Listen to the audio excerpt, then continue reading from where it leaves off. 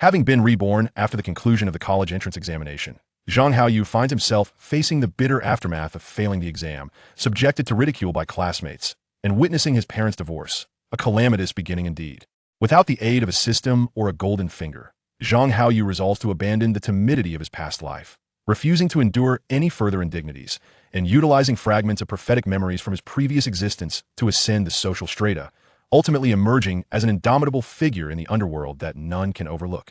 In this lifetime, he aspires solely to enjoy a life of leisure and wealth, eschewing the pursuit of becoming a business mogul, renouncing the quest for power, and harboring no desire to alter the world, preferring instead to cherish moments with his confidant and romantic partner. Chapter 1. I am destined to become a proprietor. Have I truly been reborn? Zhang Haoyu sits in the classroom, dazed and stupefied, as memories flood his mind like meteors streaking across the night sky. It is unclear how much time has passed when a voice filled with schadenfreude pierces the air. Zhang Haoyu, what's the matter? Are you still upset about not being admitted to university? Given your previous academic performance, this outcome was hardly unexpected. Yet, to think you cannot even enroll in a college program is indeed a disservice to your family. Zhang Haoyu turns to see it is none other than his archrival, Yuan Hua. The animosity between them arises from their simultaneous affection for the class beauty, Chiyoya. The distinction lies in Yuan Hua being a top student, while Zhang Haoyu lingers in mediocrity, his grades neither the worst nor commendable. Yuan Hua's mocking voice rings out once more. Allow me to share some exhilarating news. Chiyoya and I have both been accepted into the prestigious G University in the provincial capital, and she has agreed to be my girlfriend. Oh, Zhang Haoyu responds with an expressionless tone. In his previous life, upon hearing such news, he would have been consumed by rage, becoming a laughingstock among his peers, precisely fulfilling Yuan Hua's desire for amusement.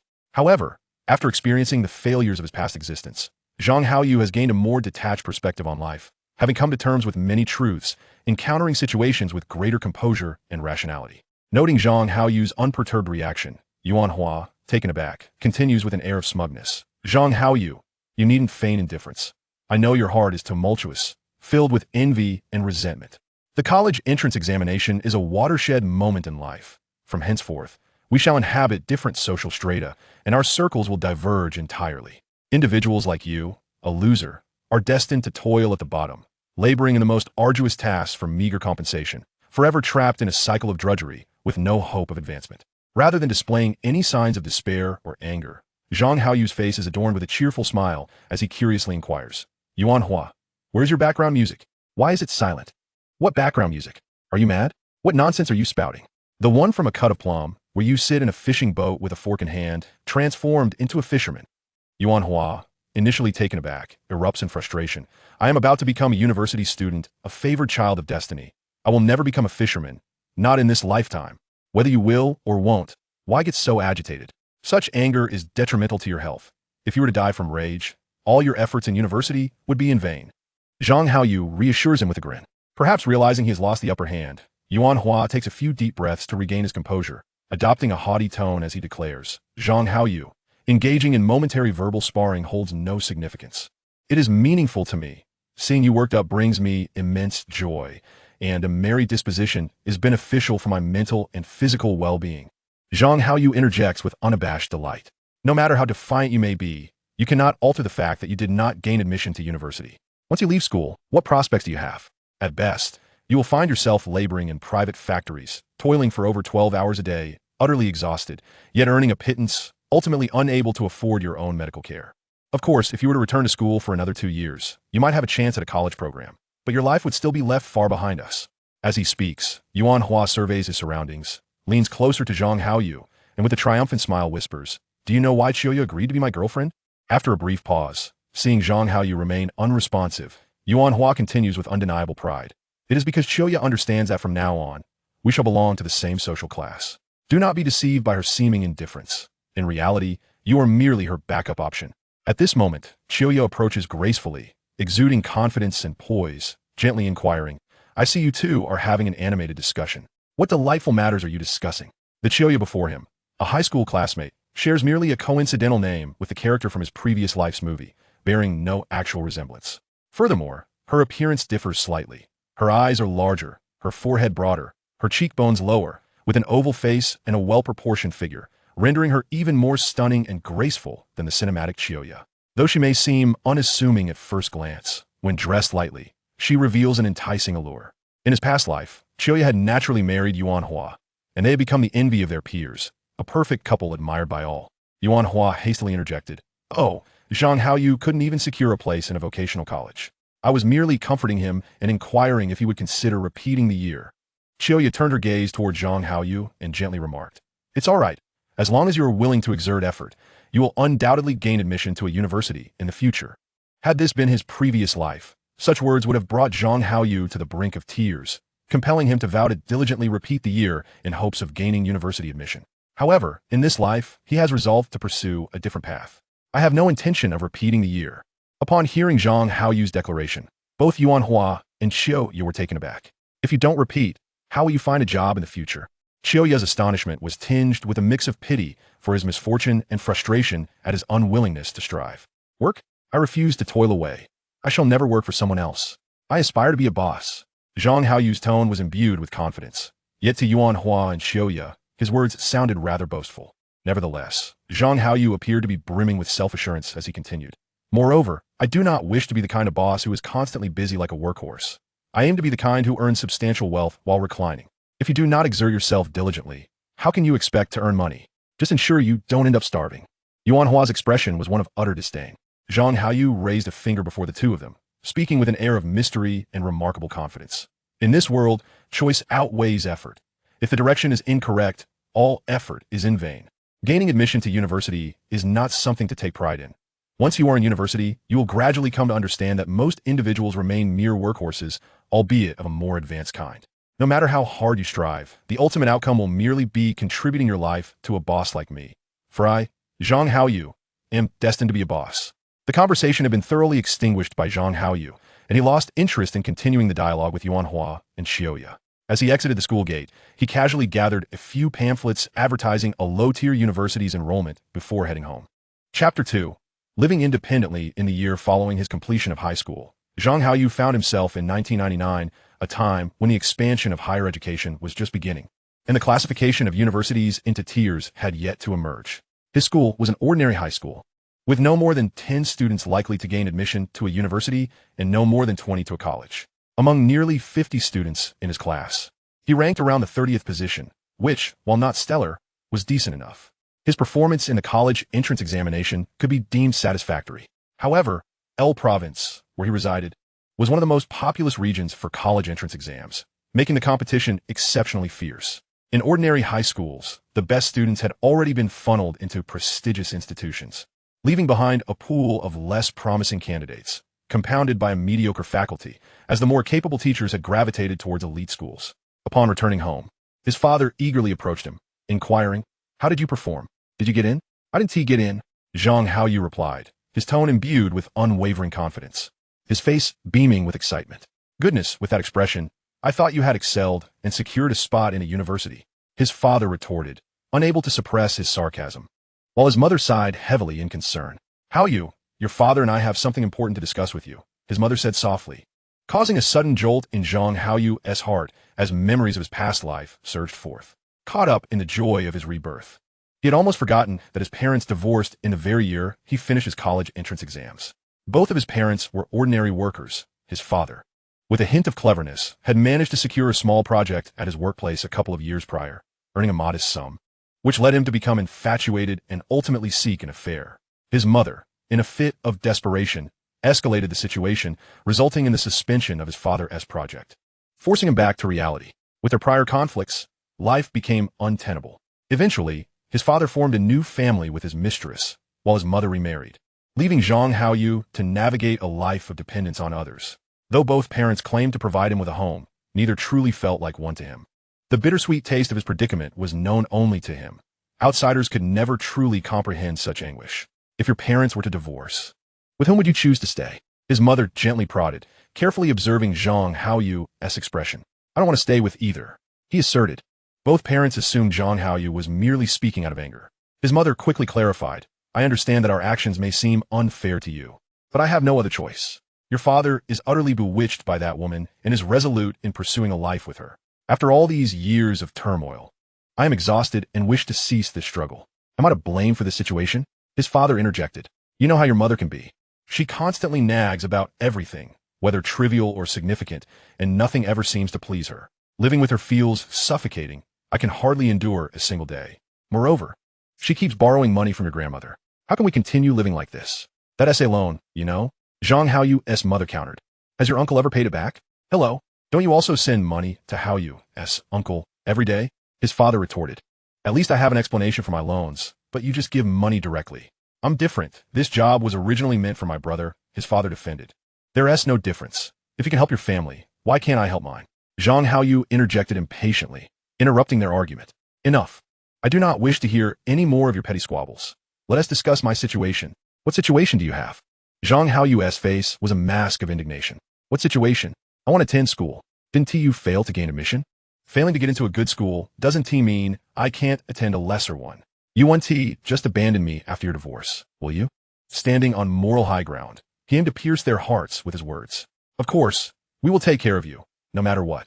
You will always be our son, his father quickly assured, with his mother nodding emphatically. I need financial support for my education. Once I finish school and seek employment, I will require a transitional period. Is it unreasonable to ask for some assistance? Furthermore, when I marry and have children, you, as my parents, cannot merely stand by and watch. Moreover, if I am to live independently from now on, it alleviates you of one burden. Father, you will undoubtedly continue your life with your mistress, and mother, at just over 40, you will surely seek companionship again. I will venture out on my own and ensure that I do not become a hassle in your lives. This should be seen as a relief for both of you. His father cautiously inquired, how much do you intend to request? Zhang Haoyu began to calculate on his fingers. For my 4 years of education, including tuition, living expenses, accommodation fees, and various miscellaneous expenses, it will surely amount to around 10,000 a year. As for marriage, the dowry alone is approximately 30,000. And the cost for the ceremony and banquet will easily reach 40 to 50,000, not to mention housing and transportation. I'm not asking for much. If you both can contribute a total of 100,000, I will be free, and any future issues will not involve you. 100,000? That's an exorbitant amount. What do you need that much money for? His father exclaimed, stunned. His mother, equally astonished, gently interjected, yes, you are still our son, and we will certainly not neglect you in the future. What if you squander all that money? Zhang Haoyu scoffed. You say that now, but once you establish new families, will you still be able to provide for me? Won't your new partners argue with you about finances? Furthermore, perspectives change with circumstances. If you are reluctant to pay for me now, you will be even less inclined later. The two parents exchanged glances, falling into a mutual silence. After a prolonged pause, his father hesitantly suggested, how about we provide some funds for your education now, and then we can gradually support you later? That won't do. You must provide me with the funds now. I refuse to be like a beggar, chasing after you for money and enduring your scorn in the future. Haoyu, we simply cannot produce such a large sum at once. His mother's expression reflected her distress. Zhang Haoyu regarded her, speaking in a calm tone. I have a general understanding of your finances. Mother, you can provide 40,000, and father can manage 60,000. That will surely suffice to gather the 100,000. Chapter 3. Forcing his soon-to-be-divorced parents to deplete their savings in an effort to garner his mother's support. Zhang Haoyu adopted a persuasive tone. Mother, you have borne the majority of our household expenses over the years. Your foolishness is evident. My father's money is either spent on his mistress or wasted on his uncle's family.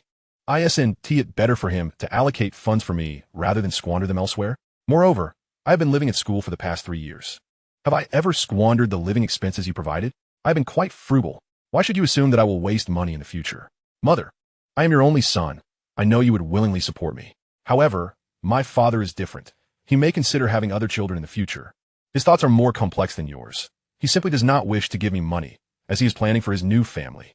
Indeed, his words struck a chord with his mother, who glared at his father through gritted teeth and declared, you go ask your father if he gives you the money. I have no objections. In his previous life, Zhang Haoyu would have found it difficult to swallow his pride and ask his parents for financial assistance. However, after experiencing the failures of his past existence, he had come to understand a crucial truth. Pride does not put food on the table. This world is indifferent to the journey. It only values the outcome. No matter how much pride one possesses, if one ends up with nothing, even one's parents will harbor disdain. Although they may profess, no matter what, you will always be our beloved child. Witnessing the success of their friends' children would undoubtedly evoke feelings of inadequacy. During conversations with relatives and friends, subtle hints of their discontent would inevitably surface. In this life, he needed to find a way to secure some startup capital for himself. Haoyu, what kind of language is that? Are you no longer a good son? His father attempted to assert his authority. Yet ever since he had taken a mistress, his paternal authority had diminished significantly, and now, Zhang Haoyu had matured considerably after his past experiences. So, will you give me the money or not? I will certainly give you something, but it won't be as much as your mother's contribution. Besides, why should I give you more than she does? Zhang Haoyu scoffed. Father, do you still acknowledge me as your son? Of course I do. After all, you are my son, and we share blood. No matter how you slice it.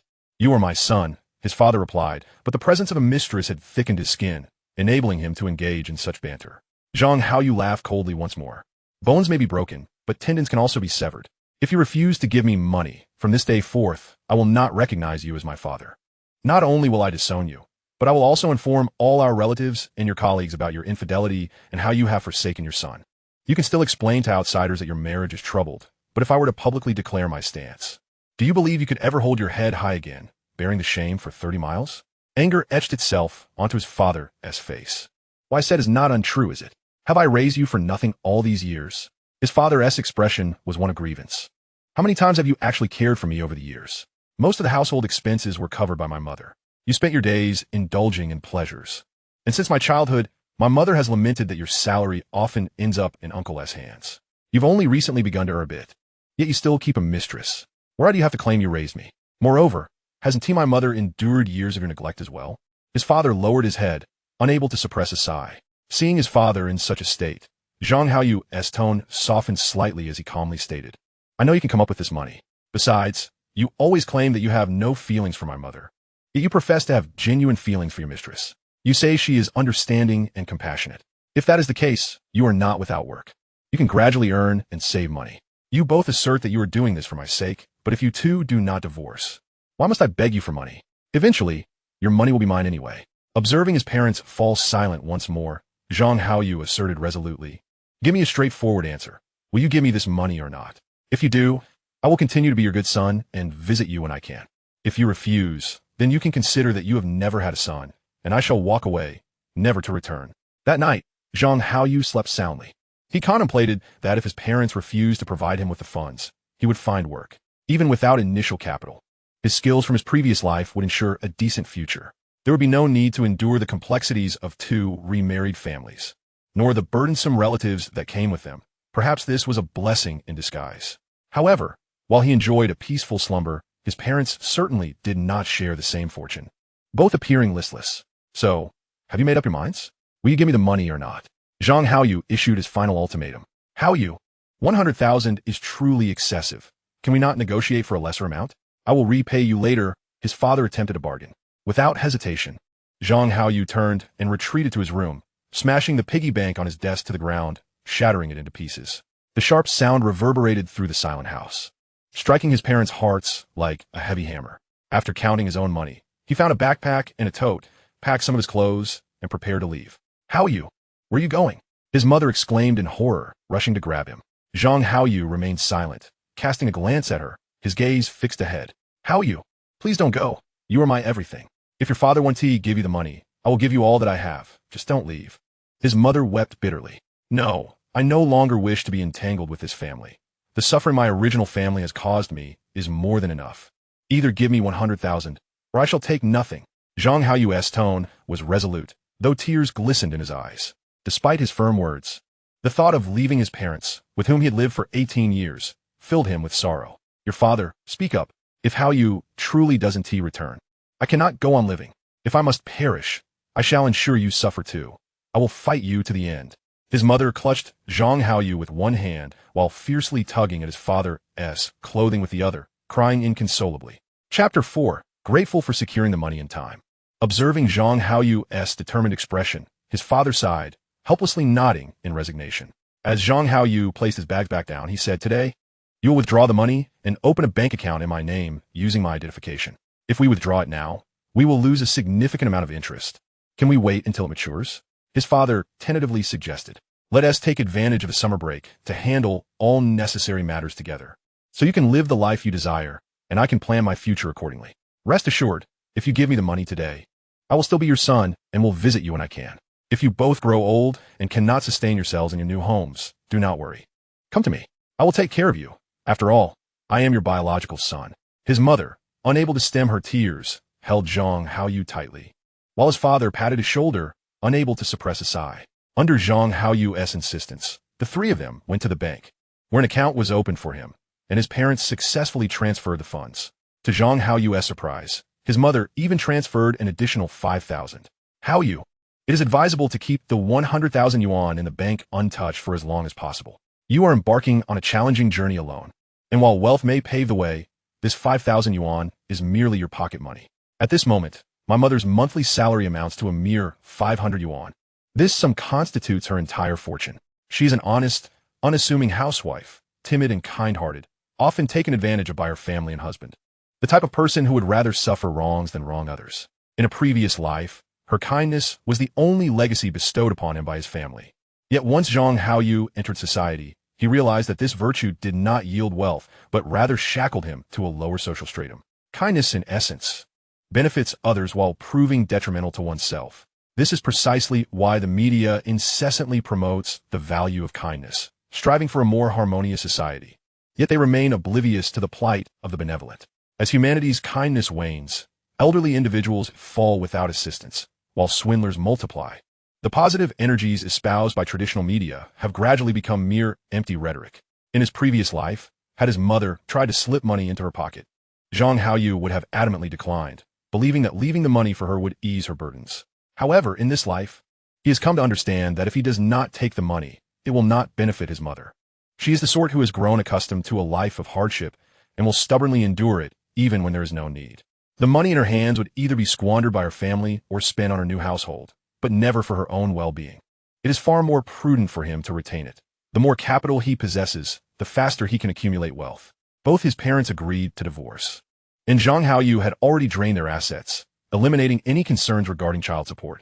Consequently, their separation proceeded smoothly. After the divorce, they promptly informed their respective relatives, with his father brazenly seeking out his mistress. Unexpectedly, but perhaps predictably, his uncle rushed over in a frenzy.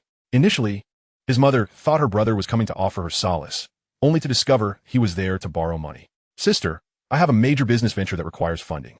Now that you are divorced, as a woman, having money is of little use to you. Lend it to me, and I will pay you interest. His mother cast a disapproving glance at her brother and gestured towards Zhang Haoyu, asserting, I have given all my money to Haoyu. I have none left. His uncle, somewhat resentful, retorted, Sister, I'm not criticizing you, but you're grown up now. How can you be so naive as to give so much money to a child? Haoyu insisted. Otherwise, he would run away from home. What could I do? His mother's face was filled with grievance.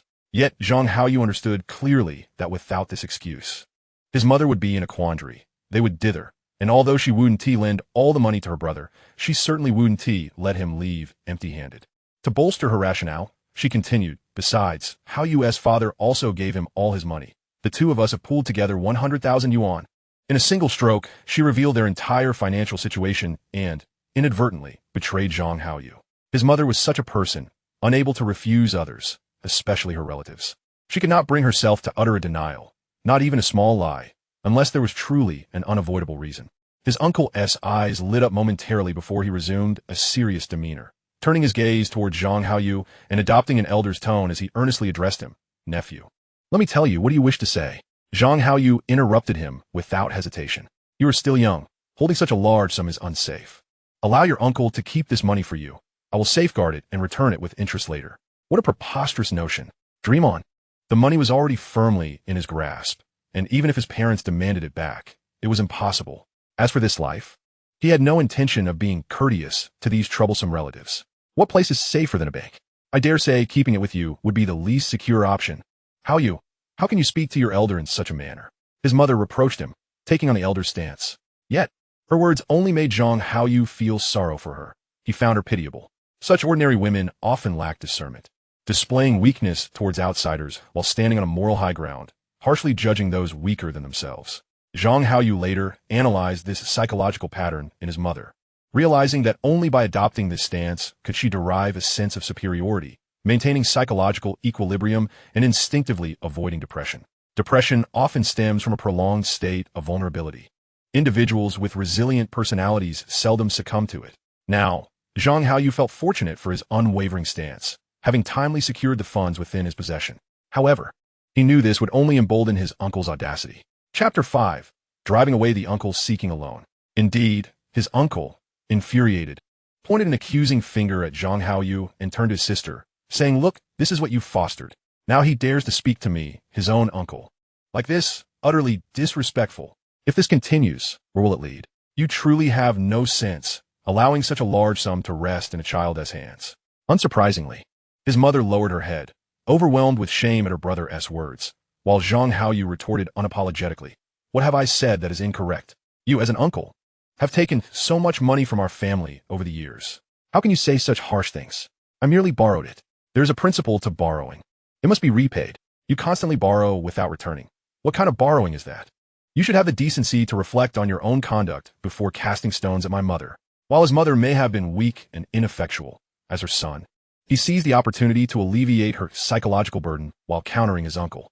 Indeed, this time, his mother did not remain on the moral high ground to chastise Zhang Haoyu for his perceived insolence. Rather, she aligned herself with her son, reproaching her brother instead. "Haoyu is correct. How much have you borrowed from us over the years? When do you intend to repay it?" His uncle, somewhat embarrassed, replied, "I've been engaged in business. Recently, funds have been a bit tight. Once my financial situation improves, I promise to return it all to you. If you could just borrow that 100,000 yuan for a short time, I assure you that within a year, I will return it with interest." Zhang Haoyu scoffed. "Your fabrications may fool my mother, but they will not deceive anyone else. Relying on you to repay is akin to expecting the sun to rise in the west. You might as well abandon that notion. The money is firmly in my possession now, and it has taken root. No one can take it away. Even if my mother were to ask for it back, she wouldn't be able to. I gave it to you, so it's yours now. I will not ask for it back. You are my son. If I don't give it to you, who else would I give it to?" Zhang Haoyu understood that his mother's words stemmed not only from her affection for him, but also from her need to find a legitimate reason to reject his elder brother. For a person like his mother, having a sound justification to resolutely decline others was of paramount importance. "Sister, do not continue to act foolishly. Now that you are divorced and Haoyu is not particularly promising, who will you rely on in the future? If you doubt my words, just observe. I assure you, you'll eventually have to depend on your nephew. If you do not treat your nephew well now, a day will come when you will regret it." It was evident that the uncle had firmly grasped his sister's weaknesses, and upon hearing these words, their mother fell silent. Zhang Haoyu grasped his mother's hand and earnestly said, "Mother, consider this.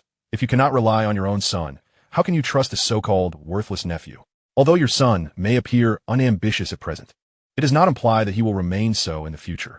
Even if, hypothetically, your son remains unambitious, it merely signifies that he earns little, not that he is unfilial. If one day you find yourself on a hospital bed, who do you think will be more likely to care for you? Your own son or that so-called nephew?" The uncle, with a tone of disdain, interjected, "If he cannot earn money, how can he show filial piety to his mother?"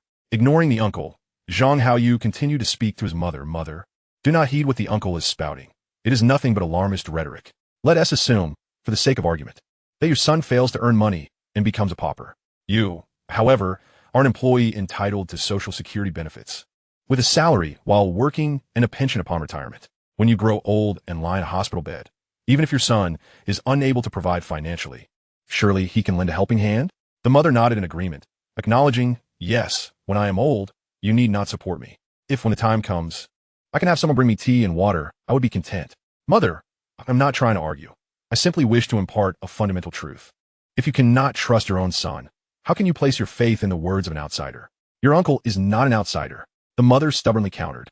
Zhang Haoyu, exasperated by her naivety, retorted, "He is even less reliable than an outsider. At least outsiders do not swindle your money." He then softened his tone and said earnestly, "Mother, in comparison to anyone else, anyone is an outsider. Would you not agree? Your uncle is not an outsider." The mother remained obstinate in her stance. Meanwhile, Zhang Haoyu, still fuming, found that the uncle was growing increasingly indignant. Pointing at his sister and then at Zhang Haoyu, he expressed his indignation as if he were owed a significant debt. "Oh, so you both consider me an outsider? Fine, I shall take my leave. Sister, do not return home anymore. You need not concern yourself with our mother, since we are all outsiders here." With that, the uncle stormed out. The mother hurried to rise and detain him, but Zhang Haoyu swiftly positioned himself in front of her, preventing her from following. At 18, he was far stronger than his mother, and she could not break free. The uncle, though vociferous, exhibited a reluctance to depart, his actions betraying a lack of intent to leave. Zhang Haoyu, with a dismissive tone, remarked, "Did you not say you were leaving? Do so quickly. Our family has had enough turmoil recently. You still have a business to attend to? Do not let it hinder your profits. As for the matter of borrowing money, you might as well give up on that notion. The money is in my possession, and you shall not take a single cent with you. Farewell." The uncle's facade finally cracked as he stormed out in anger. The mother, now agitated, turned to Zhang Haoyu with exasperation. "Haoyu, how can you be so insensitive? He is your uncle." "Mother, it is precisely because I am sensible that I drove him away. What kind of uncle exploits his own sister? Such relatives are best kept at a distance." Once the uncle had vanished from sight, the mother ceased her resistance, sighed, and sat down, lamenting. To sever ties with one's own family will only invite ridicule. "Mother, you have lived for so many years, yet you seem to have learned nothing. Do we live for others? Are we merely here to please others? One must live for oneself." Chapter 6. The Father Regrets.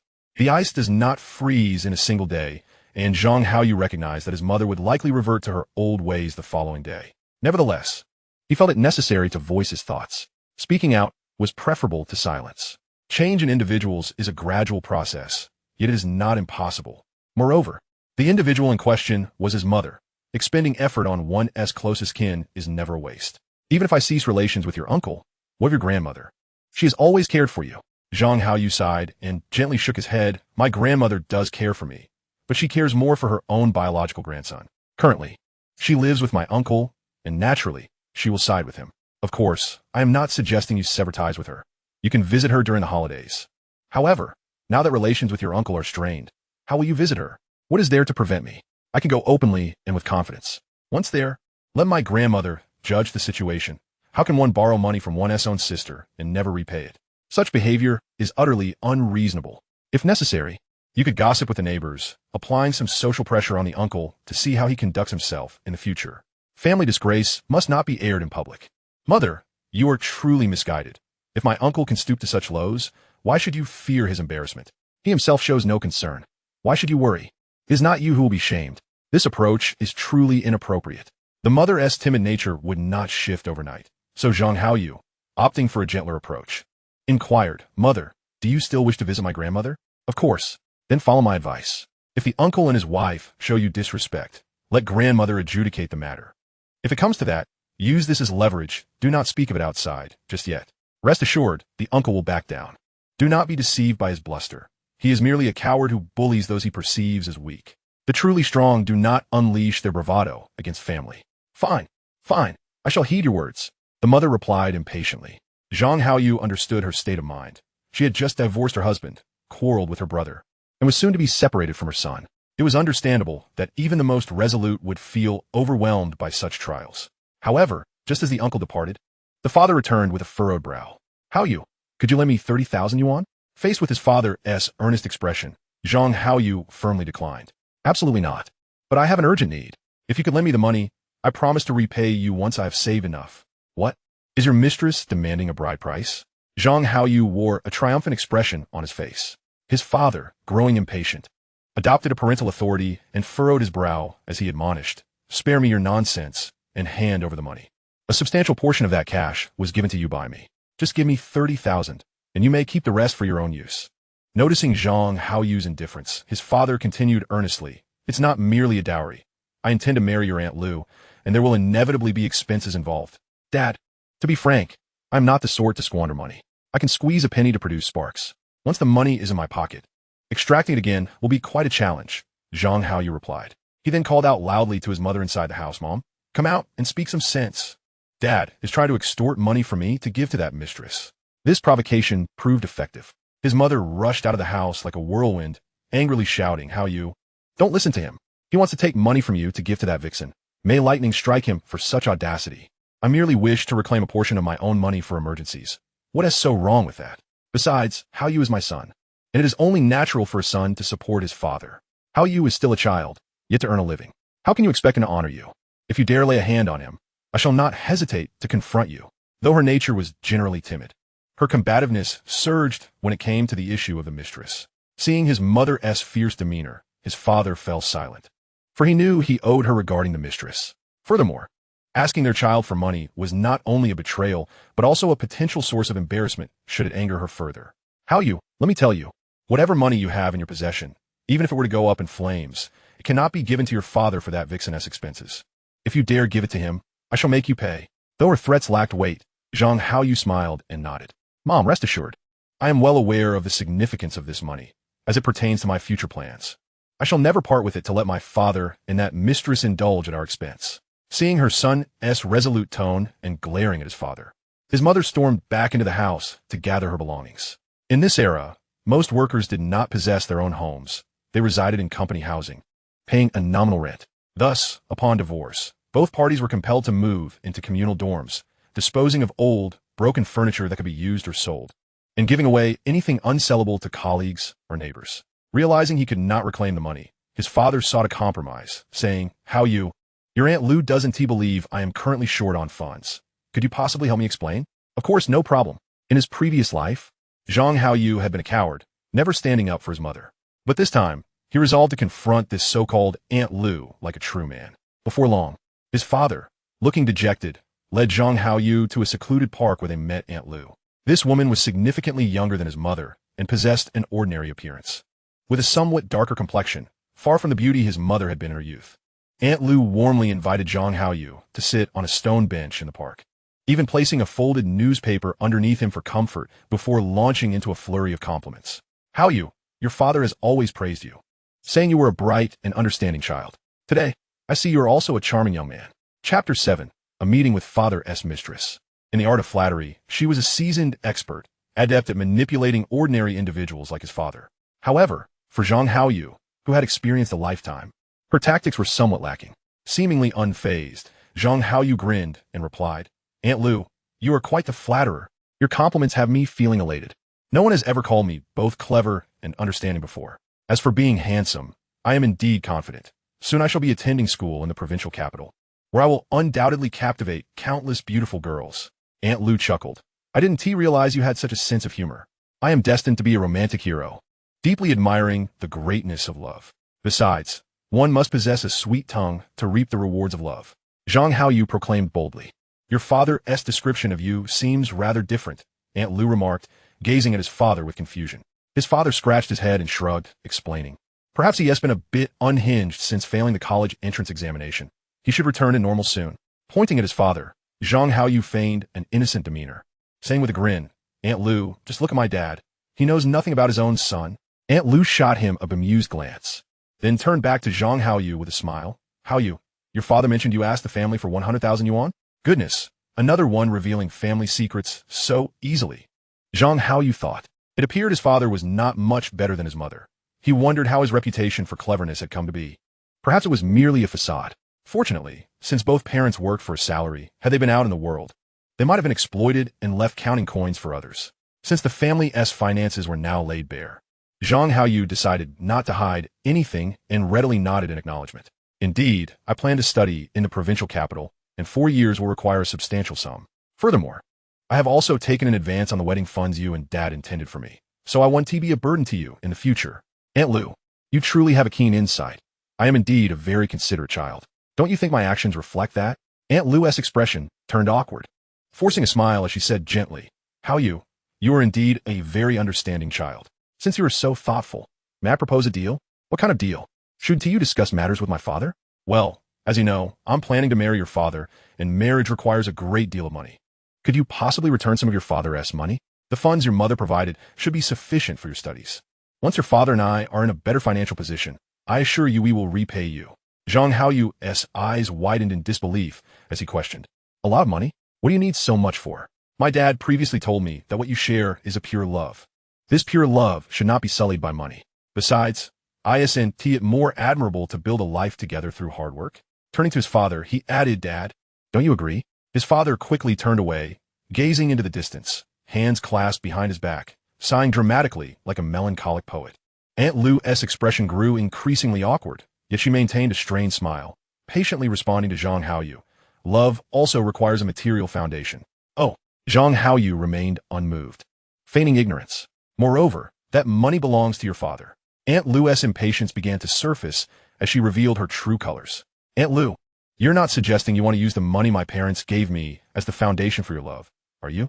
Haoyu, you're now 18, an adult, and you can't keep expecting to ask your family for money. Upon realizing that Zhang Haoyu was impervious to her tactics, Aunt Lu elevated herself to a moral high ground and commenced her didactic discourse, her countenance gradually shifting to one of displeasure. The abrupt change in her demeanor indicated that her caliber was not particularly high. A true cunning fox would maintain a congenial smile even while delivering the sharpest of critiques. This is fundamental decorum. Zhang Haoyu, however, retained a cheerful expression, unhurriedly remarking, Aunt Lu, are you attempting to instruct me on how to conduct myself? Your teachings lack any semblance of reason. I am still a student, yet I am expected to solicit funds from my parents. Surely, this is a perfectly natural expectation. Furthermore, you are an adult, significantly older than I. Are you not also seeking financial assistance from my father? If you intend to guide others, one must at least lead by example. Aunt Lu appeared to sense Zhang Haoyu's malice, recognizing that his visit was not for amicable discussions, and could not restrain her anger. Exclaiming, Haoyu, you are being rather disrespectful. Regardless of the circumstances, I am still your elder. Elder? Pray tell, what familial title do you hold in relation to my family? What is your standing? Aunt Lu was momentarily taken aback. As she and his father were not married, she held no legitimate claim to such a title. After a prolonged hesitation, she finally fabricated a tenuous justification. Did you not call me Aunt Lu? Is not an aunt considered an elder? Zhang Haoyu, still smiling, responded with a calm demeanor. And so what? It is merely a title. Do you take it so seriously? You have already taken my father from my mother, and now wish to abscond with his finances as well. How utterly unscrupulous. Beware, lest you bear a son without a rear end in the future. I believe you should seriously contemplate my suggestion. Start anew with my father, earn money together gradually. Perhaps you could even alter others' perception of you as a mere opportunist and create a beautiful love story. Seeing Zhang Haoyu's antagonistic approach and sharp tongue, Aunt Lu, in a fit of fury, turned on her heel and stormed off. Hey, don't leave. Wait for me. After exchanging a brief greeting with Aunt Lu, his father turned back to Zhang Haoyu, somewhat displeased, saying, Haoyu, what are you doing? You two have created quite a rift. How can you hope to coexist harmoniously in the future? Harmoniously coexist? Am I unwell? Why should I desire to coexist with her? She has torn my family asunder. Why should I want to associate with her? I have not verbally assaulted her today or delivered a resounding slap, which should suffice as a testament to my restraint and deference to your feelings. Be grateful you have such a rational son. His father sighed, shaking his head in resignation, resembling a sycophant as he pursued Aunt Lu. Chapter 8. Zhang Haoyu embarks on a new chapter of his life in light of the recent upheavals involving his uncle and his father's vacillation. Zhang Haoyu concluded that his home had become untenable. Since it was destined to disband, it was best to leave sooner rather than later. Thus, he informed his mother, Mom, there is too much discord at home. Remaining here serves no purpose. I think I should depart for the provincial capital sooner. His mother nodded in agreement. Very well. Let your father see you off. It's your first journey away, and I am concerned. Oh, come now. He is currently entangled in a mess with that mistress. Just yesterday, I subtly vented my frustrations at her on your behalf. However, in light of your father, I was rather civil. What did you say to her? I called her a loose woman. His mother beamed with satisfaction. Her spirits lifted as she declared, Well said. No need to spare your father's feelings. If you encounter that mistress again, let her have it. All right, I understand. Zhang Haoyu responded with a smile, then confidently added, Mom, I have grown up. I can manage on my own. Perhaps you should still have someone see you off. Mom, you really are overly cautious. I've said I don't need anyone to accompany me.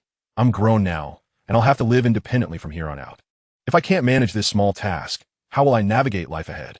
His mother gazed at him with palpable concern, her hands caressing his face, tears welling in her eyes as she choked on her words. Haoyu, if anything arises, come to me. Your mother will always be here for you. Zhang Haoyu felt a twinge of emotion, but held firm, saying, Mom, how can you doubt your son? Just wait. I will soon make something of myself.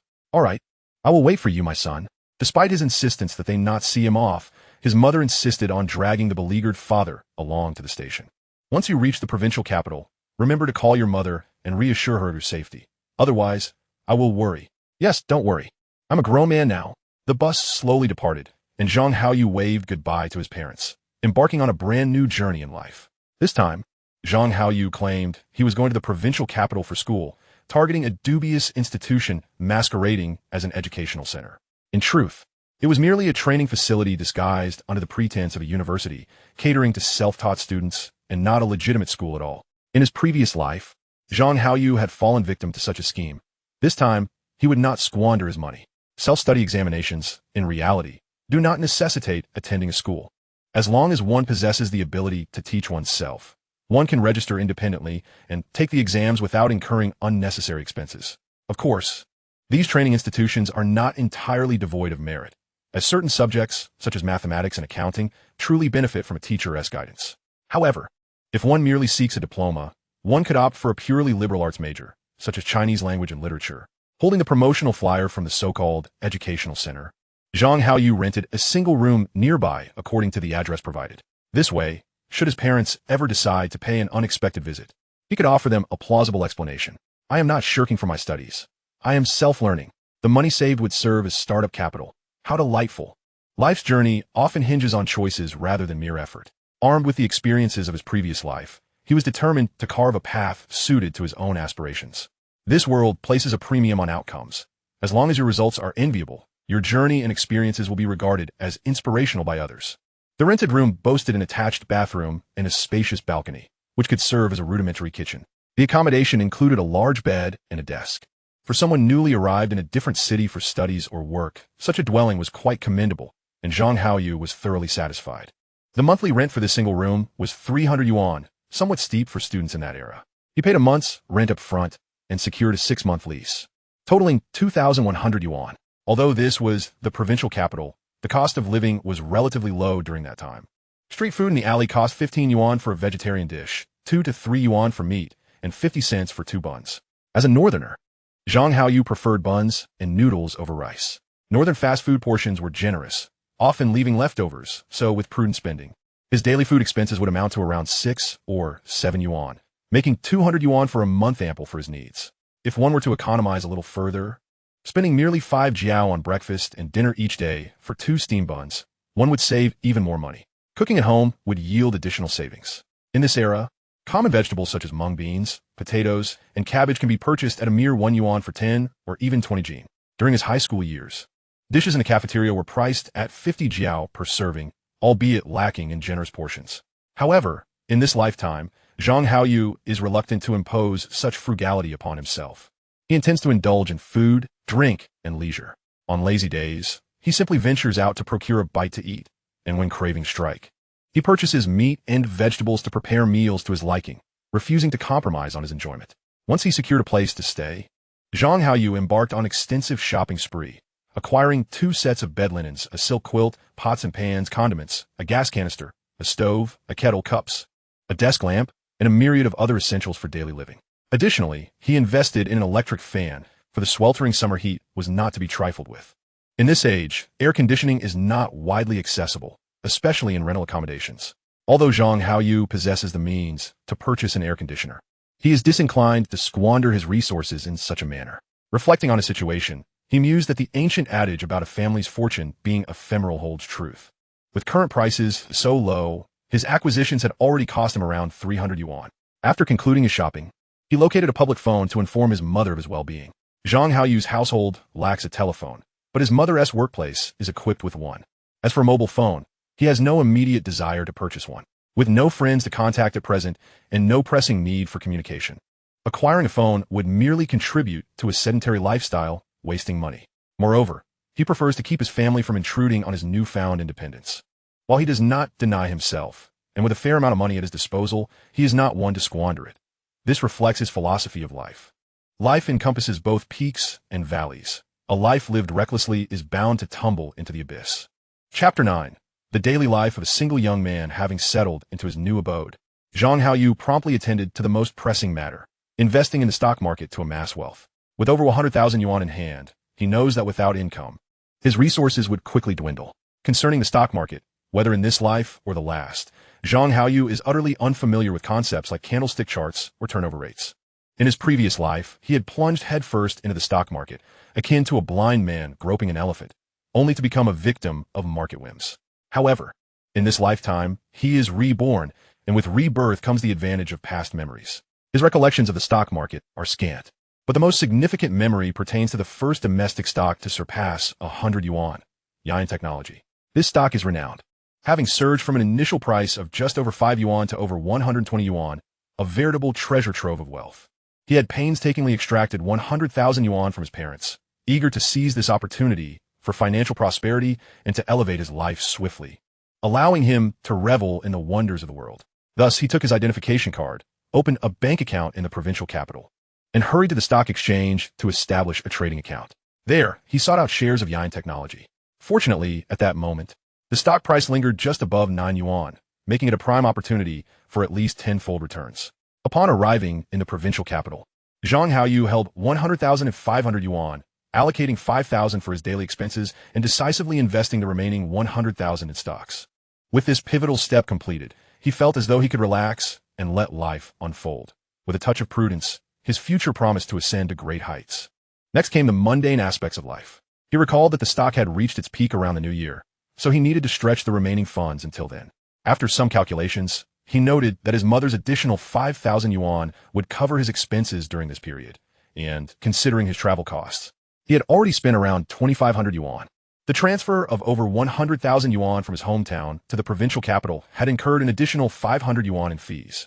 It was now August, with roughly 5 months until the new year. Thus, the remaining 2,000 yuan would suffice if he kept his monthly spending below 400. Moreover, Zhang Haoyu did not feel entirely deceitful toward his parents. He still intended to pursue a self-study diploma. Once he became prosperous, he would have a respectable facade. His mathematical skills were lacking, and he had never passed an English exam, so the most feasible diploma would be in Chinese language and literature. This field primarily requires rote memorization, devoid of mathematics. With English merely an elective, plenty of options abound, as long as he avoids English. Consequently, he found the self-study examination registration office in the provincial capital and, without hesitation, enrolled in 4 courses. He then purchased textbooks and workbooks for these subjects, bringing them back to his small home. The total cost, including registration fees and books, amounted to just over 200 yuan. Thus began Zhang Haoyu's new life. From that point forward, he embraced a routine of dining and studying. The life of a single young man is characterized by freedom and independence. It can also foster loneliness, necessitating some form of intellectual engagement. In this era, the most cost-effective form of entertainment is to visit an internet cafe and play games. The selection of online games is limited, featuring titles like King of Kings and Stone Age, while Legend has yet to be released. In truth, Zhang Haoyu is not particularly fond of role-playing games. He finds them excessively time-consuming and lacks the patience for them. Instead, he prefers real-time strategy games such as Red Alert, Age of Empires, and StarCraft.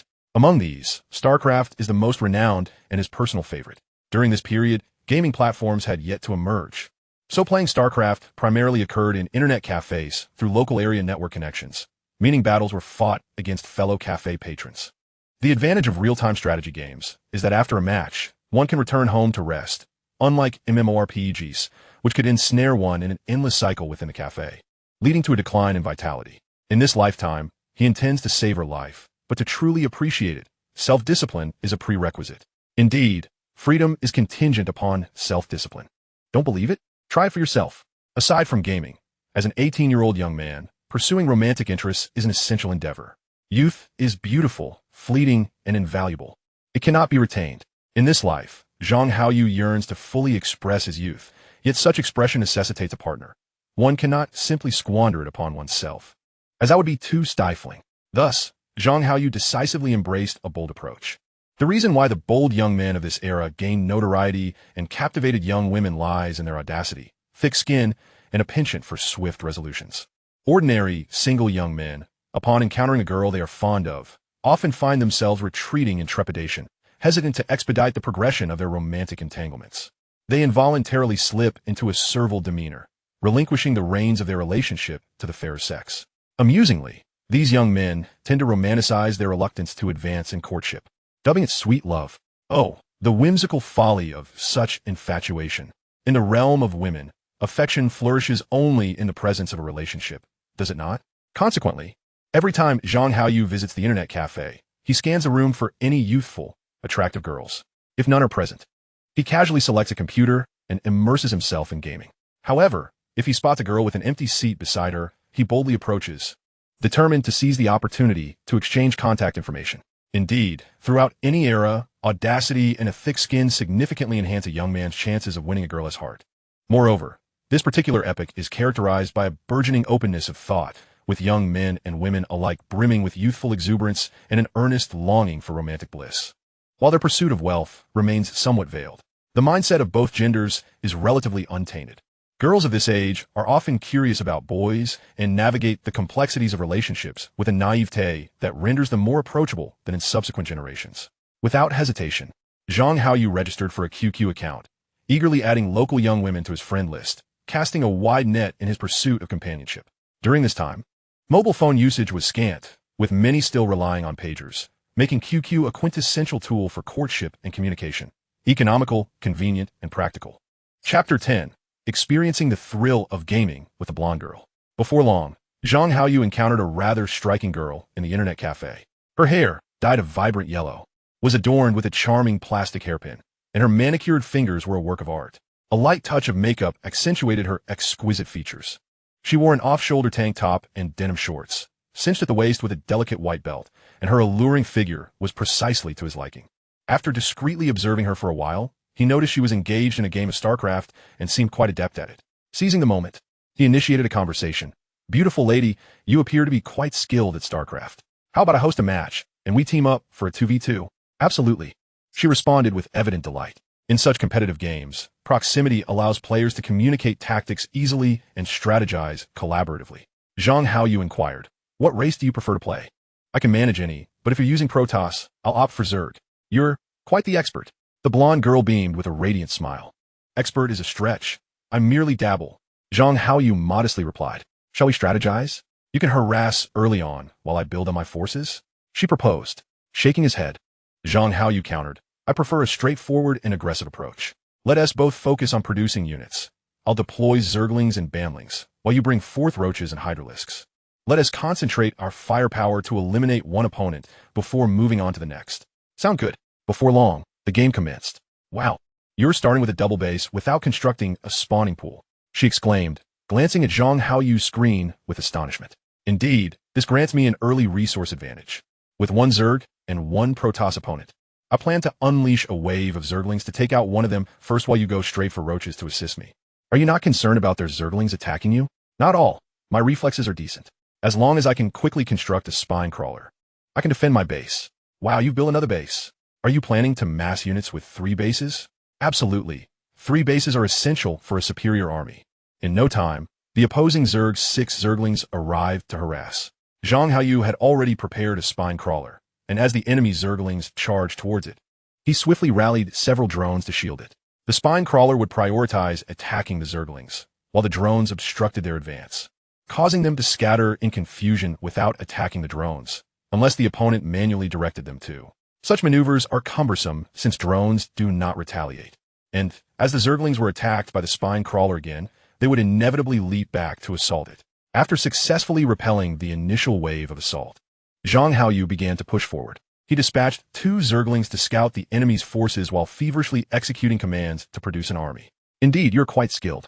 You utilize keyboard commands with finesse." The blonde girl marveled. Once you master keyboard commands, they're faster than mouse operations, enabling quicker unit production. Zhang Haoyu boasted, reveling in his prowess.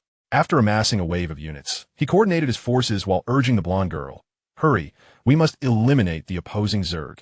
He deployed a squad of Zerglings at the enemy's doorstep while sending another group down the center, ensuring his home base was also fortified with Zerglings.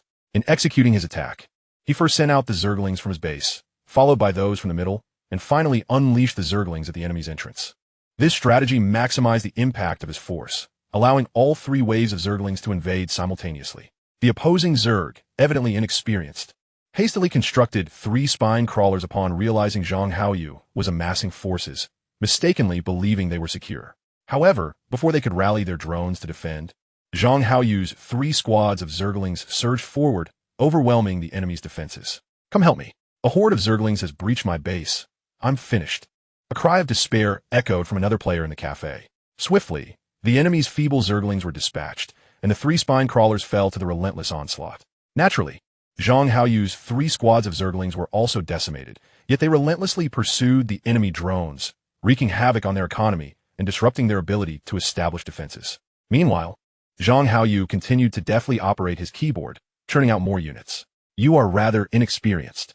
A Zerg should be able to hold its ground in the early game with more than just a few Zerglings. Just use your drones to take them out," someone nearby criticized. Yet before the opposing player could catch their breath, Zhang Haoyu's 4th and 5th squads of Zerglings charged in. "It's over.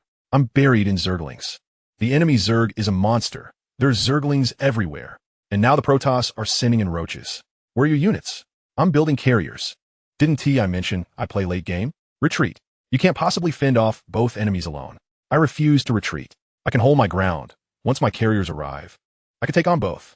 Zhang Haoyu turned to the blonde girl and commanded, redirect all our forces to attack the Protoss. The blonde girl expressed concern. It seems the enemy has constructed numerous cannons. Can we breach their defenses? Even if we can't break through, we must try. If they produce carriers, our roaches and Zerglings will be rendered ineffective. By depleting their lower-tier units, we can at least weaken their defenses, forcing them to spend resources on cannons. This will buy us time and slow their carrier production. Don't be afraid. We shall press on. However, the opposing divine faction had overestimated their defensive capabilities. With the golden-haired girl's distractions drawing the fire of their turrets, a horde of Zhang Haoyu's minions surged forth, seizing the opportunity to ravage the enemy's defenses. As a result, before their aircraft carrier could even be constructed, Zhang Haoyu, alongside the golden-haired girl, amassed their forces and obliterated their base. This match was exhilarating beyond compare. He had never experienced such a thrill in gaming before. The golden-haired girl wore an expression of sheer excitement, her gaze towards Zhang Haoyu filled with admiration. Zhang Haoyu, brimming with pride, declared, "Isn't this exhilarating? Today, I'll ensure you revel in this experience to the fullest and lay waste to the entire internet cafe." Subsequently, the internet cafe transformed into a stage for the duo, where Zhang Haoyu showcased an array of dazzling offensive strategies before the golden-haired girl, rapidly deploying ground spikes, swiftly unleashing dragons, and executing airborne assaults. The synergy between the dragon riders and the hounds left the patrons of the cafe lamenting in despair. The golden-haired girl merely had to be present to bask in the joy of victory, her smile unwavering. Chapter 11. The distinction between the blondie and the sucker. After completing another match, Zhang Haoyu glanced at the time on his computer. It was nearing noon. He turned to the golden-haired girl and inquired, "Do you have QQ? Let us add each other so we can game together in the future." The golden-haired girl readily nodded in agreement. They each logged into their QQ accounts, added each other as friends, and Zhang Haoyu smiled, asking, "I still don't know your name. Beautiful. How should I address you? What's your name?" The golden-haired girl seemed somewhat cautious. Zhang Haoyu. And you? After a moment of hesitation, the golden-haired girl bit her lip and replied, "You can call me Lily. It's almost noon. Are you hungry? Shall we grab a bite?" Zhang Haoyu extended the invitation. "No, thank you. If one wishes to pursue a romantic interest, one must not take such a dismissal lightly, as a girl's refusal often stems from her instinctual shyness in the presence of strangers. Let us go together. It's my treat. After all, I need to eat too. A person is iron, and food is steel. Missing a meal makes one uneasy." Zhang Haoyu persisted, adding a touch of humor to lighten the atmosphere. Indeed, upon hearing Zhang Haoyu's renewed invitation, Lily appeared hesitant. A pivotal reason for her indecision was the enjoyment she had experienced during their gaming session. She was keen to continue playing with him. Thus, Zhang Haoyu pressed on with a smile. "Come on, with your figure, you surely don't need to diet." After a moment of coyness, Lily ultimately acquiesced. "What do you want to eat?" "Anything." While the word anything might pose a challenge for the average person, it was not a concern for someone as seasoned as Zhang Haoyu. In this era, the clientele of internet cafes typically indulged in street food. Fast food felt somewhat low tier, and ordering too many dishes could lead to waste, while ordering too few might come off as stingy, undermining the essence of treating someone. Consequently, Zhang Haoyu chose a slightly upscale noodle shop. "Let us have noodles. They won't go to waste, and we can elevate the dining experience with some extras, both economical and sensible." "All right." Lily nodded in agreement. "Would you prefer a large bowl or a small one?" "I can't finish a small bowl." "Very well. We shall have one large bowl and one small bowl. And let us add a fried egg and a sausage to each." At this point, Zhang Haoyu turned to Lily. "Shall we add a piece of fatty meat?" Noticing her apparent desire yet hesitation, Zhang Haoyu smiled and queried, "You'd like it, but don't want the fatty bits, am I right?" Lily bashfully nodded. "Boss, add a piece of fatty meat to each." After placing the order, Zhang Haoyu turned to Lily and said, "You can have the lean meat, and I'll take the fatty bits, all right?" "That feels a bit embarrassing." "What is embarrassing about it? We'll all be friends moving forward." While waiting for the noodles, Zhang Haoyu asked again, "Would you like something to drink?" "No, you've already been very generous." Lily's demeanor appeared somewhat reserved. "Are you not planning to treat me as a friend? It's you who is being overly polite. After all this gaming, you must be thirsty. Would you prefer a soda or draft beer? Then I'll have a bottle of cola." "All right, boss, one bottle of cola and a cup of draft beer." In the summer of the provincial capital, draft beer was all the rage, with beer barrels lining the streets. Zhang Haoyu smiled at Lily. It's so hot. Let us enjoy a cold draft to cool off. Lily smiled back, saying, boys drinking beer is no big deal. Throughout this exchange, Zhang Haoyu endeavored to bridge the gap between them, nurturing the budding relationship. It was evident that Lily harbored some reservations regarding his advances, and the best way to alleviate her apprehensions was to first establish a friendship, making her feel that he had no ulterior motives, merely a desire for camaraderie. While the approach of a sucker may superficially resemble that of a blondie, the underlying dynamics are profoundly different. A sucker often fails to understand how to advance the relationship, resulting in one-sided efforts without any progression. Sometimes, this desperation can lead to behaviors that are off-putting, causing the girl to resent him, labeling him as an undesirable or a creep. Indeed, it is not uncommon for girls to hold a favorable impression of blondies while feeling aversion towards the suckers who silently invest their efforts without reciprocation, often deeming them dull at best. Soon, the 2 bowls of noodles were served. Lily, somewhat flustered, gazed at the fatty meat in her bowl before looking up at Zhang Haoyu. How do I handle this meat? Zhang Haoyu chuckled and used his chopsticks to transfer some of the meat from his bowl to hers. You start by eating the lean meat. Leave the fatty bits for me. I can't eat that much meat. No worries. Just share what you can't finish with me. Lily beamed, cautiously probing. You and mind eating something I've bitten into? Whatever a fairy has tasted is sweet. What's there to disdain? Lily smiled, biting her lip without a word, and then quickly lowered her head to begin eating. While some individuals may have a distaste for consuming food that has been nibbled by others, finding it unpalatable due to perceived saliva, that is a personal preference. In Zhang Haoyu's eyes, sharing a kiss with a girl surely involves saliva as well. He was more than willing to engage in such intimacy with a beautiful girl. Ultimately, this behavior significantly advances their relationship. Many girls find such gestures profoundly touching, appreciating that while their own parents may shy away from consuming their leftovers, this boy is willing to do so. Even if a girl doesn't consciously think this way, she may subconsciously envision intimate moments between them. Additionally, drinking from a shared beverage, using a cup that a girl has sipped from, or even drinking from a place where she is drunk, can evoke a sense of shy intimacy within her. Zhang Haoyu observed Lily as she savored the lean meat from a piece of fatty pork, and with a grin, he nudged his bowl closer to her. Lily glanced up at Zhang Haoyu and tentatively inquired, Are you really going to eat it? What's this? Are you reluctant to share it with me? Do you wish to taste the rich flavor of the fat? Lily quickly shook her head, bit her lip, and transferred the piece of fatty meat from her bowl to Zhang Haoyu's. Chapter 12. Finding common ground with Lily. At this moment, one must refrain from using their own chopsticks to grab food from another's bowl. Just because you do not mind the other person does not mean they feel the same about you, and such an action could extinguish all goodwill. Many may feel indignant, questioning why she can disdain me while I must accommodate her. Doesn't that make me a sycophant? I would rather not consume someone else's leftovers. Well, you may think that way, but it is no surprise you remain single throughout your life. Whether one is a sycophant or naive, the measure of one's romantic endeavors will reveal the truth. Regardless, Zhang Haoyu considered this an early kiss with Lily, even pondering names for their future children. From a psychological perspective, girls are inherently emotional beings. Once their bodies accept you, genuine feelings will blossom. Merely discussing emotions and ideals with a girl may lead you to believe you share a close bond, yet she may not genuinely harbor affection for you. Let me put it this way. If a girl finds fault with you, regardless of the specifics, she does not love you, even if she marries you. If a girl truly likes you, she would gently push you away even if you were to poke her face with your toes. Or she might allow you to rest your feet upon her visage. Trust me, if a girl has a physiological attraction to you, it is a true expression of love. What if some girls are particular about cleanliness, finding everything unclean? In such a case, Zhang Haoyu would certainly distance himself from such a girl. Her love is solely for herself, and this is not merely a question of lifestyle habits. Lily watched wide-eyed as Zhang Haoyu devoured the piece of fatty meat she had placed in his bowl, his mouth glistening with grease as he relished it, causing her to shyly lower her gaze, her cheeks faintly flushed.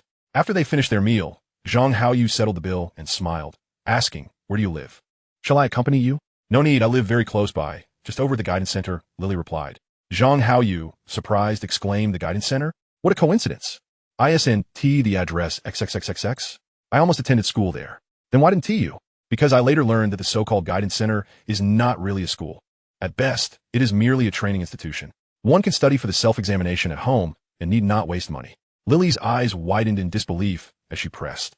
Is it really possible to learn solely at home without a teacher? What is your major? Computer information management. Zhang Haoyu replied with a faint smile. Your major entails mathematics. English, and even accounting, along with databases and the like. Of course, one needs a teacher. But doesn't that mean you still have to go to school? To be honest, I am also self-studying, but my ambitions are not particularly high. I merely wish to obtain a diploma, which is why I enrolled in Chinese language and literature. Isn't Chinese language and literature taught without a teacher? Certainly, all subjects require rote memorization. There is no mathematics or accounting involved, and English is merely an elective. If one struggles with English, they can substitute it with another subject. Self-study merely requires passing with a score of 60. There is little competitive pressure, and the state recognizes the qualifications. Those with ambition can later pursue civil service examinations, which is quite ideal. Lily smiled, saying, "In truth, I do not possess much ambition either. After all, self-study does not carry the same weight as a full-time institution, and I merely wish to obtain a degree." Then why choose computer information management as your major? What? Is this major not good? Isn't computer science a hot field? Computer science encompasses many branches, and pursuing a career in this field offers limited prospects. Many who study this end up selling computers in a computer mall. Zhang Haoyu had fallen into this trap in his previous life, wasting several years before transitioning to sales, with the only benefit being his newfound skills in gaming and typing on QQ. "Ah, I see," Lily exclaimed, her face reflecting astonishment. Indeed, the best path in computer science currently is programming, while computer information management primarily focuses on databases. What is taught in school quickly becomes obsolete in society, necessitating further learning. However, programming is quite challenging. One must master languages such as B, C, and Java, and ideally, find a mentor to guide them. Moreover, the internet companies that hire programmers typically seek graduates from full-time institutions, making it nearly impossible for a self-study candidate, especially one in computer information management, to find employment. What should I do then? There is nothing much to be done. After all, it is self-study, merely obtaining a diploma. It is all quite similar. You need not overthink it. Lily pouted, softly replying, "But I struggle with mathematics and English in high school, and I feel dizzy trying to learn this." Then switch majors. Like I did, study Chinese language and literature. As a girl, pursuing civil service examinations would suit you better. If your family has connections, that would be even more advantageous. But we do not offer Chinese language and literature as a major, and I have already paid several thousand yuan for tuition and accommodation. They will not refund me. I cannot assist you with that. You must consider this for yourself and discuss it with your family. I can only offer suggestions. It is essential to be cautious when giving advice and not to meddle too deeply, for that could lead to complications. Thank you. No need for thanks. We are already friends, and friends should help one another. Besides, I have not exerted much effort, merely shared some words. Zhang Haoyu did not forget his purpose, seizing every opportunity to strengthen the bond between them. His primary aim was to pursue romance, not to solve others' dilemmas. It seems you possess much knowledge. If I encounter any difficulties in self-study, I shall consult you. Indeed, Zhang Haoyu's efforts bore fruit as Lily's smile grew sweeter, and she appeared far more relaxed, almost treating Zhang Haoyu as a classmate. "No problem. I am delighted to assist a lovely fairy." In such a brief span, Zhang Haoyu felt a sense of accomplishment in making substantial progress with the charming girl before him, affirming that his efforts were not in vain. Unbeknownst to them, they had arrived at the guidance center. "How, Lily, where did you go this morning? Why didn't you attend class?" "I was a bit irritated and went to an internet cafe to play games." Lily turned to bid farewell to Zhang Haoyu and sought her classmates. Chapter 13. You are still a diligent student. After parting ways with Tao Lily, Zhang Haoyu returned to his humble abode and diligently began to memorize his self-study subjects. He aimed to obtain both his associate and bachelor's degrees in Chinese language and literature in the shortest possible time. Soon he would have money. Why then must he strive so hard? Was this not a case of needlessly enduring hardship? In this world, money merely represents a form of resource, capable of resolving numerous issues, yet it cannot address every dilemma. Furthermore, should one acquire wealth through mere fortune, it is equally plausible that it may be lost through one's own efforts in the future. Zhang Haoyu, having been granted the gift of rebirth along with the memories of his previous life, managed to amass some wealth through these recollections, which essentially constitutes a stroke of luck, akin to many individuals in reality who earn their fortunes through chance. To lead a more vibrant life in this incarnation, he must continually transcend social strata, a pursuit that requires a multitude of elements. Education stands as one of these factors, serving as a person's facade. Many affluent entrepreneurs are derisively labeled as country bumpkins or nouveau riche, unable to gain genuine respect, and this phenomenon illustrates the point. Additionally, although Zhang Haoyu's primary objective in pursuing education is to attain a degree, the knowledge contained within textbooks is not without merit. when utilized appropriately. It can serve as a valuable topic of conversation. The depth of one's knowledge may be concealed in the short term, but over time, it will inevitably be revealed. Therefore, Zhang Haoyu intends to balance his studies with his romantic pursuits, believing that a well-structured plan would prove more efficient than focusing solely on one endeavor. A solitary individual engrossed in books may eventually succumb to feelings of loneliness and melancholy, while an incessant preoccupation with romantic endeavors may lead one to fall into the trap of unrequited affection, ultimately resulting in disdain from potential partners. In the following days, Zhang Haoyu would occasionally encounter Tao Lily at the internet cafe. Whenever they met, they would indulge in gaming together, followed by shared meals, fostering an increasingly casual and familiar relationship. Haoyu, how many subjects did you register for in the upcoming exam at the end of October? 4. Wow, you're quite impressive. With just over 2 months until the exams, you dare to take on 4 subjects? Why not? If I pass, I pass. If not, I can always retake them. It's no big deal. My major consists entirely of memorization, which is relatively easier than yours. Who knows, I might just succeed. After this exchange, Zhang Haoyu turned the question back to her. And how many subjects did you register for? I only signed up for 2, and I'm not even sure if I can pass them. Let us both put in our utmost effort to pass our subjects. All right, I appreciate your encouragement. Tao Lily chuckled, her laughter brightening the atmosphere. It's quite amusing how we play games at the internet cafe while discussing our diligent studies. Zhang Haoyu dismissed any conflict in their actions, saying it's about finding balance. A harmonious blend of work and play yields greater efficiency. When it's time to study, I'll focus, and when it's time to unwind, I'll revel in it. If my family discovered that I skipped classes to play games, they would surely scold me. We are already adults. Although we are still young, youth is fleeting. We should savor these moments and not squander our precious time. We would want to look back and regret when we are older, would we? This sentiment encapsulated Zhang Haoyu's true thoughts. Yet sharing it with Tao Lily also served to embolden her rebellious spirit. Rebellious girls tend to be bolder, more eager to explore new experiences, and thus more susceptible to Zhang Haoyu's charms. The truths of this world can be both right and wrong, contingent upon the context in which they are spoken and to whom they are addressed. It is akin to certain traditional medicines that serve to heal in one setting and act as poison in another. Indeed, Tao Lily nodded in agreement, saying, I feel the same way. After all, us girls are destined to marry someday, so I'll focus on being beautiful while my husband earns a living. Upon hearing this, Zhang Haoyu couldn't help but feel a twinge of the sly scholar's satisfaction. Outwardly advocating for a lack of diligence in studies while secretly committing to his own academic efforts. During his high school years, Zhang Haoyu perceived studying as an arduous task akin to consuming the most bitter herbal medicine. The computer information management program from his previous life had been no different. Yet now, studying Chinese language and literature felt increasingly manageable. He had pondered the reasons behind this shift, recognizing that the factors were multifaceted.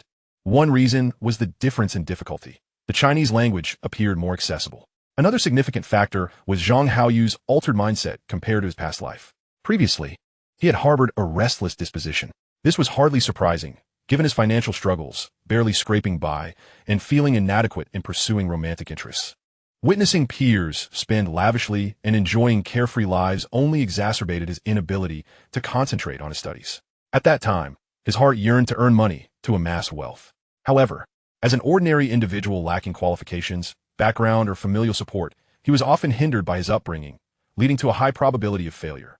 In this life, with 100,000 yuan in hand, and the certainty of multiplying that sum tenfold by year end, it would indeed be peculiar to harbor a negative mindset. Contemplating this, Zhang Haoyu smiled at Tao Lily and said, once the exams are over, let us indulge in a few days of carefree fun from dawn till dusk, shall we? Absolutely. I also long for a couple of days of unrestrained enjoyment. During the weekdays, I'm constantly preoccupied with classes, which diminishes the thrill of play. After their day of leisure, she declared, I plan to retreat into solitude to prepare thoroughly for the upcoming exams. Huh, I never realized you were such a diligent student. Tao Lily teased. Zhang Haoyu replied with a wry smile. What can I say? I registered for 4 subjects in one go. If it were math or English, I'd probably have given up entirely. But the subjects I chose require rote memorization. With some intense last-minute cramming, it should still yield some results. ISNT, there is saying. A stitch in time saves 9. If you had been this diligent earlier, you wouldn't have to resort to self-study. Zhang Haoyu chuckled lightly, his tone nonchalant. Regret is not easily remedied. Even with a chance to relive life, it remains just that, an opportunity. If one fails to seize it, it amounts to nothing. Well, if you want to join me in play, It won't be as enjoyable alone. I tend to lose often.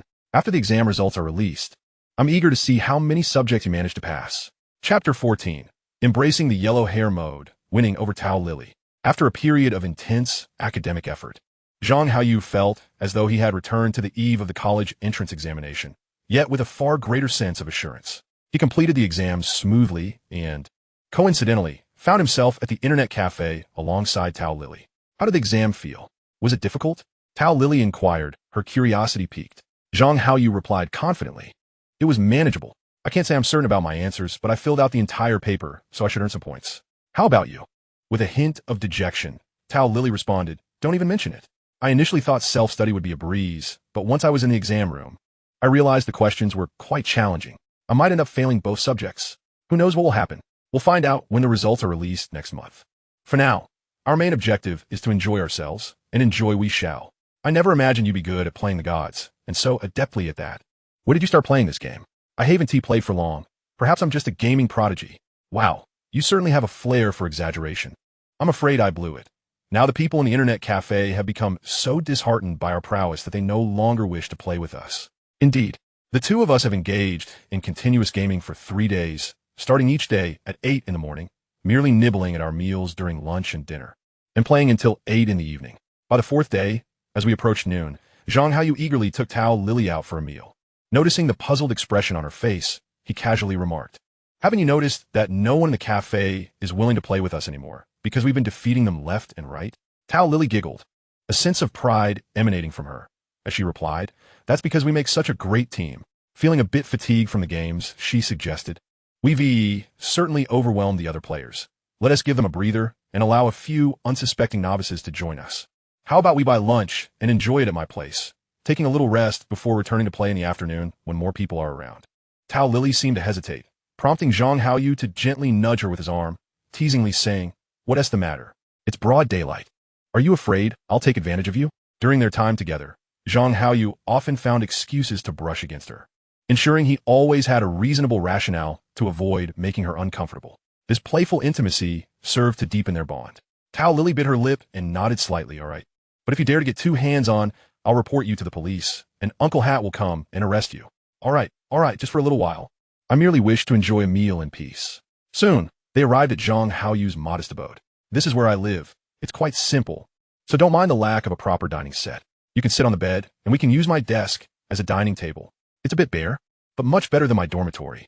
I have this spacious bed to myself, a private bathroom, and a lovely balcony. Oh, you can cook too, Zhang Haoyu remarked. Food made at home is always more delicious than what you find outside. Sometimes when I crave something nice, I whip up a meal, though often I'm too lazy to cook for just myself.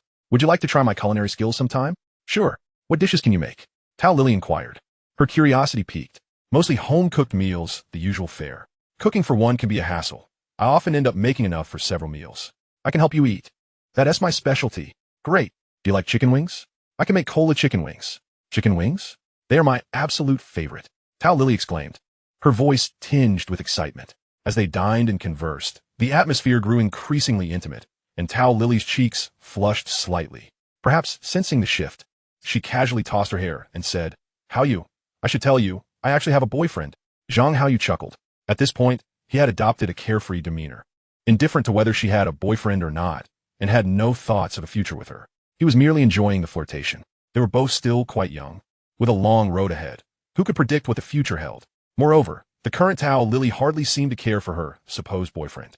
If she truly valued him, she wouldn't be spending time with Zhang Haoyu or visiting another man's room. She would be preoccupied with her boyfriend instead. So, he casually responded, Oh, really? Congratulations. I bet your boyfriend is quite remarkable. Of course. He is a student at the Provincial Capital University and just started his freshman year. The Provincial Capital University is a prestigious 985 institution, second only to Tsinghua and Peking University, and pride radiated from Tao Lily's voice. Zhang Haoyu smiled faintly, probing further. It seems that Provincial Capital University isn't too far from where you live. From the looks of it, you don't often get to see your boyfriend, do you? Tao Lily's expression fell, her voice tinged with disappointment. He is enrolled in a full-time program and is quite busy with his studies. He hardly has time for me. You're right. Girls should learn to be considerate of their boyfriends. When they're too occupied to be with you, it's only fair to seek companionship elsewhere, so as not to burden them. Be a sensible girl. Zhang Haoyu's words elicited a peal of laughter from Tao Lily, who playfully punched him with her small fist and shot him an exasperated glance. You mischievous rascal. I never expected you to be so naughty. Men aren't appealing unless they have a bit of mischief. Zhang Haoyu grinned, nudging her again. Tao Lily rolled her eyes, feigning to have caught him in a trap. But in a somewhat teasing tone, she exclaimed, I see you're just a flirt, pretending for so long, and today you've finally revealed your true colors. Zhang Haoyu, unperturbed, seized her hand and placed it against his chest, still smiling. Feel how genuine my heart is. It's not just a facade. With the atmosphere charged, it was time to escalate their connection. Whether it would succeed or fail, they had to seize the moment, for such an opportunity might not present itself again. Chapter 15. How will I explain this to my boyfriend? This was the first time Zhang Haoyu held Tao Lily's hand, marking his initial foray into boldness. Tao Lily shyly withdrew her hand, her face flushing crimson, biting her lip. What are you doing? I can't just let you think I'm okay with this. Zhang Haoyu pressed on. I'm not a flirt at all. I've never had a girlfriend in my life. So how could I possibly be a playboy? That is nonsense. With your silver tongue. How could you have never had a girlfriend? It's the truth. I've never had one. I genuinely wanted to pursue you, to have you as my girlfriend, but then you accused me of being a flirt and tarnished my reputation. At this moment, it was crucial not to mention her boyfriend. Every reference only served to remind her of him, creating an invisible barrier between them. Must I apologize, then? Can you please let me off the hook? Tao Lily clasped her hands together, her arms crossed defensively against her chest. That won't do. You've damaged my reputation, and I demand compensation. All right, I'll treat you to dinner another day. How about that? Of course not. I want a kiss. Tao Lily's face turned an even deeper shade of red. Her expression flustered as she clutched her hands tighter against her chest. Seeing his opportunity, Zhang Haoyu firmly grasped both of her hands, leaning in slowly. Tao Lily instinctively recoiled, but with her hands captured, she gradually found herself lying back on the bed, unable to escape. With unwavering determination, Zhang Haoyu pressed his lips against hers. After what felt like an eternity, as Tao Lily's hands remained intertwined with his fingers, she lay languidly on the bed, inhaling deeply before weakly asking, Is that enough? Enough? It's far from enough. It could never be enough. If only the present moment were perfect, Zhang Haoyu would undoubtedly regret his beastly conduct for the rest of his days. With a mischievous grin, he remarked, Didn't you just say my words were sweet? Well, how sweet are they now? Tao Lily bit her lip tightly, turning her head away in silence. However, upon witnessing Zhang Haoyu's persistent teasing, she couldn't help but deliver a playful punch to him. You scoundrel, what am I to do now? My boyfriend hasn't even touched me. Yet you, this rogue, have taken away my most precious possession. How wicked of you. Girls inevitably encounter such experiences. In truth, it matters little who one shares them with. What is paramount is the joy derived from them. I'm not happy, but I just saw you smiling. Tao Lily covered her face with her hands, shaking her head vigorously, her tone defiant. I'm unhappy, and that's final. All right, if you're unhappy, then just come back a few more times, and you'll be happy. Who would come back for you? This is a one-time affair. Zhang Haoyu chuckled softly, choosing to remain silent. After all, what point is there in arguing with a girl? Pride is trivial. What truly matters is the substance of their connection. For a girl, once the first experience occurs, there will inevitably be a second, followed by countless others. Haoyu, what should I do? How will I explain this to my boyfriend? Explain what? P.S. Just your boyfriend, not your husband. Besides, he is already indifferent to you. Perhaps he has found someone new. You're talking nonsense. That's impossible. All right, impossible it is. I tell you, where there is a will, there is a way. Why contemplate such distant matters now? Youth should be exuberantly spent. Life is inherently unpredictable. Overthinking is futile. Better to savor the present. So your youth is spent on me, is it? Tao Lily huffed, rising to gather her clothes, donning them piece by piece. Zhang Haoyu did not stop her, merely offering a kind reminder. Why not take a moment to rest before heading back? It might be a bit inconvenient to leave right now. This is all your fault. If I listen to your nonsense again, I might end up being sold by you and counting your money. Truly, a man's words are as trustworthy as a pig climbing a tree. By the way, didn't you say you love chicken wings? How about I make you cola chicken wings tomorrow afternoon? Tao Lily paused, then continued dressing, her tone weak and mumbling. Who cares about your lousy chicken wings? They might be poisonous. Whoever eats them is a fool. Zhang Haoyu chuckled. Why would I poison you? I cherish you too much. He then added earnestly, Lily, I'm serious. I genuinely want you to taste my cooking. What is done between us. There is no need for me to deceive you over something trivial. Girls need to be coaxed, especially after such events, as this fosters emotional value and helps to rebuild trust between them. Indeed, Zhang Haoyu aimed to re-establish a sense of trust with Tao Lily, mending the damage this incident had caused her. Rest assured, I will not touch you this time. Tao Lily pouted, retorting, I will never believe your sweet lies again. You're too wicked. Who knows what mischief you're plotting? Zhang Haoyu slowly extended his arms, embracing Tao Lily despite her struggles, his tone serious. What can I do? I simply like you too much. Her resistance gradually ceased, and she spoke with difficulty, but I already have a boyfriend. Unfazed, Zhang Haoyu insisted, but I like you. And is liking someone something I can control? Thus, Zhang Haoyu quietly held her, and Tao Lily gently rested her head on his shoulder. After a while, he whispered in her ear, I'll quietly like you, without disturbing your future life, all right? Tao Lily remained silent, merely extending her arms to softly embrace him. The following morning, Zhang Haoyu ventured out to procure a plethora of fresh fruits, a generous supply of chicken wings, and the necessary ingredients for cola chicken wings. He even bought some snacks to cater to Tao Lily's tastes. To enhance her experience while eating the wings, he thoughtfully purchased a pack of disposable plastic gloves. Additionally, considering she might find the meat too rich, he visited the market to buy lotus roots, planning to prepare a refreshing salad to accompany the meal. After completing his preparations, Zhang Haoyu made his way to an internet cafe. Scanning the room, he soon spotted Tao Lily seated in a corner, absorbed in her game. He approached her, joining in for a while. However, Tao Lily seemed preoccupied, speaking little and only engaging when absolutely necessary. After some time, Zhang Haoyu softly said, I'll head back now to make your chicken wings. It should take about half an hour. Keep an eye on the time and come over. I'm not going. Tao Lily replied coldly, her tone stubborn. Come on, I prepared everything. I really want to go. I've made ample preparations, including plenty of chicken wings, fruits, and snacks. Can't you at least show your face? Zhang Haoyu said, gently tugging at her arm. What are you doing? Let go of me. I just want you to try my cooking. Don't worry, I absolutely won't touch you this time. All right, just don't disturb me while I play. Seeing Tao Lily's attitude soften, Zhang Haoyu smiled. Then I'll head back. Just make sure to come to my place in half an hour. You're so annoying. Soon, Zhang Haoyu returned to his cozy abode to prepare the cola chicken wings. The recipe was quite simple. Wash the wings thoroughly, place them in a pot, and add cola to boil vigorously. The key was to add some white wine beforehand to eliminate any unpleasant odor, along with minced garlic, salt, and a blend of spices. Ginger and scallions were unnecessary, as they could affect the visual appeal and make the wings less convenient to eat once cooled. But garlic was essential for imparting a subtle aroma. Timing was crucial at the end. Given the high sugar content in cola, it could easily burn, necessitating frequent stirring until the sauce thickened but remained moist. While boiling the wings, Zhang Haoyu also cleaned and sliced the lotus roots, blanching them in hot water before cooling them down, mixing them with minced ginger, orange peel, a splash of vinegar, and a touch of sugar for a balanced salad. These two dishes were simple yet delectable, and Zhang Haoyu himself relished them. Once completed, he glanced at the clock on his desk. It was nearly time, yet Tao Lily had yet to arrive, likely feeling a bit shy. Thus, he decided to go look for her. On his way to the internet cafe, he spotted Tao Lily, who was daintily making her way toward his home, hesitating with each step. Zhang Haoyu smiled faintly and stepped forward to grasp her hand. What are you doing? She exclaimed. I'm pulling you along. Otherwise, the chicken wings will get cold. Let go of me. She protested. What? Is holding hands forbidden after just one day? Zhang Haoyu did not release her grip, and after a slight struggle, she resigned herself to being led. Upon arriving at Zhang Haoyu's cozy abode, a delightful aroma wafted towards them, prompting Tao Lily to take a gentle sniff.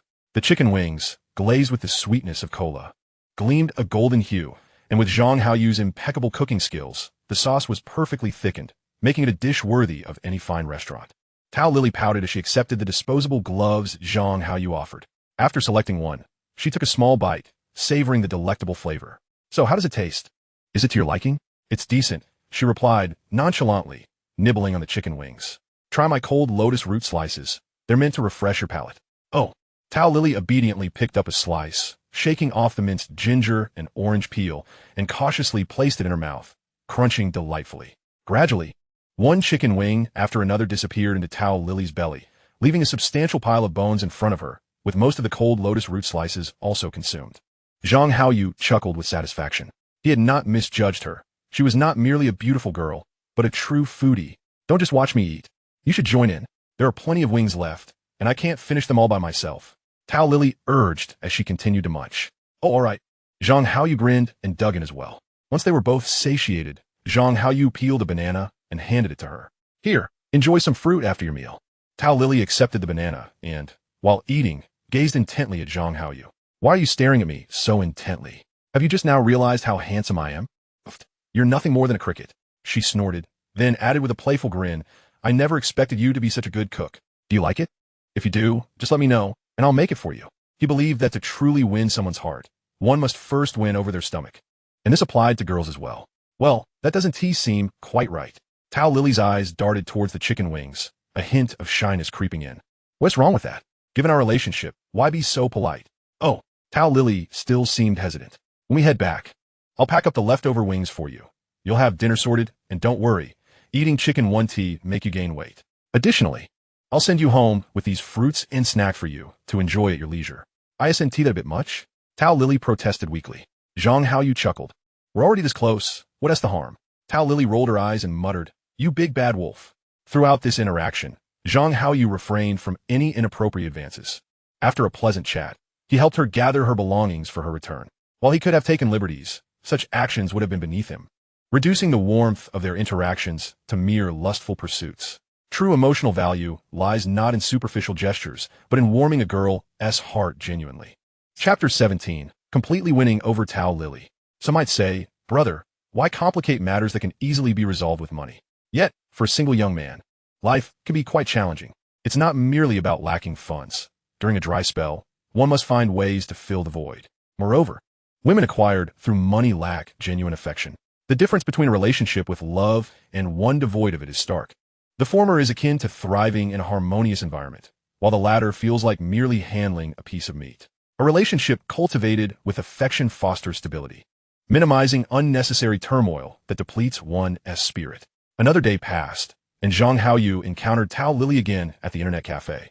However, this time, she had shed her previous cold demeanor and frequently glanced at him from the corners of her eyes. Zhang Haoyu smiled and inquired, What's wrong? Did you finish all the chicken wings from yesterday? Tao Lily seized the opportunity to vent. Oh, don't even mention those wings. The bag you sent back with me was devoured by my roommates. Especially that Luo Xiaowan. She's insufferable. Those wings were meant for my dinner. I only managed to eat one, while she snatched several, including the last one. She had one in her mouth, one in her left hand, and two in her right. Isn't that outrageous? Zhang Haoyu laughed heartily, seeming unconcerned. I don't see it as a big deal. If you want more, I'll cook for you. And if I can't, I'll buy them.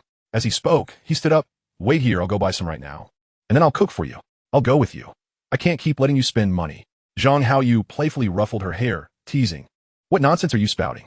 You're worried about such a small amount of money? Just enjoy your time here. Tao Lily pouted, adjusting her hair, but obediently asked, Oh, how long will you be? Zhang Haoyu thought for a moment. Shopping at the supermarket will take about half an hour, and cooking the wings another half hour. You can come back in about an hour. By the way, those cold lotus root slices were really good. I'd love to have more. All right, I'll check for more when I pass the market. As they exited the internet cafe, Zhang Haoyu felt a wave of contentment. The gluttonous girl had become a returning customer. He felt assured that this companionship was solidifying. The solitary days of an 18-year-old boy, filled with loneliness and coldness, were now a thing of the past. This time, Zhang Haoyu not only purchased chicken wings and groceries, but also gathered an abundance of fruits and snacks. Why do women often complain that men don't understand them? The answer is simple. Men are often too lazy to invest thought and care into a woman's subtle feelings.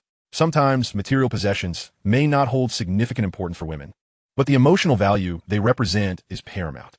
On this occasion, Tao Lily was no longer as reserved. Her delicate hands embraced the fragrant chicken wings, her mouth smeared with sauce.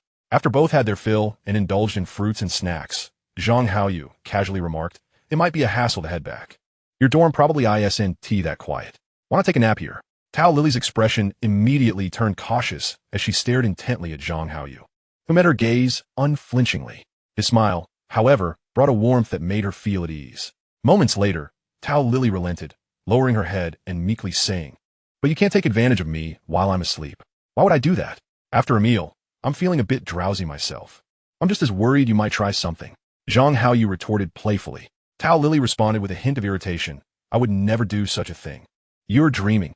Consequently, the two of them lay on the bed, and before long, they both drifted into a deep slumber. Time passed, and Zhang Haoyu awoke, stretching comfortably, only to discover that Tao Lily had draped an arm and a leg over him like an octopus. A smile crept across Zhang Haoyu's face as he chose not to rouse her. instead lying quietly beside her, savoring the delicate fragrance emanating from the slumbering beauty beside him. After a while, Tao Lily stirred awake to find Zhang Haoyu grinning at her, which caused her to feel a bit embarrassed and hastily retract the limbs she had carelessly draped over him. I knew you would take advantage of my slumber to make your moves. Now that you've been caught in the act, what do you have to say for yourself? I did no such thing. I merely acted inadvertently. Tao Lily's cheeks flushed with a rosy hue. Zhang Haoyu promptly rolled over and embraced her, intertwining their fingers as he leaned in for a gentle kiss. You lied to me again. Didn't you say you wouldn't bully me? I only said I wouldn't bully you while you were asleep, but I never claimed I wouldn't do so once you woke up. Besides, you initiated the contact first. A response is only proper, don't you think? Ugh, you're incorrigible. Tao Lily protested weakly, her voice lacking any real conviction, almost as if it were a temptation to Zhang Haoyu, indicating how easily she could be swayed. Is that so? Then let me show you just how mischievous I can be. 2 hours later, as the sun dipped below the horizon, Zhang Haoyu triumphantly turned to Tao Lily and declared, Well, what do you think? Am I not delightfully wicked? You truly are insufferable. Tao Lily, feeling a mix of embarrassment and annoyance, covered her face with her hands. I can't help it. It's a truth universally acknowledged that men must be a bit wicked for women to fall in love. Are you not in love with me now? Seeing Zhang Haoyu's self-satisfied expression, Tao Lily, exasperated, playfully jabbed him with a light punch, gritting her teeth as she said, Love you? I'm going home. Night has fallen. Why not stay here with me? Stay here? What kind of nonsense is that? If word gets out that I spent the night, how will I ever show my face again? My parents would surely kill me, and my boyfriend would never want me back. Zhang Haoyu, unfazed by her repeated mentions of her boyfriend, merely smiled. He sought the thrill of the moment, not the permanence of a relationship, knowing that what they shared was merely a byproduct of youthful hormones. One must maintain a balanced perspective. If her boyfriend reclaimed her in the future, it would not diminish his experience. During youth, one should indulge in the exuberance of life. When old age arrives, one should look back without regret, and that is the essence of a fulfilled life. Chapter 18. The ultimate pursuit is the civil service examination. As Tao Lily pouted in her complaints, Zhang Haoyu chuckled. What is the big deal? If your parents scold you, just come here. If your boyfriend abandons you, I will gladly take you. Rest assured, I am a man of integrity and will never let you fall. Do you even know what school my boyfriend attends? He is a top student from a prestigious university in the provincial capital, second only to Tsinghua and Peking University. His future is boundless. And do you know who I am? Who are you? Just a self-taught student, not even from a full-time accredited institution. Just like me, a failed college entrance examinee. Finding a job will be a challenge. Zhang Haoyu retorted, You underestimate me far too much. I will undoubtedly become a prominent entrepreneur, while your boyfriend will merely graduate as a high-ranking cog in the machine. Trailing in my wake. Keep dreaming. You haven't even passed your self-study exams yet. Even if you do, what kind of job can you secure? An entrepreneur? You'll be lucky if you don't starve. Besides, what is the point of being a boss? It's a precarious existence. Today's gains can be tomorrow's losses. Being a civil servant is far superior. At the very least, you'll have a secure position. Zhang Haoyu was at a loss for words. Indeed, in El Province, where he resided, the pursuit of civil service was paramount, especially in this era. For many, the pinnacle of aspiration was the civil service examination, with everything else being trivial in comparison. No matter if one earned 1 million, 10 million, or even 100 million, in the eyes of the people of El Province, it paled in significance to being a civil servant. Earning 1 million outside was merely a stack of paper, while earning a single yuan as a civil servant was akin to holding a piece of gold. Noticing the pride on Tao Lily's face, Zhang Haoyu could not help but inquire, What do your parents do for a living? I want to tell you, Tao Lily replied, her expression shrouded in mystery. Zhang Haoyu pressed further. Let me guess, are they civil servants? Of course. Tao Lily beamed with pride. Ah, no wonder. Truly, like produces like. A dragon gives birth to dragons, a phoenix gives birth to phoenixes, and a mouse's child knows how to dig holes. So, will you be pursuing civil service examinations in the future? Tao Lily replied with a hint of wistfulness. Who knows? I wish to, but my grades are poor. Even with this self-study, I might not pass. Sigh, let us see how this exam goes first. Perhaps I'll miraculously pass. Zhang Haoyu nodded in agreement. This was Tao Lily's journey, and her life was hers to shape. Their conversation had veered into this topic, and he merely offered his thoughts without any desire to interfere. She had parents and a boyfriend from a reputable university. It was not his place to dictate her path. After all, his pursuit of Tao Lily was merely that of a lonely 18-year-old seeking companionship to fulfill his needs. He resolved to keep his intentions pure, focusing instead on navigating his own life. Rebirth was merely a stroke of fortune in this world. Many individuals were born into privilege, and Zhang Haoyu was just one among them. In truth, he was not even among the foremost of the fortunate. At present, he possessed a mere 100,000 yuan. Even if he seized this opportunity to ascend, it would only amount to a mere 100 or 200,000. Despite being in the early 2000s, there remained a multitude of affluent individuals. Do not speak of the metropolises like Beijing, Shanghai, Guangzhou, and Shenzhen, even in provincial capitals or the very county where he resides. There exists a substantial number of affluent individuals possessing hundreds of thousands to millions. The road ahead for Zhang Haoyu is long and winding. Should he fail to maintain his composure and allow himself to succumb to arrogance, believing himself invincible, the future may yield grim consequences. Zhang Haoyu recalls that in his past life, many billionaires of this era ultimately faced bankruptcy, burdened with insurmountable debts. As he observes Tao Lily meticulously dressing, he smiles and begins to pack up chicken wings and snacks, intending for her to take them home once more. You need tea, take them back. I want tea, get to enjoy them anyway, as they will surely be snatched away by the others. It's better left here. If I crave something delicious, I'll come to your place to indulge, rather than let them benefit. Hearing this, a smile graces Zhang Haoyu's face. He feels increasingly assured that, at least for a considerable period, he can maintain this relationship with Tao Lily. Well then, it is already time for dinner. Let me warm up the chicken wings and buns for you. Eat your fill before you leave. That sounds good. Tao Lily nodded in agreement. Watching her savor the chicken wings, Zhang Haoyu gazes at her exquisite features and playfully remarks, Lily, you are truly stunning. Would you find me beautiful? Tao Lily's expression is a mixture of shyness and delight. Your face is lovely. Your figure is captivating. You are truly enchanting. You should consider breaking up with your boyfriend. Being with me would undoubtedly be better. You are such a flatterer. Tao Lily rolled her eyes at him. Then, with a playful smile, she added, but if one day you attain a degree and miraculously secure a civil service position, perhaps I might reconsider. The pinnacle of the universe may lie in civil service examinations. Yet Zhang Haoyu's ambition is to recline and relish life. Lily, let me tell you, civil servants are merely workers, albeit for the state. I, Zhang Haoyu, shall never be an employee. I refuse to toil for anyone in this lifetime. Tao Lily chuckled. Then, I certainly won't be considering you. Chapter 19.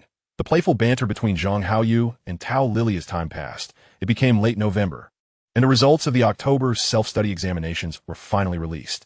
Zhang Haoyu passed all 4 subjects he registered for, while Tao Lily managed to pass only one of her 2 subjects. How'd you manage to pass all 4? I only succeeded in one. Can't you share one with me? Tao Lily pouted playfully in Zhang Haoyu's embrace. Ever since he had smoothed things over with her last time, she had completely opened up to him, frequently visiting his little abode for leisure and enjoyment, reveling in bliss. To outsiders, they appeared to be a sweet couple.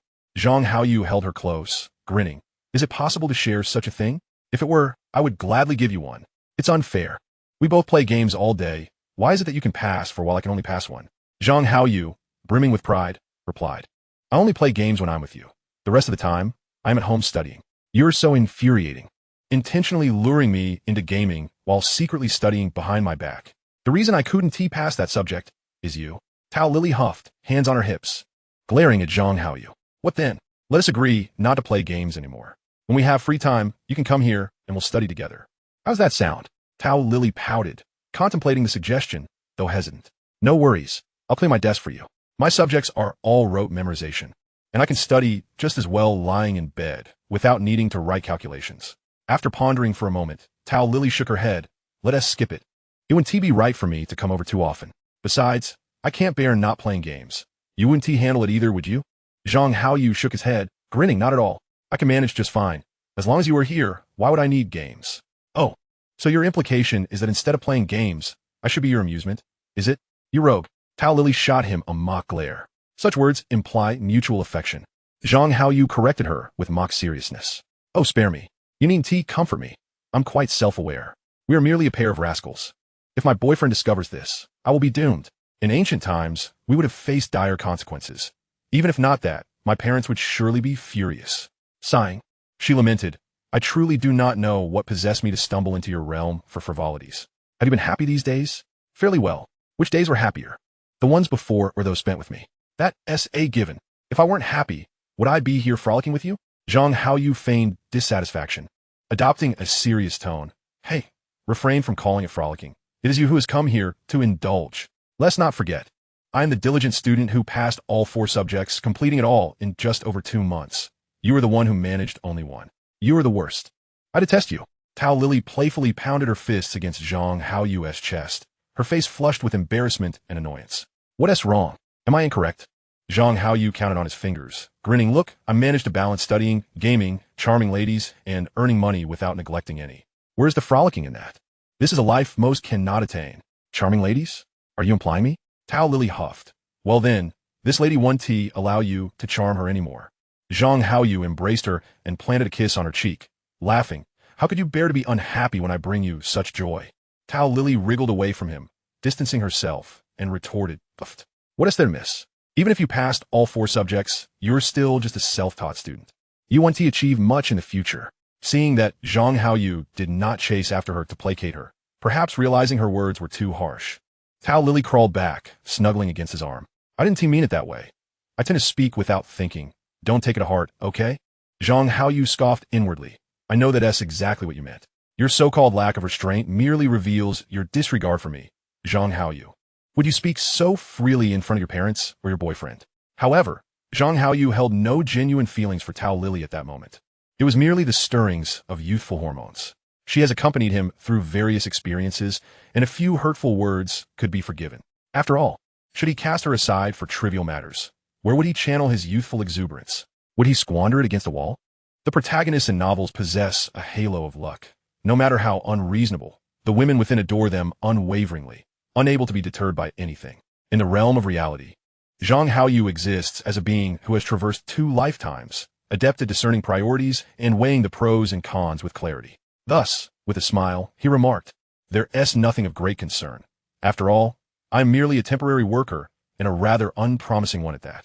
If I were to be reprimanded by my superiors, I could only swallow my grievances. Tao Lily, her cheeks flushed with shyness, hesitated for a moment before leaning in to plant a gentle kiss on Zhang Haoyu's cheek, only to immediately retract as if she had committed a transgression. Surely, this was a significant advancement, despite the kiss being a mere peck. It was a bold move on her part. Previously, their interactions had always seen Zhang Haoyu taking the initiative while Tao Lily passively accepted. The dynamics between men and women are such that a woman's forced engagement occupies one tier, cooperation another, and active pursuit elevates to yet another realm, with each tier distinctly defined.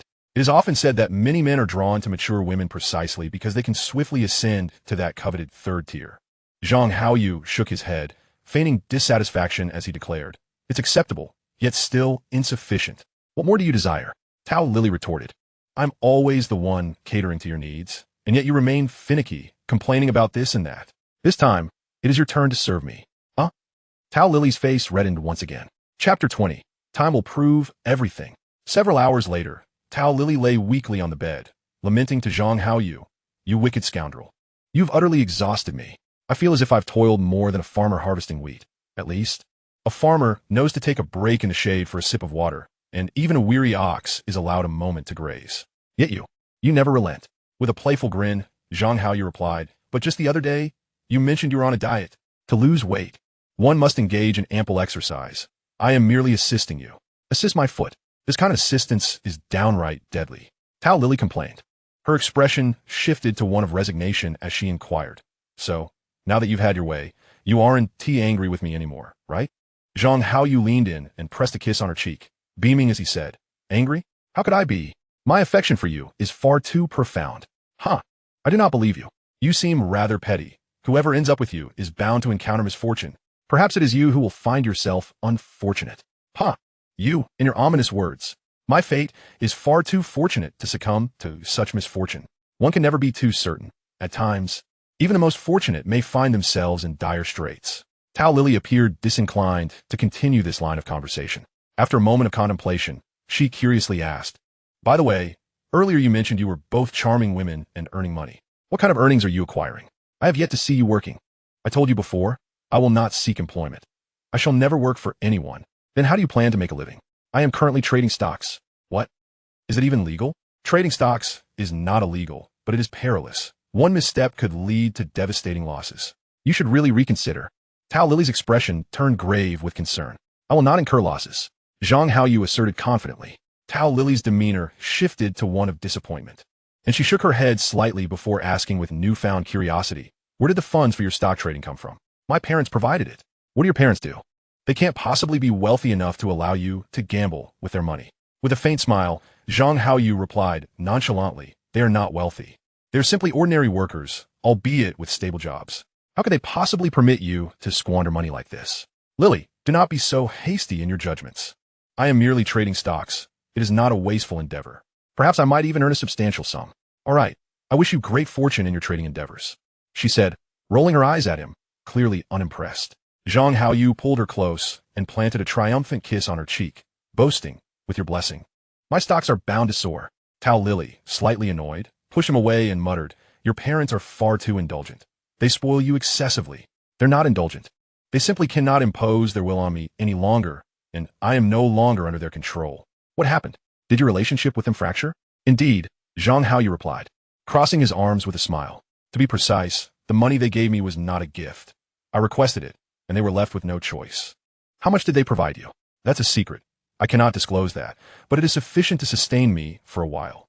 Then, with a grin, Zhang Haoyu added, consider it. I am still a student, and living independently requires some financial backing. How else could I manage? Tao Lily's expression grew complex. Her gaze toward Zhang Haoyu mingling pity and disappointment, intertwined with unspoken emotions. Yet, Zhang Haoyu continued to beam, Lily, did you once think I would amount to nothing? And now, hearing this, believe I will achieve even less? Tao Lily turned her head away, silent. Were you not the one who prided yourself on speaking your mind? Why the sudden reticence? Indeed, Tao Lily shot back, her annoyance palpable. But this was all you're doing. Zhang Haoyu, brimming with confidence, smiled as he stated, that is simply a reflection of your limited perspective. Choices outweigh effort. Do you understand? Your choice is to gamble on stocks? I must say, I find that choice rather lacking. With a chuckle, Zhang Haoyu responded, my decision to trade stocks is backed by my own reasoning. And while you may not comprehend my motivations, I understand your perspective. However, if you believe I will amount to nothing, you are gravely mistaken. Have you seen Stephen Chow's King of Comedy? There's a line in it. The world laughs at my madness, while I laugh at their inability to see the truth. Do not see the tombs of the great heroes without flowers or wine, toiling in the fields instead. Do you believe yourself to be akin to Tang Bohu? Please, that is a film, a fictitious tale. You cannot take it so seriously. Tao Lily's tone was laced with both pity and frustration. I shall not argue with you. Time will be my witness. I assert this. I will surpass your unseen boyfriend by at least tenfold. Honestly, I never perceived you as so arrogant. You are merely a self-taught student with no notable background. What grounds do you have to think you surpass a top student from a provincial university, let alone by tenfold? You truly are amusing. Tao Lily's expression conveyed disappointment, tinged with a hint of sarcasm. I maintain that time will vindicate me. Very well, I shall take my leave. As Tao Lily began to dress, her demeanor was decidedly dejected. Observing her forlorn expression, Zhang Haoyu mustered a strained smile and asked, you 1T completely abandoned me. Will you? Tao Lily hesitated before replying, we shall see. Whether I come here or not will depend on my mood. Zhang Haoyu sighed, shaking his head in resignation. Today had not gone as he had hoped. Perhaps he should have refrained from such extensive conversations with Tao Lily. A little deception might have yielded better results. He was fully capable of that. Yet, the crux of the matter was that he instinctively did not wish to deceive her. Upon reflecting on this, he was reminded of his mother, whose sole admirable trait was her kindness. She was incapable of deceit. However, it is worth noting that kindness is not always a virtue. In this regard, he had suffered considerably from this inherited characteristic in his previous life, and it continued to influence him profoundly in this one. In this incarnation, he did not aspire to be a paragon of virtue, at least not in the traditional sense. Yet overcoming this psychological hurdle was no simple task. Chapter 21. Lightly dancing in the air, you are finished. I've set my sights on you. Tao Lily had departed from Zhang Haoyu's modest abode. Yet he felt no overwhelming sorrow or negative emotions, a testament to the maturity he had cultivated over 2 lifetimes. As an adult, the ability to swiftly recalibrate one's state of mind and engage in necessary endeavors is an essential quality of a mature man. Moreover, as a seasoned adult, he had come to terms with many matters. Those who were meant to leave would depart, and those who were meant to stay would remain. The steadfastness of his resolve was unyielding. Indeed, judging by Tao Lily's behavior that day, one could conclude that excellence naturally attracts attention. When one shines brightly, women will gravitate towards them. What had initially drawn him to Tao Lily? It was his emotional maturity that allowed him to comprehend the nuances of human interaction better than his peers of the same age. Was this not a mark of excellence in itself? There was nothing to lament. He would eat when hungry, sleep when weary, indulge in video games, and diligently pursue his studies. Should Tao Lily choose to sever ties with him henceforth, he would simply pursue another. With his psychological resilience and current economic standing, it would be a mere, trifling matter. He wondered if Tao Lily had been deliberately avoiding him, as she had neither visited his small dwelling nor frequented their usual internet cafe. Regardless, Zhang Haoyu resumed his ventures in the virtual realm. The cafe was not devoid of young women, yet in comparison to Tao Lily, their beauty and physique paled significantly. Had he not tasted the delights of Tao Lily, he might have settled for these young ladies. However, having savored her allure, his standards had risen, and his palate had become discerning. He would rather savor a heavenly peach than settle for a bushel of inferior apricots. He was destined to become a prominent entrepreneur. Should anyone discover that in his youth he had indiscriminately pursued women of lesser stature, it would be a source of mockery. Alas, he decided to see if he could charm someone on QQ. Upon logging in, he discovered that Tao Lily was online. Indeed, she was evading him, likely attending another internet cafe. Soon, her avatar faded from view, indicating she had likely gone incognito. Zhang Haoyu quickly scanned through his QQ friends list, and one username caught his eye, lightly dancing in the air. This would do, since the literary sensation First Intimate Contact captivated the internet. Countless young men and women have been entranced by the poignant love stories within its pages. Love? What a farce. In the narrative, the male protagonist, Pai Zi Kai, failed to even touch the female lead, who tragically succumbed to illness, leaving him with an everlasting regret. What nonsense! This was nothing but a vessel for negativity. Many fine young individuals had been poisoned by this novel, jeopardizing their lifelong happiness, including Zhang Haoyu himself. In his previous life, he had become ensnared within its pages, missing out on many wonderful women, while he futilely chased the elusive notion of perfect love portrayed in literature. Yet, where in reality does one find perfect love? When it comes to marriage, it is rarely about romance. Rather, it is a calculation of interests and trade-offs. Love, what a mockery. In his youth, he had believed he was pursuing true love, feeling noble and moved by his quest. It was mere self-deception, a self-indulgent fantasy, indifferent to the feelings of others. He had deserved to remain single, a consequence of his own making. Love, in its essence, was illusory. Only tangible women were real. Missing out in his past life could be forgiven, but to do so again in this life would be a grave error. Thus, Zhang Haoyu resolved to rise from where he had stumbled. Lightly dancing in the air, a girl with such a name must be outwardly aloof yet inwardly passionate, yearning for the so-called essence of love. You are finished. I've set my sights on you. Interstellar Wanderer. Hello. Are you waiting for Pai Zi Kai? After a brief wait, Lightly Dancing in the Air finally responded. Lightly Dancing in the Air. Ah yes, are you Pai Zi Kai? Interstellar Wanderer. Apologies, I am Atai. When conversing with strangers, one must swiftly capture their attention by breaking the mold. The dialogue must not devolve into monotony. In the virtual realm, no one knows anyone else, and if the other party is displeased, they will simply disengage without a second thought. Indeed, Zhang Haoyu's reply caught her off guard. She hesitated for a moment before responding again. Lightly dancing in the air. Oh, so you're a fickle heart then? Interstellar Wanderer. If a man is not inclined towards lust, it is either due to inadequacy or insufficient resources. There is no other explanation. Lightly dancing in the air. Ha! You are quite humorous. Interstellar Wanderer. In truth, women are no different. They are equally driven by appearances. Scientific studies suggest that women may even possess a stronger inclination towards desire than men. Lightly dancing in the air. You are mistaken. That is not true. Women yearn for love, and they will only wish to be with a man they truly like. Interstellar Wanderer. But if a man employs certain means to obtain a woman's body, would she not also fall for him? Lightly dancing in the air? Certainly not. If a woman is won over through despicable means, she will only harbor hatred and disdain for that man, never love. Interstellar Wanderer. I do not imply coercive methods. Rather, I refer to subtle tactics to please a girl, leading her to become infatuated, and the man benefits from this, much like Atai. You must have read First Intimate Contact, where the character Atai is quite popular with women, and none of the hatred and disdain you mentioned seem to manifest. Lightly dancing in the air. That is fiction. The content is fabricated. I believe that women who are won over by Atai through underhanded means, only to be cast aside, would certainly resent him. Interstellar Wanderer. Perhaps you are right. Lightly dancing in the air. What is your perspective on love? Interstellar Wanderer. The sands I cannot grasp. I simply moisten. If it is not my type, I shall sift through. The paths beneath my feet, I shall excavate. And those who do not love me are all blind. Lightly dancing in the air. Ah, you are so wicked. How can you be so unkind? Interstellar wanderer. Where is my unkindness? I'm a good person, handsome as well, yet women overlook me. What then should I do? Chapter 22. A classic guide to chatting and flirting with strange girls. Light dance. Hee hee, I initially thought you were like Atai, but it seems you're just a pitiful, unwanted singleton. Starry wanderer. One should strike without hitting the face and criticize without unearthing the flaws. A little decorum in conversation would be appreciated, don't you think? At this juncture, Zhang Haoyu took a deep breath. Progress was favorable, thus far.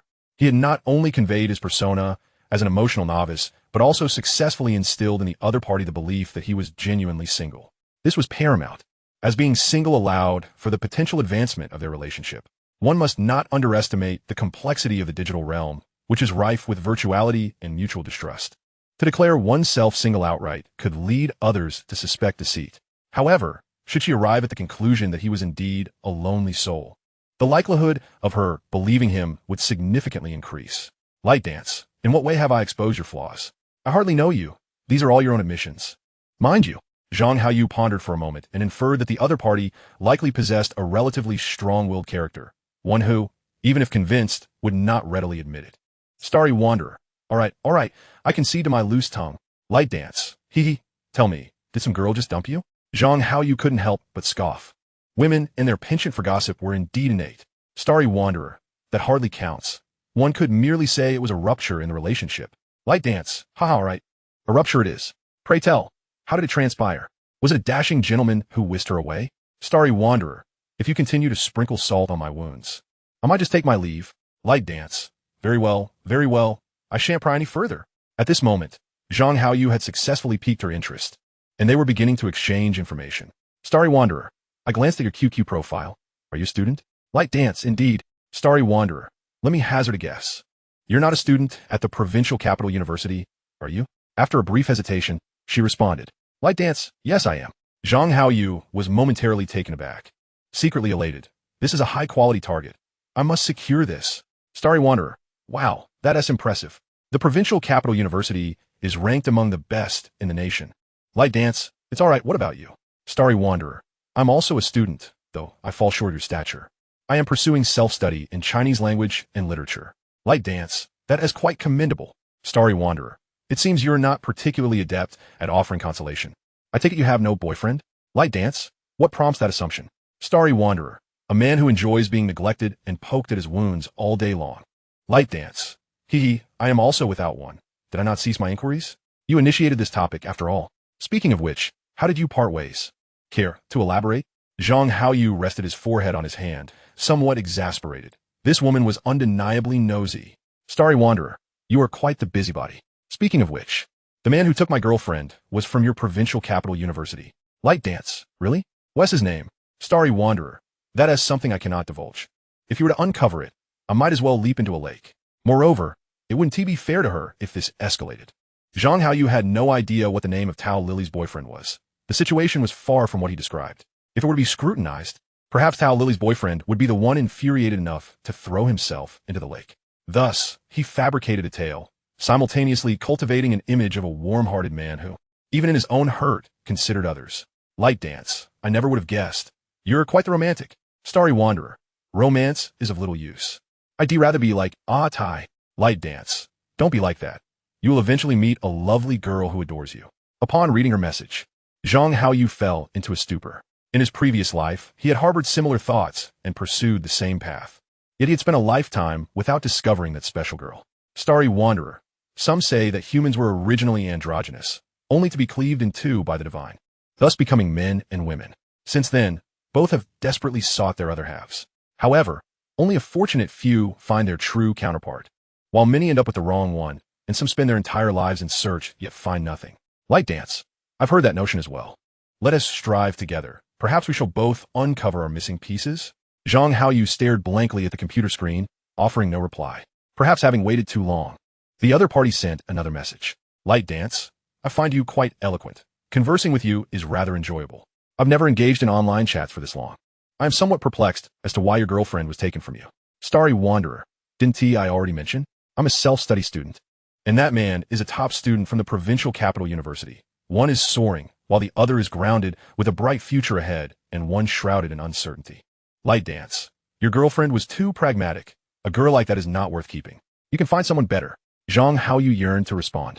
Better? Is it you? However, after contemplating, he refrained. Such words would render him superficial, tarnishing his carefully crafted persona. One could refer to oneself as Octai, but one must not allow the other party to perceive them as genuinely so. Starry Wanderer. I no longer dare to hope. My girlfriend was also a self-study student. Yet she fared worse than I. She passed only one subject in her October exam, while I passed 4. You see, if such a girl deems me unworthy, what kind of girlfriend can I possibly find? They say women seek partners who are upwardly mobile, and it appears the extent of their upward compatibility exceeds my imagination.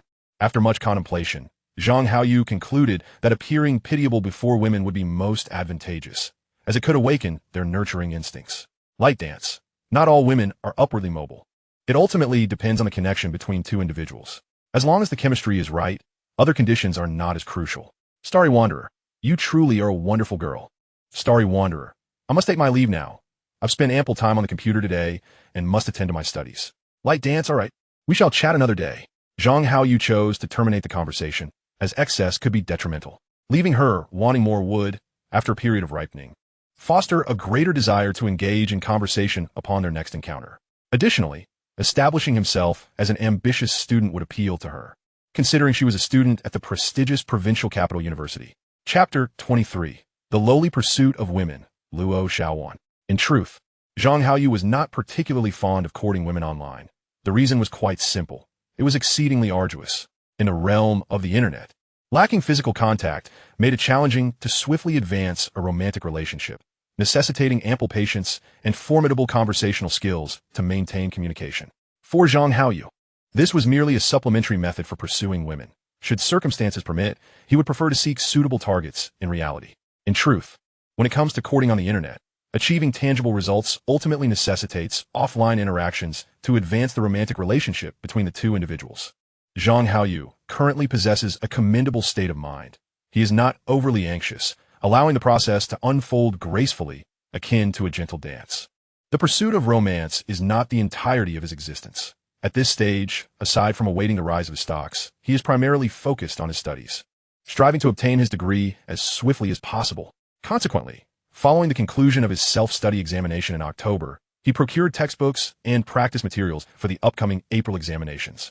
Of course, he does not immerse himself in his studies with the same fervor as he did during high school. With 6 months of preparation for the April exams, he finds himself with ample time, far exceeding the previous examination period, rendering haste unnecessary. He is confident in passing all 4 subjects this time, while simultaneously charming Tao Lily, thus ensuring that the April exams pose no challenge. Therefore, despite Tao Lily's absence from his presence these past few days, he occasionally indulges in gaming at the internet cafe, finding a balance between work and leisure. One day, after a session of gaming left him somewhat fatigued, he sought out a film to watch, hoping to relax his mind. As he engrossed himself in the movie, a young girl took a seat beside him. Zhang Haoyu paid her no mind, remaining focused on the film. Hello. Zhang Haoyu turned, removed his headphones, and regarded the girl beside him with a hint of curiosity, smiling as he replied, Hello. What brings you here? Don't you remember me? I'm Luo Xiaojun, Tao Lily's roommate. I saw you when you accompanied Lily to the guidance center. Oh, is that so? No wonder. You are as beautiful as Lily, truly a stunning lady. Zhang Haoyu complimented her with a warm smile. In truth, in terms of facial features and physique, Luo Xiaojun fell slightly short of Tao Lily, yet she still possessed a certain charm compared to the average girl. Tao Lily's features and figure exuded a sense of refinement that suggested a well-off background, whereas Luo Xiaojun appeared somewhat slender, likely a reflection of a less affluent upbringing. According to online standards for beauty ratings, Tao Lily would score around 75, and with proper grooming, she might even achieve a higher score, while Luo Xiaojun's beauty could be rated around 70. Do not underestimate this score. It still places her among the ranks of high-level beauties. According to online beauty standards, a girl rated 50 is already noticeable on the street, while a girl scoring 60 is akin to the class flower. A girl with a score of 70 can captivate attention, reminiscent of popular internet personalities. Those rated 80 are on par with glamorous celebrities, surpassing even the likes of high-profile stars. A score of 90 denotes a woman of exquisite grace, akin to the youthful versions of renowned actresses. In essence, most people encounter only a handful of beauties in their lifetime, with an 80 being the upper limit. Securing a date with a class flower rated 60 is often the pinnacle for an average individual. while those rated between 70 and 80 are generally not intended for ordinary people. As for beauties exceeding a score of 90, they can effortlessly ascend to social prominence based on their looks alone. Zhang Haoyu casually praised Luo Xiaojun, eliciting a joyful smile from her. Indeed, compliments are a surefire way to win a girl's heart. Oh, I'm not nearly as beautiful as Lily. By the way, are you interested in her? Do you wish to pursue her? Luo Xiaojun inquired with a knowing smile. Zhang Haoyu chuckled lightly, shaking his head as he replied nonchalantly, not at all. I'm merely a gaming companion to her. We met while playing StarCraft.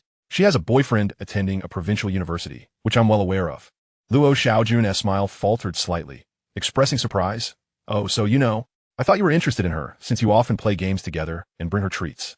You seem like a decent guy. Friends do enjoy meals together. It's quite normal. She is a girl, and I'm a man. I certainly wouldn't expect her to pay for me. Then, does that mean we're friends too? Luo Xiaojun asked directly.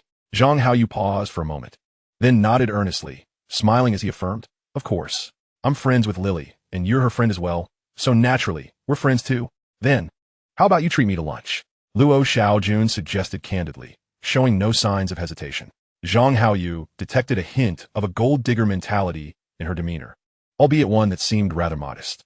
In his past life, high-class gold diggers sought wealth and luxury, demanding at least an extravagant seafood dinner.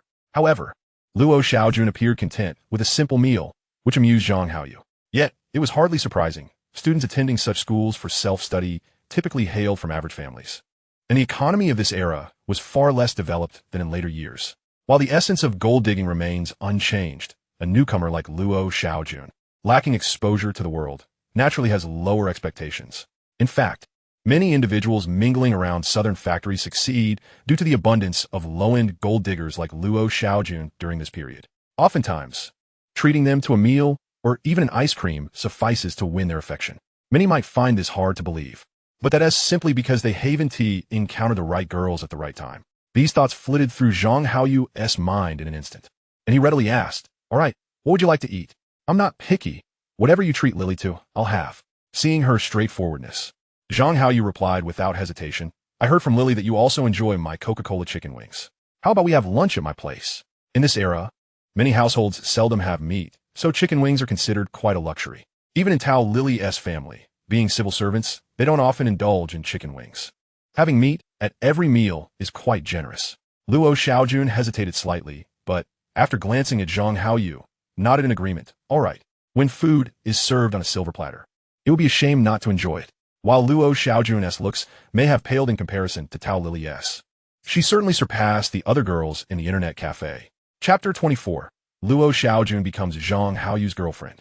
Tao Lily has been avoiding him these days, so let her continue to do so. Without Zhang the butcher, must I still consume a pig with its hair on? Once Luo Xiaojun agreed, Zhang Haoyu naturally took her hand, leading her to settle the bill before heading to the supermarket together. If he could win over Luo Xiaojun with mere food and drink without the effort required to woo Tao Lily, Zhang Haoyu welcomed the opportunity. Indeed, the process unfolded smoothly. In his modest abode, Zhang Haoyu reclined on the bed, holding the bare Luo Xiaojun close.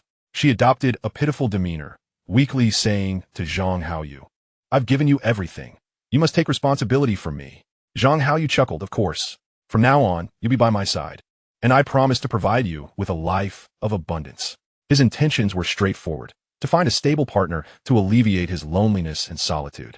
Although Tao Lily possesses considerable beauty, it is rather unstable, and there are numerous matters at hand. It remains uncertain whether Zhang Haoyu will seek her out again in the future. If Luo Xiaojun were to exhibit greater stability, the slight disparity in appearance would not pose an issue, rendering her more suitable than Tao Lily. As for the prospect of marrying Luo Xiaojun, Zhang Haoyu has not contemplated this matter at all. It is not that he is unwilling to consider marrying Luo Xiaojun, but rather that the notion of marriage has not crossed his mind. I cannot drink. Luo Xiaojun's tone was somewhat troubled. It is likely that her family barely scrapes by, and as a young woman, she has had little opportunity to indulge in drinking. Zhang Haoyu smiled gently and replied, in truth, I don't drink much either. Occasionally, just a bit of beer. I merely intended to convey a sentiment. At that moment, Zhang Haoyu felt a sense of nostalgia. The girls of this era, even those like Luo Xiaojun who engage in less reputable pursuits, are far more innocent than those of later generations. What I mean to ask is, do I now count as your girlfriend? Of course. What of it? We are in this relationship now. You are undoubtedly my girlfriend. Luo Xiaojun cautiously inquired. Could you lend me 20 yuan? What is it? You aren't out of money from meals, are you? Zhang Haoyu asked with understanding. Luo Xiaojun nodded. Her tone laced with grievance. The chance to study in the provincial capital was something I fought hard for with my family. In the end, they only covered half a year as tuition and accommodation fees, leaving me with merely a month's living expenses. I have been relying on part-time jobs to survive thus far. Zhang Haoyu, intrigued, probed further. I'm merely curious. If you wish to find a boyfriend to support you, why not seek out one of your male classmates? They are all rather impoverished, struggling to support themselves. How could they possibly afford to support me? Only you can rent your own place, indicating that you have the means to take care of me. To be frank, had you not invited me to dinner today, I might have gone hungry. Zhang Haoyu understood that every lowly girl easily won over by a superficial charm carries untold stories behind her. As the saying goes, all happy families are alike. Each unhappy family is unhappy in its own way. Without further ado, Zhang Haoyu retrieved 100 yuan and some change from his pocket, placing it into Luo Xiaojun's pocket. Take this money for now. When you need more, just ask me. Rest assured from this day forth, as long as you are with me, I shall provide for you. Do not underestimate this sum. In this era, the average salary in the provincial capital of L province is merely 400 to 500 yuan a month. Thus, this amount is akin to over 1,000 yuan in later times. At this moment, money held tangible value. A girl could manage a month's expenses with careful spending. Thank you, you are so kind. Luo Xiaojun embraced Zhang Haoyu tightly, tears of gratitude brimming in her eyes. Zhang Haoyu gently wiped her tears, speaking softly, there. Do not cry. I know it is not easy for a girl to venture out on her own. Now that you are with me, I will shield you from the storms of life. Yes. Luo Xiaojun dabbed her eyes, managing a smile once more. By the way, how did you fare in the self-examination in October? Like Lily, I registered for 2 subjects and passed one. You must have chosen this school and major rather haphazardly. Did you not? I enrolled in this school based on a leaflet provided by our teacher. As for this major, I chose it because I heard computer science was quite popular. Zhang Haoyu sighed, feeling a sense of exasperation. There is little choice in this era. Even when one gains admission to a full-time institution, most individuals choose majors blindly. Perhaps you should consider switching majors and join me in studying Chinese language and literature. Your current major in computer information management is rather burdensome, especially as a self-study program. Even if you obtain a diploma, job prospects will be scarce. Really? Luo Xiaojun's eyes filled with despair. Indeed. However, if you pursue Chinese language and literature, you can take civil service examinations, and the range of opportunities will be much broader than that of computer information management. Can I really become a civil servant?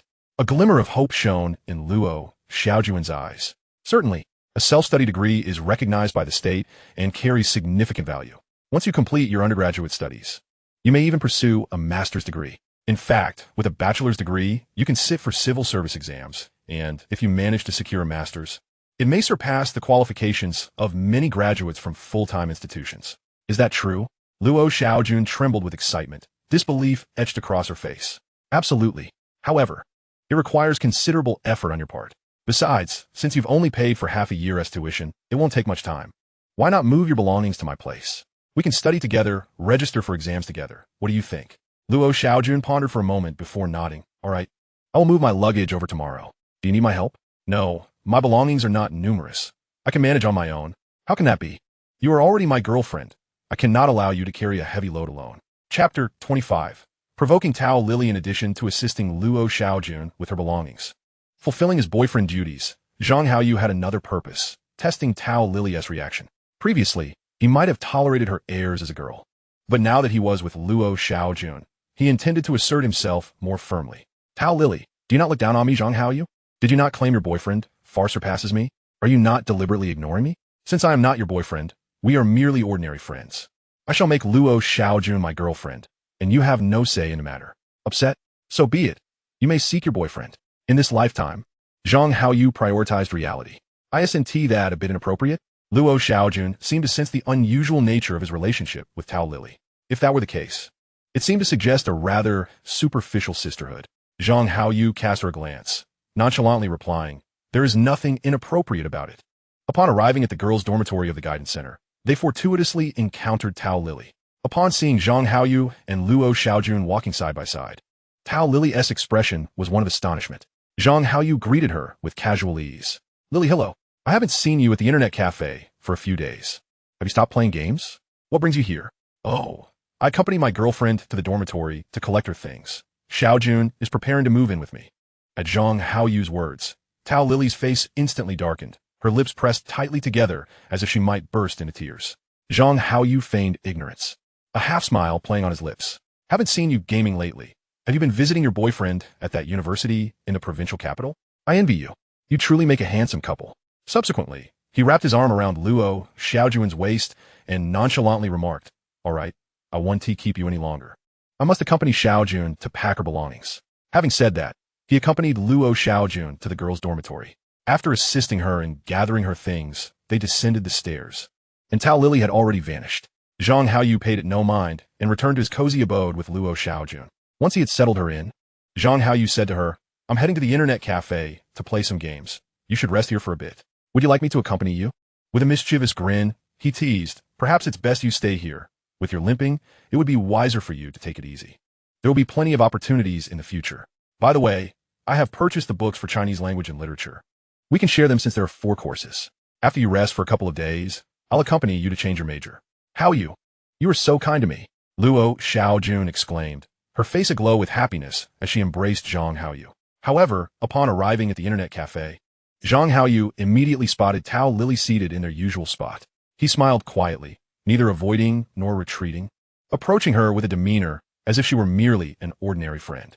Well, a rare guest. What brings you here to play games today? Shall we team up for a round? Tao Lily pursed her lips, ignoring Zhang Haoyu completely, not uttering a word. Observing her indifference, Zhang Haoyu decided not to engage further. Donned his headphones, logged into QQ out of habit, and began entering the game. Yet, just as he immersed himself in the game, a notification pinged in his headphones. Switching back, he noticed a name in his friend's list, Good Girl, repeatedly flashing. Good Girl was Tao Lily. Unable to resist, Zhang Haoyu glanced over at her. But she remained fixated on the screen, her eyes glued to it, as if she were a dedicated scholar engrossed in unraveling a world-class scientific dilemma, oblivious to everything else. Zhang Haoyu couldn't help but smile slightly before opening the message from Good Girl. Good Girl, are you really with Luo Xiaojun? Starry Wanderer, is there a problem with that? Good Girl, Zhang Haoyu, you scoundrel.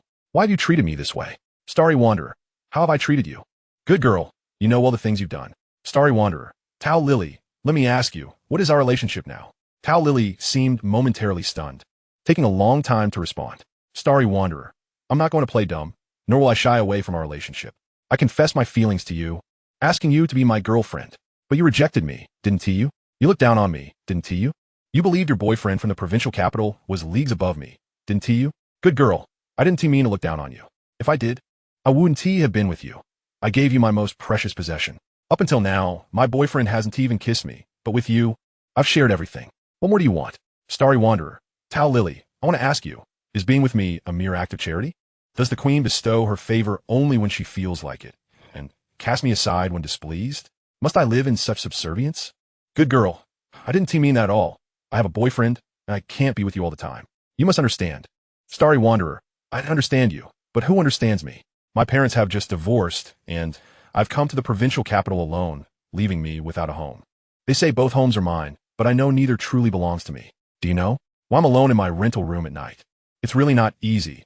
I can only bury myself in my studies to escape those chaotic thoughts. Do you know how much I long for someone to be by my side, even just to talk? After this lengthy confession, Tao Lily hesitated for a long time before replying. Good girl, but I never said I wouldn't keep you company. Just a few short days. And you couldn't bear the loneliness, seeking solace elsewhere. Isn't that a bit hasty? What exactly are you thinking? Starry Wanderer, what can I do?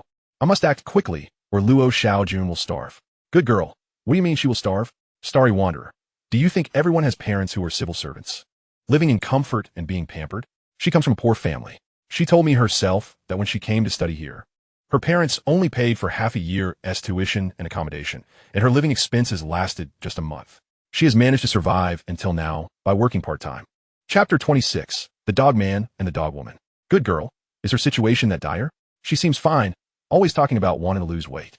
Starry Wanderer, she is so thin. What weight does she need to lose? Think about it. As a girl without a degree, she can only work part-time in her spare time. How much can she earn? To make ends meet, she has to eat less, which is essentially dieting. Isn't it? I'll tell you, she came to me, saying if I didn't treat her to a meal today, she would go hungry as she had no money left. Good girl, then why not treat her to a meal? How did she suddenly become your girlfriend? Are you treating her the way you once treated me? Starry Wanderer. This is a completely different matter. I can treat her to a meal, but what about the next one? What will she eat next? Good girl. You should help her. Girls don't eat much. She will surely appreciate your kindness. Starry Wanderer. Tao Lily, you are truly speaking from a privileged position. Why don't you help her? Or how about this? I'll take her back. And you can support her every month with food and pay her tuition and accommodation fees. Rest assured, she will be grateful to you in the future. Go ask your parents. I'm sure they wouldn't mind raising another daughter, would they? Good girl, but you can't take advantage of her misfortune. Starry Wanderer. Tao Lily, this world is not entirely filled with beautiful things. Reality is quite harsh. Luo Xiaojun's only way out now is to find a boyfriend who can support her. If I don't take her in, she will have to seek someone else. At least I can ensure she won't be mistreated. Good girl, have you slept with her? Upon seeing this message from Tao Lily, Zhang Haoyu chuckled inwardly, realizing that this girl was deluding herself. Therefore, he decided to play along. Starry Wanderer, I'm currently contemplating that very question. Good girl, you are not allowed to touch her, do you hear me? Starry Wanderer, why not? Good girl, if you dare to touch her, I will never speak to you again. Starry Wanderer, but I'm her boyfriend. I sent it's strange for a man and woman alone in a room not to touch. Wouldn't she think I'm abnormal? Good girl, I don't care. You are absolutely forbidden from touching her. Interstellar Rogue, Tao Lily, must you be so unreasonable? I am merely an 18-year-old lad, soon to turn 19, and I too have needs, you know. Good girl, you're lying. My boyfriend is the same age as you. Yet he doesn't spend his days thinking of mischief. He behaves himself at school. Interstellar Rogue, how do you know he behaves at school? Have you been watching him 24 hours a day? For all you know, he may have found a new girlfriend already, and you're just oblivious to it. Good girl, that is impossible. Interstellar Rogue, there is nothing impossible about it. You're with me, aren't you? As a male, he has far greater physiological needs than a woman. It's a scientific fact, a matter of male and female biological structure. If you don't believe me, you can look it up. Tao Lily stood there, dazed and hesitated for quite some time before responding. Good girl. Regardless, you must not touch her. Interstellar Rogue, fine. I want to touch her, but what am I to do if I miss you? Good girl, that is your problem. Interstellar Rogue, but I can't handle it alone. Let us deal with it together. You cannot refuse me. If you do, I shall spank you. Experts say such matters require two people. After sending this message, Zhang Haoyu cast a sly glance at the side, where Tao Lily's face instantly flushed red. Good girl, don't think I'm naive. You can manage such things alone. Interstellar Rogue, I would never do it alone. Experts have stated that it's unhealthy to do so. Besides, I have women. I simply want to handle it alone. Good girl, you rogue. If you enjoy taking expert advice so much, why not go consult an expert instead of bothering me? Upon sending this message, Tao Lily burst into a brilliant laugh and stole a glance at Zhang Haoyu. Interstellar Rogue, but I genuinely enjoy being with you. Good girl, you big bad guy, always trying to bully me. Interstellar Rogue, I am indeed a good man. Good girl, good, you say? What do you plan to do with your girlfriend at your place? Interstellar Rogue, no worries. I'll help Luo Xiaojun find a stable part-time job. You can wait for me at the internet cafe, and I shall come to fetch you. Good girl, I've suddenly realized how cheap I must seem. Sneaking around behind my boyfriend's back, actively offering myself, and becoming an unwitting mistress. I must be the worst woman in the world. Interstellar Rogue, if you are indeed the worst woman, then I shall be the worst man, and together we make quite the pair. Good girl, more like a pair of scorned scoundrels, you dog of a man. Interstellar Rogue, haha, you dog of a woman. Tao Lily could no longer contain herself and playfully punched Zhang Haoyu. Seizing the moment, he captured her hand and kissed the back of it, causing her to retract her hand shyly. Tao Lily finally managed to calm the blush on her face, only to have it flare up again. Good girl, I find you increasingly annoying. Interstellar Rogue, I find you increasingly adorable. Good girl, honestly, I feel more and more confused. Throughout my life, I've had countless suitors, yet here I am, entangled with you, the biggest rogue. Interstellar Rogue, surely, this is a fate bestowed upon us by the heavens. Wouldn't you agree? Good girl, spare me. I've merely fallen for your tricks. By the way, when can I come find you? Interstellar Rogue, absence makes the heart grow fonder. Today, I feel quite exhilarated. There is no day like today. Let us find a nearby hotel and book a room. Good girl, you dog a man, just wait. Interstellar Rogue, if I must die, let it be under the pomegranate skirt. Even in death, I shall be dashing. Upon sending this message, Zhang Haoyu rose and took hold of Tao Lily's hand. She bit her lip and pretended to pout. What are you doing? Zhang Haoyu replied with a commanding tone. Enough chatter. Do you want a spanking? Tao Lily fell silent, her face awash with shyness, allowing him to lead her hand as they walked toward a nearby hotel. Chapter 27. Luo Xiaojun's pursuer, happy days often passed swiftly, and as time marched on, the end of the year approached. When Zhang Haoyu called his parents, both his father and mother mentioned wanting him to spend the new year with them. But he firmly declined. This year, I plan to spend the new year alone in the provincial city. As a newcomer, I have some matters to attend to during this time. Now, enough with the nagging. When there are matters to be dealt with, they are of great importance and leave no room for negotiation. A son grows independent from his mother. Mom, you failed to secure Dad's heart back then, always nagging and filling our home with negative energy. You'd sulk and go to Grandma's every new year, never considering that this family might one day fall apart. Oh, now you regret it and wish to make amends? Do you think it's still possible? Just focus on living your own little life. Your son has grown up and can take care of himself. I'm doing just fine. Fine, I'll be careful. After the new year, I might buy a phone, and then contacting me will be much easier, so you won't have to worry constantly. Perhaps the heavens were envious of Zhang Haoyu's blissful moments, just when he managed to placate his parents and hoped to enjoy a few peaceful days. Trouble arose with Luo Xiaojun. Xiaojun, I can't be without you. I love you. A red-haired boy, roughly the same age as Zhang Haoyu, blocked Luo Xiaojun near her little abode. Along, don't do this. That's all in the past. I have a boyfriend now, and he treats me very well. Luo Xiaojun's expression was quite complex. At that moment, Zhang Haoyu was returning from the internet cafe after a gaming session and spotted the scene unfolding in a nearby alley. Seeing Zhang Haoyu approach, Luo Xiaojun hurried to him and hid behind his back. Haoyu, listen to me. I have nothing to do with him. He's the one pestering me. Zhang Haoyu nodded and addressed the red-haired boy. Brother, what's your game? Xiaojun is now my girlfriend. I don't care what your history is from now on. Keep your distance. You think you're tough? Who do you think you are? Hearing Zhang Haoyu's relatively mild tone only seemed to embolden the red-haired boy. Tough, you say? Do you think everyone is like you, a good-for-nothing? I'm a law-abiding citizen.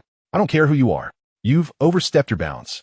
Seeing the other's arrogance, Zhang Haoyu decided to drop the pleasantries and retaliated verbally, preparing for a brawl. Indeed, the red-haired boy seemed to be infuriated, feeling he had lost face in front of Luo Xiaojun and wanting to regain his pride. How dare you insult me, Along? The red-haired boy reached out to grab Zhang Haoyu's shirt, but before he could finish his sentence, Zhang Haoyu seized one of his hands and twisted it forcefully. Instantly, the red-haired boy cried out in pain and was compelled to turn away. However, the red-haired boy appeared exceedingly fierce, even as he turned his back.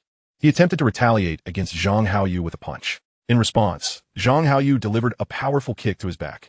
Enraged and humiliated, the red-haired boy sought to rise and confront Zhang Haoyu with fury.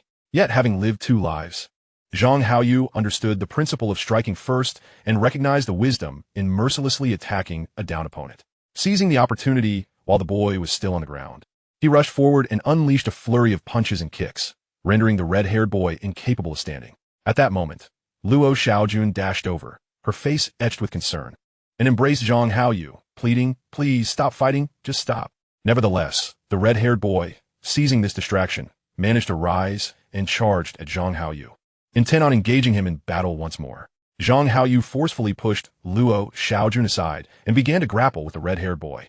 Standing at 176 meters, Zhang Haoyu had a slight height advantage over his opponent, who was no taller than 170 meters. This difference allowed him to exploit his longer legs effectively, delivering a powerful kick to the boy's abdomen, sending him stumbling backward, clutching his stomach, a look of fear crossing his face. In a confrontation, it is prudent to avoid direct exchanges of blows whenever possible. Even if one gains the upper hand, it is inevitable that one will still absorb hits in return. Engaging in a mutual exchange of injuries with such a ruffian is simply unwise. The school environment of this era bears little resemblance to that of the future. Bullying is a commonplace occurrence, and teachers often turn a blind eye to students who are not academically outstanding. While elite high schools may exhibit stricter regulations, the management in ordinary high schools is markedly more lax. Should two students fight, regardless of who initiated the conflict or who suffers the greater loss, the teachers merely impose a symbolic inquiry, primarily opting to make both students stand in punishment together. The consequence of such actions is that the victorious individual often feels emboldened, leading to increasingly severe encounters during future disputes. In such situations, one faces a choice: to endure as a perpetual victim, suffering abuse year-round without retaliation until graduation, or to confront the aggressor, ensuring that if one cannot win, the opponent will not emerge unscathed either. Once the bully perceives that the cost of tormenting one is too high, they are likely to cease their harassment. During his middle school years, Zhang Haoyu was, in fact, A diligent student, teachers could still exert some influence. However, as his parents' relationship deteriorated, the atmosphere at home soured, leading to a decline in his academic performance. This decline was not merely a consequence of parental discord, but rather the negative energy that arose from their troubled relationship. When parents are unhappy, they often unconsciously vent their frustrations on their children, in this case, Zhang Haoyu. Over time, such treatment becomes unbearable. Gradually, he transformed from a model student into a failing one, evolving from a docile child who refrained from confrontation into a troubled youth who occasionally engaged in fights with classmates. This shift in character was a significant factor in his attitude toward his parents after his rebirth. Zhang Haoyu felt that had it been someone else, they would likely have severed ties with their parents entirely. The fact that he still recognized them as his own was, in his view, commendable. After all, in his previous life, his parents had effectively ruined him. Chapter 28. Subduing the Red-Haired Ruffian, Pan Yunlong. Ruffians differ from typical boys who engage in fights. Perhaps in front of Luo Xiaojun, the red-haired boy sought to display his bravado. After being thoroughly beaten by Zhang Haoyu, he groaned while rubbing his abdomen, yet defiantly charged at Zhang Haoyu once more. The red-haired boy exchanged a few kicks with Zhang Haoyu before enduring another blow to his leg, then lunged forward, determined to land a few punches on Zhang Haoyu to salvage his pride. Drawing upon his accumulated experience from his school days, Zhang Haoyu grappled with the red-haired boy, leveraging his larger physique to forcefully trip him and pin him to the ground. Seizing the moment, he mounted the boy, firmly gripping his wrist to prevent him from striking back. In such altercations, one must be cautious not to escalate the violence too much, as severe injuries can lead to dire consequences. Zhang Haoyu had assumed a dominant position. Had he chosen to ignore the boy's hands and absorb a few punches, he could easily have knocked the red-haired boy out. However, in a society governed by law, winning a fight could lead to imprisonment, while losing might result in hospitalization. Should he inflict serious harm, he would undoubtedly bear the brunt of the consequences. For the red-haired boy, the stakes were low, yet Zhang Haoyu's future held tremendous potential, and he could not afford to descend into the mire alongside him. Thus, Zhang Haoyu opted for a strategy of exhausting his opponent, subduing him without resorting to excessive violence. While straddling the red-haired boy, he maintained a firm grip on his wrists, and this scene, particularly in the presence of his beloved Luo Xiaojun, filled the red-haired boy with humiliation. Despite struggling for what felt like an eternity, he remained unable to break free from Zhang Haoyu's hold. "Are you ready to concede?" Zhang Haoyu questioned, adopting the stance of a victor. "I will not yield," the red-haired boy retorted defiantly, his face contorted with anger and indignation. Noticing the boy's waning strength, Zhang Haoyu released his right hand and delivered several stinging slaps to the boy's face. "You refuse to yield, do you? I will make you yield." After administering the slaps, he promptly restrained the boy's right hand to prevent any counterattack. As anticipated, the red-haired boy began to struggle desperately. "I refuse to yield. Even if you beat me to death, I will not yield." His face flushed with agitation, the boy stubbornly held his ground. "Haoyu, enough. You've already fought and scolded him. If this escalates, it could lead to serious trouble. Just let him go." Luo Xiaojun pleaded pitifully from the sidelines, attempting to pull Zhang Haoyu up. Zhang Haoyu glared at her fiercely, barking, "Get out of my way and watch. If you dare intervene again, I will not be so kind to you. I am not taking sides. I simply do not want you to continue fighting." Luo Xiaojun withdrew her outstretched hand hastily. "Do you not see that this punk refuses to submit? If I let him go, he will undoubtedly cause trouble again."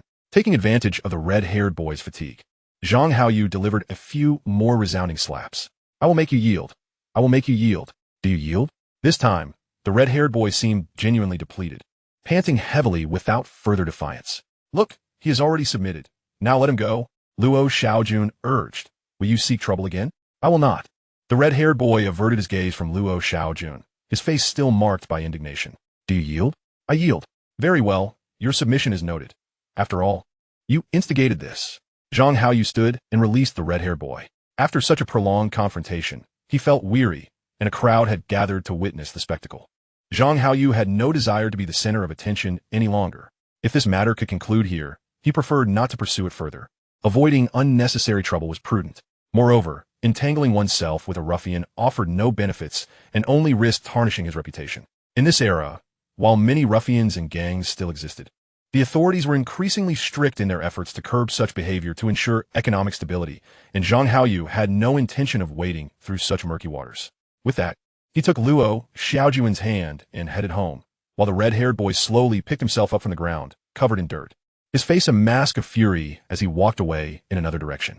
Upon returning home, Luo Xiaojun was about to explain herself when she was abruptly interrupted by Zhang Haoyu.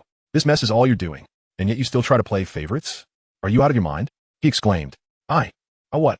She stammered. I am burning with rage right now. Hurry to the bed and help me cool off. After 2 hours of intense release on the bed, Zhang Haoyu's mood gradually lightened.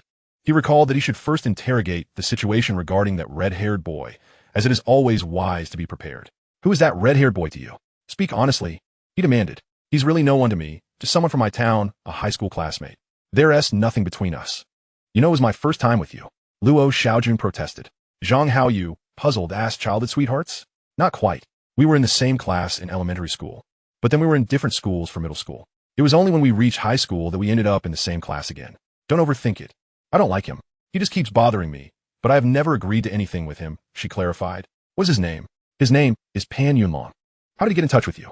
He came to see me a few times at the tutorial center before, but I ignored him.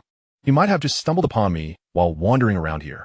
Zhang Haoyu stared intently at Luo Xiaojun, took a deep breath, and said earnestly, Luo Xiaojun, I'm giving you a chance. If you wish to be with that Pan Yunlong, we could part ways amicably. I won't stand in your way. I want to break up with you. Luo Xiaojun quickly embraced Zhang Haoyu, her voice tinged with desperation. All right, since you want to stay with me, keep your distance from that Pan Yunlong. I'm a respectable person who doesn't want to get involved with troublemakers. Do you understand? I understand. Zhang Haoyu pinned Luo Xiaojun onto the bed, angrily exclaiming, what kind of situation is this? It's utterly outrageous. The more I think about it, the angrier I get. I can't let this go. I need to confront him again, or else I'll feel cheated. Just take it easy.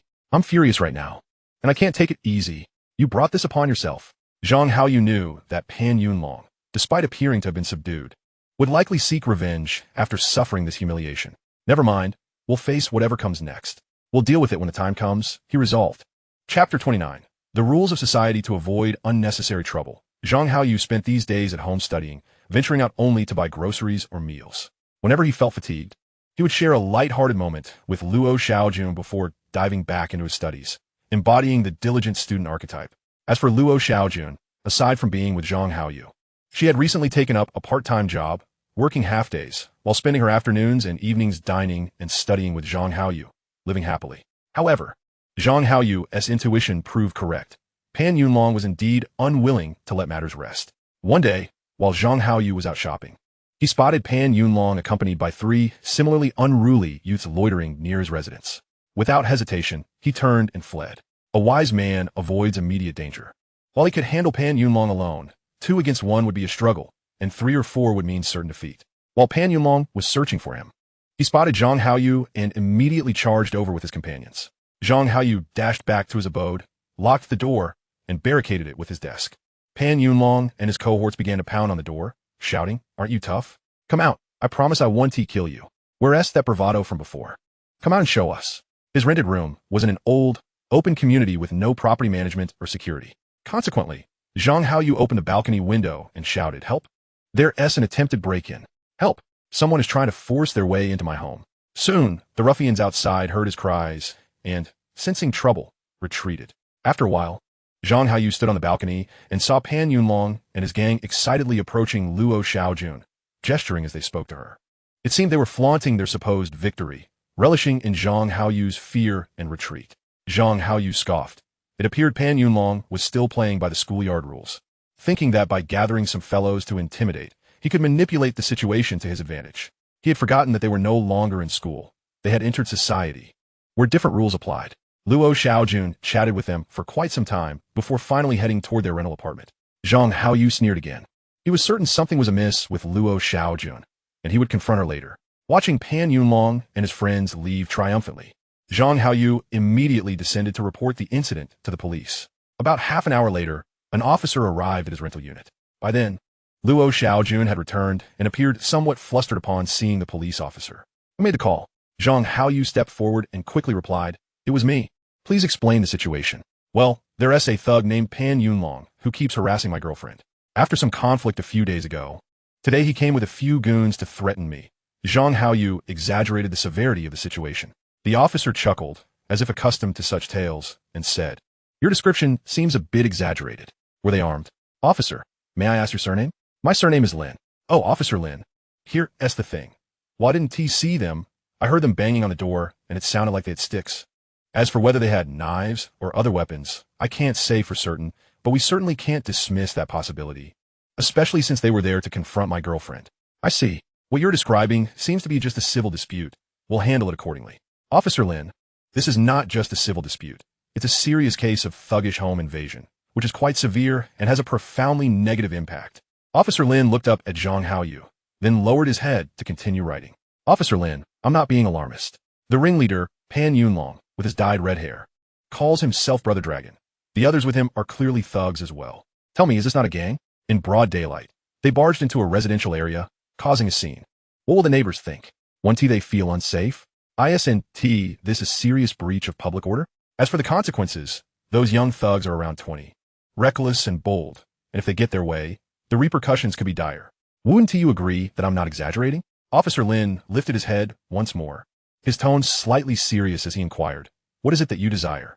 What are your demands? My demand is to apprehend those ruffians led by Pan Yunlong and detain them for a few days so that they may learn a valuable lesson.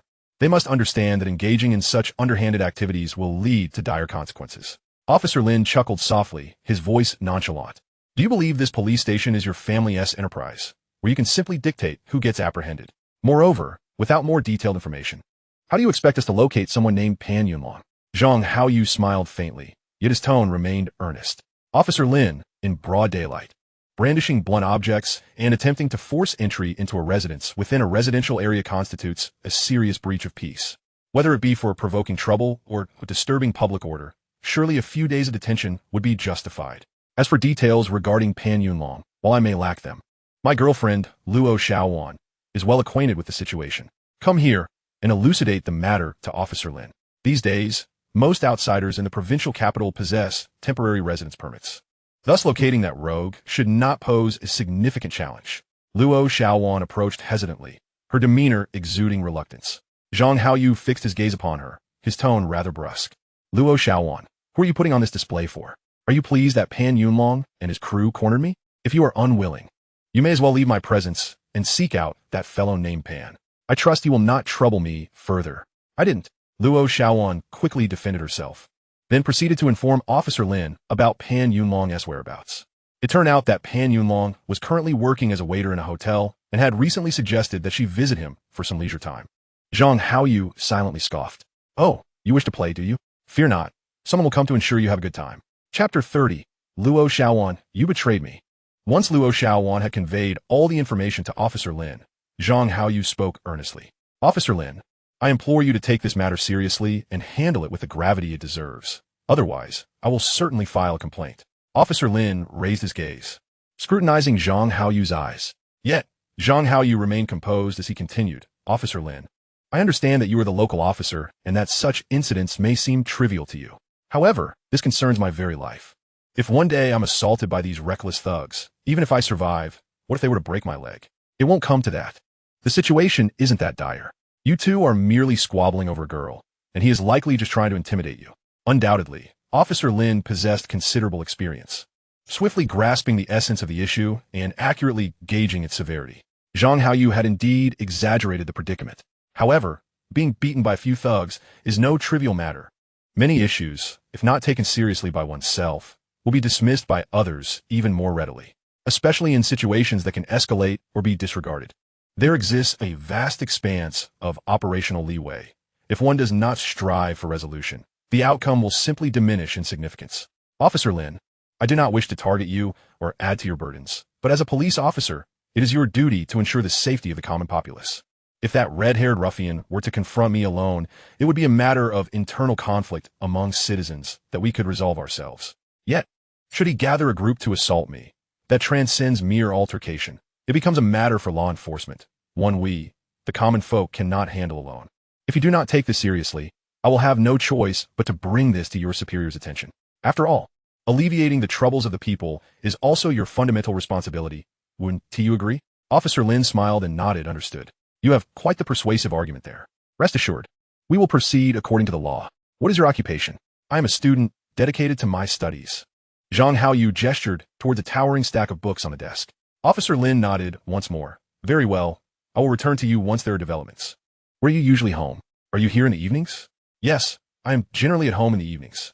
After bidding farewell to Officer Lin, Zhang Haoyu closed the door to his rented room and stared intently at Luo Xiaowan, remaining silent. Haoyu, allow me to explain. There is truly nothing between us. He merely intercepted me earlier. I spoke to him just to dismiss him. You need not fear. I've sent him away. Rest assured, he wouldn't dare to harm you. If he were to return, I would certainly confront him on your behalf. Zhang Haoyu could no longer contain himself. He seized her hair and struck her several times across the face. You vile wretch. Did you really think I was afraid of him? Did you truly believe I needed your protection? You think I'm a mere child, don't you? Luo Xiaowan covered her cheek, tears welling in her eyes as she cried. I was only looking out for you. Even if my words were harsh, you cannot strike me. What give you the right to hit me? Zhang Haoyu released her, letting out a cold laugh, suppressing his inner fury, and spoke in a calm tone. Luo Xiaowan, do you truly believe I am a fool? My reason for striking you is not merely due to your earlier remarks or your prior conversation with Pan Yunlong. Then what is it for? Is it because of what you claimed, that I favored you over them? Haoyu, I swear to the heavens. I never meant anything of the sort. I simply wish for you all to avoid conflict. Luo Xiaowan, stop pretending. I'm not so petty. My motive for striking you is that you directly revealed our address to Pan Yunlong. I did not. How could I do such a thing? Luo Xiaowan's face was filled with indignation. Spare me. When I first encountered Pan Yunlong, the alley was several buildings away from where we live. I made a point to observe his movements as he departed. He went in the opposite direction, not following us. I even took a longer route to ensure he wouldn't discover our little home and harass us. Luo Xiaowan lowered her head, choosing silence. Have you forgotten? You questioned me as to why I didn't return home directly. I told you I was merely wandering nearby to purchase some food. Do you recall? Luo Xiaowan continued to look down, still silent, her hands shielding her cheeks. Clearly, Zhang Haoyu's earlier blows had hurt her quite a bit. After a moment, Luo Xiaowan raised her head, attempting to defend herself with a hint of defiance. But you cannot claim it was I who disclosed the address. Perhaps he was merely wandering around and fortuitously stumbled upon you. He found me precisely because he was wandering nearby. If he could find me, how could he not locate you? Luo Xiaowan, my eyesight is perfectly fine. When I stepped outside, I saw Pan Yunlong lurking with his thugs in the shadows, fixated on the direction of our little home. Do you truly expect me to believe that he was unaware of our address? I did not. I truly did not. Luo Xiaowan continued to protest. Zhang Haoyu, growing increasingly frustrated, once more grabbed her hair, feigning a blow. Luo Xiaowan, being a girl and feeling guilty, quickly cowered, crossing her arms to shield her face against another potential strike. I'll tell you everything. Just please, don't hit me anymore. Then confess the truth. It was truly not me who leaked the information. A few days ago, during a phone call with my family, I discovered that my younger brother had also come to the provincial capital for work. I merely shared our address with him. My brother was previously acquainted with Pan Yunlong and is now working at the same hotel as him, so it's likely that he informed him. Zhang Haoyu scoffed coldly and said in a nonchalant tone, Luo Xiaojun, explain to me how you can prove that you did not directly tell Pan Yunlong? I truly did not. You have treated me so well. How could I possibly repay your kindness with malice? Luo Xiaojun replied, her demeanor appearing woefully innocent. Fine. I'll temporarily believe that you didn't disclose our address to Pan Yunlong. However, you are aware of the conflict between us. Why did you not caution your brother against revealing our address to him? I forgot. I didn't think much of it until you mentioned it just now. Luo Xiaojun muttered, her head bowed, her expression pitiful. Then tell me, do you think it was unjust for me to strike you those few times? Not unjust, not unjust. Luo Xiaojun quickly shook her head. Chapter 31. Successful retaliation. Zhang Haoyu stared into her eyes for a moment and, with rising frustration, declared, Luo Xiaojun, I will grant you this one chance today, but I will not tolerate any further transgressions. He continued, reflect on this. If the roles were reversed and you were betrayed by someone close to you, especially to your adversary, what would your feelings be? Haoyu, sorry. I truly didn't mean to. I simply forgot. Forgot? Luo Xiaojun, you keep emphasizing your forgetfulness. Do you think this matter has nothing to do with you? Don't forget, the root of this issue lies with you. Had it not been for you, Pan Yunlong would not have confronted me. The altercation we had the other day and his blocking of my door today were solely because of you. Haoyu, sorry. I didn't intend for any of this to happen, but he just kept pursuing me. What could I do? Luo Xiaojun maintained her seemingly aggrieved expression. Zhang Haoyu chuckled coldly again. Men persist in their pursuits because women do not refuse them emphatically enough, leading men to believe there is still hope. If you truly made him despair, how could he continue to bother you? You possess a modicum of charm, but there are plenty of beautiful girls on the street. Why doesn't Pan Yunlong pursue them? It's simply because those girls would firmly reject him, perhaps even slap him and call the police. I truly didn't tea. I have rejected him many times. But you want me to slap him? How could I bring myself to do that? Moreover, what if he retaliated against me? Zhang Haoyu took a deep breath, his patience waning. I won't waste more breath on you. From now on, if you do not categorically reject him and continue to maintain any semblance of connection, you will face my wrath. Either you endure a beating or you leave. I have no desire to be humiliated while you benefit from my generosity during your downfall. Haoyu, where are your thoughts wandering? How could I ever do something to betray you? Furthermore, Luo Xiaojun, I must caution you that I have reported this incident to the police. Officer Lin is aware of Pan Yunlong's whereabouts, so do not let this information slip again. Officer Lin will certainly summon me to conclude this case. If he tells me he couldn't find Pan Yunlong at that hotel, I will no longer entertain any of your explanations. Oh, I understand. I want to even mention it to my brother. Come over and help me cool off. I've been particularly irritable these past few days. What are you saying? Do you think my frustration is unfounded? You are the one who brought this upon yourself. You must bear the consequences of your own actions. Zhang Haoyu's reluctance to further confront her was not due to a belief that Luo Xiaojun was innocent, but rather because he found it unwise to expel her over this matter.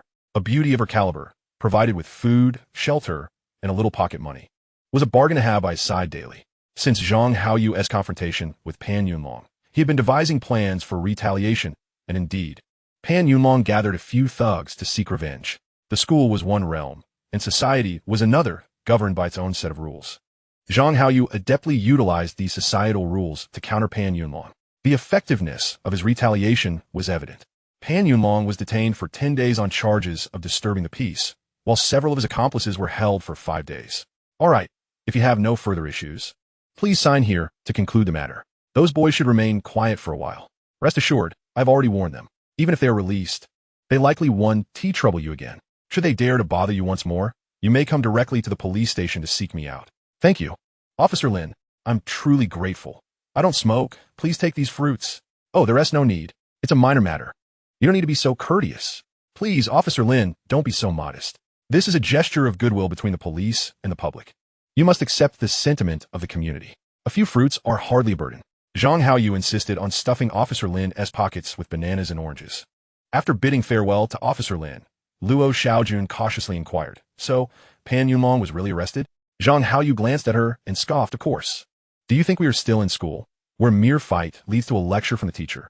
When Pan Yunlong and his thugs confronted me, did you think he appeared formidable, exuding the aura of a social leader? No, I didn't think that at all. Luo Xiaojun quickly denied. Whether you thought so or not is irrelevant. The issue lies within your own perceptions, which are rather limited. Zhang Haoyu chuckled coldly again, speaking with a calm demeanor. These years are unlike the past. The nation is vigorously building and developing its economy, necessitating a harmonious and stable social environment. Do not dismiss this as a mere slogan unrelated to ordinary citizens. It is profoundly connected. To attempt to navigate this society while opposing its developmental trends is tantamount to courting disaster. Will he lose his job? Luo Xiaojun seemed genuinely concerned for Pan Yunlong. If you were the boss and one of your employees was detained, would you keep them on? Luo Xiaojun, you seem quite invested in his fate. If you are so concerned, why not seek him out? That is not what I meant. After all, we are from the same town. I don't want him to get into trouble or go down the wrong path.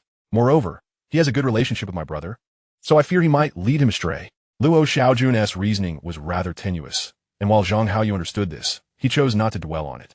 The reason was simple. His feelings for Luo Xiaojun were not sincere. It was merely a physical need. Why not just keep your brother away from him? Birds of a feather flock together. If he associates with the wrong crowd, he will inevitably be tainted. But my brother doesn't listen to me. First, take care of yourself. Your brother is likely old enough to make his own decisions now. Just do your best. Everyone has their own fate and cannot be forced. 10 days later, although Pan Yunlong was released from the police station, he lost his job at the hotel and, after receiving a stern warning from Officer Lin, dare not seek revenge on Zhang Haoyu again. Zhang Haoyu surmised that Pan Yunlong had embroiled several of his accomplices in the detention center, inevitably leading to internal strife. After all, the repercussions were rather severe. Chapter 32. Completely breaking Pan Yunlong. From the information gleaned from Luo Xiaojun, it was revealed that Pan Yunlong was utterly destitute, certainly lacking the means to compensate his companions. The few individuals he could rally for assistance were likely those he had previously aided, a clear case of reciprocal benefit. Moving forward, it seemed improbable that he would easily find others to rectify his situation. One should not naively believe that the underworld operates on loyalty. If petty criminals were truly honorable, they would not be petty criminals. The underlings of a gang leader are not motivated by camaraderie, but rather by the tangible benefits that accompany loyalty to their leader, benefits that far surpass those of an ordinary life. Without such incentives, who would willingly step forward? However, Zhang Haoyu was somewhat taken aback to find Pan Yunlong lingering near his rental apartment like an unyielding adhesive plaster, seizing every opportunity to converse with Luo Xiaojun. It was no wonder that women had become increasingly brazen. Even those with modest looks began to consider themselves extraordinary beauties. This was a time when information was not as accessible, and social media had yet to emerge as a prevalent means of communication, leaving individuals unable to swiftly exchange experiences and insights, resulting in a lack of awareness among men. Consequently, during this era, sycophants were abundant, with many believing that such flattery was the sole path to wooing women. Yet, this situation was untenable. A strategy was needed to dislodge this tenacious pest, for his presence was indeed repugnant. The most effective method to deal with such a shameless flatterer was to dismantle his defenses. Thus, Zhang Haoyu wrapped an arm around Luo Xiaojun and approached Pan Yunlong, who sat atop a large stone at the alley's entrance. Pan Yunlong, is it? How does it feel in the detention center? Do you want to find someone to challenge me again? What happened to that arrogance you displayed when you blocked my door? Don't get too smug. I will eventually deal with you. Pan Yunlong mater irritably. Zhang Haoyu, wearing a triumphant grin, replied, and how do you plan to deal with me? You lack the strength to confront me alone, and even if you sought help, do you possess the courage to do so? You caused your accomplices to end up in the detention center, and the fact they did not band together to beat you up is already showing you considerable leniency. Am I not correct? Pan Yunlong turned his head away, falling silent. Yet, Zhang Haoyu continued, you have feelings for Luo Xiaojun, don't you? I heard from Xiaojun that you were high school classmates and fellow townsfolk. To pursue her all the way to the provincial capital, your affection must be genuine. Pan Yunlong remained mute. Pan Yunlong, Xiaojun is your goddess, is she not? Why do you lack the courage to admit it?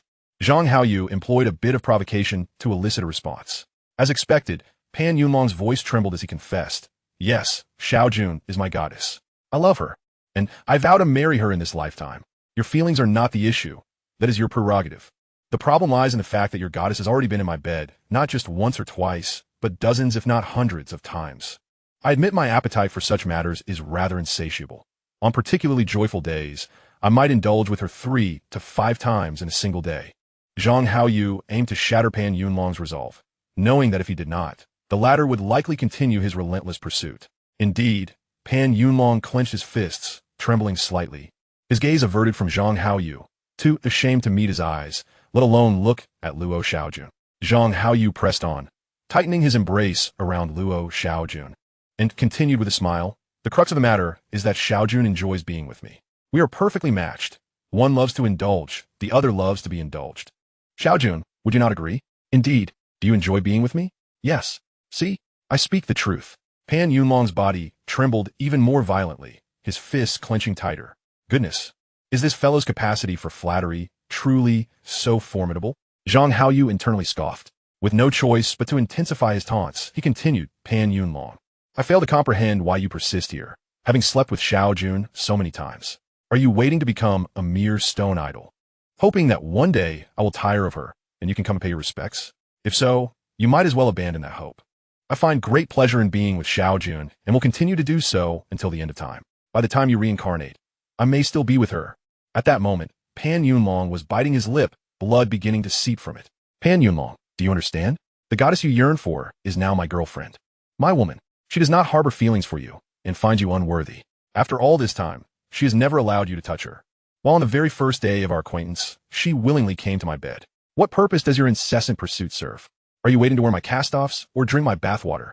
Finally, Pan Yunlong could bear it no longer. Tears streamed down his face as he wiped them away and fled in desperation. At last, this troublesome pest has been removed. Zhang Haoyu exhaled in relief, feeling quite gratified. On the way back to his apartment, Luo Xiaojun followed behind Zhang Haoyu, her head bowed in silence. Zhang Haoyu sensed that his earlier words might have hurt her feelings. He recognized his fault and knew he needed to soothe her. Upon returning to the apartment, Zhang Haoyu closed the door and embraced Luo Xiaojun, apologizing earnestly, Xiaojun, I'm truly sorry. My words were excessively harsh. I apologize. Luo Xiaojun pursed her lips, forcing a smile, and shook her head, saying, it's all right. I understand that you said those things to provoke Pan Yunlong. Zhang Haoyu contemplated for a moment, then withdrew more than 200 yuan from his pocket and placed it in Luo Xiaojun's hand. Xiaojun, I know Zhang Haoyu, am not so virtuous. My words are often meaningless. Here is something tangible to express my goodwill. How does that sound? Instantly, Luo Xiaojun's face brightened, transforming her into a little money grubber as she counted the money with delight before happily stashing it in her pocket. Then, she pouted and asked, now that you've driven Pan Yunlong away, do I still need to help you cool off? That won't do. How could I not feel heated when you smiled so enticingly? Then I won't smile. That won't suffice either. You stepped in with your left foot when you came in. Then I shall step in with my right foot next time. The right foot won't work either. I still feel heated. You wicked rascal. Do you think I'm easy to bully? Indeed. Chapter 33. Zhang Haoyu becomes a solitary soul. Having dealt with Pan Yunlong, Zhang Haoyu enjoyed several days of carefree intimacy with Luo Xiaojun. As the year drew to a close, it became evident that Luo Xiaojun, not being from the provincial capital, would need to return home for the holiday. Before her departure, Zhang Haoyu calculated the remaining money in his possession and gifted her a bit of pocket money. Luo Xiaojun returned home, beaming with joy. Tao Lily, a local of the provincial capital, like many others, had to return home as the tutorial center closed for winter break. Just before her departure, Zhang Haoyu inquired if she could come and visit him during her free time or if he could come to her. Tao Lily, somewhat annoyed, retorted, play. That's all you think about. After being toyed with by you for so long, am I not entitled to a little respite? Zhang Haoyu, wearing a look of feigned grievance, embraced Tao Lily, burying his head against her and playfully nuzzling her, mimicking the coyness often displayed by girls. It is said that a woman who knows how to be endearing has the best fortune, and men, too, can benefit from such charm. It greatly enhances their relationships. Indeed, this tactic proves effective. There's no need for embarrassment or to maintain an overly stoic demeanor. Such a life can be rather dull. Behind closed doors, one can engage in whatever activities without fear of judgment. One should prioritize substance over superficiality. If you lead a fulfilling life, others will merely envy you. What? You think you cannot do it? You feel embarrassed? You consider it shameful? Then you deserve to remain single. Even if you are married, the relationship may lack depth. Women are often overflowing with maternal affection, especially if they harbor feelings for you. This strategy will undoubtedly work. If a woman does not indulge you, then you must be the most naive person on this planet. What? Your girlfriend despises your attempts at whimsy? She finds it repugnant? My friend, you're in trouble. Your girlfriend may not love you and could very well be involved with another man, who is charming her while you remain oblivious. Beware and good luck, regardless of others. When Zhang Haoyu playfully coaxed Tao Lily, her face displayed a resigned expression, making it hard for her to decline his request. Fine. I'll think of a way to come and keep you company. Also, the number I gave you is my home phone. You may call during the new year, but don't call randomly outside of that, especially not during the day. Do you hear me? Understood. Rest assured, my character is reputable. I would never intrude upon your life without your consent. Your character is reputable, yet you flirt with someone else's girlfriend? You have the audacity to stray from your own girlfriend and cavort with someone else's? Tao Lily's voice dwindled, and by the end, she felt a tinge of embarrassment. Her cheeks flushed. Zhang Haoyu chuckled. That's a different matter. Personal life doesn't reflect one's character. What I mean is I'm a man of my word, inherently kind. Kind? You embrace another man's girlfriend and call yourself kind? Do you not feel a twinge of guilt? Not at all. I gain from this. What I have to lose. As she prepared to leave, Tao Lily spent the entire day with him, and only then did he reluctantly bid her farewell. Formerly, Luo Xiaojun was a staple in his life, while Tao Lily was a delightful appetizer, and Zhang Haoyu savored their time together. Now, however, he was left with nothing but plain bread. In a moment, Zhang Haoyu found himself a solitary figure. This is the plight of single young men, brimming with hormones. They manage fine with female companionship, but once isolated, they face profound loneliness. This genetic affliction is incurable, and Zhang Haoyu was no exception. So what's to be done? He might as well continue to flirt. Both Neptune and his consort know how to tend to their fish. This is called foresight and time management. Tao Lily is someone else's girlfriend. She may be reclaimed at any moment, and one cannot assume ownership simply because they are comfortable. As for Luo Xiaojun, Zhang Haoyu was all too aware of the type of woman she represented, a low-end gold digger. Low-end gold diggers are not defined by their modest appetites, but by their limited insight and lower social standing. They can only aim for so much. Once given an opportunity, their ambitions will undoubtedly expand. Many so-called socialites are merely low-end gold diggers who have elevated themselves. What constitutes a high-end gold digger? It is a woman who has packaged herself through cosmetic enhancements, fashionable attire, and a facade of socialite life. Where there is demand, there is a market. To cater to these women, elite training programs have emerged to assist them in capturing the attention of the unrefined nouveau riche. Regardless of whether Zhang Haoyu envisions marriage in his future, it is highly unlikely that he will see a lasting relationship with Luo Xiaojun, and they may well part ways at any moment. Therefore, Zhang Haoyu resolved to continue his flirtations with women. Whether such behavior is commendable is subjective. Yet he has his reasons. After all, there is a saying, existence is justification. However, before embarking on his flirtations, he did not neglect his responsibilities, specifically visiting the stock exchange to check whether his investments had appreciated. Upon arriving at the stock exchange, he discovered that Yian technology had indeed risen, with the market makers beginning to elevate its value, though it had yet to reach his anticipated level. Let us wait and see, he thought. If he were to visit the stock exchange daily, it would become cumbersome. Thus, Zhang Haoyu searched online and found that stock trading software had emerged in this era. Unfortunately, the current software only provided real-time stock prices and basic market analysis. It did not allow for direct trading. This meant that to engage in stock transactions, one would still need to visit the stock market for manual operations or utilize the trading machines present there. Nonetheless, this was a significant convenience, as it alleviated the need for daily visits. Once he wrapped up his business, it was time to resume his pursuit of women. He vaguely recalled a contact named Light Dance on QQ. Having not conversed with her for some time, she had nearly slipped from his memory. Alas, the efficiency of wooing women online is relatively low. It's not that he couldn't do it, but if there are simpler methods available, why complicate matters? After logging into QQ, he noticed that Light Dance was offline and casually typed, "Are you there?" Subsequently, Zhang Haoyu shrugged and switched back to his game. Indeed, it is cumbersome to pursue women online. One cannot always chat, and even if a conversation occurs, it may not lead to a meeting, let alone a romantic relationship. The correct approach is to cast a wide net, filter for suitable candidates, and then focus on the catch. After playing for a while, Zhang Haoyu heard the notification sound from QQ and, upon checking, confirmed it was indeed Light Dance. He promptly exited the game, earning him some irritated remarks from fellow gamers who scolded him for leaving abruptly. Zhang Haoyu inwardly smirked. While the game held significance, it could not compare to the opportunity at hand. Seizing opportunities is crucial. Often, once lost, they are impossible to reclaim. Ignoring the disgruntled players, Zhang Haoyu opened the chat box, engaging in conversation while reviewing their previous exchanges to maintain the flow of dialogue. Light Dance, I haven't seen you for ages. What have you been up to lately? Starry Wanderer, what else can I be busy with? Reading, of course. The college entrance exam is over. If I don't put in the effort now, I'll truly have no future and one T find a girlfriend. Light Dance, if you're truly so determined, why not consider repeating a year? Currently, universities are expanding their admissions, and perhaps you could succeed in the examination next year. Starry Wanderer, I'd rather not. I wish to acquire my diploma swiftly and step into society to earn money. Not everyone has the privilege to start over. Light Dance, well, I respect your choice. Starry Wanderer, what about you? What have you been busy with lately? Light Dance, me? Similar to you, just reading. The atmosphere grew slightly dull and monotonous, prompting Zhang Haoyu to shift the conversation and enliven the dialogue.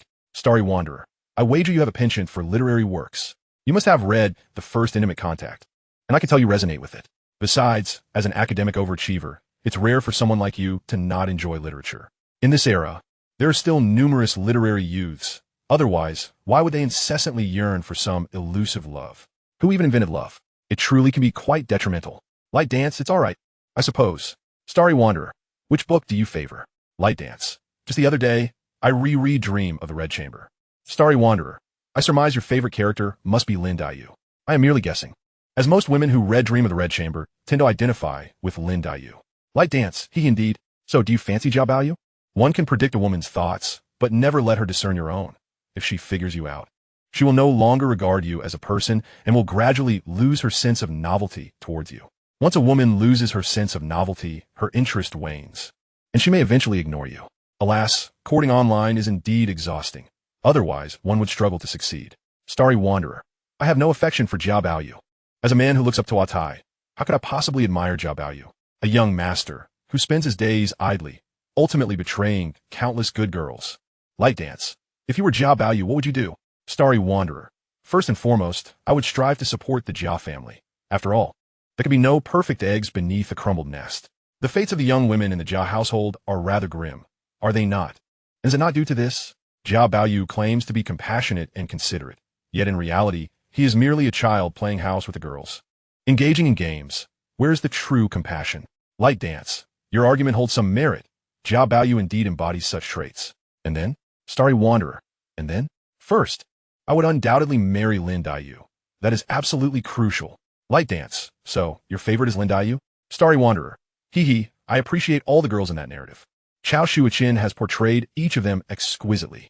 As a woman, ask yourself, how could you not be fond of any of them?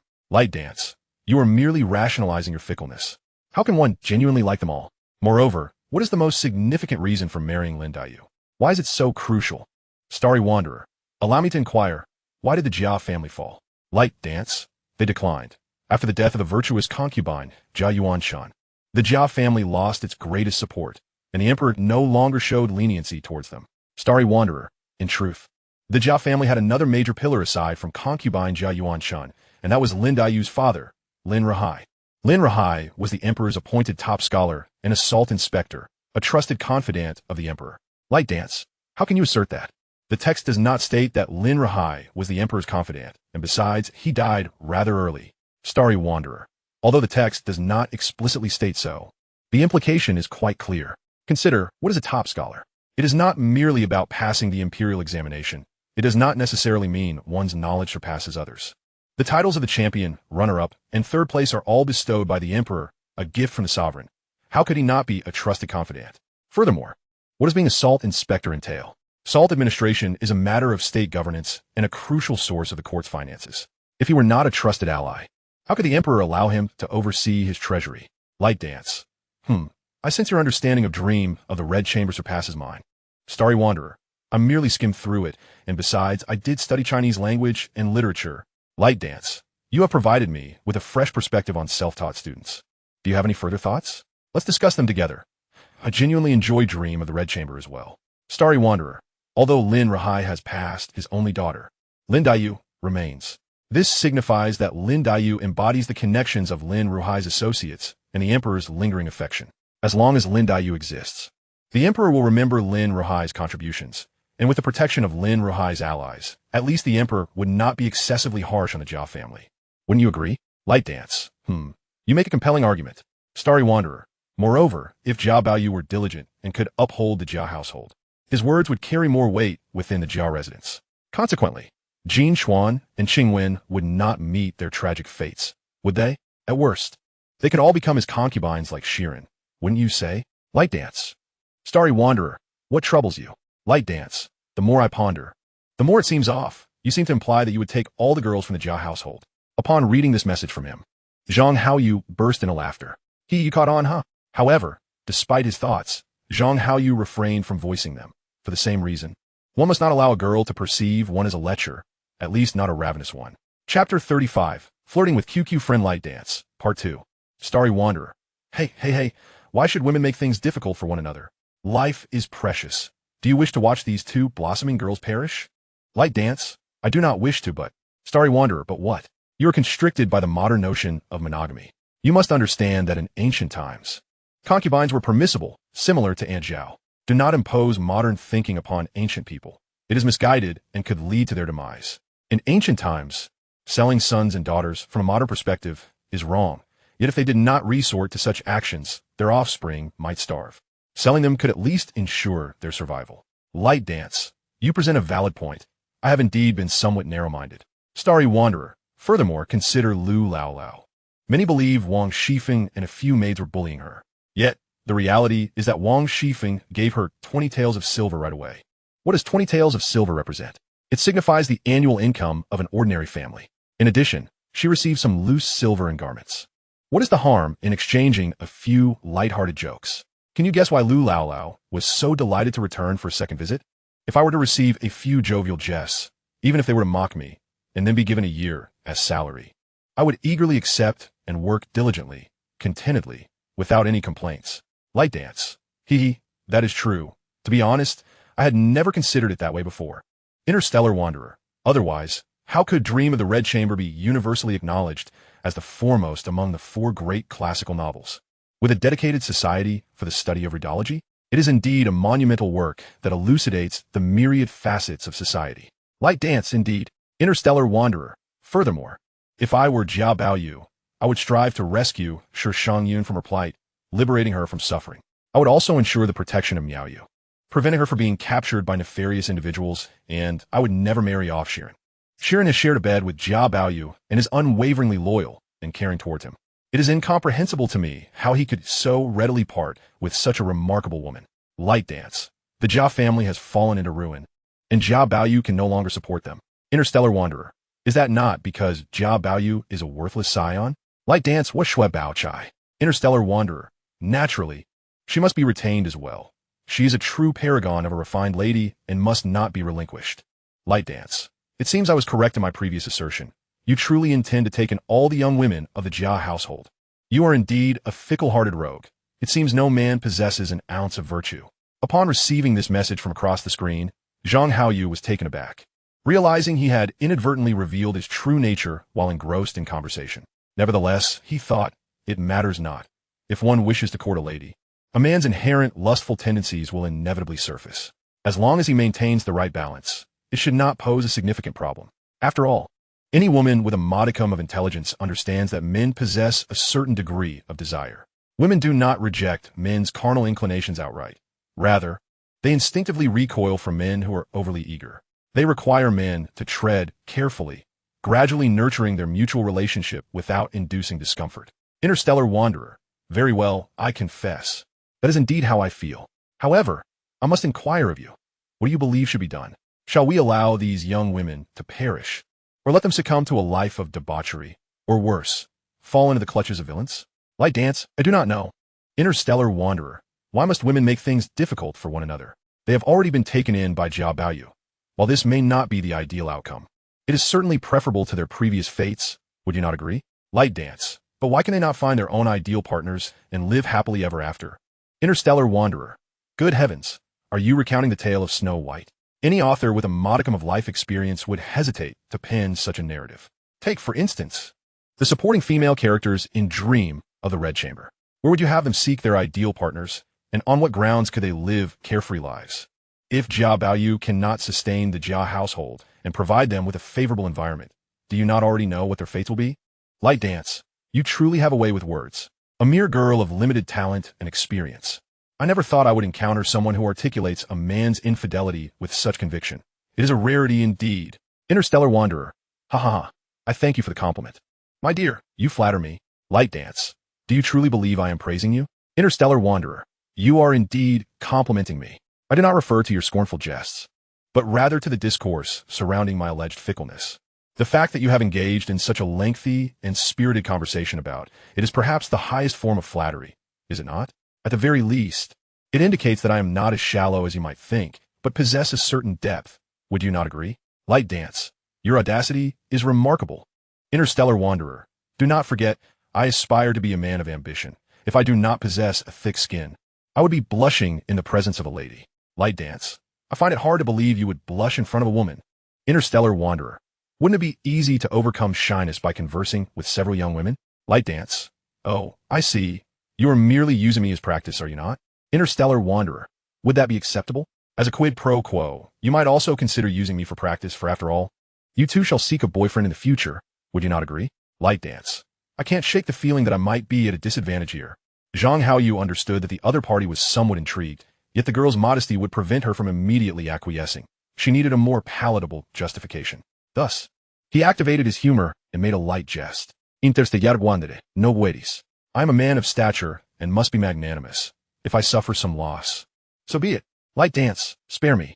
What I meant was that I feel a bit shortchanged. Interstellar Wanderer. In what way have you been shortchanged? We are not genuinely embarking on a romantic relationship. At most, we are merely engaging in conversation. Even if we were to become romantically involved, it cannot be considered a disadvantage. Is dating a boy truly a loss? Do you intend to avoid romance for the rest of your life? Do you plan to find your ideal partner while remaining at home, expecting love to come knocking at your door? Light dance. You are quite the orator. I find myself unable to counter your arguments. Interstellar Wanderer. It is not that I am particularly eloquent. Rather, the truths I speak are undeniable. Seeing that the other party had remained silent for an extended period, Zhang Haoyu decided it was time to take a step forward in their relationship, unwilling to continue offering his emotional value without reciprocation. Interstellar Wanderer. How about we find a place to meet? Chapter 36. The proper way to court a lady light dance. Isn't chatting online quite enjoyable? Interstellar Wanderer. Online conversation lacks the necessary depth and does not cultivate true courage. I suspect that even if we chatted online for 1,000 years, when faced with a real woman, one might be rendered speechless with nerves. Light dance. You feel nervous when speaking to girls in real life? Zhang Haoyu, a man who has lived 2 lives, would never feel nervous. Not even in the presence of a president, let alone a mere girl. However, women are peculiar creatures, often exhibiting strange tendencies. They desire humor, wit, and eloquence in conversation, but simultaneously wish for a man's inner self to be shy, innocent, and even somewhat childish, ideally one they can completely dominate. Yet, should they truly have a man completely under their thumb, they would find him to be dull and even scorn him, deeming him lacking in ambition compared to others. Though others may not perceive it, Zhang Haoyu has seen through this. Women cannot simply have their way. They seek to be conquered, not merely satisfied. Perhaps conquering them would indeed fulfill their desires. Thus, upon receiving the latest message from the other party, Zhang Haoyu contemplated his response and decided to obfuscate slightly. That way, regardless of whether he felt nervous or not, he could easily navigate the situation. Interstellar Wanderer. Sometimes I feel nervous, and sometimes I do not. Light dance. When do you feel nervous, and when do you not? Interstellar Wanderer. Perhaps I feel a bit nervous around unfamiliar girls, but with those I know better, it becomes much easier. Though, to be honest, I am not entirely certain. Light dance. To be frank, I have never considered dating a boy I met online. To be precise, it should be referred to as a meeting. However, I find our conversations quite enjoyable and have a certain desire to meet you, which is rather contradictory. Interstellar Wanderer. What? Are you afraid I might devour you? Light dance. Could you provide me with another reason to meet you? Interstellar Wanderer. The reasoning is rather simple. Will you choose to open your heart in this lifetime, or will you keep it closed, perhaps even secured in a vault? Light dance. Huh? You certainly have a way with words. It sounds as if you've said something profound, yet it feels somewhat vague. Interstellar Wanderer. And what is your choice? Light dance. If I don't meet you, will you still seek to chat with me in the future? Interstellar Wanderer. I would. But when that may happen is uncertain. The reason I can converse with you online is that I am from out of town and have few friends here. However, I am not one to endure solitude. I tend to make friends, and while some may have romantic inclinations, primarily they're just ordinary friends with whom I can share my thoughts freely. In truth, I'm not particularly fond of chatting online. It feels too ethereal. Friends in reality are far more substantial. Light dance, how about this? I'm also on winter break now, and with the festivities of the new year approaching, I need some time to ponder this. I will give you my answer after the holiday, all right? Interstellar Wanderer. That sounds good. Once you've made your decision, just leave me a message on QQ, and we can discuss the time and place for our meeting then. Light dance, all right. Interstellar Wanderer. I won't keep you any longer. We converse for quite some time. I must return to my studies now. Light dance. Okay. Let's talk another day. Interstellar Wanderer. Indeed, we shall. After setting his QQ to invisible, Zhang Haoyu took a deep breath. Engaging with women online is exceedingly troublesome. After 2 lengthy exchanges, he has merely secured a chance that may not even lead to a real-life meeting. If this were the real world with the same effort, he might have already won a girl's heart. He wondered what light dance looked like if she resembled a dinosaur. It would be best to forego meeting altogether and abandon online pursuits. Although online dating has a low cost, its efficiency is even lower. This is a pastime suited for the less fortunate. The longer 2 people converse online, the more they bypass the usual costs of courtship. And upon meeting face-to-face, if they find each other agreeable, they might even proceed directly to a hotel, significantly cutting out intermediary expenses. This is the most significant advantage of online dating. The downside, however, is that in the vast majority of cases, regardless of gender, the quality of individuals encountered online tends to be subpar. After all, it is primarily the financially constrained who frequent internet cafes, while those with idle time are the ones lingering there. Just consider the implications of being both impoverished and idle. In due time, Zhang Haoyu would come into some wealth. When that moment arrives, he certainly intends to invest in enhancing his social standing. For instance, purchasing a modest apartment would be far more respectable than renting. A small 2-bedroom would suffice, adequate for a single young man, thus marking him as part of the property-owning class. Additionally, he is contemplating acquiring a mobile phone. This would facilitate communication with women and serve as a symbol of status and economic capability, considering that the proliferation of mobile phones in this era is still quite limited, with many still using pagers. In the provincial capital, the average citizen earns around 400 to 500 yuan a month, while mobile phone often costs over 1,000, sometimes even 2,000, coupled with exorbitant call charges. Even those from families like Tao Lily, where both parents are civil servants, opt for a landline at home instead. A landline incurs no cost for receiving calls and is significantly cheaper for making calls, rendering it a more economical choice. Furthermore, he is deliberating whether he should obtain a driver's license and purchase a small car. Even a second-hand one would suffice. In this era, a standard joint venture sedan, such as a Santana, costs upwards of 100,000 yuan, potentially more than an apartment. Let's not forget, this is the year 1999. In the provincial capital, the average housing price stands at 749 yuan per square meter, not even reaching 800 yuan, while a Santana could nearly buy a 3-bedroom apartment of 100 square meters. When out and about, one's identity is self-assigned. Once he possesses his own property, wields a mobile phone, and perhaps drives a car valued comparably to a house, who would dare to look down upon him? Moreover, ascending to a higher social stratum brings access to greater resources and more attractive companions.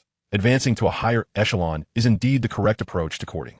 Of course, Zhang Haoyu's primary objective in life is not solely to pursue women, but rather to savor life itself. Women are merely a facet of that experience. He wishes to relish the lifestyle of the upper class, making his reincarnation worthwhile. Nevertheless, he currently finds himself in a state of financial destitution, having invested his meager savings of 100,000 yuan into the stock market. For now, he can only engage in casual conversation and play games at the internet cafe. Chapter 37. An unexpected encounter at the botanical garden with Tao Lily and her boyfriend. However, since arriving in the provincial capital after his college entrance examinations, Zhang Haoyu's life has revolved around eating, studying, and gaming. Aside from briefly courting 2 girls, his days have been rather monotonous and somewhat tedious. Having spent half a year in the provincial capital without truly exploring it, he resolved to visit the botanical garden. The scenery there is delightful, making it an excellent recreational spot. It would undoubtedly be better with a girlfriend, yet even alone, the change of environment and mood would be refreshing. Most importantly, the botanical garden is free of charge. At this juncture, he finds himself in a financial bind. Thus, without hesitation, he procured a substantial amount of snacks and drinks, stowed them in his backpack, and took the bus to the botanical garden. In his previous life, he had spent a few years in the provincial capital and had visited the botanical garden once. At that time, he was too naive, lacking any profound insights into life, and without a girlfriend for companionship, he found little joy in his visit. In truth, there were occasions when girls approached him, for he stood at a modest 76 meters and was somewhat attractive. However, he had turned them down. He firmly believed in the adage, dating without the intention of marriage is merely playing the fool. As a result, before even embarking on a romance, he was preoccupied with thoughts of whether he would marry any of them, which now seems rather neurotic in hindsight. Furthermore, despite being a financially struggling young man at that time, he harbored an inexplicable sense of pride and arrogance, his standards set ludicrously high. Such a naive youth willingly embraced the label of being single. In his previous life, his inner self was tumultuous, chaotic, and steeped in loneliness. He yearned for wealth without the requisite education, and in his quest for a girlfriend, he was overly selective, achieving nothing in the end. In this life, his mind is tranquil. Although he currently lacks funds, he possesses a stable income expectation and the potential for substantial earnings. His self-study endeavors have just commenced, yet he has already passed 4 subjects. The difficulty of Chinese language and literature is relatively low, and his learning capabilities have improved significantly compared to his previous life, making the future promising. As for women, he is already engaged with 2. The outcome is inconsequential, as the enjoyment lies in the process, fulfilling his hormonal needs. Moreover, his insights from his past life afford him a deeper appreciation for the beauty surrounding him, even when alone. However, the world is vast yet intimate, and Zhang Haoyu was delightfully immersed in the scenery when he unexpectedly encountered Tao Lily. At that moment, she was seated on a park bench with a boy of similar age, yet their demeanor seemed somewhat listless, engaging in a conversation that lacked enthusiasm. Should he feign ignorance and walk away, or should he take the initiative to greet her? Zhang Haoyu naturally opted for the latter. Lily, what a coincidence. You're here at the botanical garden too. Tao Lily had already noticed him and, with a somewhat unnatural expression, replied, Yes, the weather is lovely today. My parents brought me out to chat with my boyfriend. Her words were laden with meaning. Her parents had taken her out, allowing her to converse with her boyfriend, subtly conveying to Zhang Haoyu her reluctance. Of course, it was also possible that she was merely stating facts without any underlying sentiment, which required further verification. Indeed, the weather is splendid. I thought I'd take a stroll and refresh my mind. Being cooped up in my little nest every day is quite stifling. What is your relationship with Lily? How do you know her? Tao Lily's boyfriend, Du Pengcheng, inquired, his expression tinged with suspicion. Tao Lily, visibly displeased, interjected, Du Pengcheng. What do you mean? He has a girlfriend, you know. His girlfriend is my roommate, Luo Xiaowan. That is how we know each other. Zhang Haoyu chuckled softly and replied nonchalantly. So you're Du Pengcheng, right? Allow me to introduce myself. I'm Zhang Haoyu. Like Lily and Xiaowan, I'm also a self-taught student, though we study different subjects. They're in computer information management, while I specialize in Chinese language and literature. Sometimes we exchange information about self-study, and, through that, we got to know each other. Upon learning that Zhang Haoyu was merely a self-taught student, Du Pengcheng's expression turned to one of disdain. Ignoring Zhang Haoyu, he turned to Tao Lily and scolded, Lily, I've told you before. Don't casually mention my name in front of strangers. Furthermore, you should refrain from befriending dubious characters. It lowers my social standing. My time is valuable, and I have no interest in associating with unruly individuals. Zhang Haoyu let out a cold chuckle. Du Pengcheng, what makes you so special? You're just a student from the provincial capital university. Don't act so superior. Just because you attend a prestigious university doesn't mean you're above everyone else. How do you know I'm from the provincial capital university? Du Pengcheng shot a piercing gaze at Zhang Haoyu, scrutinizing his expression. Zhang Haoyu paused, realizing he had been somewhat careless, but fortunately, his extensive life experience provided him with a suitable explanation. It's nothing. Lily is always bragging in front of Xiaowan about having a boyfriend from the provincial capital university. I simply didn't know your name. With that, Zhang Haoyu launched a verbal counterattack against Du Pengcheng. Buddy, I've noticed you're not only excessively arrogant, but also incredibly petty. What sort of nonsensical thoughts occupy your mind all day? You don't really think Lily would choose to be unfaithful with a self-taught student like me over you? A high-achieving student from the provincial capital university, do you?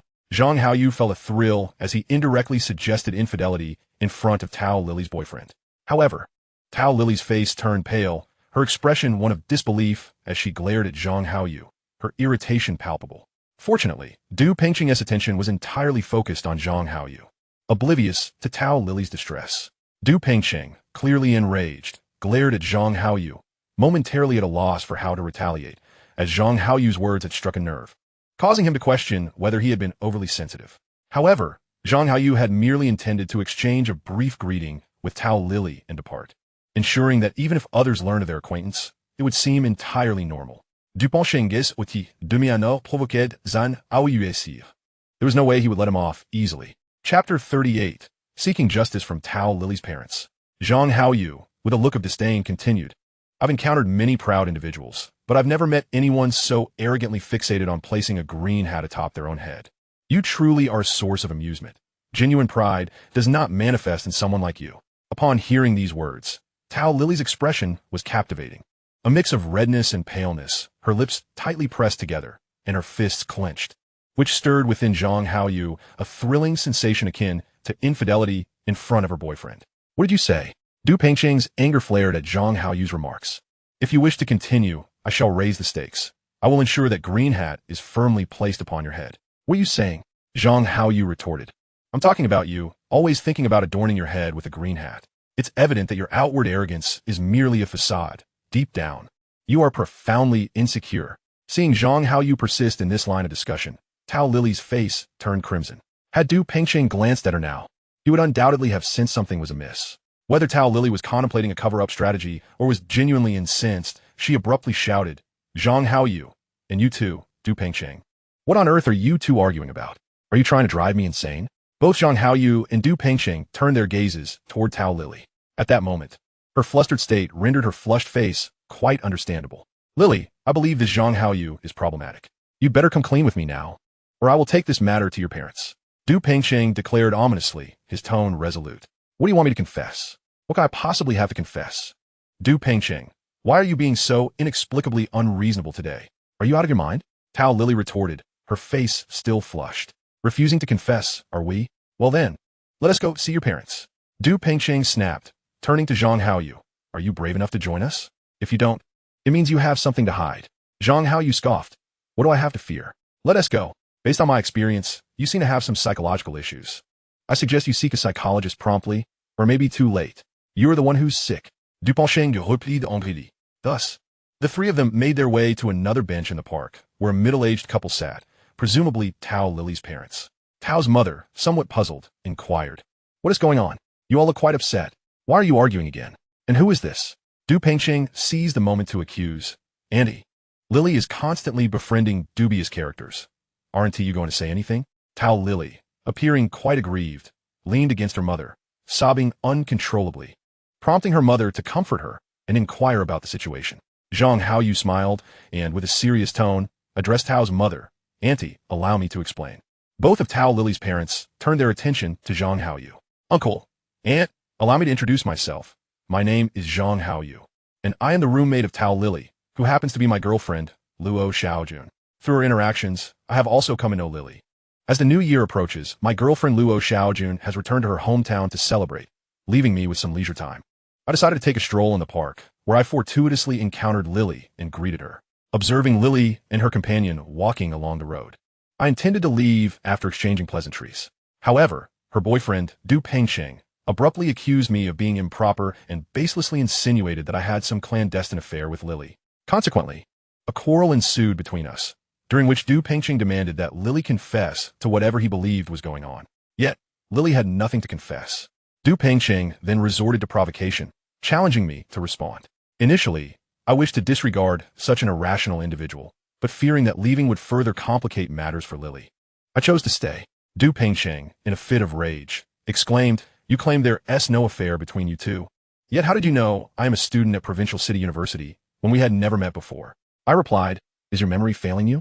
I just stated it moments ago. Lily often boasts about having a boyfriend from Provincial City University in front of my girlfriend. Thus, upon meeting you, when Lily introduced you as her boyfriend, it was only natural for me to deduce your affiliation with such a renowned institution, which certainly is not some obscure college that requires repeated mention to be remembered." Du Pengqing, after a moment of thought, angrily continued, "Just now, you mentioned exchanging information about self-study examinations, which is how you became acquainted." To which I retorted, "What could possibly be of interest to discuss among those pursuing self-study? Don't think I am unaware. You all seldom study, and what good can come from such gatherings? It all sounds like mere excuses." Hearing Du Pengqing speak disparagingly of their daughter, Tao Lily's parents exchanged glances laden with significance before turning their attention to me. I offered a gentle smile and, at a measured pace, addressed them, "Uncle, Aunt, I wonder if Lily has ever discussed with you her major and future employment prospects. I do not possess extensive knowledge about her situation, but I sense that her current field of study, computer information management, may not be the most suitable for her. In contrast, my major, Chinese language and literature, aligns much better with her strengths." Du Pengqing scoffed derisively and retorted, "What significance does a mere self-study qualification hold? In my opinion, all majors are essentially the same." After exchanging knowing glances once more, Tao's mother turned to me with a smile, asking, "So, Zhang Haoyu, could you elaborate on why you believe the computer information management major is ill-suited for Lily, while your Chinese language and literature major is more appropriate for her?" "Aunt," I replied, "before addressing your question, may I ask why you initially chose this major for Lily and what career path you envision for her?" She responded, "Oh, my husband and I both work in government positions. We do not expect Lily to achieve great heights. We simply hope she can secure a stable job in document management. Nowadays, all government departments are integrating computer operations, so we thought it prudent for Lily to study this field." Chapter 39 perfectly elucidates my relationship with Tao Lily. Realizing the insights shared by her parents, I promptly responded, "Aunt, you may not fully grasp the complexities involved in the computer information management major. It encompasses a substantial amount of computer knowledge and is indeed quite challenging. If your aim is merely for Lily to learn basic computer skills for document management and common office applications, there is no necessity for her to pursue this major. She could simply learn to use software, such as Word and Excel, through self-study, or perhaps enroll in a training course for a modest fee. Mastering it in a month or two."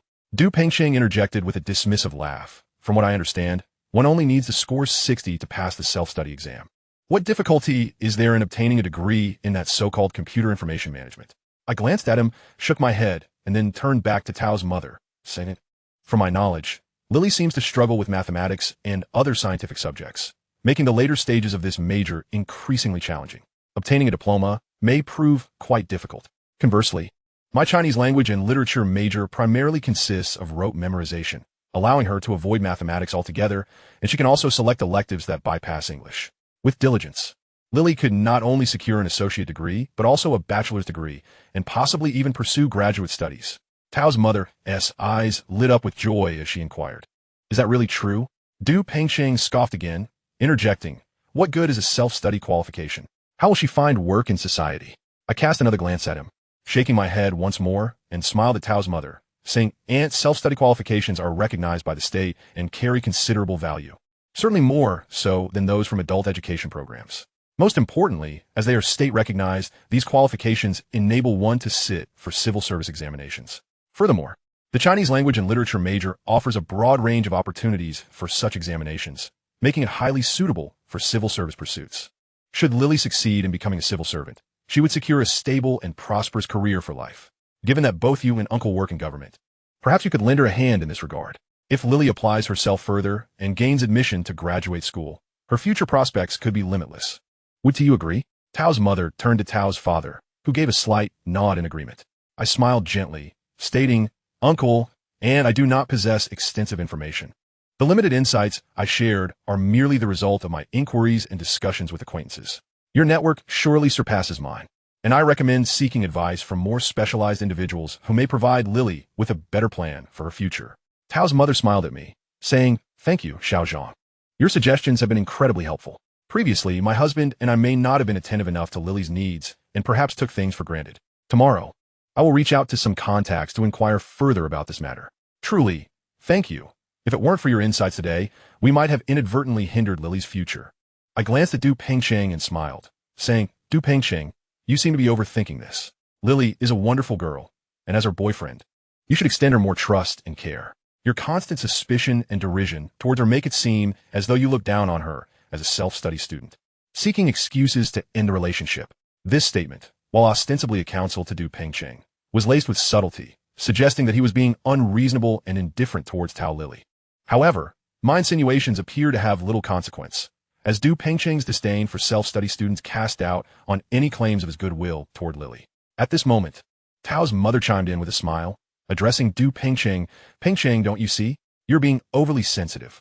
Xiao Zhang and Lily share a simple friendship, merely exchanging academic information. You just heard what Xiao Zhang said, and his suggestion is indeed invaluable for Lily. If she successfully becomes a civil servant or even gains admission to graduate school in the future, it will reflect positively on you as well.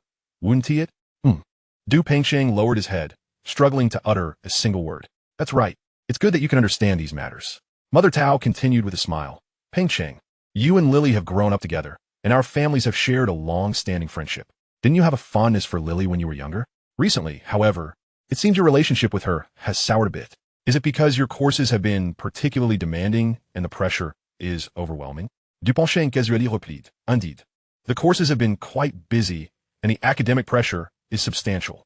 Regardless of how busy your schedule is or how great the pressure becomes, Lily is your girlfriend, and you must treat her well. You cannot harbor any doubts about her.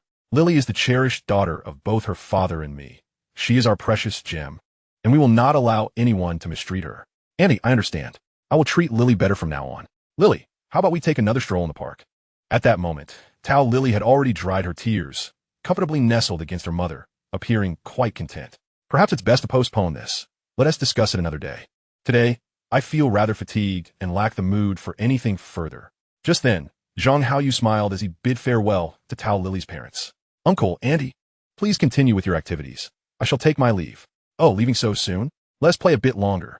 It seems you just arrived." "No, I think it's best to return. The intention of coming out today was to enjoy the pleasant weather and relax.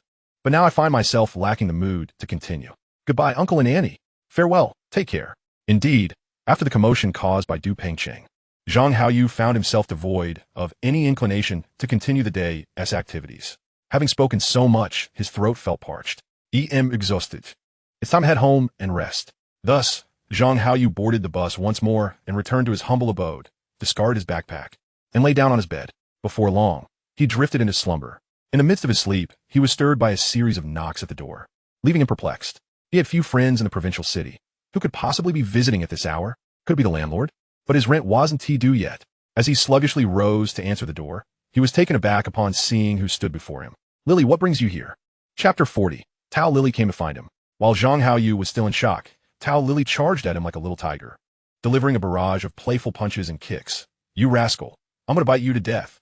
Zhang Haoyu chuckled as he shut the door, embraced her, and then scooped her up in a princess carry toward his bed. "You scoundrel, put me down. You nearly scared me to death today." Tao Lily was still fuming, persistently pinching him with her hands. Zhang Haoyu gently placed her on the bed, grasped her wrists, and pinned down her struggling form.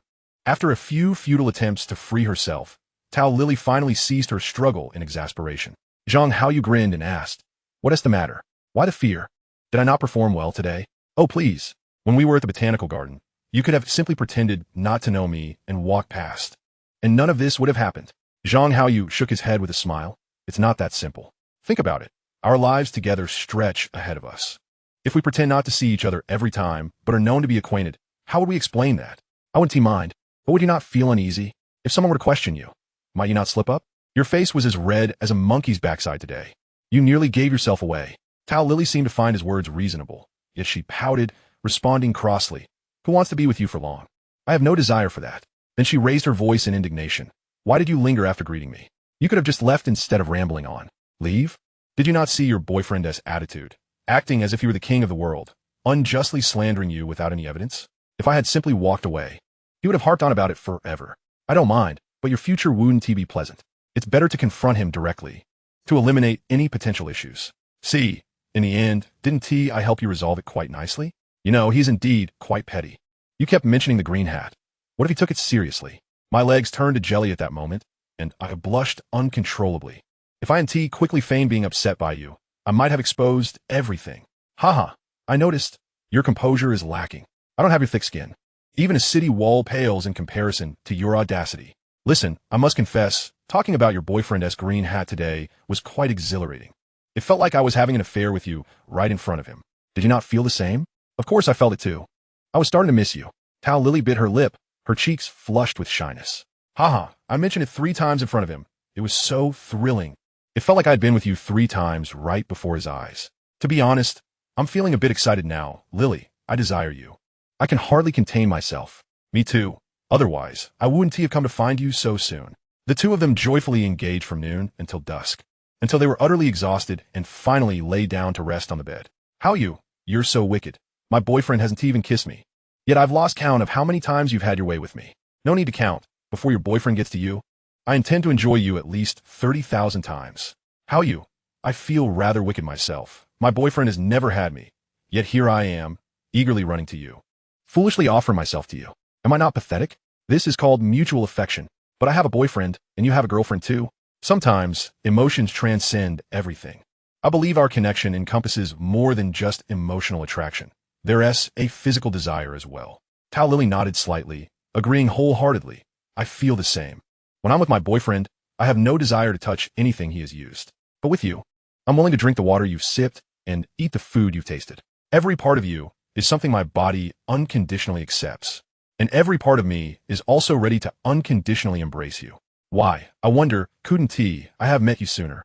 Zhang Haoyu smiled and replied, Had you met me earlier, I might not have been the one. Let us not dwell on that. Everything is the best arrangement by fate. Haoyu, I want to be with you forever. I wish to let you sleep beside me for a lifetime. I have no objections.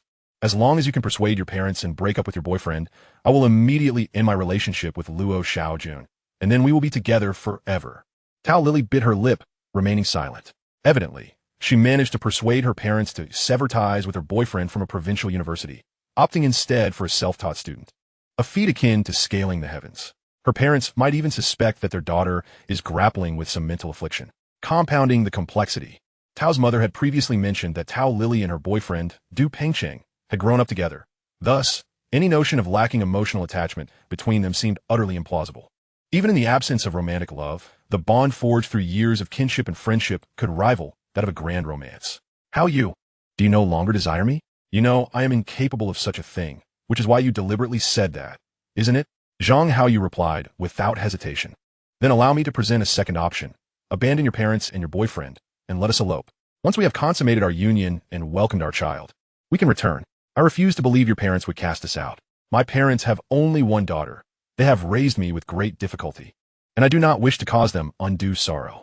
Moreover, if I were to act in such a manner, it would bring them immense shame in their workplace, making it impossible for them to face their colleagues again. Zhang Haoyu sighed, falling into silence. In his 2 lifetimes, he had encountered many girls like Tao Lily, and the outcomes were invariably similar. He understood that Tao Lily was a good girl, destined to be a devoted wife and mother. However, such virtuous women often possessed a more submissive disposition, making them susceptible to manipulation. A tumultuous relationship with such a girl could easily inspire a melodramatic narrative, and the most likely conclusion would see Tao Lily marrying her boyfriend. In this lifetime, Zhang Haoyu sought to avoid turmoil. He simply wished to save her life. Chapter 41. Money has arrived. How shall it be spent? The world is rife with unavoidable circumstances. Not everything unfolds according to our desires. Even with wealth and power, fate can play cruel tricks. This stark reality elucidated why Zhang Haoyu, once enamored with the concept of love in his past life, had since abandoned the pursuit of romance, even developing a disdain for it. Love, at its core, is merely a fleeting sensation, driven by the capricious hormones between men and women. Once love takes root and begins its gradual march toward matrimony, a substantial portion of it is dictated by self-interest and harsh realities. Interests must be weighed, for reality is unforgiving. The fruits of such endeavors are often bitter, and Zhang Haoyu had no desire to endure such distasteful experiences. In this lifetime, he had come to terms with these truths. There was no need for such burdens. Their discussion concluded without resolution, and as night fell, Tao Lily returned home. Thus, Zhang Haoyu resumed his solitary existence filled with internet browsing, dining, reading, and sleeping. Fortunately, the wheel of time ushered in the year 2000, the dawn of the millennium. Zhang Haoyu's stocks surged dramatically, and he spent his days in the securities trading hall, vigilantly monitoring the scrolling news on the large screen, poised to sell his shares. At last, Ian Technology's stock soared to over 110 yuan, and Zhang Haoyu decisively sold. Although he recognized the potential for further gains, possibly reaching 120 yuan, the uncertainty of how long the stock would maintain its elevated position prompted him to secure his profits. Seizing what one can grasp is the true path of life. What eludes one should not be pursued, a principle applicable to both finances and relationships. Gazing at the numbers on his trading machine, totaling 268,576 yuan, Zhang Haoyu's face beamed with exhilaration. Over 120,000. My first pot of gold has finally materialized. Having made a profit, he pondered how to allocate his newfound wealth. This sum, while significant, still fell short of his aspirations. Thus, the majority would be reinvested to generate further wealth. Only through this approach could he uphold his declaration of not working for others, ensuring a future of continuous prosperity, allowing him to earn passively while relishing life. After a brief moment of excitement, Zhang Haoyu began to contemplate his next investment direction. The most prudent choice would naturally be real estate. However, flipping houses did not yield profits as swiftly or easily as trading stocks. Real estate prices typically rise gradually, averaging a mere 10 to 20% annually, and only experiencing a surge of over 30% could be deemed extraordinary. To realize substantial profits in real estate, one must leverage loans from banks, ideally multiplying investments by 5 times or more. Yet, this approach would intensify the burden of monthly repayments, and without a steady business to support these obligations, he had no desire to exhaust himself with laborious ventures. At this juncture, he still aspired to generate income through stock trading, which would remain one of his primary avenues for profit. However, Zhang Haoyu's understanding of the stock market was rudimentary. The only stock he was somewhat familiar with was Kuaichao Matai, which later soared to over 2,000 yuan per share. Yet, the Matai stock would not be available until the latter half of the following year, and it would not reach its lowest point until 2003. Buying too early would render him akin to a chump. As for stocks in Alibaba, Tencent, and other tech companies, they had yet to be listed. Drawing from memories of his previous life, he recalled that as long as a company maintained robust economic performance and steady growth, its stock price would invariably rise. Therefore, holding on to such stocks for the long term would guarantee profitability, albeit with varying degrees of success. In this lifetime, Zhang Haoyu had devised a dual strategy for wealth accumulation, combining stock trading with real estate investment, one offering stability and the other quicker returns, albeit with slightly elevated risks. However, acquiring Matai stock would take several more years. It was imprudent to let his money languish idly at home, as that would be an egregious waste. Departing from the trading machine, Zhang Haoyu approached the large screen in the securities hall, intently scrutinizing the information displayed, mentally searching for reputable companies known for their solid performance and resilience against collapse. Yet, in this era, quality companies were exceedingly scarce. Those that experienced rapid growth were often manipulated by unseen forces, much like Ian Technology, which he had just sold and which later faced scrutiny and penalties. Sitting there quietly, he suddenly noticed a stock that felt both unfamiliar and familiar, Fuyao Technology. It was unfamiliar because he had not previously taken a keen interest in it, yet familiar due to the prominence of Fuyao Glass and its founder, the formidable business mogul, Zhao Chao's glass, especially for automobiles, held near monopolistic status in the market, and he had even expanded operations to the United States, establishing a global presence. For a time, Chao was a frequent television presence, publicly showcasing his charitable endeavors and even establishing a university, garnering significant acclaim. However, it was later revealed that he harbored a rather aloof attitude, reportedly refusing to offer his workers wage increases, insisting that the youth endure hardships and toil like beasts of burden. This led to widespread criticism and a backlash against his public persona. Yet, those were matters for another time. In this life, Zhang Haoyu sought no moral high ground. He merely wished to profit. Given that Chao's business thrived with steady growth, it seemed plausible that his stock could mirror the success of Matai in the future. Thus, regardless of the current valuation of Fuyao Glass or its stock market appraisal, and without any consideration of his position, Zhang Haoyu boldly invested a sum of $1.2 million directly into Fuyao Glass, awaiting a rise in stock prices. Although Zhang Haoyu lacked an understanding of technical analysis in the stock market, he possessed a fundamental insight. As long as the company remained viable and its profitability continued to grow, long-term holding would pose no problem. In the grand scheme of things, the stock prices of any publicly listed company are subject to fluctuations. They rise and fall in a continuous cycle. Unfamiliar with Fuyao Glass, he decided to tread cautiously, seeking to understand the characteristics of this particular stock. Having been a victim of market volatility in his previous life, he had garnered a few personal insights. If his stocks were to decline, even precipitously, he would refrain from selling, confident that they would eventually rebound. Conversely, if his stocks were to skyrocket, he would temporarily withdraw, redirecting his investments into more stable avenues, such as real estate, biding his time for a subsequent downturn in the stock. After arranging his principal investments, he still had over 68,000 yuan remaining in his account. In this era, for an ordinary person, this amount could indeed be considered a substantial sum, warranting its deposit into a fixed-term account, securely held in a bank. However, for Zhang Haoyu at this juncture, this money was intended for his personal enjoyment, allowing him to savor life. At his current level of living, he was already quite affluent. How should he allocate this money? Purchasing a car was out of the question. He certainly would not settle for a domestic model, not out of a disdain for local products, but rather due to the technological immaturity of such vehicles in this era. Yet, even if he considered a joint venture car, this sum would be woefully inadequate, insufficient even for a second-hand vehicle, and he would still need to manage his daily expenses. Moreover, there was the concern that should others discover he possessed only a second-hand car while lacking a personal residence, they might view him as pretentious and impractical, leading to a negative perception of him. After much contemplation, Zhang Haoyu resolved to utilize this money to secure a loan for a modest second-hand apartment, thereby elevating his status just a notch. At only 19, owning his own home would align perfectly with his current identity, and achieving such a feat at this age would surely be regarded favorably by others. In Chinese culture, homeownership is of paramount importance. Possessing a home would significantly enhance how others perceived him, even if it was secured through a loan as opposed to renting, which conveyed an entirely different connotation. Nevertheless, although he decided to forego purchasing a car for the time being, acquiring a driver's license was imperative. Once he had more financial flexibility, he would certainly invest in a vehicle to flaunt in front of others. Let no one label him a nouveau riche or accuse him of vanity. Even if Zhang Haoyu himself harbored no pretentiousness, the majority of society was indeed steeped in it. In life, one should not strive to alter the perspectives of others, since most people only comprehend status through vehicles, homes, and wealth. One must present what they understand to garner their respect and elevate one's social standing. Additionally, he yearned to showcase a portion of his accomplishments to his parents, allowing them to see that their son was thriving, thus enabling them to take pride in him before others. What constitutes filial piety? This in itself could be viewed as an act of filial devotion. Having raised him to the age of 18 and depleted their savings to provide him with a substantial startup capital, he felt it only justifiable to afford them a moment of comfort. Moreover, he pondered why Tao Lily and her family were unwilling to relinquish Du Pengcheng.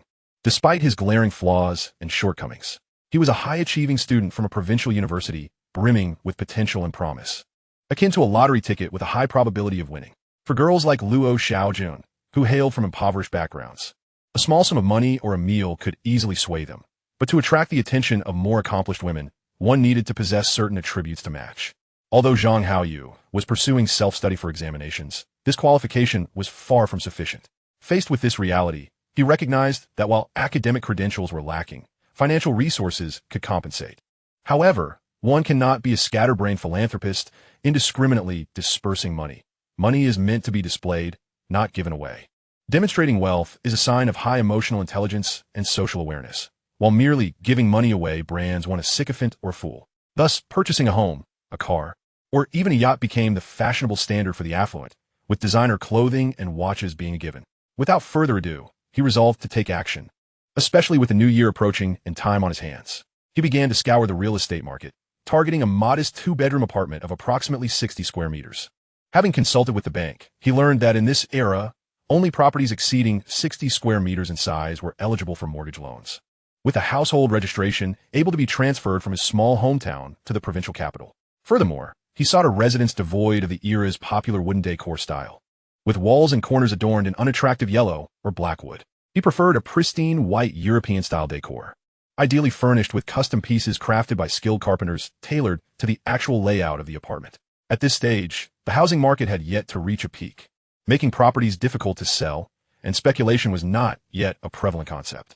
Upon learning of Zhang Haoyu's intent to purchase a home, despite his high standards, the real estate agents exerted their utmost efforts to find suitable options, ultimately presenting him with a fitting property. This year's housing prices had risen slightly compared to the previous year, with the average price per square meter reaching over 1,800 yuan, while this particular bare shell unit was priced at approximately 2,000 yuan per square meter. Situated within a gated community, safeguarded by security and property management. Even if Zhang Haoyu were to encounter conflicts with local ruffians like Pan Yunlong, he would not need to fear confrontations at his doorstep. Safety was assured. This small apartment was brand new, having been renovated less than a year ago, with the celebratory decorations still intact. Unfortunately, the couple had encountered infidelity, leading to their decision to divorce, and with neither retaining the means to keep the property, they were left with no choice but to sell it at a loss. This apartment measured just over 60 square meters, valued at a little over 120,000 yuan. According to the norms of second-hand property transactions, renovations typically do not factor into the pricing, as individual preferences for decor vary. In fact, a renovated unit can be less desirable than a bare shell one, necessitating the dismantling of existing decor, which incurs additional costs. However, the landlord had invested around 60,000 to 70,000 yuan in renovations, and with less than a year of occupancy, it was implausible to price it as a bare shell unit. More importantly, Zhang Haoyu was quite fond of the apartment's decor. It was evident that considerable care had gone into the renovation. Had he opted to purchase a bare shell unit and undertake the renovations himself, he would undoubtedly have spent significantly more and faced a waiting period of at least 6 months, with the renovation process proving to be quite cumbersome. Consequently, with the assistance of the real estate agent, Zhang Haoyu engaged in negotiations with the landlord, ultimately settling on a price of 150,000 yuan. This arrangement proved advantageous for Zhang Haoyu, while the landlord also incurred minimal losses, making it an acceptable compromise, as they understood that renovations held little intrinsic value and it was unreasonable to expect a full return on their renovation investment. In truth, they were reluctant to part with their home, yet circumstances did not permit them to retain it. Following this, Zhang Haoyu proceeded to secure a bank loan. In accordance with current lending practices, he made a 20 down payment and borrowed 120,000 yuan, with a repayment term of 30 years. Calculating the figures, his monthly payments, including principal and interest, would amount to approximately 8,000 yuan annually. Zhang Haoyu still had over 38,000 yuan at his disposal, which, even when considering his personal expenditures and the rising cost of living, would sustain him comfortably for a year or two. As time gradually passes, the value of money continues to diminish, leading to the necessity of paying higher interest rates. Yet paradoxically, it becomes more advantageous. In this era, few possess such awareness. Now I can consider myself part of the homeowner demographic. I wonder how Tao Lily will perceive this news. Zhang Haoyu eagerly anticipates her reaction. Chapter 43. Let us meticulously tally our accounts. However, Tao Lily has yet to see Zhang Haoyu's new abode. It is Luo Xiaojun who first lays eyes upon it. As she prepares to depart, Luo Xiaojun and Zhang Haoyu agree on a date for her return to the provincial city, requesting that he meet her at the station, relishing the bliss of having a boyfriend. Thus, Zhang Haoyu leads Luo Xiaojun to his new residence. Wow, this place is truly magnificent. How did you manage to rent such a splendid apartment? What a fortune it must have cost. This seems rather extravagant. Upon stepping into the new home, Luo Xiaojun's eyes sparkled with delight, her face radiating admiration. This modest 60 square meter, 2-bedroom apartment features a kitchen, a bathroom, a small living room, and a secondary bedroom transformed into a study. alongside a main bedroom adorned with a spacious balcony. Despite its compact size, it is equipped with all essentials.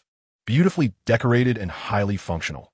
Qualities that Zhang Haoyu genuinely appreciates, especially considering Luo Xiaojuan's limited exposure to such comforts. After a moment of contemplation, Zhang Haoyu decides to reveal the truth, reasoning that concealing such matters would be excessively hypocritical. I recently purchased this apartment. It was originally someone else's new home, and the renovation alone cost a considerable sum, along with significant effort. I consider myself fortunate to have acquired it at a far better price than if I had bought it as a bare shell and renovated it myself. However, I did not purchase it outright. I financed it with a loan. The total price was $150,000 with a down payment of $30,000, leaving a loan of $120,000 to be repaid over 30 years at more than $8,000 annually.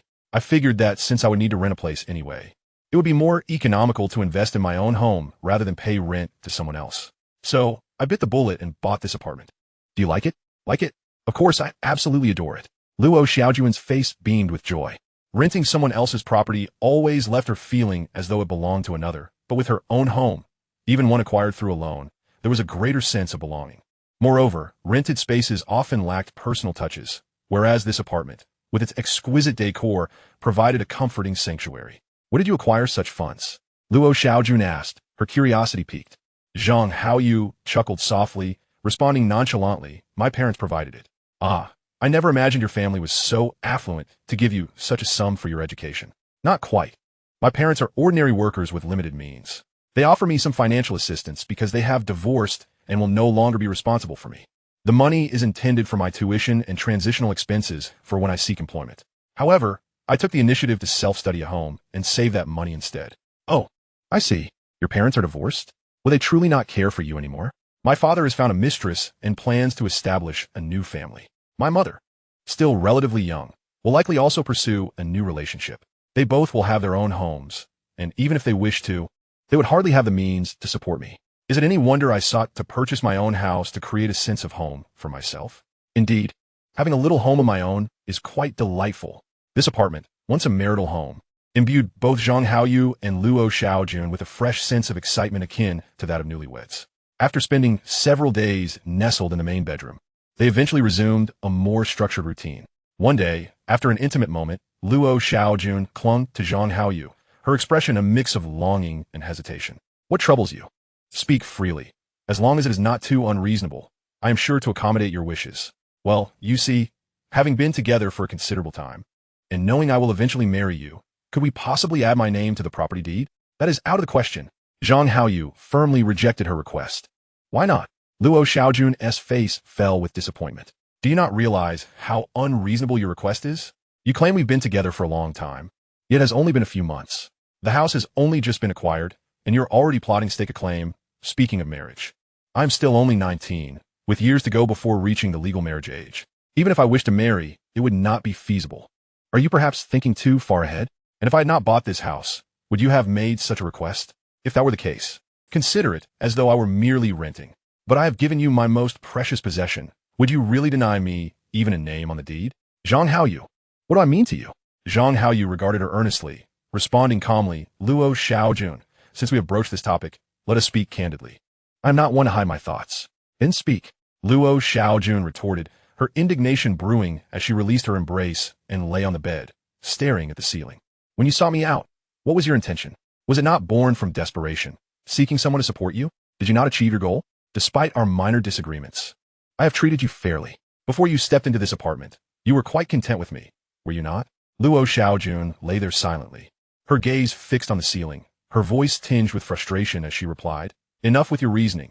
I ask you directly, having given you the most precious part of me. How do you account for that? Zhang Haoyu looked at her once more and continued, how do we account for it? Allow me to explain. Let us assume you had not chosen me, but someone else, perhaps a classmate or pan-yunlaw. Would you not have shared a living space with them? And would there not have been the potential for intimacy, thus relinquishing your most treasured possession? Why should I be the one to bear the brunt of that? Why would I choose them? Why would I share a life with them? That is absurd. Now that you possess me, you seek to tarnish my reputation, do you not? Zhang Haoyu, I am not that kind of woman. I am a good girl from a respectable family. You have verified this yourself. I am pure. The more she spoke, the more agitated she became, tears streaming down her cheeks. Zhang Haoyu remained unfazed, his tone calm as he continued, Luo Xiaojun. There is no need for you to impose a moral burden upon me. You must remember, your predicament was not of my making. It was created by your parents and, in part, by your own choices. Are you suggesting that I brought this upon myself? Though I am not privy to the intricate details of your family circumstances, I can surmise a few things based on your actions and the information I have gleaned from your words. Your family appears to be financially strained, with a younger brother to care for, and your academic performance at school seems rather mediocre. Your parents wish for you to abandon your studies in favor of working to earn money, yet you adamantly insist on continuing your education, aspiring for a better future. Consequently, in a state of helplessness, your parents have cobbled together enough funds to cover half a year's tuition and have provided you with 2 months' living expenses, which has ultimately led to your current predicament. Do you not comprehend the adage of a poor family on a rich path? One must leave some room for maneuvering, avoiding a precarious edge. Is this notion truly so difficult to grasp? Had you sought employment first, saving even a modest amount over 6 months, or perhaps conserved the tuition your parents provided as a reserve, would you find yourself destitute and on the brink of starvation? Is it not reasonable to assert that your plight is of your own making? Zhang Haoyu, do you mean to suggest that I have brought this upon myself, lacking self-awareness? Do you not perceive a hint of opportunism in your stance? Luo Xiaoan, it was you who approached me initially. I did not seek you out, nor did I coerce you. Every decision was yours alone. So where do you derive the notion of me taking advantage of you? You are nothing but a scoundrel. A cad.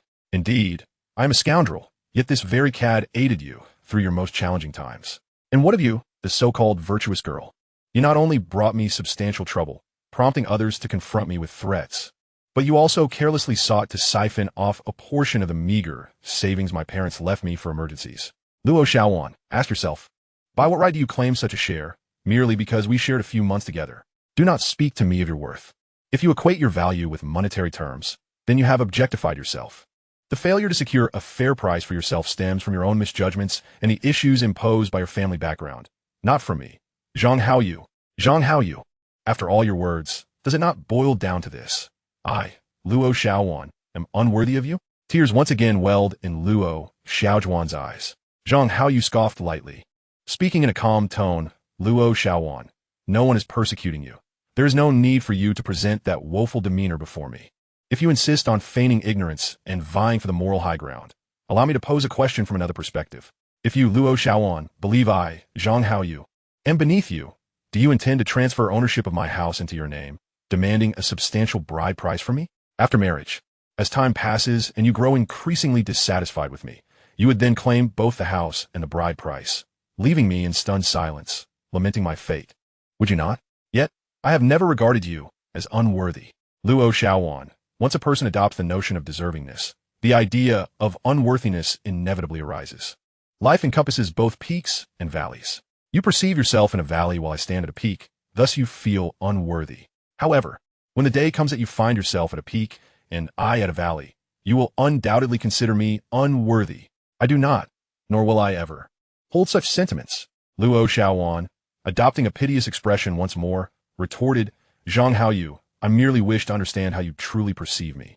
Zhang Haoyu took a deep breath, his tone earnest as he replied, Xiaowan, to speak frankly, when we first began our relationship, it was driven by physical desire, a means to alleviate the loneliness of singlehood. Yet, human beings are capable of developing feelings. Even a pet cat or dog forms attachments over time. The most reliable measure of a relationship lies in emotions, not in your superficial assessments. I will also confess that the emotional foundation between us remains fragile. Expecting to claim half of this house now is simply unrealistic. Luo Xiaowan turned away, falling silent. However, I'm not one to be overly stingy. You have likely experienced this firsthand during our time together. One day, when I feel our bond has deepened sufficiently, I may very well add your name to the house or even transfer ownership entirely.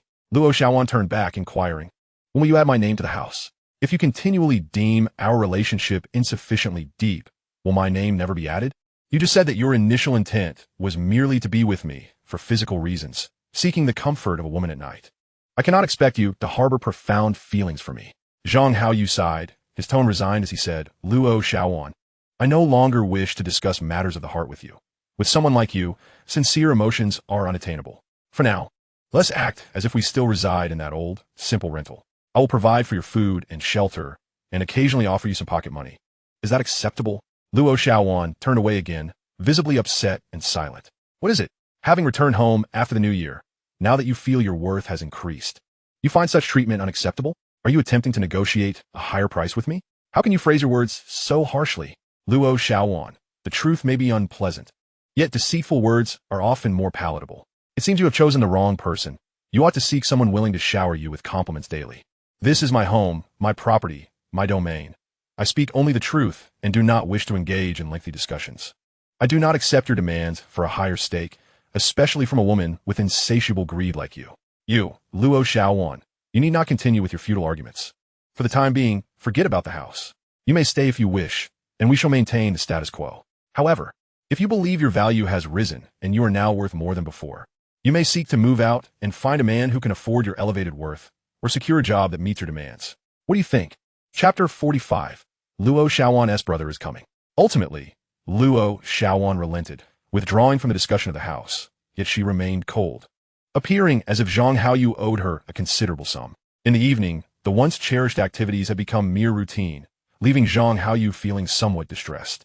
Indeed, he resolved that if he could refrain from feeling tormented, he would refrain from pursuing Luo Xiaowan altogether.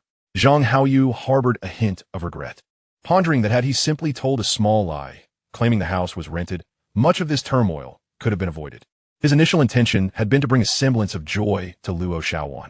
After all, transitioning from a bare, unadorned rental to a beautifully decorated two-bedroom apartment should evoke happiness in any reasonable person. Yet, he underestimated human nature, specifically the insatiable greed of Luo Xiaowan. In his 2 lifetimes, Zhang Haoyu understood humanity and approached life with a rational mindset. Rationality, in its essence, is a frigid entity. While an excess of rationality may prevent one from making errors, it can also render life utterly mundane. If one were to perpetually maintain a rational mindset, they risk becoming akin to a soulless automaton.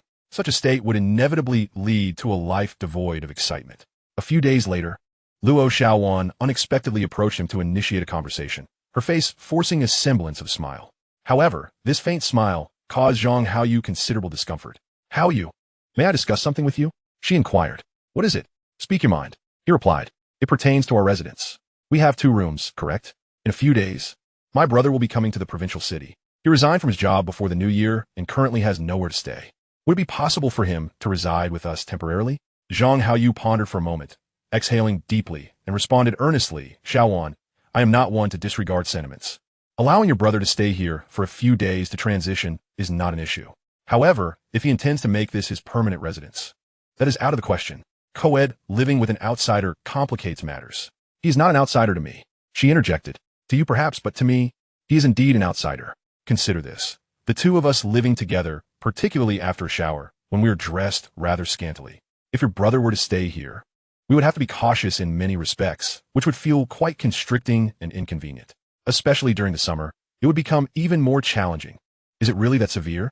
He is my own brother, Luo Xiaowan retorted, a hint of annoyance in her voice. What of it? Your brother is a young man, and at his age, one cannot deny that many of his peers exhibit poor self-control. If he were to stay here long-term, devoid of any survival pressures or sense of urgency, do you truly believe he would maintain his work ethic? I doubt it. He worked last year. She protested. Last year is behind us. This year, if he stays here, we cannot neglect his meals. With food and shelter provided, what incentive would he have to seek employment? If he perceives that living here is more comfortable than working, do you think he will continue to strive for a job? Moreover, if he becomes too comfortable and finds a girlfriend to move in with him, what would our home become? A guest house.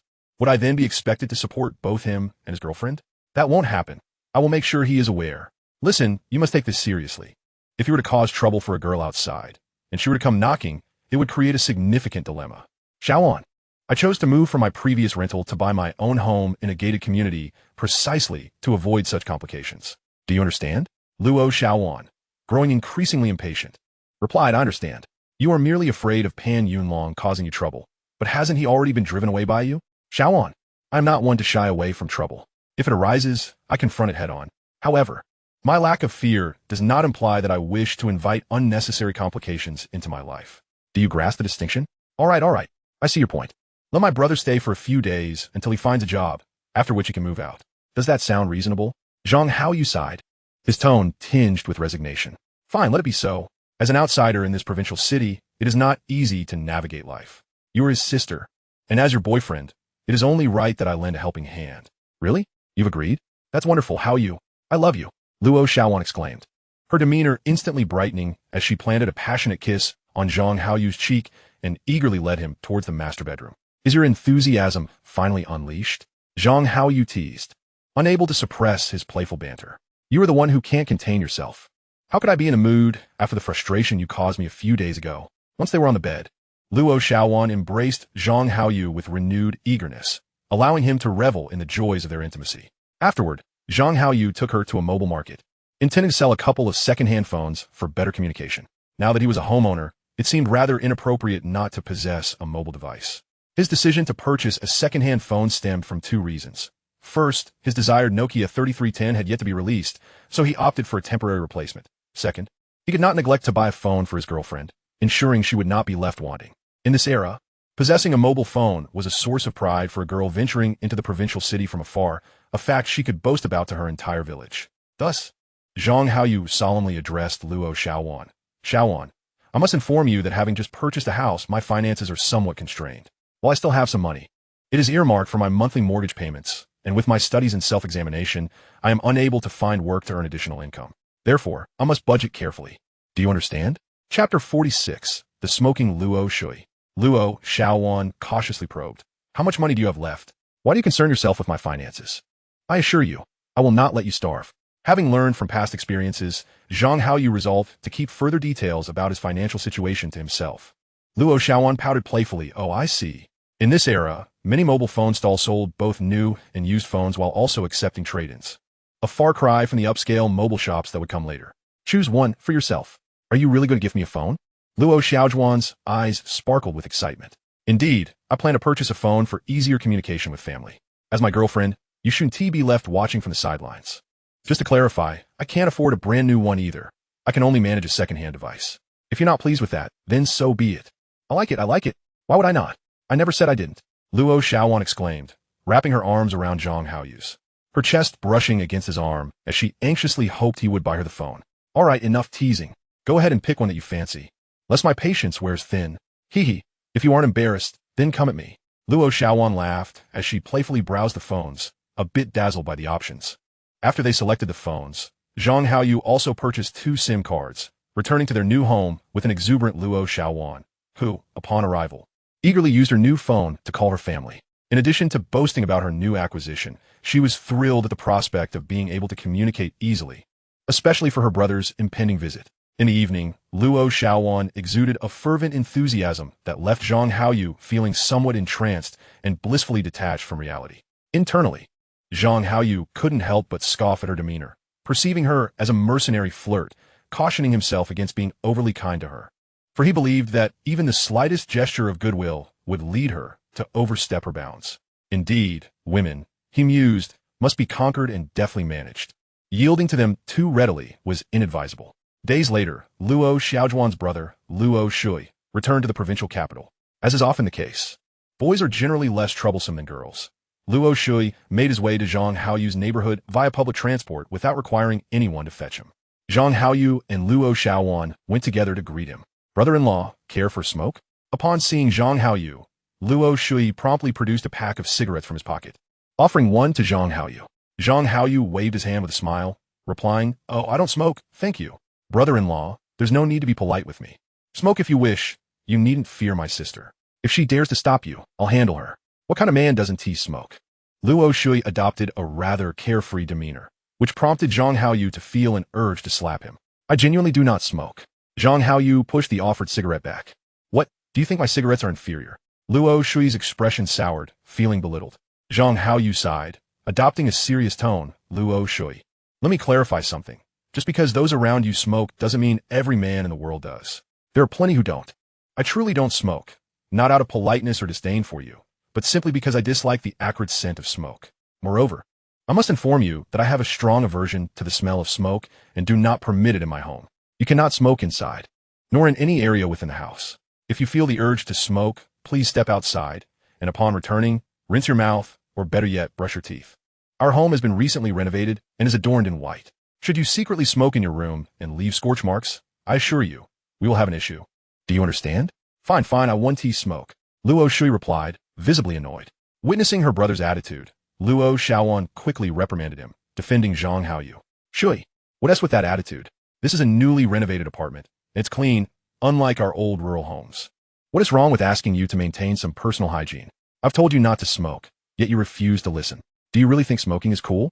Haoyu doesn't tea smoke, and I think he's 1,000 times more handsome than you. Let me tell you, it's already generous of Haoyu to let you stay here. What more could you want? If you continue to act up, you can sleep on the streets. Luo Shui retracted his cigarette with a resigned expression, saying, all right, I will pay attention to hygiene. As he walked away, he muttered under his breath, of course you think he is handsome. He is your boyfriend. Upon arriving at Zhang Haoyu's new home, Luo Shui's eyes widened in astonishment, his mouth agape as he exclaimed, sister, brother-in-law, your home is beautifully decorated. A place like this, one could live in for 100 years and still not tire of it. Luo Xiaoan seized Luo Shui by the shoulders, admonishing him, hold on, take off your shoes and put on some slippers. The floor has just been cleaned. Don't dirty the house. Oh, your feet still stink. Did you not wash them properly before coming? Hurry to the bathroom and wash them. I'll get you some salt to soak those stinky feet. Ah, what a hassle. Luo Shui complained, but complied obediently, removing his shoes. Well, are you going to stay or not? If not, you can sleep on the streets. Of course I'm staying. I want to enjoy the life of city dwellers. I never expected that I, Luo Shui, would get to live in such a nice place. Thank you, brother-in-law. I will definitely maintain my personal hygiene. Zhang Haoyu smiled warmly, responding, just don't smoke in the room, and the rest won't be a problem. I'll head to the supermarket later to buy some ingredients and prepare a few hearty dishes for you tonight. Luo Xiaoan poked her finger sharply on Luo Shui's forehead, scolding him, look how well Haoyu treats you. I swear if you dare smoke in the room and ruin this beautiful furniture, I'll make sure our mother hears about it. Luo Shui chuckled, I won't smoke, don't worry. If I can't hold it in, I'll step outside. I certainly won't damage the furniture. That would be a sin. Chapter 47. Navigating favorably. Zhang Haoyu understood that in this era, many individuals, particularly those like Luo Shui from rural backgrounds, often lack sufficient resources. Their diets typically consist of pickled vegetables, with the occasional stir-fry being quite bland. Without a refrigerator, meat was a rare treat, and during busy times in the fields, one would simply grab a piece of pickled vegetable and gnaw on bread. If they were lucky enough to have some green onions, that would be a delightful addition. Thus, Zhang Haoyu decided to provide Luo Shui with some hearty sustenance, purchasing a generous slab of pork belly, along with chicken wings favored by Luo Xiaoan, and preparing a cold dish and a vegetable stir-fry from the market. Northerners generally don't favor sweet and savory combinations. He opted to braise the pork belly using a soy sauce method, cutting the meat into large chunks, adding water, soy sauce, scallions, ginger, and star anise, and then simmering it until tender. It was a simple yet satisfying dish, reminiscent of his childhood when his father would prepare braised pork for him whenever he craved meat. Despite not being an exemplary husband, his father had always shown affection for his only son, at least for the time being. During dinner, Zhang Haoyu personally cooked a dish of braised pork, cola chicken wings, cold lotus root slices, and stir-fried shredded potatoes for Luo Shui.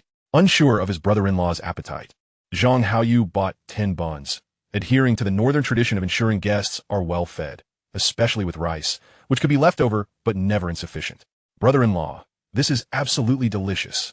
I have never had such amazing food, Luo Shui exclaimed, his mouth greasy and cheeks stuffed. Zhang Haoyu smiled and replied warmly, if it's good, eat as much as you like. While you're here, you'll certainly be well fed. If you enjoy it, I'll make more for you another day to replenish your energy. Thank you, brother-in-law, you're so kind. Zhang Haoyu smiled, saying, take a couple of days to rest. And once you're settled, your sister will help you look for a job. I heard from her that you arrived a bit late last year. Coming earlier this year means you can earn more money. Don't squander it. Save some to bring home for your parents during the new year to make them happy. Luo Shui nodded vigorously, stuffing another large piece of meat into his mouth. Meanwhile, Luo Xiaoan, munching on chicken wings, looked at her brother, whose face was smeared with grease, wearing an expression of sheer happiness. Days passed, and although Luo Shui had a rather carefree attitude, he was, after all, a child of hardship from the countryside, and thus still managed to exhibit a degree of understanding. He did not, as Zhang Haoyu had envisioned, languish at home in idleness, but rather return to the hotel where he worked last year. However, Luo Shui expressed that he had never resided in such a fine abode before and wished to stay there for a while longer before moving into the hotel dormitory. Observing Luo Shui's earnestness in returning to work, Zhang Haoyu felt reassured and acquiesced to his request. As for Luo Xiaojun, She too did not continue her part-time job this year, opting instead to accompany Luo Shui to the hotel for work. Perhaps after having had a quarrel with Zhang Haoyu, she found merit in his words and desired to earn some extra money. Zhang Haoyu did not object. It was quite advantageous for the siblings to work in the same location, providing mutual support. Once the Luo siblings commenced their jobs, Zhang Haoyu used his mobile phone to call Tao Lily's family, and it was she who answered. Didn't you sneak away? What are you calling me for? Tao Lily's voice on the other end brimmed with resentment. Zhang Haoyu smiled as he clarified. What are you talking about? I merely moved to a different home. How could I have run away? Besides, if I had, I would have taken you with me. Who would want to run away with you? I have a boyfriend. Are you missing me and secretly came to my rental to find me, only to discover that I'm no longer living there? Who is missing you? I certainly am not. After such a long silence, I was merely curious to see if you were alive, so I could reclaim your remains. You wicked woman. How have you become so venomous? Wasn't it you who said not to call you lightly? I can't call during the day, and at night it's inconvenient. How do you expect me to make this call? TCH, all excuses. Who knows what mischief you're up to? Perhaps you are secretly cozying up to some girl. With both you and Xiaojun, I can barely keep up. I have no time to pursue other girls. I've already told you. The reason I haven't contacted you recently is that I purchased a house. Really? You're that impressive? You actually bought a house? Where did you get the money? Where else would it come from? My parents gave it to me after their divorce. I figured, since I would be paying rent anyway, I might as well use that money to pay my mortgage. The house isn't very large, just a small 2-bedroom of 60 square meters, but the decor is delightful. It's in the European style I adore, and it's a brand new place just renovated by the previous landlord. The wedding symbols are still up.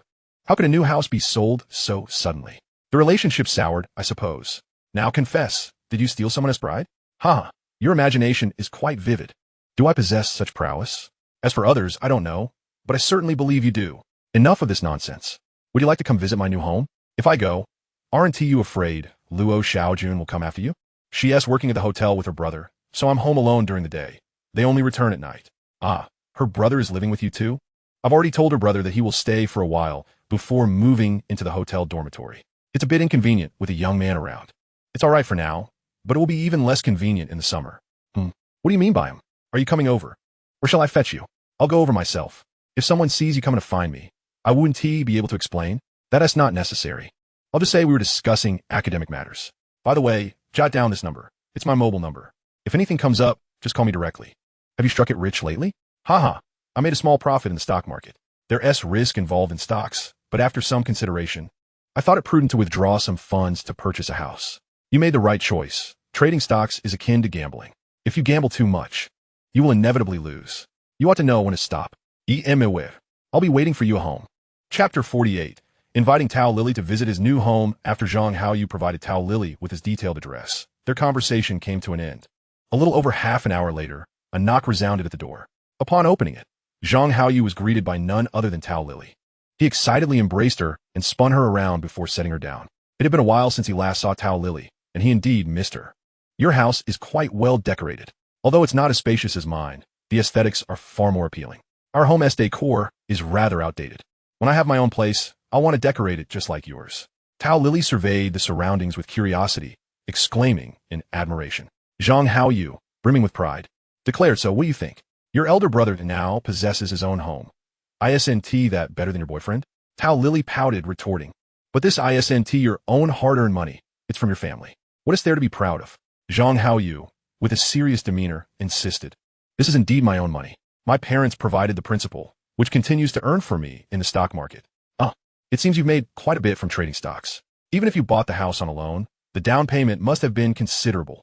Indeed, the total price of the house is 150,000, with a down payment of 30,000. You always assume I'll lose money in the stock market. But if everyone incurred losses, who would still invest? But I've heard that most people do lose money in stocks. Let me tell you, the wealth of this world is controlled by a select few. If the majority could earn money from something, like working for others, then that endeavor would no longer be profitable. The barrier to entry for stocks is low. Anyone with money can invest, but of course, most lose money.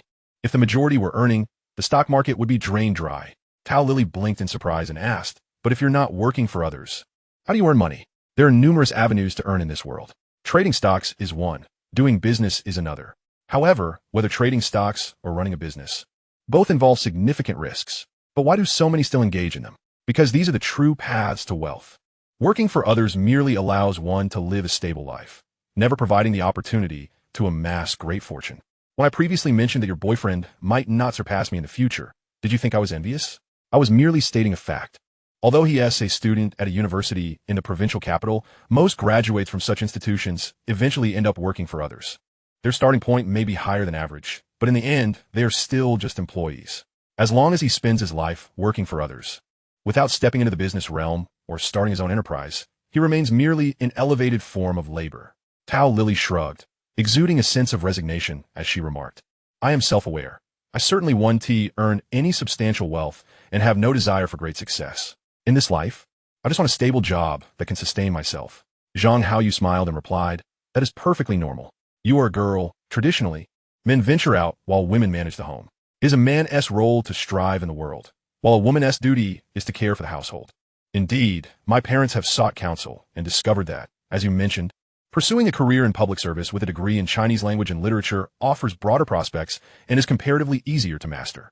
Consequently, they have acquiesced to my change of major, granting me a 5-year timeline to first obtain my associate degree through self-study, followed by my bachelor's degree.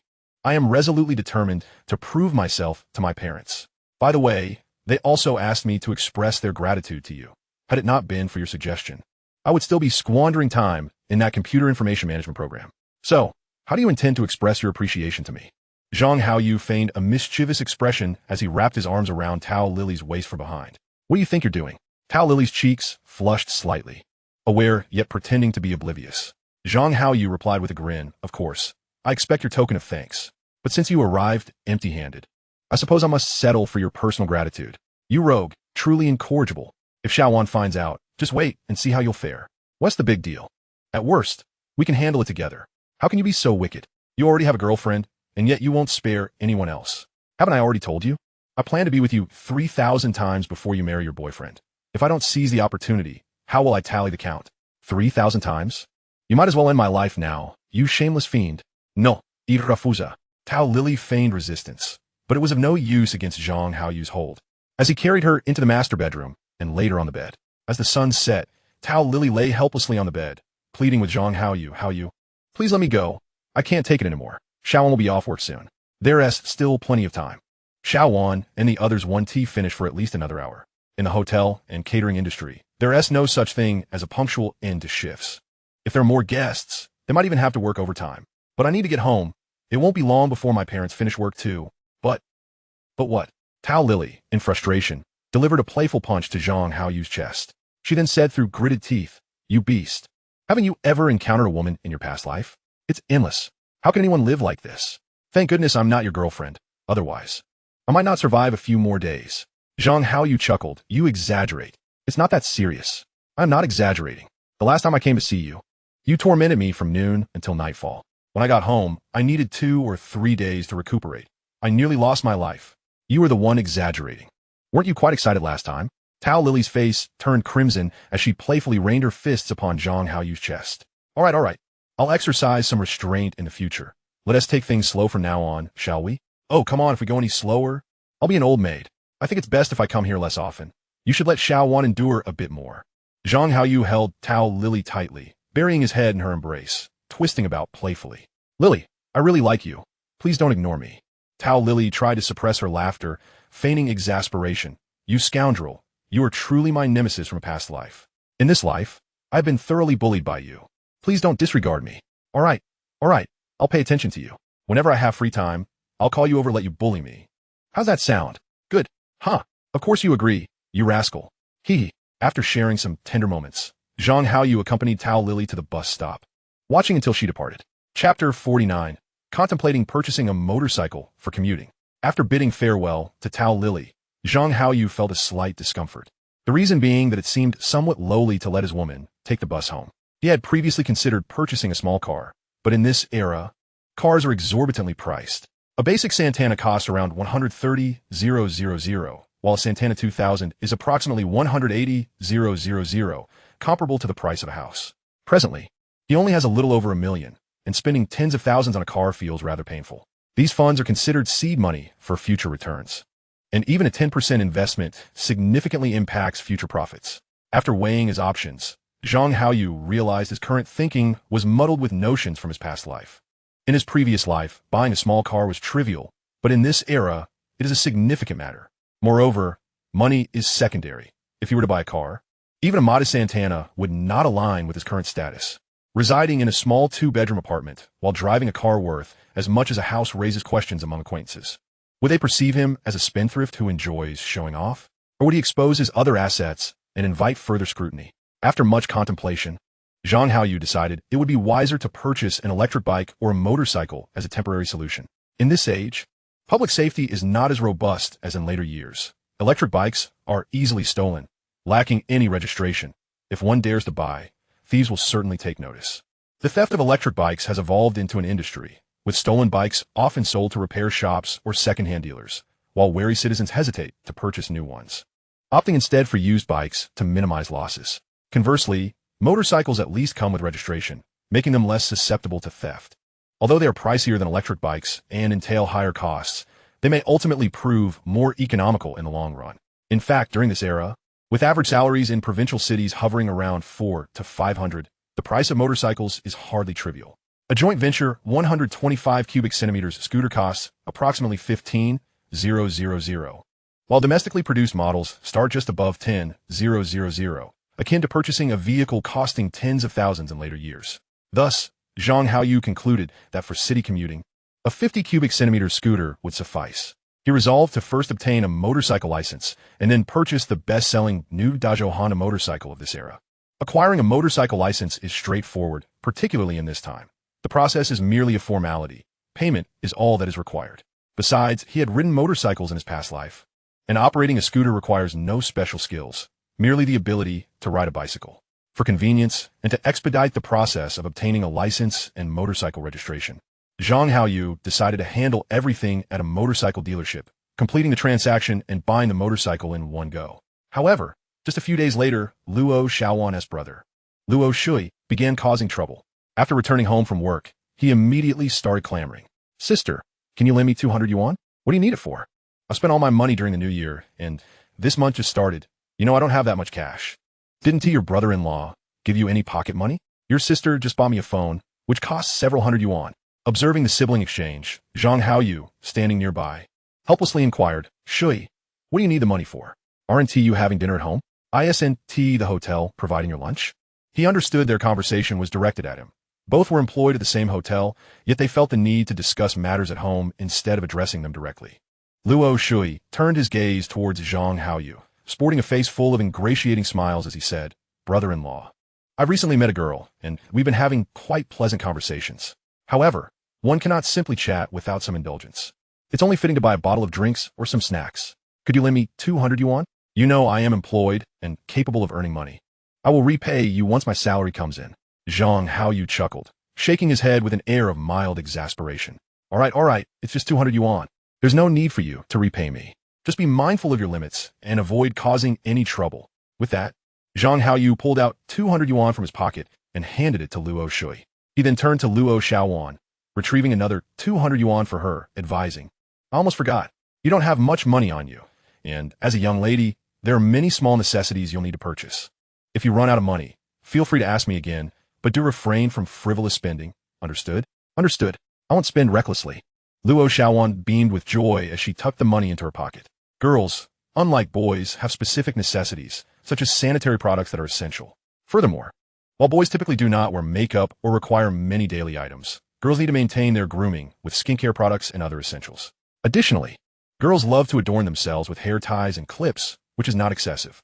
Since Zhang Haoyu has acknowledged her as his girlfriend and spends every night with her, it is only reasonable for him to provide for a few minor expenses. After all, he does embrace her every evening. As for Luo Shui, Zhang Haoyu did not extend his affection towards him.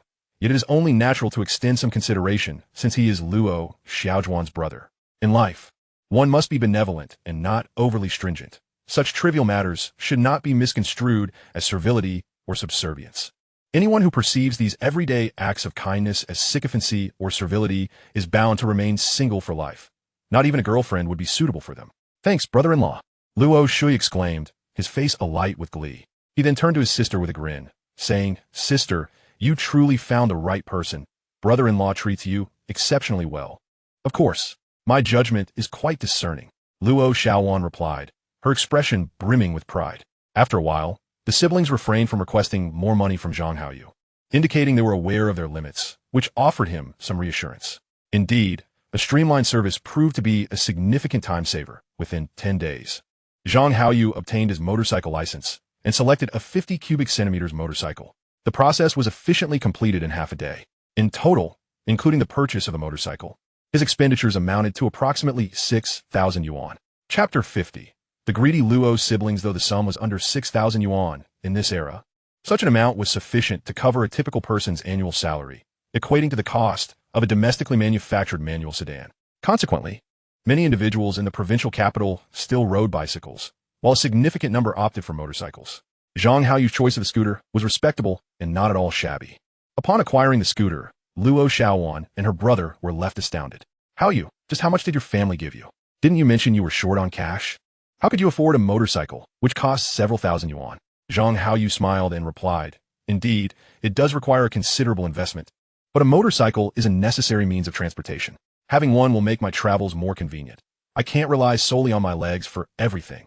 It's about knowing when to save and when to spend, like riding a bicycle to a bar. Brother-in-law, you been to a bar? I haven't. I merely mentioned that as an example. Can I ride your motorcycle? Absolutely not. I have ridden motorcycles before, even larger ones, and I assure you I can handle it without damaging it. Zhang Haoyu shook his head, his tone earnest.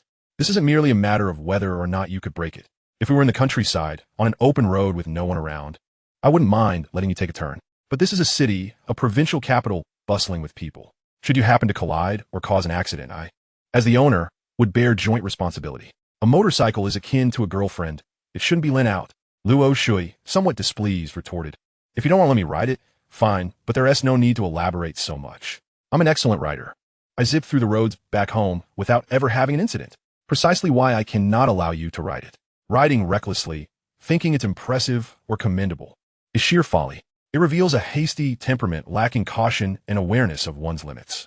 Brother-in-law, being stingy is just being stingy. There's no need for all this justification.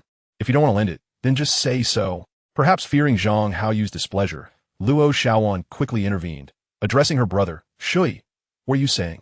Didn't T Haoyu give you 200 yuan just a few days ago? If he were truly stingy, would he have done that? 200 yuan is nearly half of your monthly salary. He is stingy. Don't think I'm oblivious. Purchasing that motorcycle cost him at least 4,000 or 5,000 yuan, and with a license and registration, it totals almost 6,000. He bought a motorcycle for 6,000, yet only gave me 200. How is that not stingy? What perturbed Zhang Haoyu even more was that instead of reprimanding her brother, Luo Xiaowan turned to him and asked, Haoyu, did you really spend that much on the motorcycle? Yes, what of it? Zhang Haoyu felt a twinge of regret for having given Luo Shui even a single penny, let alone more than that. However, he considered that revealing the boy's true colors sooner rather than later could be beneficial, alleviating any psychological burden in future dealings. Sister, didn't I tell you? See, I've caught him in his stinginess, Luo Shui exclaimed, as if he had found a damning piece of evidence against Zhang Haoyu. Yet Zhang Haoyu, having lived 2 lives and weathered countless trials, was far too wise to be ensnared by anyone's moral coercion. He abhorred the very notion of moral manipulation. Indeed, I'm stingy, so what? I have not squandered your money. I spend my own. Conversely, it is you who are spending my money. Isn't it amusing how, in this vast world, one can find all sorts of characters? Those who beg even complain about the food being stale. Do you not feel ashamed of your own petty behavior? Zhang Haoyu's words were quite unreserved. In my domain, you, a mere guest, should possess some self-awareness. Why should I indulge you? Your parents pamper you. Your sister coddles you. But why should I do the same? Who do you think you are? Sister, do you see this? Do you see how he speaks? I scold him a little, and he flies into a rage, showing no respect for you at all. Sister, I must tell you, when a man has money, he becomes corrupt. You cannot let him hold on to so much money. It must be managed properly. If he continues to spend freely, even mountains of gold will be depleted. Ignoring Luo Shui's raucous outburst, Zhang Haoyu returned to his bedroom with an impassive expression. Behind him, he heard Luo Xiaojuan's voice, laced with complexity. Enough, enough. Please, just say a little less. What have I said that is erroneous? Am I mistaken? A man should not possess excessive wealth. With money comes reckless spending. He is precisely the type of prodigal son our mother often speaks of. Luo Shui appeared as though he held the moral high ground, adopting a confrontational stance as if he were determined to engage Zhang Haoyu in a debate. Luo Xiaojun swiftly pulled him into a side room and closed the door, whispering, "You need to quiet down. Our mother is our mother, you are you. And he is he. None of them intersect. Spare us from such trivialities. If you find it unbearable to stay here, you can always reside in a hotel dormitory. It is spacious, and there would be company to converse with, thus avoiding unnecessary quarrels." Luo Shui shook his head vigorously, resembling a bobblehead. "I refuse to go. Living among a horde of people in cramped bunk beds resembles a pigsty, always foul-smelling and tumultuous, making it impossible to sleep soundly. Then what do you wish to say? You are living under someone else's roof, yet you dare to point fingers at them. What if you provoke their ire, and they decide to evict you? Sister, with you here, he wouldn't dare. What does he have to toss me out? I am merely occupying an empty room. It stands vacant, and I shall stay for as long as I please. No one can dictate otherwise." Luo Xiaojun, growing increasingly exasperated, retorted, "How can you not comprehend? This is their property. You can reside here only at their discretion. Should they wish for you to leave, you must comply." Luo Shui blinked, incredulous as he pressed, "Sister, do you not have a stake in this house? Has he not inscribed your name on the deed?" "No." Luo Xiaojun snapped, turning her head away in irritation. "Then why not demand it from him? How can you be so naive? I asked, but he refused." Luo Xiaojun's face was a picture of grievance. Chapter 51. Intimate Conversations Between the Luo Siblings. "What?" Luo Shui exclaimed, his urgency palpable as he offered a suggestion. "Then confront him. Let me tell you, one must never coddle a man. Enough. Do not create further chaos. I have only been with him for a few months. Our relationship is not as robust as you envision. Sister, I recall you were quite formidable in school. So many followed in your wake, eager to curry your favor, and you always commanded their respect. Why do you become so submissive now?" Luo Xiaojun sighed, her voice tinged with resignation. "Alas, times have changed. No man is worthy. Once they have what they desire, they fail to cherish it. I now harbor regrets. Had I known it would come to this, I would not have rushed into a relationship with him, for otherwise I would not find myself in such a passive position. Sister, it is not too late. You are remarkably beautiful, once the belle of the school. Without you, where would he find another girlfriend like you? Rest assured, he would never want you to leave. Pretend to depart, and frighten him a little. He will surely panic. When he comes back seeking you, you will hold the upper hand. At that point, if you impose any conditions, he will undoubtedly acquiesce." Luo Shui, embodying a self-proclaimed strategist, beamed with pride as he dispensed advice to his sister. Luo Xiaojun hesitated for a moment before shaking her head. "No, that would be too perilous. I prefer to wait until our emotional bond grows stronger before broaching such matters. I feel that stirring trouble now would be premature. He has previously mentioned that once he believes our feelings have deepened, he would add my name to the property deed. Well, he believes our feelings have deepened. How long must one wait? What if he never perceives the depth of your feelings? Oh, so you allow him to continue using you without consequence? Sister, you are worth more than that. There are affluent individuals aplenty. Any one of them would shower you with riches. Those who visit hotels indulge in sumptuous steaks and fine wines. Dining experiences that cost at least 1,000 per meal, far superior to that fellow." Luo Xiaojun shot him a disapproving glance, retorting, "Spare me your misguided suggestions. Those men are all balding and pot-bellied, at least 40 years old. They repulse me. Yet Haoyu, at just 19, has already acquired his own home and even bought a motorcycle. He is doing quite well for himself. His future may very well eclipse those older men. Besides, he is quite handsome, not lacking in stature. Sharing a bed with him is hardly a loss, and he occasionally gives me pocket money and even bought me a phone. In truth, he has not been unkind to me." Luo Shui adopted a feigned expression of despair. "Sister, you are mistaken. A young woman's youth is fleeting. If you do not seize the opportunity to benefit while you are still young and beautiful, you will find it impossible to do so when you are older. Furthermore, what a balding and pot-bellied men. With the lights out, they're all the same. Close your eyes, stretch your legs, and the money will flow in. Other pursuits are mere illusions. Securing wealth is the ultimate reality. If you acquire wealth, our entire family could enjoy a better life." Luo Xiaojun frowned, expressing her annoyance. "Shui, what do you take me for? Do you wish for me to sell myself? Do you want me to be the subject of scorn, labeled as a loose woman? I assure you, I would never willingly leap into the abyss and ruin myself. Sister, you are misguided. No one in our hometown knows what you do in the provincial city. As long as you earn money, you can return home and marry a decent man, ensuring a comfortable life. Do not delude yourself. There are plenty who engage in such activities back home, each one more disreputable than the last. Their conduct is so brazen that even a discerning eye can see they do not engage in honest work. Furthermore, once you have earned a considerable sum, how will you explain its origin to others? Do not underestimate people's intelligence. There is no wall that does not leak. Even the most honest person has moments of weakness. What will you do then? Divorce or return to your previous life? Moreover, look at those women who have ventured into such lives. They appear worn and aged, even at just 30. Their makeup is caked on thicker than city walls, and they resemble women in their 40s or 50s. It is not as dire as you suggest. Do not get too entrenched. Earn a sum and then retreat. You are no different from an ordinary person. Luo Xiaojun regarded him with a knowing gaze, retorting, if you are so eager to amass wealth, why do you not venture forth yourself? Perhaps one day, someone will introduce you to a wealthy woman, and I wager it would not take long before you are drained of your essence. Luo Shui chuckled wryly. Sister, I hear your words, but if you are unwilling, that is your choice. No one is forcing you. However, the reality is that earning a living through labor is painfully slow. Forget saving. The money I earn barely covers my expenses. If you do not squander your time outside, it is simple to save money. And you ought to distance yourself from that Pan Yunlong. He has no future. Brother Along is my good friend. You must not speak ill of him. He likes you dearly, yet you ignore him. I truly do not understand your reasoning. Why must you pursue a miserly man? If you're with Along, he would undoubtedly heed your every word, share his earnings, and cherish you for a lifetime. Do not be absurd. He is just as bad as you. He spends more than he earns. At that time, it will be quite enough if he refrained from asking me for money, let alone offering to give me any. Those who, like him, squander their days mingling in society rarely find a favorable outcome. Many women associated with such lowlifes end up resorting to selling themselves, spending their earnings on their delinquent boyfriends. I would be foolish to follow such a path. Should I ever reach that point, there would be no turning back. A long time ago, Along wasn't he as bad as you make him out to be. After all, you two were classmates. That was then and this is now. I used to find him somewhat agreeable, but compared to Haoyu now, he doesn't even measure up to Haoyu's little finger. To suggest I be with him is sheer folly. You should let him abandon any hopes. I would rather let Haoyu have me for a few years than leap into the fire with him. I must tell you, you should truly avoid hanging around him going forward, cease indulging in lavish feasts, and save some money to eventually marry a respectable wife. Birds of a feather flock together. If you continue to associate with him, you might eventually become like him.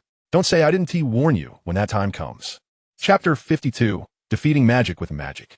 Luo Shui scoffed, saying, Sister, I'm not as bad as you say. I'm a man, and socializing outside is quite normal. Besides, I'm of an age where seeking a girlfriend isn't unreasonable.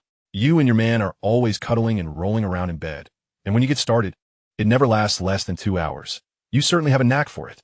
Luo Xiaozhuan's face flushed as she weakly replied, He wants it in one stop. What can I do but indulge him? Did you ever consider my feelings during your escapades? I'm an adult now. Luo Xiaowan retorted, Haoyu is right. Your presence here is rather inconvenient. You should move to the dormitory sooner rather than later. Then you can go out and fool around without anyone hindering you. Luo Shui quickly laughed and pleaded, Sister, please don't chase me away. I'll keep quiet. When you two are busy, I'll just block my ears with cotton. Stop with the theatrics. Your relationship with Haoyu is already so strained. How can you continue living here? I've been trying to defend you. Yet you have no awareness at all, still arguing with him. He never really approved of you living here. And now he is likely even less inclined to have you stay. So you should move out in a few days. Luo Shui promptly changed the subject, speaking earnestly, Sister, you shouldn't be too straightforward with Haoyu. Find ways to extract more money from him. Money in hand is yours to keep. Look, he just bought you a phone and a motorcycle, which shows he has plenty of money left, so don't believe his claims of being short on cash. Also, you can't be entirely submissive. When the time calls for it, you must assert yourself, or how will you hold your head high before him in the future? As for how to assert yourself, I shouldn't have to teach you, right? He is quite demanding. You don't need to confront him directly. Just give him some space. I can't believe he withstand that. Luo Shui's suggestion stirred something in Luo Xiaowan, but she replied, Let me think about it and decide later. Sister, this matter should be addressed sooner rather than later. If you let too much time pass, he may lose interest, and then it will be much harder to assert yourself. Fine, just take care of yourself. I know my own affairs well enough without your interference. Sister, he continued, we've been chatting for quite a while. I need to go back and appease Haoyu before he gets upset. Luo Xiaowan ignored her brother further and closed the door behind her. Gazing at the now closed white door, Luo Shui muttered in irritation, What a disaster. Women truly lack backbone. What is so remarkable about city folk? Whatever happened to their pride? Moving to the city has turned them into cowards. Upon returning to the master bedroom, Luo Xiaowan wore a warm smile and embraced Zhang Haoyu, speaking in a slightly coy tone. I just had a good talk with my brother. I'll make him move out soon. Hearing this, Zhang Haoyu's mood improved considerably, and he replied casually, Xiaowan, let me clarify. It's not that I dislike your brother. As an outsider, his presence between us is indeed a bit inconvenient. Moreover, he himself mentioned he has a girlfriend. I want to comment on his personal matters, but he shouldn't bring them here to complicate things for us. Do you understand? Yes, I understand. In a few days, I'll tell him to move out. Zhang Haoyu grinned and embraced Luo Xiaowan, attempting to get intimate, but Luo Xiaowan quickly placed her finger to her lips, shushing him. Lower your voice. The walls aren't soundproof, and my brother can hear us. Now you realize how inconvenient it is for your brother to stay here? Yes, I get it. Oh, don't mention him being next door. It will be so embarrassing if he hears. Zhang Haoyu responded nonchalantly. This is my domain. I'll do as I please. Why should I feel constrained for fear of what he might hear? Besides, it's not embarrassing for me. My skin is thick enough. He chuckled lewdly at the end. Luo Xiaowan, feeling both shy and annoyed, playfully punched Zhang Haoyu, then coaxingly pleaded, Haoyu, just let me off this time. Once my brother moves out, I promise to do whatever you want. Oh, come on. Given your brother's current demeanor, who knows when he'll move out? Let him hear how blissful his sister is every day. That is quite nice too. Zhang Haoyu smirked mischievously, believing that defeating magic with magic was the correct way to solve problems. How can you be so shameless? Luo Xiaowan felt trapped, fearing that any struggle would only create more noise. Yet, her lack of resistance did not deter Zhang Haoyu from his whims, leaving her feeling both embarrassed and vexed. What I need to be proud of. All I want is you. If your brother had any sense, he would have moved out by now. Compared to him, I'm the one with a sense of modesty. With no way out, Luo Xiaowan resigned herself to Zhang Haoyu's antics. The next morning, Luo Shi awoke to find himself in a noticeably poor state, likely due to a night of disturbed sleep from the ruckus created by Zhang Haoyu and Luo Xiaowan. However, Luo Xiaowan seemed to be in good spirits. After their escapades, she slept soundly, seemingly able to enter a deep slumber each time. Sister-in-law, were you two deliberately loud last night? Luo Shui asked with a face full of resentment. Zhang Haoyu feigned ignorance, responding with a casual air, What do you mean deliberately? Your sister and I were just like any other night. Nothing has changed. Brother-in-law, you're impressive. My sister must be suffering greatly with you. Zhang Haoyu turned to the silent Luo Xiaowan, grinning as he asked, Xiaowan, your brother says you're suffering by being with me. What does he mean? Do you truly feel tormented? Haven T, I treated you well? Luo Xiaowan shot Zhang Haoyu a glare, then turned to her brother, delivering a light smack to the back of his head. Hurry to work, you talk too much. Move to the dormitory soon, and you 1T have so many troubles. Dear sister, where have I misspoken? I am merely advocating on your behalf, yet you provide me no assistance. Luo Shui's face was etched with grievance. I do not require your misguided help. Chapter 53, A Meeting with Light Dance. The siblings had both departed for work when Zhang Haoyu suddenly felt as though he had neglected some important matter. Yet he could not recall what it was at that moment. Oh well, it had been quite some time since he indulged in gaming. Perhaps he would visit an internet cafe for a while. Upon arriving at the nearest internet cafe, he finally remembered the matter he had overlooked. During a conversation with Light Dance prior to the new year, she mentioned that she needed to consider whether to meet him offline. Now, as the new year approached its end, if she truly wished to meet him, she would have likely reached out by now. Zhang Haoyu had made up his mind. Although he had stated during their chat that he would continue conversing with her even without a meeting, that was merely to leave himself an escape route and to appear more accommodating. However, if she were truly that capricious, unwilling to grant him the opportunity for a face-to-face encounter, he would simply disregard her, spending his days providing emotional support to someone, only to waste his youthful exuberance. Was not worth it. He would rather nurture his relationships with Luo Xiaowan and Tao Lily. Even if Light Dance were a celestial being, her unattainability rendered her of little use. A man's youth is meant to be spent freely. Only through such expenditure can it truly be called youth. Upon logging into QQ at the cafe, he was greeted by the sight of Light Dance's dimmed avatar flickering to life. Upon opening the chat, he discovered a solitary word in the message box. Good. Seeing this word did not elate Zhang Haoyu. He felt no surge of joy. Had he still been a single man, he would have undoubtedly rejoiced at the prospect of a potential romantic interest and would have been eager to pursue her. The reason was simple. Zhang Haoyu was surrounded by women, one openly and one covertly, with his physical needs thoroughly satisfied. When a man's physical needs are met, or when he has lost such needs due to age or health, he is less likely to appear desperate while interacting with women, thereby maintaining a steadier, more composed demeanor. Women, on the other hand, often evaluate men based on superficialities, believing that a man who is not desperate is cultured, gentlemanly, and deserving of their trust. This very perception is what makes scoundrels more appealing to women. The more women they encounter, the better they grasp the female psyche, making it easier to woo the next woman. Conversely, those poor, honest men who genuinely care for women often falter due to their lack of understanding of the female perspective, ultimately resorting to extravagant dowries as a means of transaction. In a woman's eyes, a man's responsibility toward her is a matter of course. Yet the world does not operate on such principles. This has led to a disparity in relationships, where some men thrive while others languish. Over time, younger men have revolted, giving up on pursuing women altogether, resulting in the collapse of the simpering dog economy. Although Light Dance had agreed to meet Zhang Haoyu, her avatar was still gray, indicating she was offline. Thus, he left her a phone number for easier communication. After finishing, Zhang Haoyu dived into gaming. He would not simply wait around. This year, StarCraft had been updated to version 1.07, with various factions more balanced and the skills of ordinary players reaching new heights. Zhang Haoyu found himself unable to dominate as he had the previous year, yet he discovered greater enjoyment in the challenge. In his view, always winning was dull. True excitement lay in the interplay of victories and defeats, allowing one to identify weaknesses and improve skills. As he played, the familiar sound of a QQ message rang in his ears. Switching back to the chat, he saw that Light Dance had indeed come online. He promptly exited the game and began to address the matter at hand, which drew a chorus of curses from the cafe patrons. Zhang Haoyu silently chuckled to himself. You lot, who only know how to play games, deserve to remain single. Even if you have girlfriends, they will likely leave you. In a past life, Zhang Haoyu had encountered several internet phrases: white moonlight, vermilion mole, unresolved feelings, and flowers on the other side. To him, white moonlight referred to the one he could not attain, while vermilion mole was the one he had not fully experienced.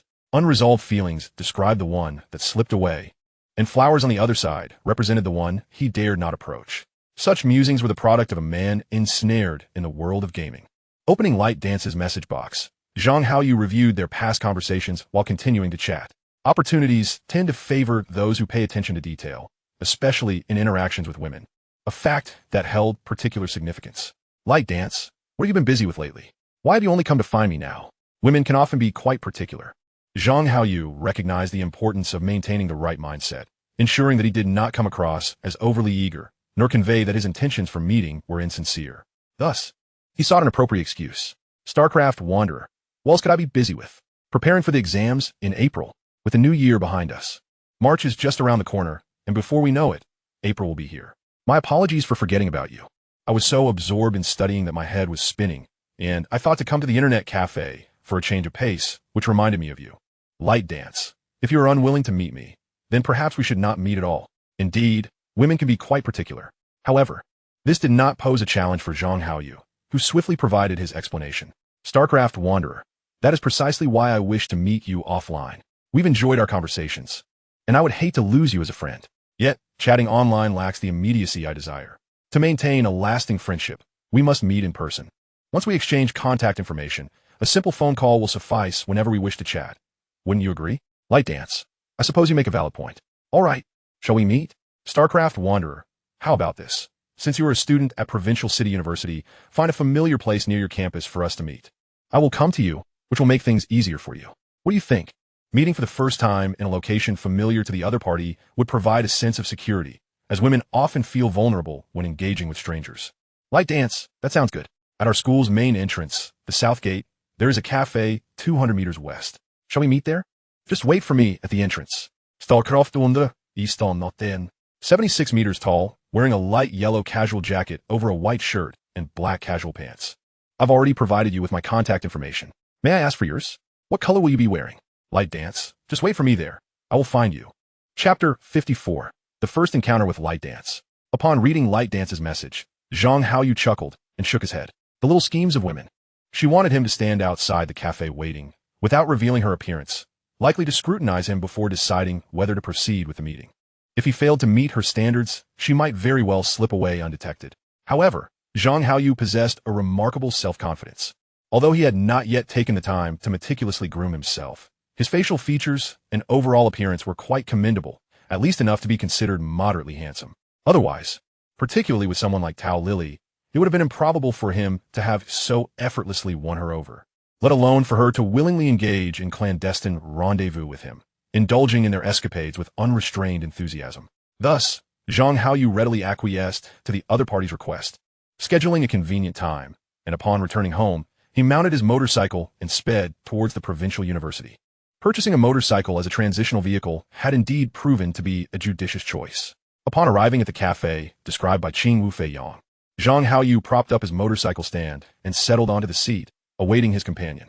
The motorcycle seat was spacious and comfortable, a relief compared to the fatigue of standing, especially since he had no inkling of when she would arrive or what she might look like. The cafe was bustling with patrons, predominantly young, many of whom were university students, with both genders milling about. Zhang Haoyu had little interest in conjecturing which among them might be Qing Wufei Yang, instead opting to drift into thought while seated on his motorcycle. If she chose not to come, he resolved to disregard her entirely. After all, he was not lacking in female companionship. To him, Qing Wufei Yang was merely a reserve fish in his pond. Through extensive experience, he had come to understand the importance of mindset. The less one valued women, the more successful one became in attracting them. Viewing women was akin to observing kites in the sky. One might believe they possess them, yet in reality, they are merely observers. After a considerable wait, a girl wearing a mask emerged from the cafe. The mask concealed her smile, yet her eyes sparkled as she waved at Zhang Haoyu, signaling that she was indeed the person he was seeking. The girl was strikingly delicate, tall, and possessed an appealing figure. Despite the mask, Zhang Haoyu could sense that she was undoubtedly a great beauty. "You must be the interstellar rogue. I am Qing Wufei Yang." Zhang Haoyu smiled and nodded. "Then, let us find a place to converse at length." Once seated in a cozy corner by the window, Zhang Haoyu cheerfully inquired, "Why are you still wearing a mask? Surely it is not due to your breathtaking beauty," fearing that a mere mortal, such as myself, could not bear it. The girl shook her head, a hint of shyness in her demeanor. "No, it's just that I have never been on a date before, let alone with someone I met online. I worry about being seen by classmates. It's a bit embarrassing. What is there to fear? One must live for oneself and not be bound by the opinions of others. If you concern yourself too much with how others perceive you, you will inevitably be swayed by them. I intend to live my life wholly for myself. As long as I do not engage in illegal activities, I shall pursue whatever I wish without compromising my desires due to others' judgments." Seated in the booth, the girl pondered his words while Zhang Haoyu gestured for the waiter. "What would you like to order? Feel free to choose." The girl promptly replied, "I'll just have an Americano, nothing else." An Americano is a diluted espresso, offering a refreshing taste that accentuates the coffee's original flavor, presenting a smooth and sweet profile. It seemed she was no novice when it came to coffee. She likely indulged in it frequently. Zhang Haoyu smiled and said, "I'm not particularly fond of coffee. I would prefer a glass of freshly squeezed juice, along with a slice of cheesecake, a grilled sausage, and some takoyaki." After placing the order, he turned to the girl and remarked, "As it is our first meeting, and seeing you are quite bashful, I was unsure of your culinary preferences, so I ordered a few items at random. If it's not enough, we can always order more. We can't just drink. That would leave our stomachs rumbling. We ought to have something to eat as well." Truth be told, while the items he ordered were not excessive, in this era, the expenses at a cafe were still quite substantial compared to the average income. Many students from humble backgrounds often hesitated while pursuing romantic interests, not out of lack of desire, but due to financial constraints. The girl's choice of venue suggested she likely hailed from a well-off family or perhaps wished to filter potential friends based on their economic capabilities. Had this been last year, Zhang Haoyu would have weighed the cost carefully, but this year he found himself in a more comfortable financial situation, and such expenses no longer concerned him. "We can simply have drinks. Your choice of food seems a bit extravagant." The girl's words were heartwarming, indicating she was unlikely to be intentionally screening friends in such a manner. Zhang Haoyu merely smiled, gazing at her intently without uttering a word. The girl, feeling slightly embarrassed under his scrutiny, asked, "What are you looking at?" Zhang Haoyu replied with a smile, "Oh, nothing much. I am just curious, if you do not remove your mask, how will you drink or eat?" The girl chuckled and, after a moment's hesitation, slowly removed her mask. In that instant, Zhang Haoyu felt as though he had been struck in the chest, even finding it difficult to breathe. The girl's visage, largely unadorned, with perhaps only a touch of light makeup, was striking enough to rate at least an 8 out of 10, if not approaching 9. If she were to make an effort in her appearance, the results would be staggering. What was even more compelling was the aura she exuded, a palpable air of intellect intertwined with a hint of elegance that evoked a sense of inadequacy within him. In his 2 lifetimes, Zhang Haoyu had never encountered such a stunning young woman. His cultivated rationality urged him to divert his gaze, lest she perceive him as a lecher, tarnishing her first impression of him. Yet the remnants of his emotions left him somewhat awestruck, reluctant to tear his eyes away. This was troublesome. His rationality could not dominate his feelings. Zhang Haoyu found himself compelled to adopt expressions to later justify his impolite behavior. He furrowed his brow, emitted sounds of admiration, and tilted his head slightly, as if he were studying something intently. His face conveyed an array of expressions, his hands fidgeting as he clasped them together and then rubbed them restlessly. Chapter 55. Steadying King Wufiyang. The girl seemed somewhat unfazed by Zhang Haoyu's unwavering gaze. However, after a prolonged scrutiny, she furrowed her brow slightly. I expected you to be different from others. Her tone carried a hint of displeasure. Forgive me. Upon seeing your true self, I became a bit anxious, and my thoughts are not flowing as smoothly as before. I realize that staring at a lady in such a manner is quite rude, but I could not help it. You staring at me so lecherously is not surprising. But to excuse your lecherous gaze as an inability to control yourself is rather unusual. It was evident that the girl possessed remarkable composure. Even when she was indirectly mocking him, she managed to do so without causing discomfort, merely deepening his sense of inadequacy. Indeed, there's a phrase in my mind that longs to emerge, yet due to my nervousness, it eludes me, which is quite distressing, truth be told. Such a situation is rare for me. Zhang Haoyu's words were a blend of truth and embellishment. He genuinely sought to articulate an appropriate response, while simultaneously fabricating an excuse for his behavior. Do you think I will fall for such nonsense? No need to guess. I've already thought of that phrase. What phrase? Building upon the pleasant online conversations with Zhang Haoyu, the girl felt a tinge of curiosity. Has anyone ever told you this? In your presence, beauty is merely your least noteworthy attribute? The girl was momentarily taken aback, then smiled, as if a gentle spring breeze had wafted towards Zhang Haoyu, enveloping him in warmth. Indeed, no one had ever praised her with such words. She was taken aback by your eloquence. It is evident that throughout her life, many have complimented her beauty, rendering her somewhat numb to such flattery. Beautiful lady, please do not mind my gaze. It is simply that the richness of your essence is overwhelming, and I fear that if I do not observe closely enough, I might overlook some detail that could lead to a significant misjudgment. The girl beamed like a blooming flower, once again sending a wave of warmth toward Zhang Haoyu, threatening to still his usually active thoughts, leaving him wishing to linger in this gentle breeze without a care in the world. Zhang Haoyu discreetly bit his cheek, striving to rouse himself, constantly reminding himself that if his mind ceased to function, this enchanting breeze would no longer grace him. In the past, while reading fantasy novels, he had dismissed the notion that a woman could possess an innate charm that captivated with every glance and smile, considering it merely an exaggeration of fiction. However, he now found himself in agreement. Novels often draw from reality. Pray tell, how much information do you think I conceal within me? If your explanation is compelling, I shall not perceive your lingering gaze as merely a sign of lust. The girl regarded Zhang Haoyu with a playful expression, tinged with a hint of anticipation. You exude an intellectual aura, intertwined with an air of nobility. Your family undoubtedly belongs to a lineage of scholarly distinction, perhaps even of official descent. Am I correct? The girl remained silent, merely smiling at him, evidently unimpressed by his words.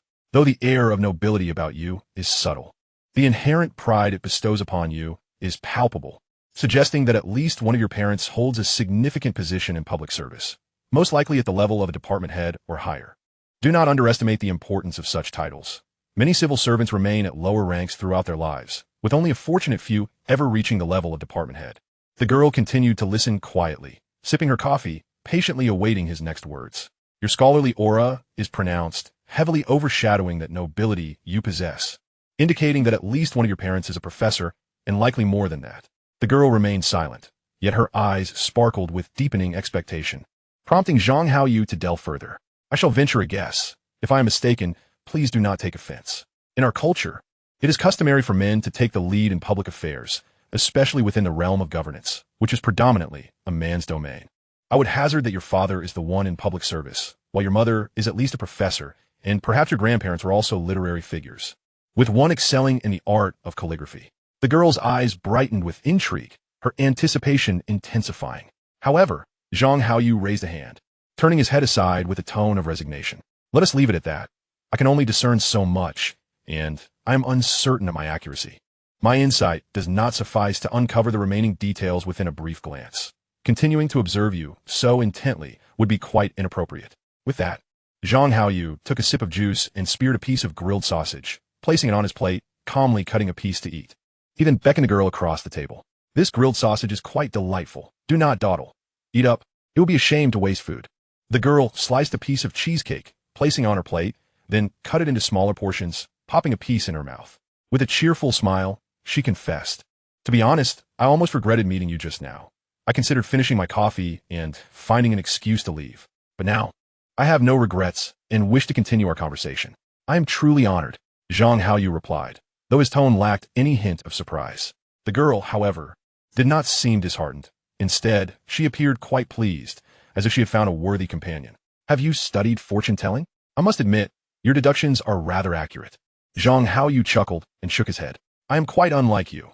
My family is rather ordinary, and I struggle to keep up with my studies, let alone engage in such frivolities. Have you forgotten? I failed my college entrance examination and could only come to the provincial capital for self-study. By the way, we've been talking for quite a while, and I have yet to introduce myself. My name is Zhang Haoyu, 19 years old, hailing from W County in this province. My parents are both ordinary workers. In every aspect, I am quite unremarkable, so average that I would be lost in a crowd."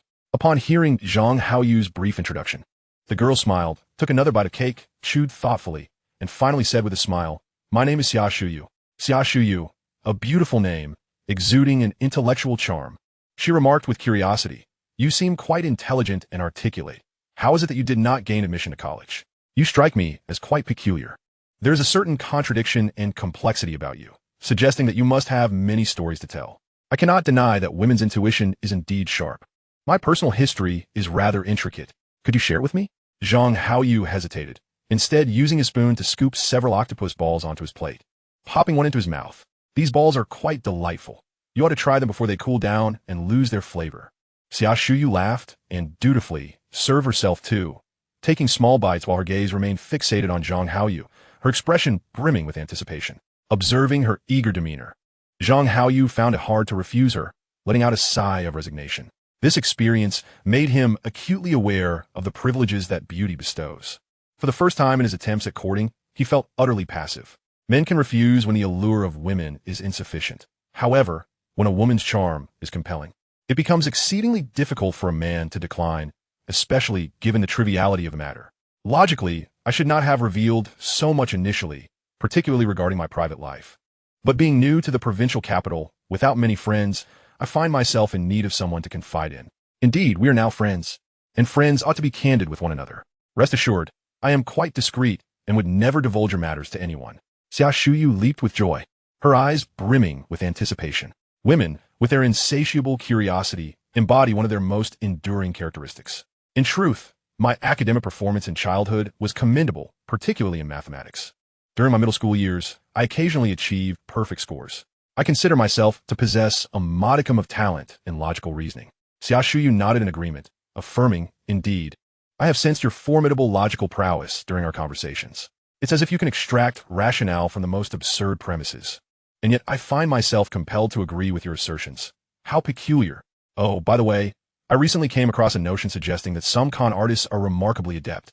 They manage to deceive others while the victims unwittingly assist them in counting the ill-gotten gains. Are you perhaps one of those individuals?" Zhang Haoyu was amused by Xia Shuyu's remarks, erupting in laughter, then turning his head aside to cough for a while before returning his gaze to her.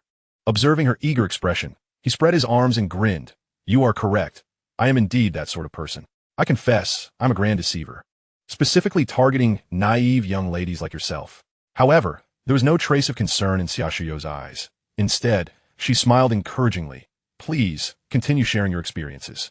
I find them utterly captivating. Aren't you the one who claimed to be a great deceiver? Aren't you afraid I might trick you?" Zhang Haoyu's curiosity was piqued. Xia Shuyu, exuding confidence, replied nonchalantly, "What is there for me to fear? No one has ever dared to deceive me throughout my life. Besides, I am no fool. I'm not so easily duped. Those who engage with me soon learn that the cost of deceiving me is exceedingly high. Now, enough of your chatter. Do tell me why your academic performance declined. As the saying goes, all happy families are alike. Each unhappy family is unhappy in its own way. When I was in the 5th grade, my father had an affair, resulting in a mistress. Oh, and I should mention, during that period, we followed a 5-4 educational system, where elementary school lasted 5 years and middle school 4. I was in the last year of this system before it transitioned to a 6-3 model. Ah, no wonder. Your background is rather tragic. What happened afterward?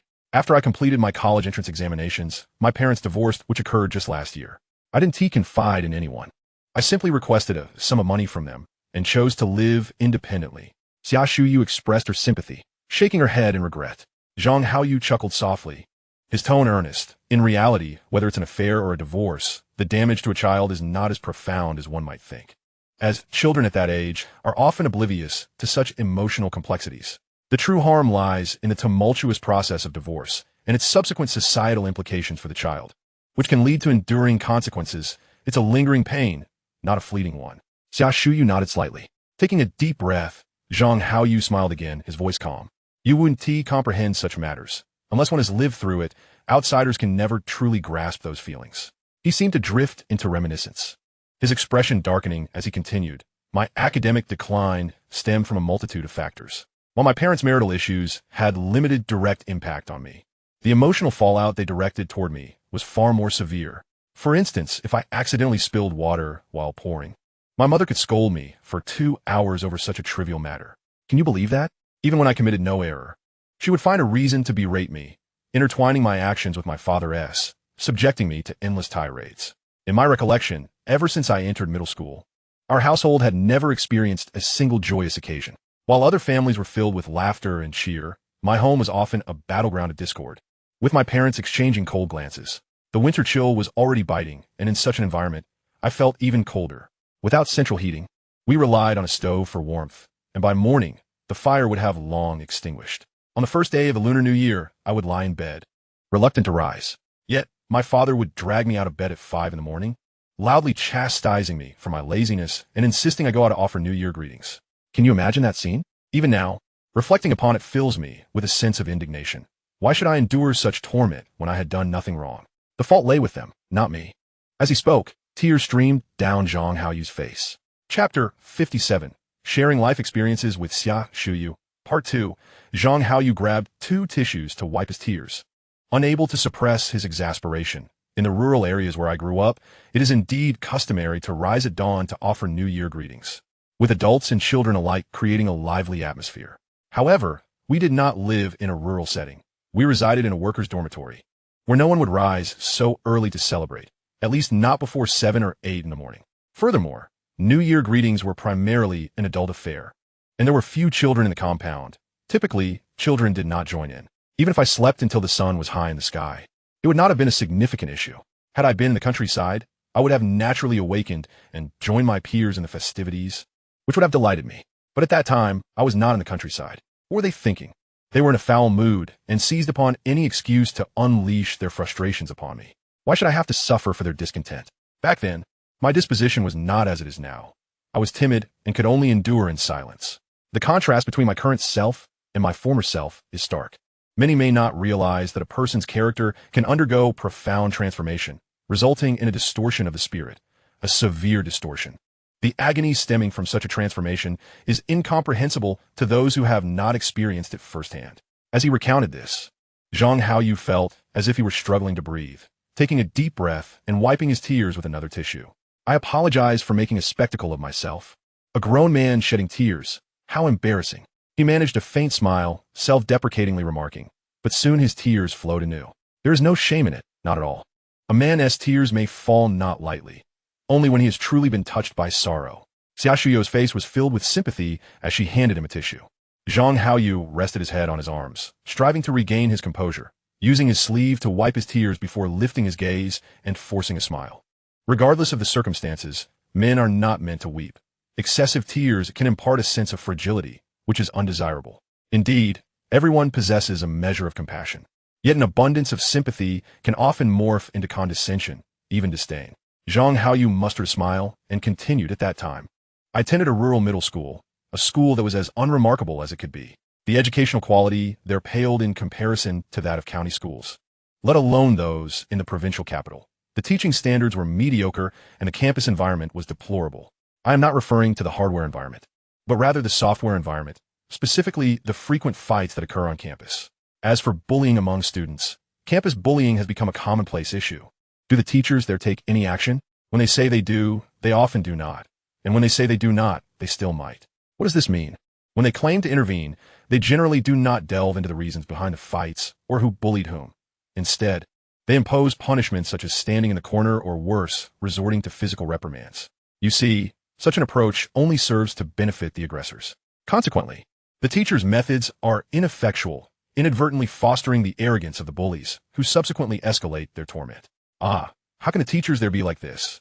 Zhang Haoyu chuckled, his face a mask of resignation as he remarked, most teachers are like this. Perhaps you perceive it differently because you excel academically and come from a powerful family, leading teachers to protect you more diligently, with few daring to bully you. In truth, it is not just the teachers. Uncle Mao adopts a similar approach, primarily seeking to mediate and quell situations, with fairness and justice being of little concern. Have you not noticed that the number of people doing good deeds and helping others diminishes year by year? It is not that people have become more indifferent, but rather that good individuals often suffer the consequences. To be precise, it is the good people who are more prone to compromise. And those who compromise easily are often the ones who become sacrifices, allowing them to bear the burden for the sake of societal harmony and stability. This is tantamount to eradicating goodness. Nevertheless, I maintain that there are still many good people in this world. I concede that this society indeed has its fair share of good souls. If it were otherwise, the entire social fabric would collapse. However, the good individuals around you must be particularly numerous. Why is that? It is not only you, wealthy individuals, those in positions of power, and all those with strength tend to attract a plethora of good people around them. Why? Because others strive to ingratiate themselves, hoping to glean some resources from you. Xia Xiao pondered for a moment and nodded slightly. Zhang Haoyu inhaled deeply and continued. Although I performed reasonably well academically, I had serious gaps in my learning, particularly in English, and I lacked effective study methods. My parents are ordinary workers with limited knowledge and understanding. They did not know how to find someone to tutor me or help me organize my weaker subjects or study techniques. Moreover, the conditions in rural schools are far from ideal. To add insult to injury, rather than assisting me, my parents inadvertently contributed to my immense mental strain, and coupled with my timid nature, I found myself an easy target for bullying. Initially, the teachers would intervene, but as the bullying intensified, they became apathetic, often expressing irritation towards me, questioning why I was the only one being targeted. Your teachers really are despicable. Zhang Haoyu sighed, reflecting. They say that teachers are the engineers of the human soul, embodying greatness and nobility. Yet in my eyes, many do not deserve such a title. Some lack the moral integrity to fulfill their roles. At times, I feel that teachers are merely ordinary individuals. For many, the teaching profession is just a means to make a living. In reality, most teachers are still good and take their responsibilities seriously. This phenomenon is known as survivor bias. Everyone's experiences differ. If you encounter only good teachers, you may perceive all teachers as benevolent. Conversely, if you meet only bad teachers, you might conclude that all teachers are corrupt. Surely, you Haven only met bad teachers? How can I put it? Educational resources are concentrated at the top. Distinguished teachers reside in provincial capitals, excellent teachers in county towns, while rural educators are predominantly private instructors, with many transitioning from such roles. Most teachers have merely completed high school or vocational school, and some have even dropped out after middle school. To put it bluntly, after entering high school, I found that some of my high school teachers had only graduated from high school themselves. You see, how can teachers of such caliber be expected to excel? Chapter 58, Discussing Life Experiences with Xia Xiao, Part 3. Zhang Haoyu was not exaggerating. In this era, the educational standards in his hometown were indeed as described. Unlike later, when educational qualifications became more competitive, with even elementary school teachers requiring graduate degrees. Upon hearing Zhang Haoyu's account, Xia Xiao expressed her astonishment. So, the teaching resources in your area are so poor. Zhang Haoyu shook his head, his tone tinged with resignation. The lack of teaching resources is not the worst part. The more dire issue lies within the learning environment of the schools. The so-called human soul engineers I encountered came from even poorer educational backgrounds, where students emulated delinquents, colluding with local troublemakers to engage in violent brawls. They emerged from such adverse conditions. Can you imagine how they perceive student altercations and bullying? They likely regard it as commonplace and unworthy of concern. Let me tell you, schools operate on a continuum. The better the school, the better the environment. The worse the school, the worse the conditions. The disparity is not merely a matter of teacher qualifications and teaching ability. How could your schools be like that? Zhang Haoyu did not respond to her query, instead recalling his past. At that time, I truly felt helpless, after being bullied relentlessly. With teachers indifferent and parents unwilling to discuss my plight, I was left to confront my issues alone. How did you resolve it? What else could I do? I fought back. Whoever bullied me, I retaliated fiercely, like a little hedgehog. But violence cannot solve problems. Oh, come now. Violence can undoubtedly resolve issues otherwise. Why would the word violence even exist? Xia Xiao bit her lip, remaining silent. This was her first encounter with the notion that violence could serve as a solution. Let me clarify. I do not advocate for violence, but in many instances, it can indeed help one navigate various challenges, particularly when no one is there to uphold justice. To be candid, last year I even got into a fight with a local thug, giving him quite a beating. As the saying goes, strike first to avoid being struck later. It's the same principle. Observing Xia Xiao's astonished expression, Zhang Haoyu smiled and continued. For instance, if someone bullies me, even if I cannot overpower them, I can significantly raise the cost of bullying me. Human nature is inherently inclined to prey on the weak and fear the strong. If I appear weak, the bully will see me as an easy target and will continue to exploit me, thus reinforcing their own sense of power. However, if I fiercely resist, they will think twice before attempting to bully me again, weighing whether it is worth the effort. This way, I can reduce the frequency of my victimization. Yet I still believe that fighting is wrong. If one spends all their time brawling, what will become of their studies? Zhang Haoyu fell silent, and after a long pause, he spoke with a heavy heart. You surely have never been bullied. You cannot fathom the experience of being victimized. Back then, I felt utterly trapped, reprimanded at home by my parents and bullied at school by my classmates. Reflecting on that time, I consider myself fortunate that I did not succumb to the depths of despair and in my life. There were far greater concerns at hand. Of course, I paid a hefty price for this ordeal, transforming from student who was once regarded favorably by teachers into one who was perceived as a troublesome student. One looked upon with disdain. So, how did you manage to gain admission to high school? In truth, I am not a disinclined student. I possess a genuine eagerness to learn. Once I had subdued those who bullied me, rendering them too fearful to continue, I resumed my studies with earnestness. However, I found myself significantly lagging in my academic performance. Moreover, that year marked a transition from a 5-year to a 3-year system, meaning that 4th grade junior high students had to compete with 3rd grade students for high school placements. The previous cohort, having transitioned to the new system, was unable to sit for the high school entrance exam, and only a handful of schools adhered to the 5-year system, resulting in a surge in their admission rates. Consequently, the quality of students from my previous grade was markedly poor. Did you gain admission? I fell short of the admission score by a few points, but managed to surpass the designated quota for commissioned students, which meant I would need to pay a hefty enrollment fee. Do not be disheartened. It seems your parents do indeed care for you. Zhang Haoyu sighed, offering a wry smile. Ultimately, they divorced. I merely sought financial support from them, without harboring animosity. Although they brought numerous challenges, which could even be termed catastrophic, it stemmed from their limited awareness, education, and emotional intelligence. They belonged to the demographic of the 3 lows. They were simply at that level, and no amount of blame would alter that.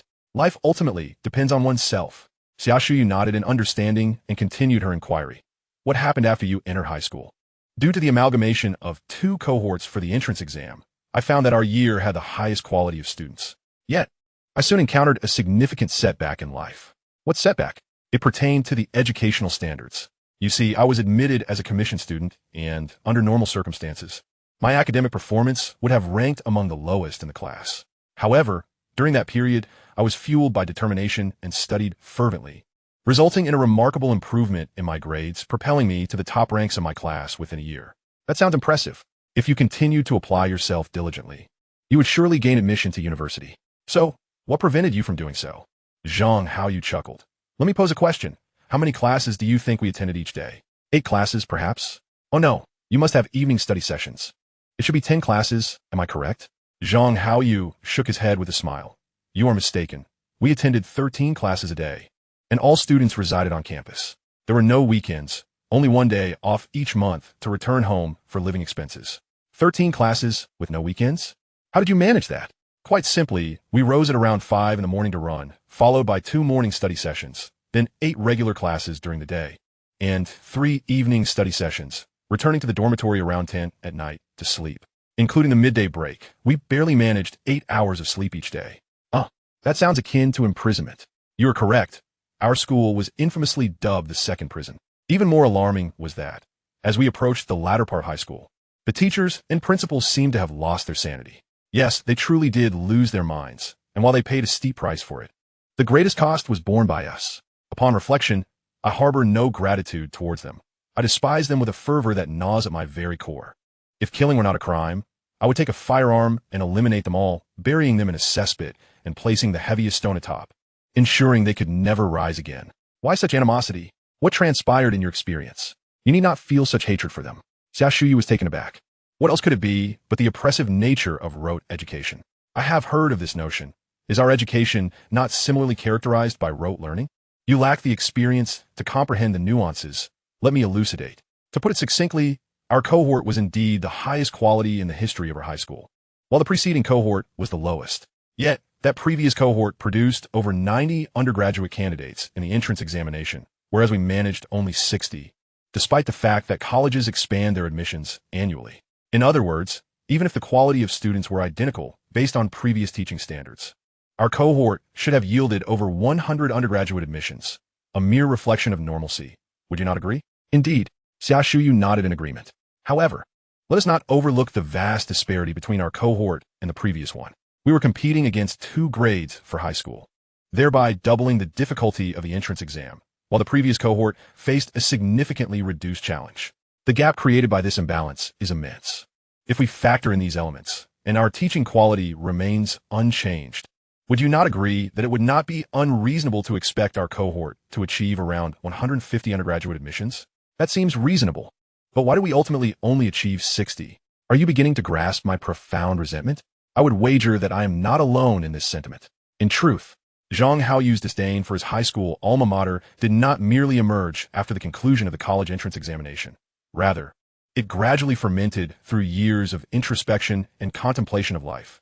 After all, high school students possess little understanding of the world, and it is difficult for them to recognize the profound issues inherent in the education system at that time. Could you elaborate on this further?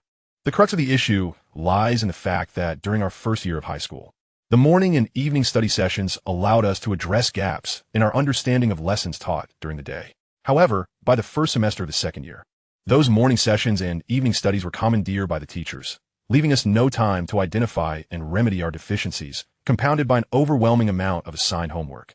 Zhang Haoyu, incredulous, pressed further. You attended 13 classes a day, from early morning until late at night, and all the study periods were taken over by teachers.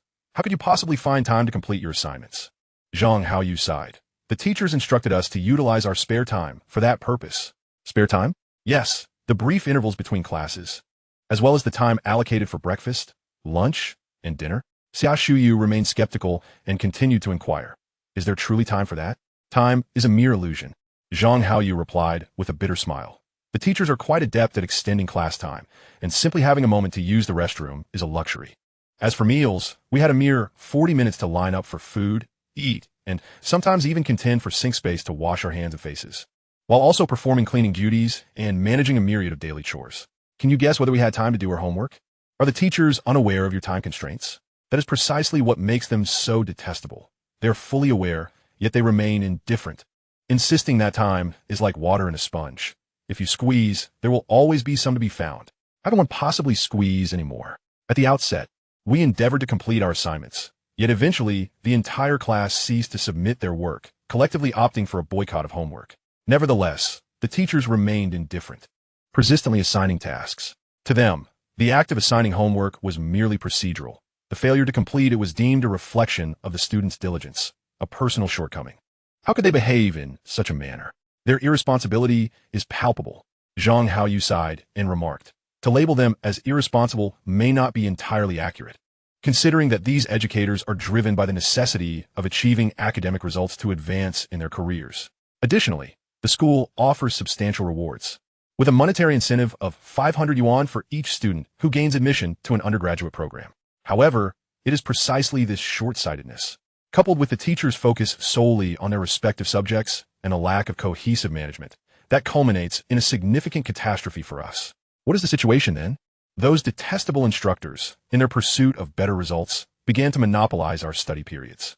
Each teacher aspired to commandeer as much of our self-study time as possible to elevate their undergraduate performance. Consequently, we were compelled to endure 13 classes daily, ceaselessly listening to lectures, and the concepts we struggled with remained elusive. Even those we once grasped began to slip away. More critically, this relentless bombardment of fatigue scattered our attention, leading many to experience severe lapses in focus during class.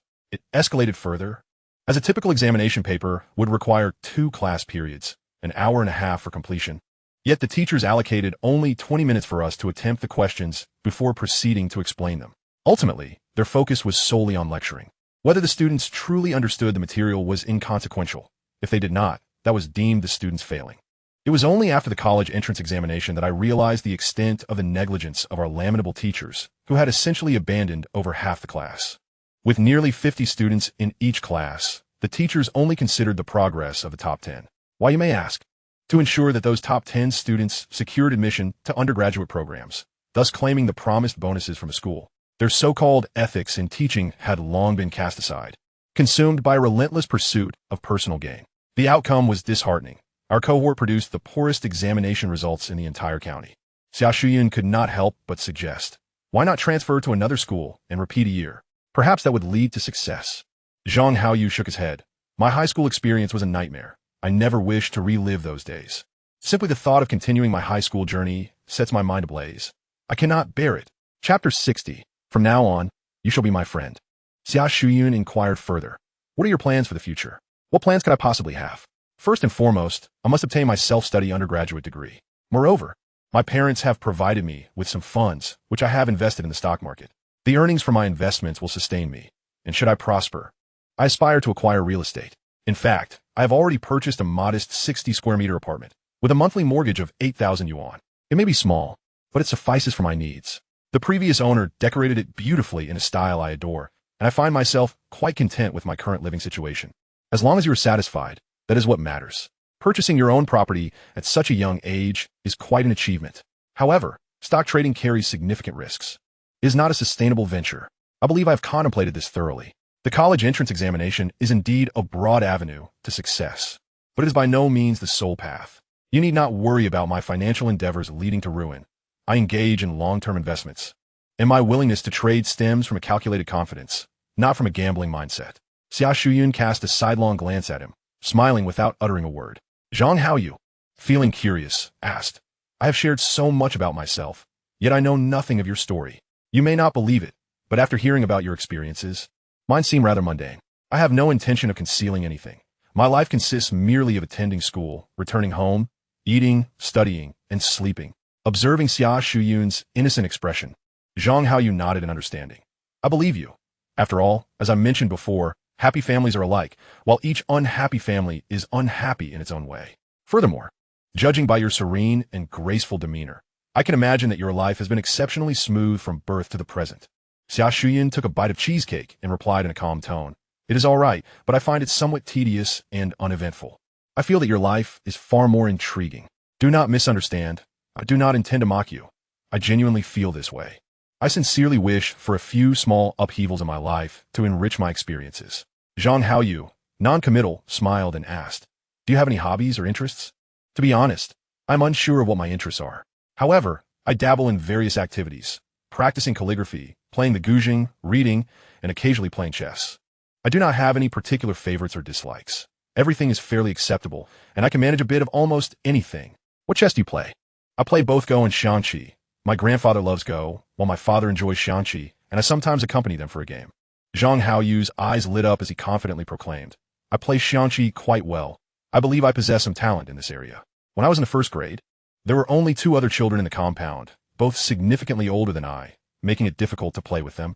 I would sit aside and watch my father play Xiangqi, and eventually, without any formal instruction, I learned how to play. Of course, I did consult my father about the rules. The horse moves in an L shape, the elephant moves diagonally, and so forth, and gradually began playing against adults. By the 2nd grade, many adults could no longer beat me. By 3rd and 4th grade, my father could no longer compete with me, and he grew reluctant to play, as did many others. Initially, I did not understand, but later I realized that for adults to win against me would be embarrassing, while losing would be even more humiliating. Who would want to face that? Xia Shuyun giggled, nodding in agreement.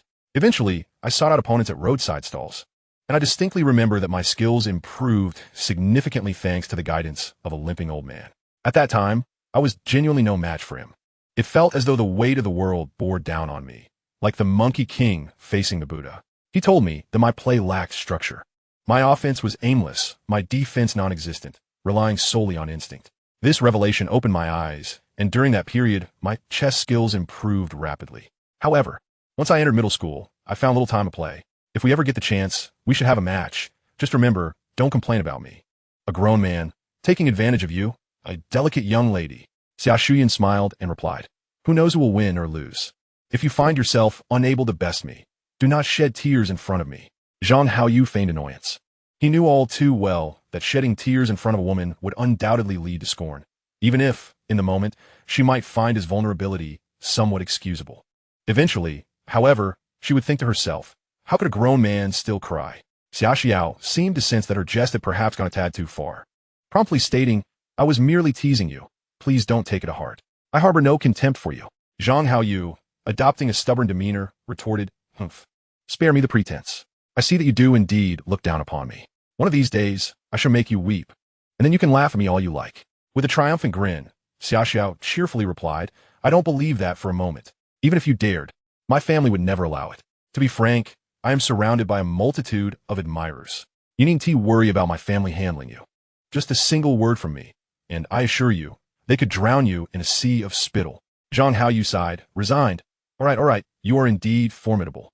I concede. I am well aware that a vast chasm exists between us. Today, being fortunate enough to call you my friend is already a stroke of luck for me. Do not assume I have any ulterior motives. Before meeting you, I might have entertained some thoughts, but now, having encountered you, I find myself devoid of any such notions. This was, indeed, his heartfelt confession. Xia Xiao blinked and calmly inquired, do you still wish to remain friends with me? Zhang Haoyu smiled, adopting a serious tone. The decision rests with you. If you wish to ignore me, I wouldn't dare to persist. However, if you are inclined to continue our friendship, I will be most eager. Xia Xiao chuckled lightly, her tone equally earnest. I can tell you right now that from this moment forth, you are my friend. Chapter 61. A pair of wild lovebirds arrive at home. The two chatted for a while longer, finishing their drinks and meal before Xia Xiao took her leave. Do you want me to escort you? There is no need for that. The school is just over there. I can walk a few steps and reach it. I have already given you my contact information. Since we are friends now, could you share yours with me as well? After a moment of contemplation, Xia Xiao replied, I don't have a mobile phone yet. There is a landline in my dormitory. If you want the number, I can provide it, but I advise you against calling. What? Are you afraid your dorm mates will find out? Not exactly. Most of my roommates have been bribed, and if you call and someone else answers, it will surely get around. I fear it might bring you unnecessary trouble. Zhang Haoyu pondered for a moment before confidently stating, rest assured, I won't call you for anything trivial that might disrupt your normal life. However, you need not worry about me. I'm not easily intimidated. I face challenges head-on and never shy away from problems. Moreover, I firmly believe that my future achievements will rival those of any student from your prestigious university. Perhaps one day, you may find yourself looking up to me, calling me boss. You are indeed quite self-assured. Xia Xiao replied with a faint smile, her tone non-committal. You mentioned earlier that at such a young age, I have already purchased my own home. Isn't that somewhat remarkable? Isn't that money from your parents? The money from my parents is still invested in the stock market. The funds for my house, my motorcycle, and my daily expenses all stem from my stock trading profits. Excluding the initial capital, Xia Xiao maintained a casual demeanor, smiling lightly. Oh, I see. That's rather impressive. It was evident that Xia Xiao's high starting point and formidable capabilities rendered her somewhat indifferent to his so-called achievements. Even if he were to reveal his wealth of over $1 million, it might not elicit even a ripple from her. Yet, he understood that to pursue a woman, a man need not surpass her in every regard, merely outshine her most formidable suitor. Furthermore, Zhang Haoyu's mindset remained relatively tranquil. Prior to meeting Xia Xiao, he had envisioned keeping her in his proverbial fish pond, seizing an opportunity to win her over and occasionally indulge in her company. However, upon encountering her, he realized that she was akin to a whale. Should she prove to be a mischievous and unscrupulous orca, she could effortlessly send him soaring through the air with a single flick of her tail. Maintaining an orca in a fish pond was akin to hanging oneself from the longevity god. It was wiser to consider his options carefully. His life was at stake. After all, Tao Lily and Luo Xiaowan were far more practical. He, as a mere seal, could suffice with a couple of small fish or shrimp, and he knew better than to provoke an orca. Moreover, it was clear that she hailed from scholarly lineage, a family of officials. Even if he could not win her heart, having a friend of such standing was still advantageous. Who knows, in times of trouble, she might lend him assistance. In the social fabric of Huaxia, often, connections hold more weight than wealth. Thus, he deemed today a fruitful encounter. However, upon returning to his new home, the moment he stepped inside, he was met with strange sounds emanating from the side bedroom. Those unmistakable sounds of blissful intimacy. Zhang Haoyu's countenance darkened instantly as he realized the implication. It had to be Luo Shui, who must have obtained a key from his sister and stealthily brought a girl home, to avoid having Luo Shui live there long term. Zhang Haoyu had refrained from giving him a key, but he had no choice but to provide one to Luo Xiaowan as his girlfriend. In this day and age, it was not so easy for boys and girls to engage in mischief. With current wage levels, booking a hotel room was prohibitively expensive for the average person. While dormitory living incurred no cost, it was impractical for bringing a girl over. Thus, inviting her back to a single room became the most economical and convenient option. The challenge, however, was that securing a single room in the provincial capital was not an easy feat for ordinary workers. It required a certain level of financial capability. Renting a single room typically cost at least 200 to 300 yuan per month, while their wages hovered around 400 to 500 yuan, hardly enough to cover living expenses after paying rent. This was a significant factor in why Luo Xiaowan had initially chosen to be with Zhang Haoyu. In this era, having the financial means to afford a single room, complete with a kitchen and private bathroom, was a mark of distinction among working-class individuals, making one the most desirable partner in the eyes of working-class girls. At that moment, the side bedroom where Luo Shui resided epitomized the dream accommodation for workers, bringing a girl that would undoubtedly leave her in awe. A girl who might have been unattainable would find herself charmed by Luo Shui's enviable living situation. This was another reason why Zhang Haoyu was reluctant to allow Luo Shui to stay there for long. Despite his many precautions and warnings, it seemed all for naught. To be frank, regardless of the justification, Luo Shui's actions were rather excessive. In the southern regions, such behavior would likely lead to being forcibly ejected. According to customs in many southern locales, when daughters or sons-in-law return to their maternal homes, they're separated and not permitted to share a room. Only the homeowner is allowed to host guests of the opposite gender. It is said that bringing a stranger into one's home can invite misfortune, robbing the household of its wealth and blessings, rendering it a deeply taboo act. Although the northern regions may not adhere to such stringent beliefs, introducing an unfamiliar woman into another's residence is undeniably a most repugnant affair. Yet, in this predicament, one cannot simply burst in and seize this pair of wayward lovers, kicking them out with disdain. The most prudent course of action is to await the return of Luo Xiaojun and discern her true sentiments. Ideally, she would herself suggest that her brother relocate to a hotel dormitory. Should she persist in shielding her brother, Zhang Haoyu would undoubtedly expel the couple without hesitation. At worst, they would part ways amicably, for he would not permit this pair to linger in his home and engage in their antics indefinitely. Upon entering the kitchen, he opened the refrigerator to find, to his dismay, that the half-plate of chicken wings from lunch had vanished, undoubtedly whisked away by Luo Shui to impress his girlfriend. Now, Zhang Haoyu found himself not only tending to his own girlfriend, but also responsible for feeding this wayward couple. Who on earth could endure such a situation? Chapter 62. I have reached my limit. As soon as Luo Xiaojun returned home, Zhang Haoyu anxiously ushered her into his bedroom. With a weary sigh, she expressed her impatience. Haoyu, I've worked all day and am utterly exhausted. Must you not allow me a moment to breathe? Can I not have my meal and rest before attending to your needs? You lounge about all day, finding nothing better to occupy your mind than your baser desires. What is it? Did you give your brother the key today? He inquired. Yes, I did. What of it? He took a half-day off, claiming he needed to fetch some things from home, so I entrusted him with the key. He is not merely fetching items. He has brought his girlfriend here, treating our home as some free lodging. They have yet to emerge from the room. Is that true? How could he? I warned you, didn't I? I resisted letting your brother stay here precisely to avoid such chaotic affairs. His presence between us has already made our lives inconvenient enough. Imagine the upheaval should they frolic in our home. All right, I will speak with my brother and ensure that woman doesn't stay here. Luo Xiaojun nodded in agreement. Yet Zhang Haoyu, growing increasingly agitated, retorted, What do you mean? As long as your brother resides here. Do you genuinely believe you can deter that woman from entering our home? He is my brother, and we have vacant rooms. If they're empty, why not let him stay? As for the rest, let us all be mindful of each other. Zhang Haoyu was momentarily taken aback, incredulous as he pressed. Just yesterday, we reached a consensus. You agreed your brother would move out in a few days. How did you suddenly change your mind? Alas, it's my brother. He called our mother, who berated me for not caring for him, claiming he was the one taking care of me. Your brother is taking care of you? What has he done for you? Is it not he who secured my current job? A mere hotel clerk, easily found on any street corner. What need have you for his assistance? Are you out of your wits? You know how formidable our mother can be. Both my brother and I fear her. Please, allow him to stay a little longer. I beg you. I cannot return home during the new year without a proper explanation. Zhang Haoyu, now visibly irate, declared solemnly. Luo Xiaojun, I must firmly warn you. Do not burden me with your family's trivial matters. I am under no obligation to handle them. I terminated my rental agreement and invested a substantial sum in this home to enhance my own life, not to invite turmoil or complications. Do not present me with any further excuses related to your family's affairs. Tomorrow, he must vacate. If he does not comply, I shall expel them myself. I have forewarned you. Do not claim I lack compassion when the time comes. Despite Zhang Haoyu's ire, he refrained from escalating the situation further. During dinner, he prepared an elaborate spread, which Luo Shui and his girlfriend thoroughly enjoyed, lavishing him with praise. However, after the meal, Luo Xiaojun summoned Luo Shui for a lengthy discussion.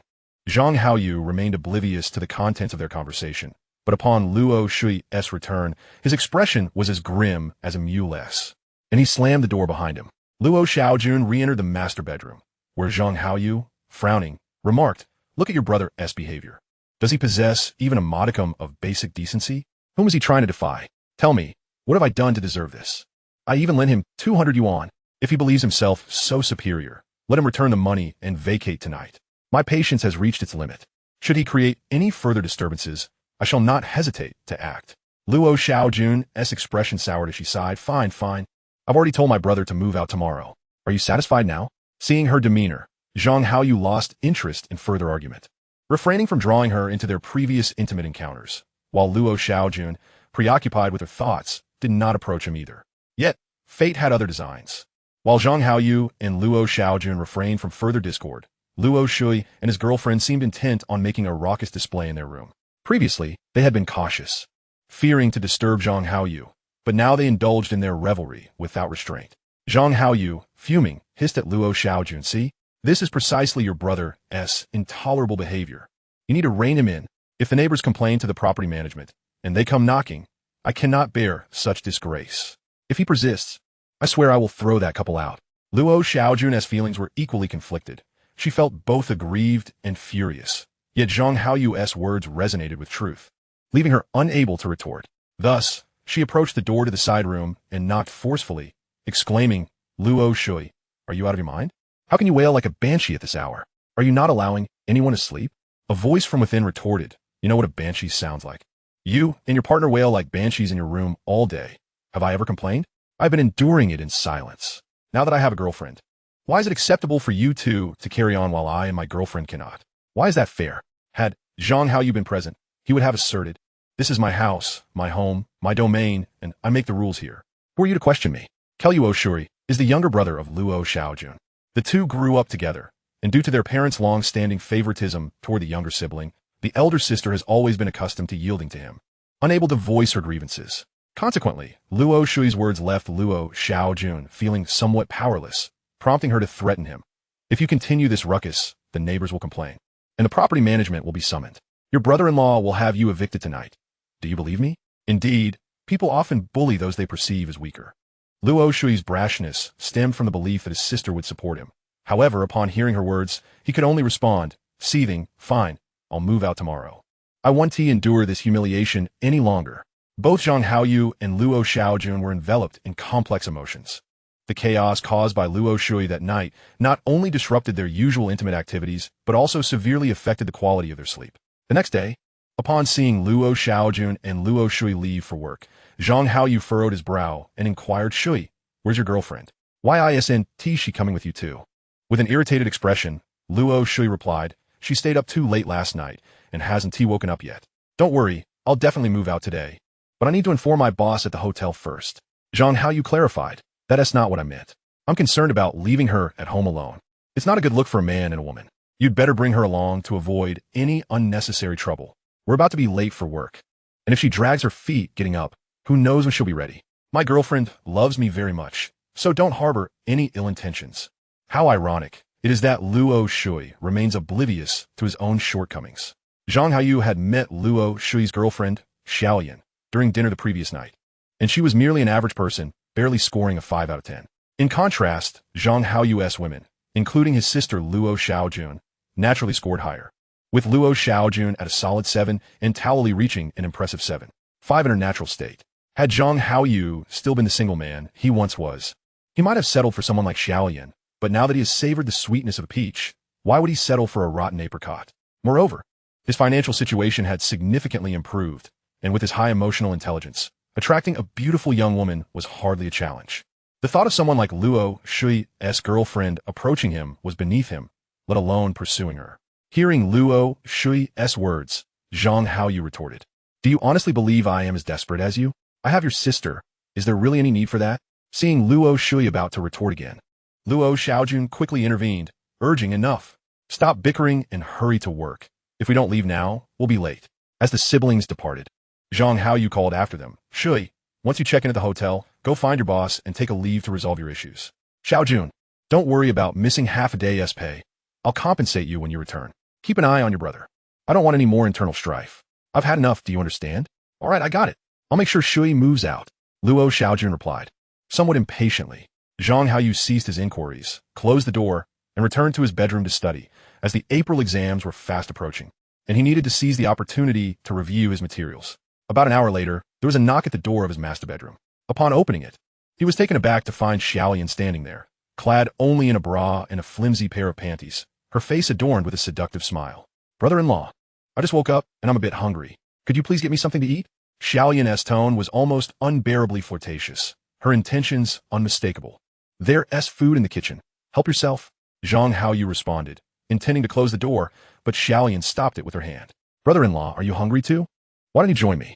It'll taste better together. I've already eaten. You can have it." "Brother-in-law, how can my food compare to yours? Come over and try it. I promise I won't tell Shui. Let me tell you, when Shui and I play, we use umbrellas. With you, we don't need any props. I'm willing to fulfill all your desires, brother-in-law. Just give me a chance." Zhang Haoyu, exasperated, snapped, "I have no interest in someone like you. Get lost before I lose my temper."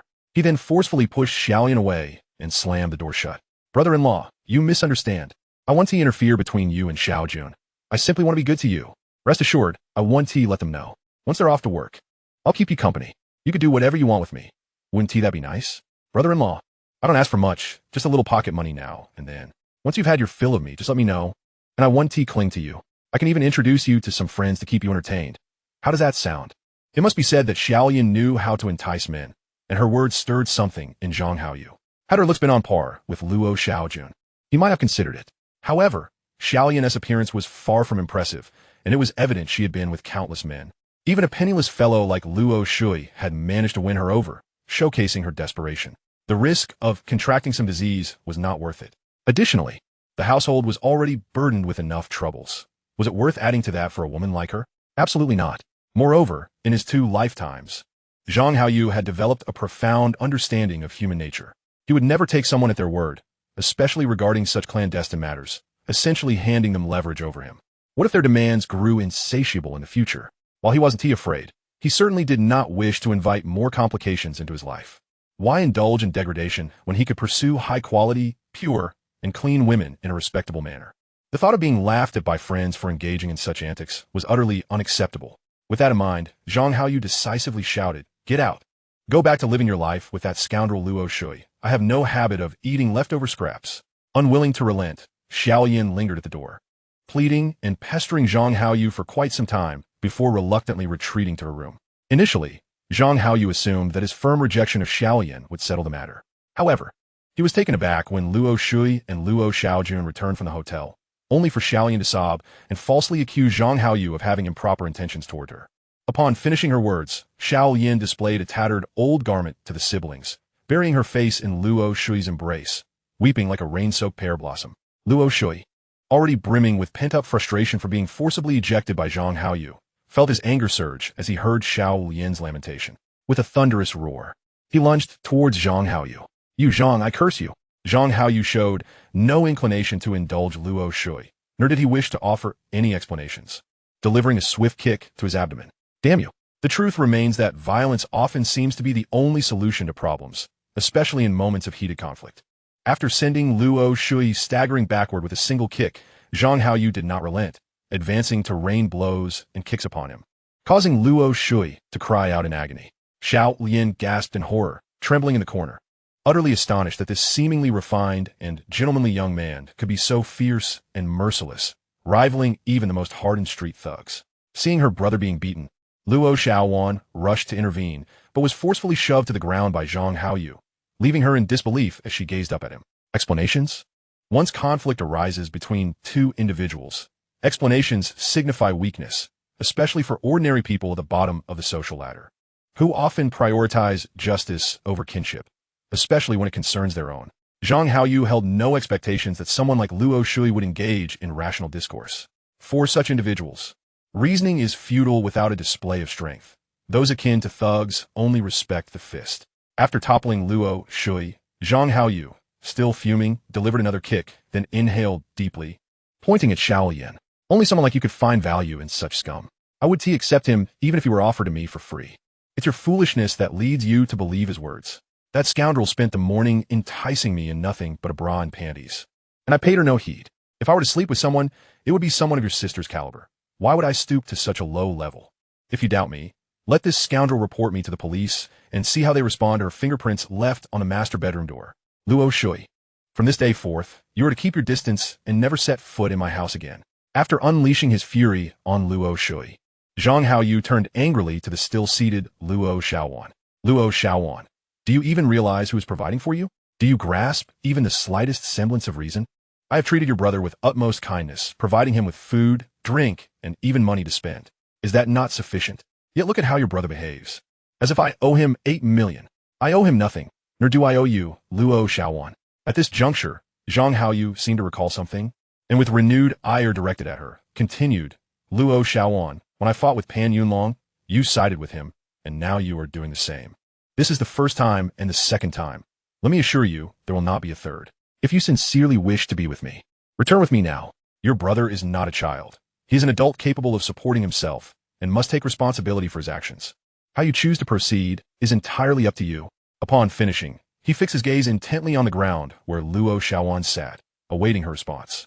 At that moment, Luo Shui, in tears and filled with rage, shouted at his sister, Sister, why are you still with this man? If he dares to hit me, won't he eventually strike you as well? This statement struck a nerve with Luo Xiaowan, as she recalled the time she had inadvertently revealed Zhang Haoyu's address to Pan Yunlong, leading to Zhang Haoyu's violent reprisal against her, although she later explained that it was her brother who disclosed the address. The truth was she had been the one to tell Pan Yunlong directly. In her mind, Pan Yunlong was a capable figure, a leader of sorts, despite having little money. He was a strong individual who could provide her protection. She had divulged Zhang Haoyu's address to curry favor with Pan Yunlong, believing it would secure her a position of safety, and naively assumed Zhang Haoyu would never discover the truth. However, she was taken aback when Zhang Haoyu chose to involve the police over such a trivial matter, believing it was normal for boys to brawl. In her eyes, Zhang Haoyu was far from manly for resorting to such actions. In school, those who reported to teachers were often scorned by their peers, and such actions were deemed unjust, regardless of the circumstances. Yet, Luo Xiaowan could not fathom how events had spiraled beyond her comprehension, with Officer Lin surprisingly apprehending Pan Yunlong and his gang. This outcome shattered Pan Yunlong's dreams of being a social leader and extinguished Luo Xiaojuan's aspirations of being with a powerful figure. It dawned on her that life outside the confines of school was vastly different. It wasn't merely about standing in the corner as punishment. One could end up in jail or worse. In school, one could act with impunity, but in the real world, one faced harsh repercussions. Even more shocking was Zhang Haoyu's astuteness in identifying that someone had betrayed his address, though she managed to concoct a plausible excuse to deflect responsibility. However, with the situation reaching this point, Zhang Haoyu had taken the upper hand. Logically, he should have shown mercy. Pan Yunlong's continued harassment stemmed from his need to salvage his pride, not from genuine concern for her. Yet, Zhang Haoyu had taken decisive action, humiliating Pan Yunlong publicly, shattering his defenses completely. Chapter 65. Zhang Haoyu, I want to break up with you. The humiliation that no man could withstand left her without hope of preserving any semblance of goodwill with Pan Yunlong. Luo Xiaowan understood well that even if she were to marry Pan Yunlong in the future, striving for a harmonious life free from infidelity, the mere thought of Zhang Haoyu's words would haunt him, casting a shadow over their lives. She felt flushed and heated upon hearing Zhang Haoyu's scornful remarks directed at Pan Yunlong. Knowing her partner had been with another woman was one thing, but to be publicly shamed was entirely another. Sister, what are you still hesitating for? You are so beautiful and young. There are plenty of wealthy suitors in the world. Do you fear you won't find a better boyfriend than him? Moreover, you're already working and able to support yourself. You won't perish without the surname Zhang. But can he truly live without you? A woman must possess a sense of dignity. At this moment, Luo Xiaojun recalled her previous conversation with Luo Shui, who had advised her to take control of Zhang Haoyu. Otherwise, she would forever lack the initiative in the dynamics between men and women. She then remembered Zhang Haoyu's refusal to add her name to the property deed, and how he had publicly pushed her to the ground, leaving her feeling utterly humiliated. Consequently, Luo Xiaojun adopted a woeful expression, her tone tinged with displeasure as she exclaimed, Zhang Haoyu, she is my own brother, blood is thicker than water, and I could never part ways with him. Moreover, in this matter, you are entirely at fault. Even if the situation is not as Xiao Yan described. You could have simply explained things to my brother to clear up the misunderstanding. Instead, you chose to strike him without explanation. Look at the state you left him in. I almost want to hit you myself. Zhang Haoyu let out a cold laugh, his tone indifferent as he replied. So what do you wish to do? Apologize to my brother? Look at what you've done to him. And you must apologize to me as well. I merely intended to mediate between you two. What give you the right to push me? Beside them, Luo Shui interjected angrily. Is a mere apology enough? Look at the state I'm in. Do you think this beating was for nothing? If you wish for my forgiveness, it's not too difficult. Treat me with respect and offer me compensation. This time, you owe me 400, no, 800. Zhang Haoyu scoffed again, disdain evident in his gaze as he directed it at Luo Shui. Dream on. Apologize to you and pay you? You must be out of your mind. I wouldn't even give you a penny. I'd rather give my money to the beggars on the street. He then turned to the now upright Luo Xiaojun, sneering once more. His expression one of condescension as he declared, Luo Xiaojun, your petty cleverness and scheming are utterly worthless in my presence. You claim I didn't explain myself and simply attacked your brother. But why didn't you think to ask him about the circumstances instead of rushing to confront me? If he got beaten, that's his own doing. He simply couldn't hold his own against me. You stand there with that insufferable attitude. But had he been able to fight me, you must ask yourself what you would have done then. I would have certainly helped you. Enough of this, Luo Xiaojun. I see through the two of you completely. You and your brother are a pair of unreasonable sycophants, expecting me to abide by your twisted sense of reason. Do you think I owe you an explanation? You only understand reason when it benefits you. You believe the world owes you something, that everyone must yield to your whims. Luo Shui continued to shout, Sister, listen to what he is saying. He thinks he is impressive just because he has a bit of money, looking down on everyone else.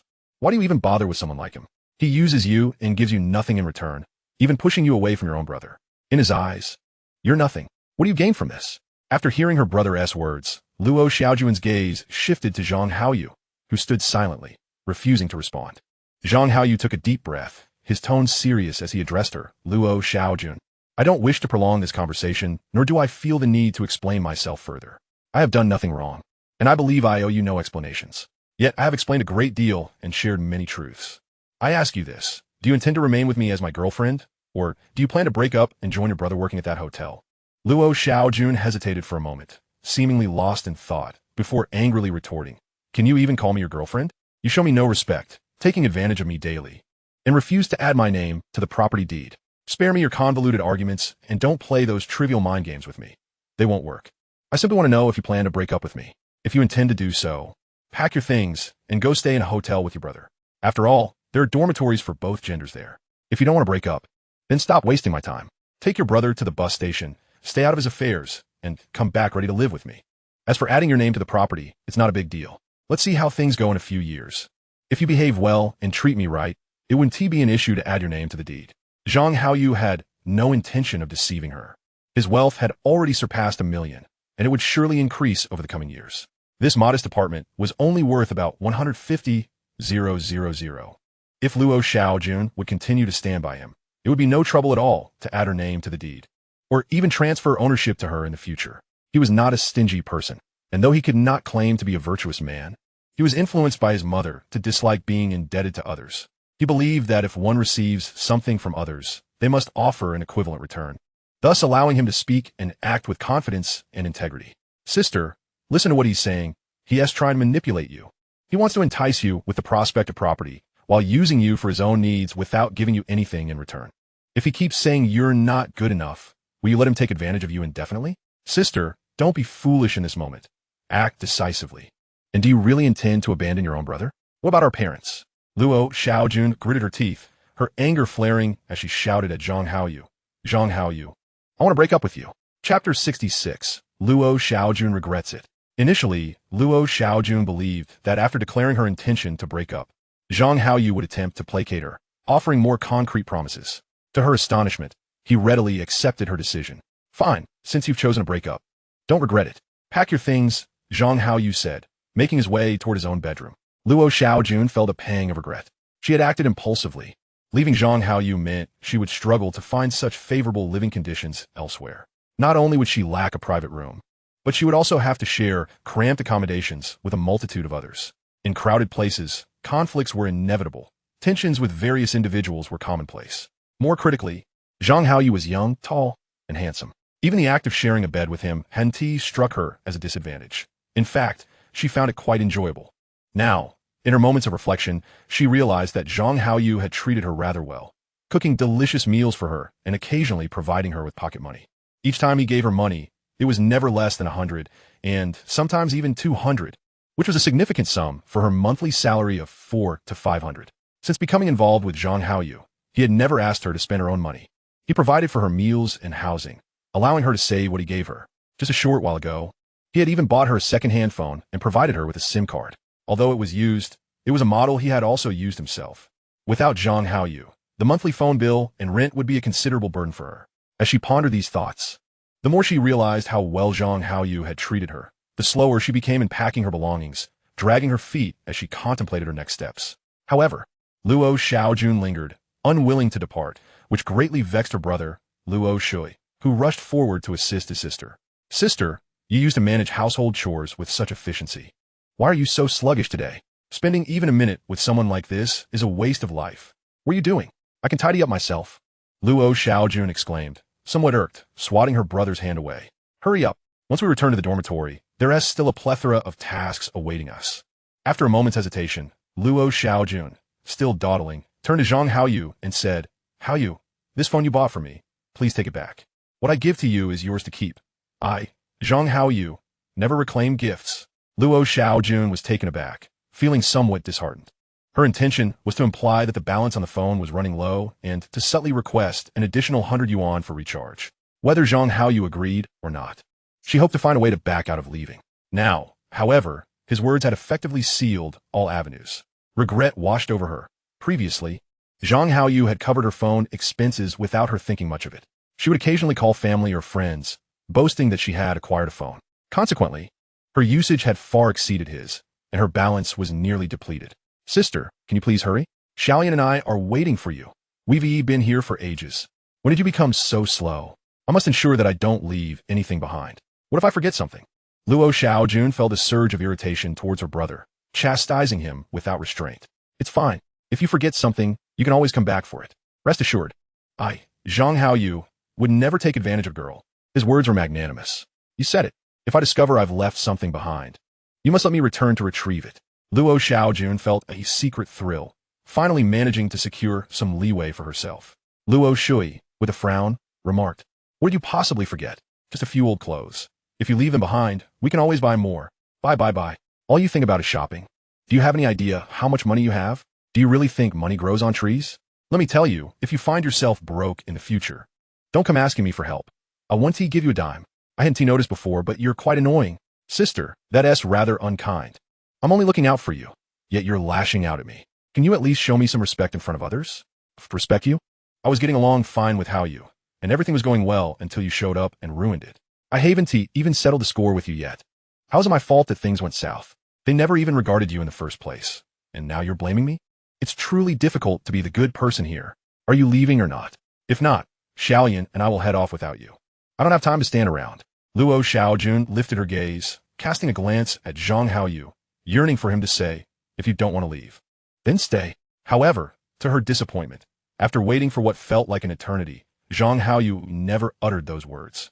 In truth, Zhang Haoyu had discerned her subtle intentions and was also inclined to voice that sentiment. After all, Luo Xiaojun was quite beautiful. Previously, due to poor nourishment, she appeared somewhat gaunt, affecting her looks. Recently, however, she had been well taken care of, especially in terms of food, and had noticeably improved. With his attentive care, It seemed she was blossoming anew, becoming increasingly lovely. Yet, the challenges posed by this brother-sister duo were manifold. If he were to keep Luo Xiaojun around, it was likely they might take advantage of the situation again. To live a peaceful life, he must first tame her completely. He understood that Luo Xiaojun was akin to a wild horse, with numerous little quirks and temperaments. Unless she was fully subdued, riding her would inevitably lead to mischief. Sister, when will you finish packing? If this continues, I truly want to wait for you. All right, I'm nearly done. Why are you rushing me? You're so bothersome. Seeing that Zhang Haoyu showed no inclination to retain her, Luo Xiaojun reluctantly departed with her brother. As she left, she couldn't help but glance back several times. Noticing that Zhang Haoyu remained inside, not coming out to bid her farewell, leaving her with no choice but to walk away resignedly. Chapter 67. Inviting Tao Lily to study at home. After Luo Xiaojun departed, Zhang Haoyu felt the house had become rather desolate. Fortunately, he still had a backup in Tao Lily, preventing an immediate shortage of companionship. Without delay, he called Tao Lily. Why are you calling me? Tao Lily's tone was somewhat irritable. Zhang Haoyu replied cheerfully, I missed you. I want to fall for your tricks. You're wrapped up with Luo Xiaojun every night. How could you possibly miss me? I broke up with Luo Xiaojun. Really? Why? Our relationship fell apart. What sort of feelings could a scoundrel like you have? As long as there's a woman to share your bed at night. Who cares about feelings? Oh, I see. Now that Luo Xiaojun isn't catering to you, you suddenly thought of me, Haven you? Let me be clear, don't get any ideas about me. I have a boyfriend who is 100 times better than you, and I want to accept anything that others discard. Zhang Haoyu remained unfazed, chuckling as he continued. You're misjudging me. It was you who suggested that Luo Xiaojun should bear more to lighten your load. I followed your advice, and now she couldn't take it anymore and left. Am I wronged or not? A muffled chuckle came through the phone, followed by uncontrollable laughter. Zhang Haoyu could easily envision Tao Lily's charming demeanor, shaking with laughter, and he couldn't help but swallow hard. After a good while, Tao Lily finally calmed her laughter, her tone laced with schadenfreude. Serves you right. Not at all unfair. You deserve this for trying to play both sides. Now I'm only with you. Too late. I'm not letting you have your way anymore. You can soak in the water alone and wash away that scoundrel stench from yourself. All right. I'll wash thoroughly. I promise to be spotless. But I can't reach my back. Can you help scrub it for me? Dream on. I want to fall for your tricks again. I've gone through the trouble of taking a bus to see you, only to be bullied by you and return exhausted. Do you have any idea how awful it feels to come back alone, knowing you're snuggled up with Luo Xiaojun? Sometimes I wonder why I hang out with you when I have such a wonderful boyfriend. Lily, I can now sincerely proclaim that as long as you are willing to be with me, I would gladly grant you anything you desire. Even the very house I currently reside in, to which I would be more than willing to add your name. Zhang Haoyu was not jesting with Tao Lily. He genuinely harbored such thoughts and was earnest in his intentions.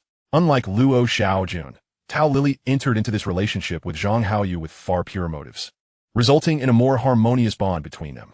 Furthermore, Tao Lily's affluent family background as the only child meant she would not demand things in a brash manner like Luo Xiaojun, instead exuding a more pleasant demeanor. Her parents, both civil servants, possessed a higher caliber of upbringing, free from a myriad of complications that plagued Luo Xiaojun and his own family. Of course, Zhang Haoyu did not genuinely intend to become a benefactor. Adding Tao Lily's name to the title would inevitably signify the end of their relationship. For how could one explain co-owning a property with another man? Would clarity truly be attainable? For Zhang Haoyu, this alone made the prospect worthwhile. Really? You are so generous.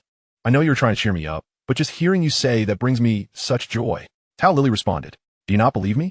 If you bring your ID right now, I shall take you to add your name to the property title. You bought a motorcycle? Tao Lily's unique perspective immediately shifted from the house to Zhang Haoyu's new acquisition. Indeed, since the last time I saw you off at the bus stop, I felt somewhat unwell. If I had a vehicle to take you, we could spend more time together. For now, I can only afford a small scooter. But I promise that once I have the means, I shall acquire a car to pick you up and take you out, all right? Perhaps because Tao Lily was his first love, Zhang Haoyu found himself unable to resist the urge to indulge in playful banter with her. You always have a way of charming me. I feel utterly lost, Tao Lily teased, though it was evident that her heart had softened. Not being able to find your way is inconsequential. As long as you can find me, I am your true north. Are you free now? Shall I come to fetch you on my motorcycle? With exams approaching, I need to focus on my studies.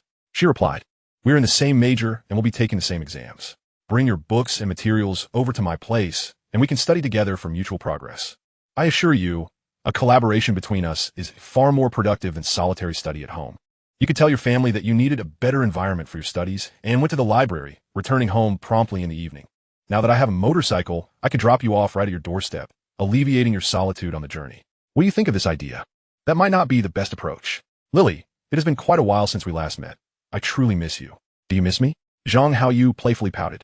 I do. Tao Lily responded, her tone tinged with bashfulness. Then why the many words? I thought you truly disliked me. I do dislike you. She laughed lightly. Enough of this chatter. I shall fetch you. Do not come directly to my home. Meet me at the hardware store on the west side of my neighborhood. For future reference, you can drop me off there as well, as it is less likely to attract familiar faces. All right, I should arrive in about 20 minutes. Chapter 68. A unique method of supervising Tao Lily's studies at the hardware store. Upon seeing Tao Lily's somewhat shy demeanor, Zhang Haoyu chuckled. What's this? We're like an old married couple, and yet you still feel shy. Allow me to teach you the proper way for a girl to ride on a motorcycle. Hold tightly to my waist and press your face against my back. Do you understand? Yuck, you scoundrel. I refuse to listen to you. Tao Lily playfully hit him, yet she still wrapped her delicate hands around his waist. As Zhang Haoyu revved the motorcycle and set off, his intentions were realized. Tao Lily nestled against his back, her face alight with joy. To fully embrace happiness, one must savor its moments. Zhang Haoyu rode leisurely, adhering to the principle of safety first. The journey of life is long, and there is no need to rush.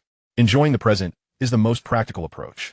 Upon returning home, Tao Lily explored the surroundings of his room, peering into the wardrobe, and exclaimed with a smile. I thought you were just teasing me, but Xiaojun really has broken up with you. Of course it's true. What will be the point of deceiving you?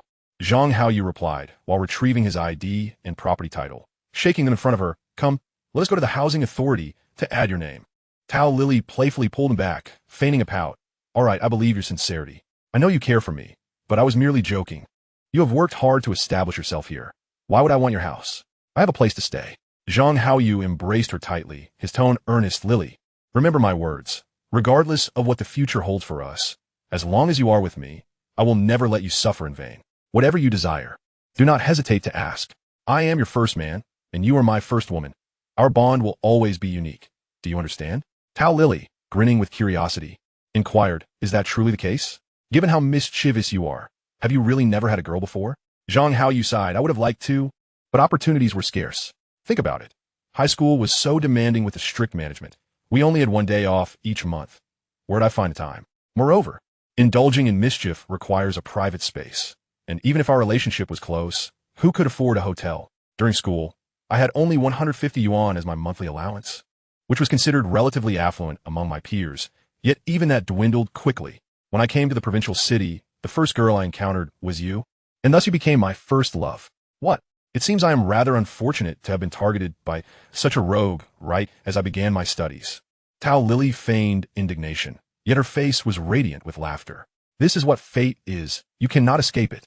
Zhang Haoyu replied, fully aware of her playful tone, and he lifted her in a princess carry. Tao Lily let out a surprised squeal, struggling in mock frustration. Didn't you say you wanted me to come here to study? I can't help it. After such a long time apart, I genuinely missed you. Let us take care of the important matters first, and then we can study. You mischievous rascal. Studying is the priority. Do you not agree? I knew it. Coming here could only lead to mischief. 2 hours later, Zhang Haoyu took a deep breath and exhaled slowly, feeling invigorated. He patted the nearby Tao Lily on the shoulder and cheerfully declared, All done. Let us study together. Study? Nonsense. I am utterly exhausted thanks to you, and I can hardly catch my breath. I've decided to forego studying today. We can address it another day. Tao Lily sprawled across the bed, staring vacantly at the ceiling, embodying a state of utter fatigue. That simply will not do. We must both strive for progress. Zhang Haoyu insisted, shoving her books into her hands. He then picked up his own book and began to memorize quietly. However, before long, he turned to find Tao Lily had closed her eyes, clutching her book against her chest, soundly asleep and gently snoring. Zhang Haoyu couldn't help but chuckle as he nudged her awake. Rise and shine, Lily. I asked you to study, and here you are sleeping. No wonder you only passed one subject last October. Tao Lily stretched languidly and smiled. What can I say? I am naturally at odds with books. The moment I see one, sleep beckons, and I fall into a deep slumber. I believe books serve as my lullaby. When I am older, I shan't fear insomnia. A few pages and I will sleep like a baby. Then if you refuse to study, we shall count to 4 and start anew. I refuse. Study now. I refuse. That is not an option. You must choose one of two evils. The lesser of two hardships. With a pained expression, Tao Lily lamented, "Very well, I shall study you, beast. Encountering you must be the result of some misfortune from 8 lifetimes ago. Then you had better start studying. If you cannot recite, you shall face punishment." Slow recitation also incurs punishment, and any complaints will result in punishment as well. What punishment could you possibly impose? Do I even need to say? What resources do you possess? You creep. I want to go home. Not until you finish your studies. If you wish to return home, it must be after you complete your recitation. Otherwise, you might as well stay the night. Tao Lily, panicking slightly, exclaimed, "Absolutely not. If my parents discover I've spent the night out, they'll surely kill me. Then you must study diligently and ensure you do not incur their wrath. Besides, the decision of whether you return home lies with you, not me. If you fail to study properly, I will assume you wish to remain here for the night. You wicked fiend, you are trying to ruin my life, aren't you? I will fight back. Do not provoke my ire further. If you do, you shall bear the consequences. Use this time wisely and focus on your studies." Resigned, Tao Lily grimaced and began her recitation.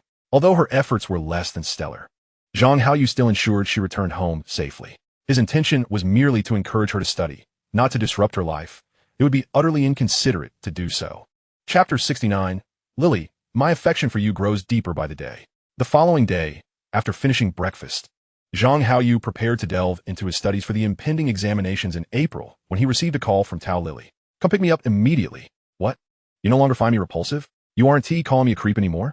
After much contemplation, I realized that although I might be bullied at your place, your presence encourages my studying. Alone at home, I truly cannot focus. Understood.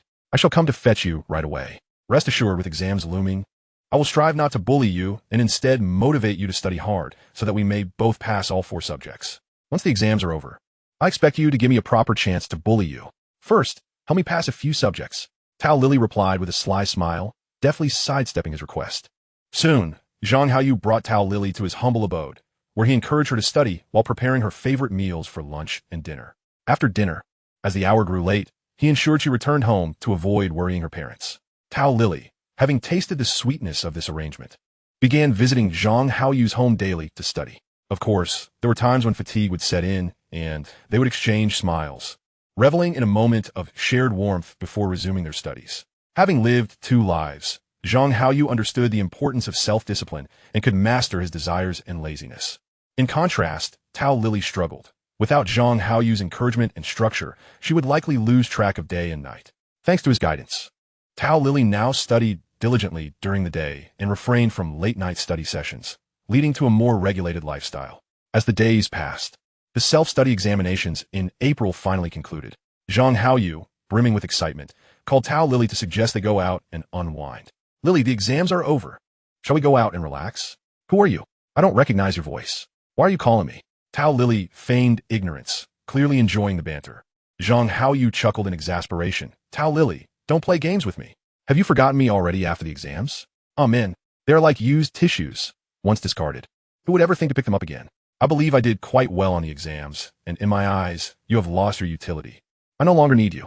Goodbye." With that, she hung up, laughter ringing in her ears. Listening to the beeping tone on his phone, Zhang Haoyu hung up in annoyance. "Oh well, we just finished the exams, and after cramming with Tao Lily, perhaps I should take a couple of days off."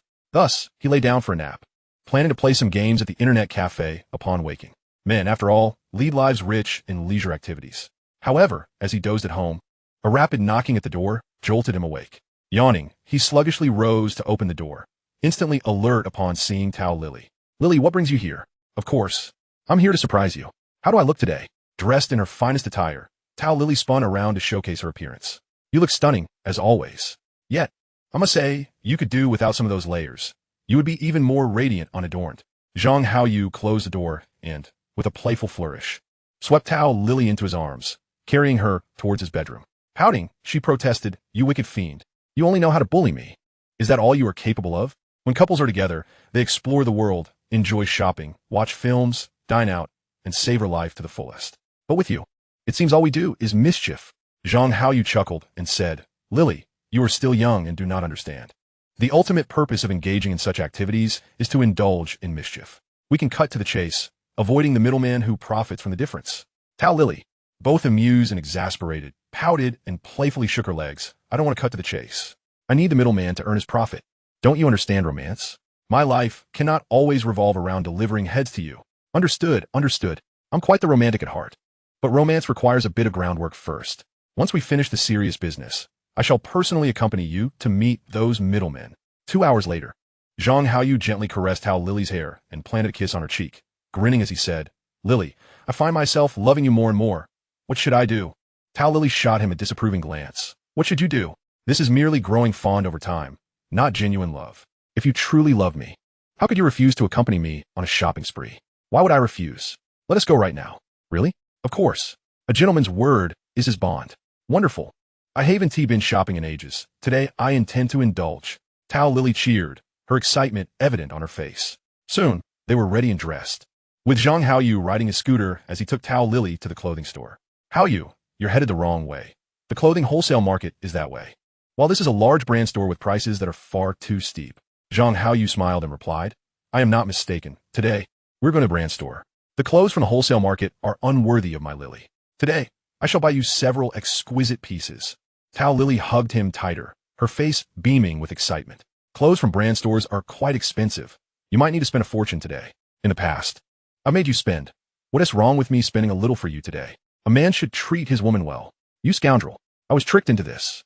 I don't know how it happened, but I ended up with you and have been bullied ever since. Since you've willingly walked into my trap today, I shall make sure to take my due revenge. Zhang Haoyu laughed nonchalantly. Bring it on. What kind of man would fear a delicate lady like you?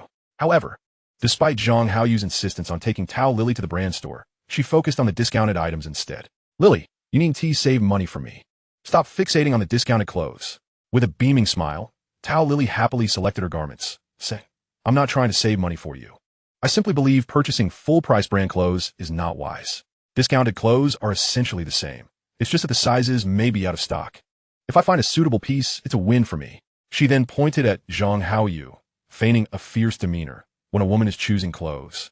A man should keep his opinions to himself. You may watch from the sidelines. Zhang Haoyu recognized that Tao Lily merely wished to save him money. Indeed, she was the epitome of a virtuous partner, deserving of his utmost care. Nevertheless, he did not insist on her selecting full-price items, as they had plenty of time ahead of them. He wanted her to gradually accept his kindness and become accustomed to it. Why did you only select one outfit? The discounted clothes aren't too pricey. Why not choose a few more? Tao Lily shot him a glare, exasperated. If I buy a bunch of clothes and my parents ask where the money came from, what should I say? Zhang Haoyu grinned. Just tell them an old flame insisted on gifting them to you, and you reluctantly accepted. They would surely scold me. For few pieces of clothing, it's not worth it. I'm already thrilled to get this discounted brand outfit. Previously, all my clothes were from street vendors. You could tell your family that these clothes were purchased from the wholesale market. You really think my parents are fools? There is a clear distinction between these and street vendor clothes. I can possibly disguise one outfit, but not several. I appreciate your kindness, but you must also be mindful of how you express it. You can't push me into a corner. Zhang Haoyu nodded in agreement and offered a suggestion. In the future, you could tell your parents that you wish to improve your quality of life and desire to buy good clothes instead of street vendor goods. You are now a grown woman and should have a few decent outfits for outings. Street vendor clothes wear out quickly and become a waste. Good clothes may last for years and ultimately cost less. Tao Lily smiled and nodded. You're full of clever ideas. No wonder I was deceived. The way you present your arguments sounds so reasonable, but who knows what schemes you're plotting behind the scenes. Zhang Haoyu chuckled. Rest assured, I have no schemes against you. You are already wholly mine. I knew this untrustworthy man would cherish what he has. No, I meant that we are like an old married couple now. We can be straightforward without unnecessary pretense. Ugh, you sly rascal. I want to let you have it easy in the future. Tao Lily playfully punched Zhang Haoyu. Zhang Haoyu, beaming with pride, asked, So will you still seek my help with your studies? Not anymore. Really not? Not for now, hee. Tao Lily mischievously made a face at Zhang Haoyu. Zhang Haoyu smiled. Since buying clothes is too risky, let me treat you to something delicious. If it goes into your stomach, your parents will never find out. Tao Lily's eyes lit up with excitement as she exclaimed, Yes. I must eat you out of house and home this time. I want iron plate squid. Look at you. So easily pleased by just a dish of iron plate squid. Don't underestimate me. I can eat a lot. If you don't fill me up, I'll make you pay. Tao Lily extended her small fist, making another playful face at Zhang Haoyu, threatening him. Zhang Haoyu couldn't help but cup her lovely face. Grinning, our Lily is the most beautiful girl in the world. Thus, Zhang Haoyu took her to enjoy iron plate squid, along with pure meat sausages, grilled chicken wings, bamboo tube rice dumplings, and other delightful treats. They acquired a considerable amount, yet spent very little in Zhang Haoyu's eyes. As Tao Lily was genuinely trying to help him save money, Tao Lily relished her meal, her face alight with excitement as she exclaimed, "Those grilled chicken wings are quite delicious, tasting just as good as your cola chicken wings, just with a different flavor. If you enjoy them, should we go back for more? That stall should be ready to serve again." Tao Lily, savoring the bamboo tube zongzi dipped in white sugar, waved her hand dismissively and remarked, "I can't possibly eat anymore. Besides, indulging in exquisite delicacies all at once diminishes their allure for the next time." Noting that she had nearly reached her limit, Zhang Haoyu tentatively suggested, "Shall we catch a movie later?" "Absolutely." With that, Zhang Haoyu sought out a cinema featuring plush seating, procured 2 tickets, and casually picked up some popcorn, snacks, and drinks, ushering Tao Lily into the theater. It is no wonder that couples adore watching films together. Sharing bites while nestled against one another creates an exquisitely intimate atmosphere. After the film concluded, the afternoon had slipped away. Following a leisurely stroll, they approached dinner time. Zhang Haoyu spotted a steakhouse nearby and led Tao Lily inside. However, she quickly grasped his arm, shaking her head in protest. "Let us not. Steak is both expensive and unpalatable. Why squander your money? Save it for making me cola chicken wings instead." Zhang Haoyu, with a playful yet determined embrace, guided her onward. Smiling as he said, "You truly needn't fret over my finances. I am quite capable. Moreover, this is our first proper date, and we ought to enjoy it to the fullest. While my cola chicken wings are indeed delightful, dining in a place like this carries a certain ceremonial charm. Splurging on a steak is nothing to worry about. Just relish the experience. Should I lack the means to settle the bill, I could always leave you behind to wash dishes." Tao Lily threatened playfully, her small fist raised in mock anger as she glared at Zhang Haoyu, exclaiming, "Dare you?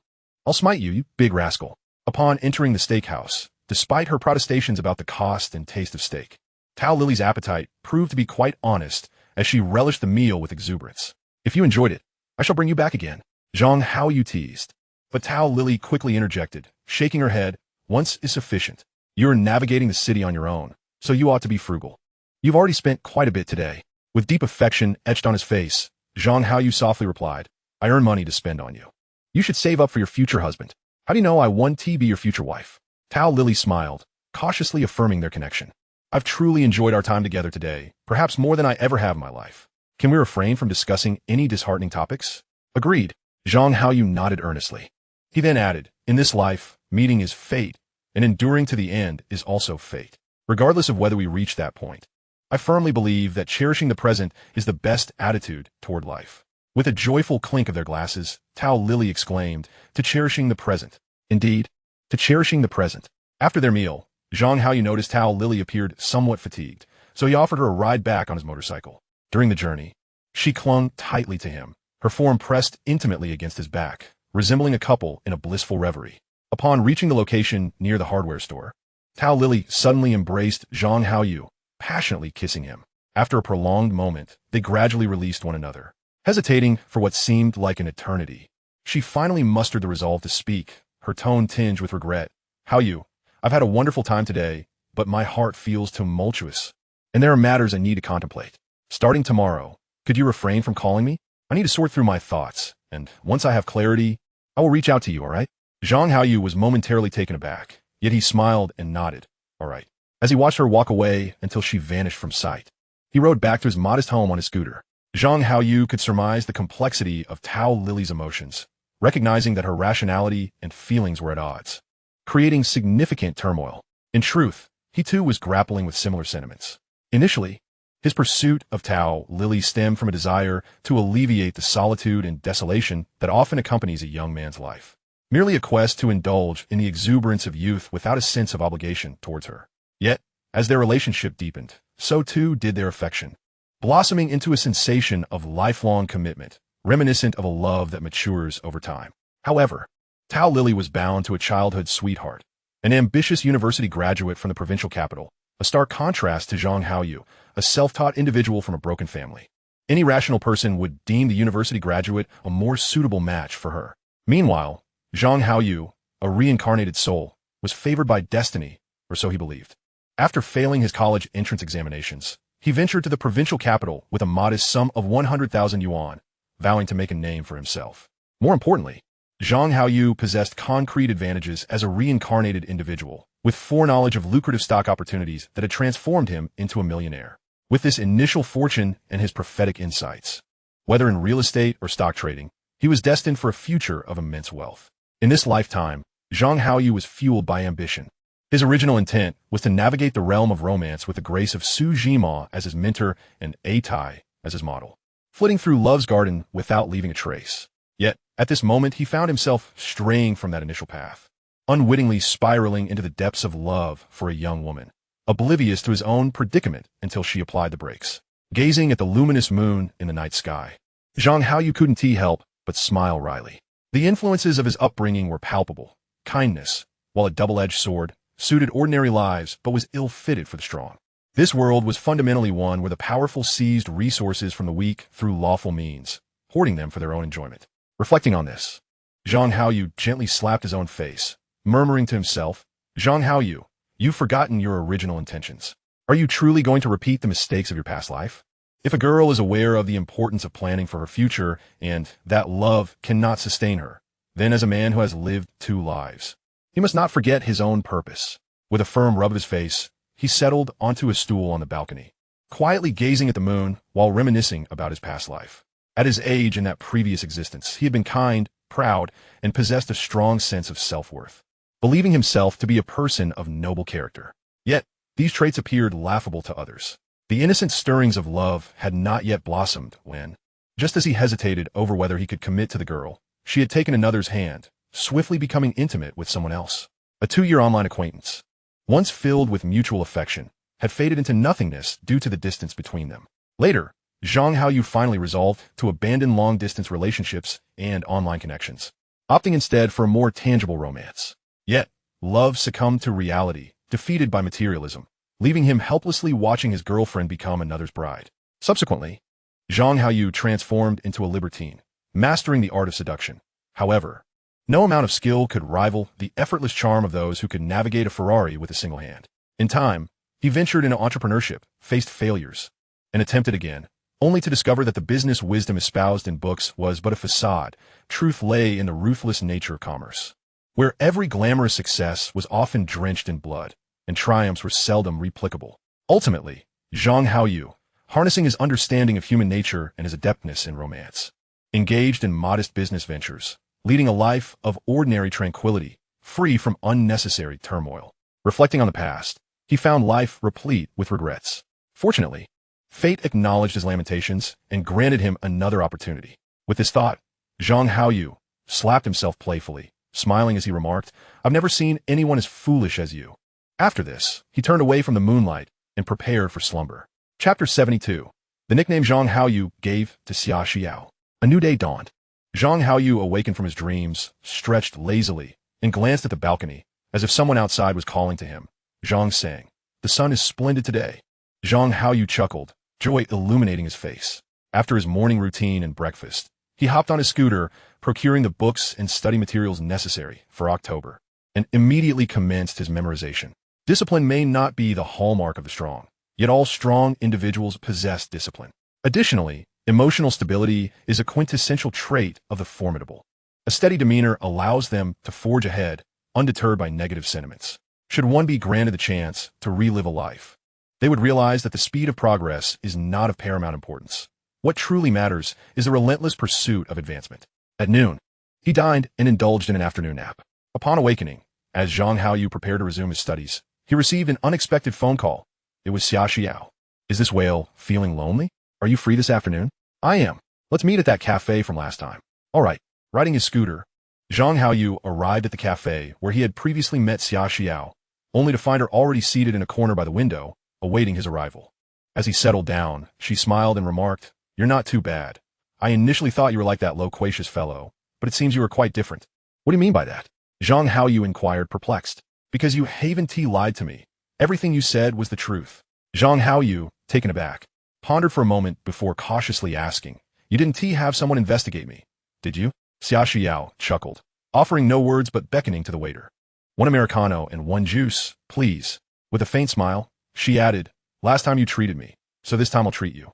However, I'm not as affluent as you, so only juice this time." Perplexed, Zhang Haoyu queried, But you don't have my personal information. How could you possibly find specifics about me based solely on my name or QQ number? Don't you have a motorcycle? In that instant, Zhang Haoyu understood.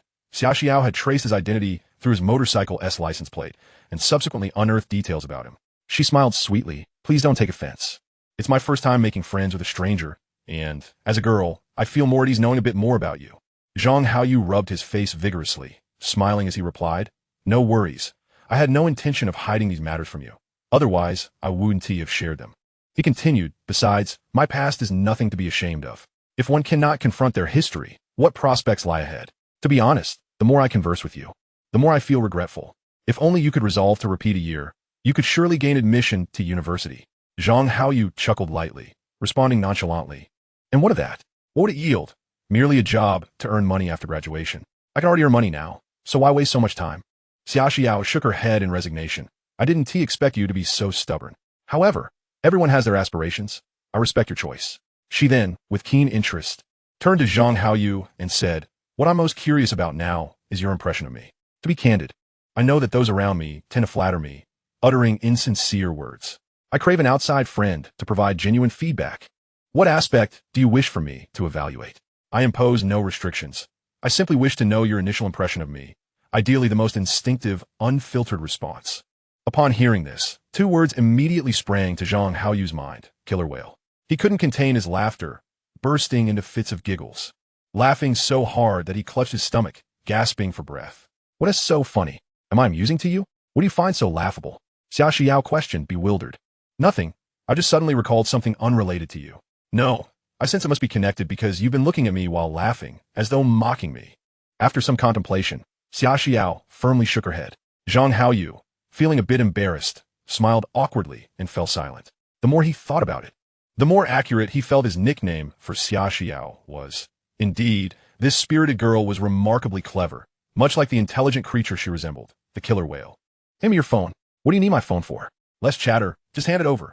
Xia Xiao exhibited her commanding demeanor, revealing that she was accustomed to flattery, even directing Zhang Haoyu with authority. With a sense of resignation, Zhang Haoyu complied and handed over his phone. It mattered little. He had no secrets to conceal, and this trivial matter was not worth disputing with a girl used to being coddled. The energy she exuded was formidable, while Zhang Haoyu found himself lacking in wealth, background, connections, or influence. Even maintaining a friendship with Xia Xiao could yield immense benefits in the future. After taking Zhang Haoyu's phone, Xia Xiao entered a number, revealing the nickname Killer Whale prominently displayed. Xia Xiao's face flushed with indignation as she returned the phone to him, her fingers rapping angrily on the table as she questioned through gritted teeth, What does this nickname mean? This girl is truly hard to deceive. She managed to uncover such information from my phone. Zhang Haoyu was taken aback, glancing at the two words on the screen, suppressing his laughter, and replied, It doesn't mean much. It simply implies that I think you're quite clever. Do you take me for a fool, like a mere 3-year-old child? Who in their right mind would use the term orca as a compliment for a girl? Pray, enlighten me as to why it is said that orcas are used to praise someone's intelligence. Xia Xiao seethed with indignation at the unflattering nickname she had been given. Feeling quite aggrieved, Zhang Haoyu stifled a laugh, yet insisted, It's quite simple. Orcas are renowned for their remarkable intelligence as marine creatures. If you have doubts, you might wish to verify this. Scientists have posited that the IQ of an adult orca is comparable to that of a human adolescent. Chapter 73. Xia Xiao's heart began to stir. Cut the nonsense. Speak honestly. I once thought you were somewhat straightforward, but it appears you are not as candid as I presumed. If I don't call you orca, should I refer to you as a tigress or a beluga? Yet, I find the term orca more fitting. Zhang Haoyu teased with a grin. On what grounds? How do I resemble a tigress, or a beluga for that matter? Others describe me as either Lin Daiyu or Shui Baochai, yet you reduce me to such a lowly comparison. Xia Xiao protested, her cheeks puffed up in a mock pout, which brought a sense of delight to Zhang Haoyu. After all, it was the first time a beauty of her caliber had ever displayed such playful affection towards him. You see, I once watched a documentary online about marine animals, particularly orcas, which left me with the impression that they are both mischievous and rather morally ambiguous. Upon hearing this, Xia Xiao interrupted sharply. Morally ambiguous? You think I lack morals? In what way? She appeared ready to rise and take a playful bite out of Zhang Haoyu in her mock indignation. Zhang Haoyu chuckled, seemingly unfazed, and continued, Just hear me out. The documentary illustrated that one of the orca's prey is the seal, yet even after satiating their hunger, they continue to chase seals. Are orcas that ferocious? Xia Xiao inquired. Intrigued. Not at all. Orcas are quite friendly towards humans. They pursue seals not for sustenance, but for amusement. Upon catching one, they swat it into the air with their tails, rendering it dazed. They do not consume it. Instead, they merely circle around the stunned seal, admiring their prowess before departing. Satisfied. Tell me, is that not morally ambiguous? Would you not agree they are both mischievous and morally questionable? Pouting, Xia Xiao feigned a pitiful demeanor. Clearly feeling wronged as she declared, that has nothing to do with me. In what way do I resemble an orca? As a delicate woman, I lack the strength to daze anyone. Ah, but you possess the ability to daze others effortlessly, not through sheer strength, but through your innate beauty and inborn charm. Yet, I have never dazed anyone. Who says you haven't? You yourself have mentioned having a multitude of admirers. If they are not captivated by your allure, how could they possibly follow you so ardently? Do not deny it. You have previously stated that with just a word from you, those admirers could drown me in their flattery. Xia Xiao burst into laughter, her expression brightening as she exclaimed, "You truly are a charming conversationalist. I have never encountered such a unique way of complimenting someone before." Then, with a playful pout, she added, "But the nickname orca is simply dreadful. Someone unfamiliar might think I am fiercer than a tigress." Zhang Haoyu chuckled inwardly. He had merely stated the truth, expressing his genuine thoughts. Indeed, allowing a girl to fill in the blanks in her mind is far more effective than direct flattery. Unyielding, Zhang Haoyu shrugged, adopting a feigned air of helplessness. "What can I say? You requested to know my first impression of you, and I answered honestly, without pretense. As a friend, I have been forthright. Why then are you displeased? It appears you were never interested in the truth, only in flattery. Fine. From now on, I shall refrain from speaking the truth to you. I promise to shower you with compliments daily, whether in person or apart, and I shall even ensure to praise you before sleeping." How's that sound? Experience from his past life had taught him that one should never take girls too seriously. Regardless of their beauty, they all exhibit the same nature. The more one treats them with reverence, the more spirited they become. Zhang Haoyu had resolved to keep the orca moniker firmly affixed to her. "I refuse to indulge you. I am merely playing." The moment he said this, Xia Xiao wilted. Resembling a sulking puppy, she sat there, simmering with indignation, her gaze fixed upon Zhang Haoyu, conveying a sense of deep grievance while silently hoping he would abandon the unflattering nickname. However, the greater her hope, the more profound her disappointment. Zhang Haoyu had made up his mind. He would not be led by this little vixen, though he had successfully captivated her with his charm. He knew that if he acted as timidly as her other admirers, it would not be long before she lost interest and relegated him to the depths of her social pond, left to fend for himself. Perhaps someday, when she felt particularly generous, she might grace him with her attention, but by then, the initiative in their flirtation would be lost. If he wished to continue pursuing Xia Xiao, he would have to compete with her other suitors for her affection, ultimately reducing himself to a mere sycophant. Sycophants seldom enjoy favorable outcomes, and to vie with others for the title of best admirer would be utterly degrading. He would never allow himself to descend to such a pitiful state, not even in this new life. In fact, his self-esteem had been even stronger in his previous existence. After a lengthy stalemate, when Xia Xiao realized Zhang Haoyu had no intention of yielding, she reluctantly decided to make a concession. Call me what you will, but you must promise that you alone shall use this nickname. It cannot be shared with anyone else. If you dare to spread it, I shall have no choice but to strangle you." With a playful flourish, she made a mock threat, her tiny fists raised in earnest, looking adorably fierce. Zhang Haoyu grinned broadly, acquiescing. "All right, I promise. This nickname shall remain a private secret between us, just for the two of us. How's that sound?" His words carried a hint of flirtation. Exclusive nicknames are often an intimate gesture shared between couples. Xia Xiao, a woman of considerable intelligence, adept at managing a legion of admirers, coupled with her diverse interests and impressive academic background, was certainly no fool. Thus, she seemed to grasp the underlying implication, her cheeks tinged with a faint blush, her first encounter with such flirtation from a boy. Her heart fluttered, hinting at newfound emotions. Chapter 74. A call from Tao Lily interrupted their moment. As they prepared to leave, Xia Xiao insisted on paying the bill, but Zhang Haoyu eagerly stepped in, cheerfully asserting, "It's perfectly normal for the boy to cover the expenses while the girl treats, regardless of the type of girl, even if they express their sincerity with words. Claiming they wish to treat or cover the bill, should you truly allow them to pay, they are bound to feel discomfort, particularly if they are not financially well off. It is advisable to avoid provoking girls altogether. Keep your money tightly grasped, sparing no change. However, if you are inclined to pursue a girl, Ensure that you commit fully to the endeavor. Otherwise, you may find yourself spending money while receiving disdain, leaving you feeling alienated on all fronts. If your skills are lacking and you possess little to no talent, yet harbor numerous ideas, that is a personal issue. Actively courting a girl while lamenting her expenditure of your money is indeed rather foolish. Zhang Haoyu's eagerness to pay the bill can be perceived as somewhat sycophantic. Yet the crux of the matter lies not in the act of flattery itself, but in whether such flattery is reciprocated. Sycophants are criticized precisely because they offer admiration without fostering any progression in the relationship, which may even lead the girl to despise or scorn you. In truth, this is a case of just desserts. Without a solid economic foundation, linguistic prowess, or high emotional intelligence, it is prudent to refrain from pursuing girls. Focus on your own affairs, and they will gravitate toward you naturally. It is often said that a man pursuing a woman faces great barriers. Yet a girl who approaches you is merely separated by a thin pane of glass, easily shattered. Take Zhang Haoyu, for instance. His efforts to win over Tao Lily were considerable, yet securing Luo Xiaojun required little to no effort. Beautiful girls are a scarce resource, with the most stunning among them being exceedingly rare. That which is scarce is not something an ordinary person can covet. It belongs to the select few. It may be unpalatable to hear, but it is the reality. Upon returning home, Zhang Haoyu did not indulge in nostalgic reveries about his interactions with Xia Xiao or even contemplate Tao Lily. Instead, he devoted himself to diligently reviewing his studies. The beauty of majoring in Chinese language and literature lies in the assurance that, with effort and dedication, passing exams is a certainty. Seizing the opportunity to learn while time permits ensures that when tumultuous matters arise, they will not hinder academic progress, thus representing a rational allocation of time. As days turned into weeks, by May, Zhang Haoyu's results were released, and naturally, he passed all 4 subjects. In self-study examinations, a score of 60 is celebrated. From the perspective of obtaining a diploma, a score of 60 is equivalent to 100.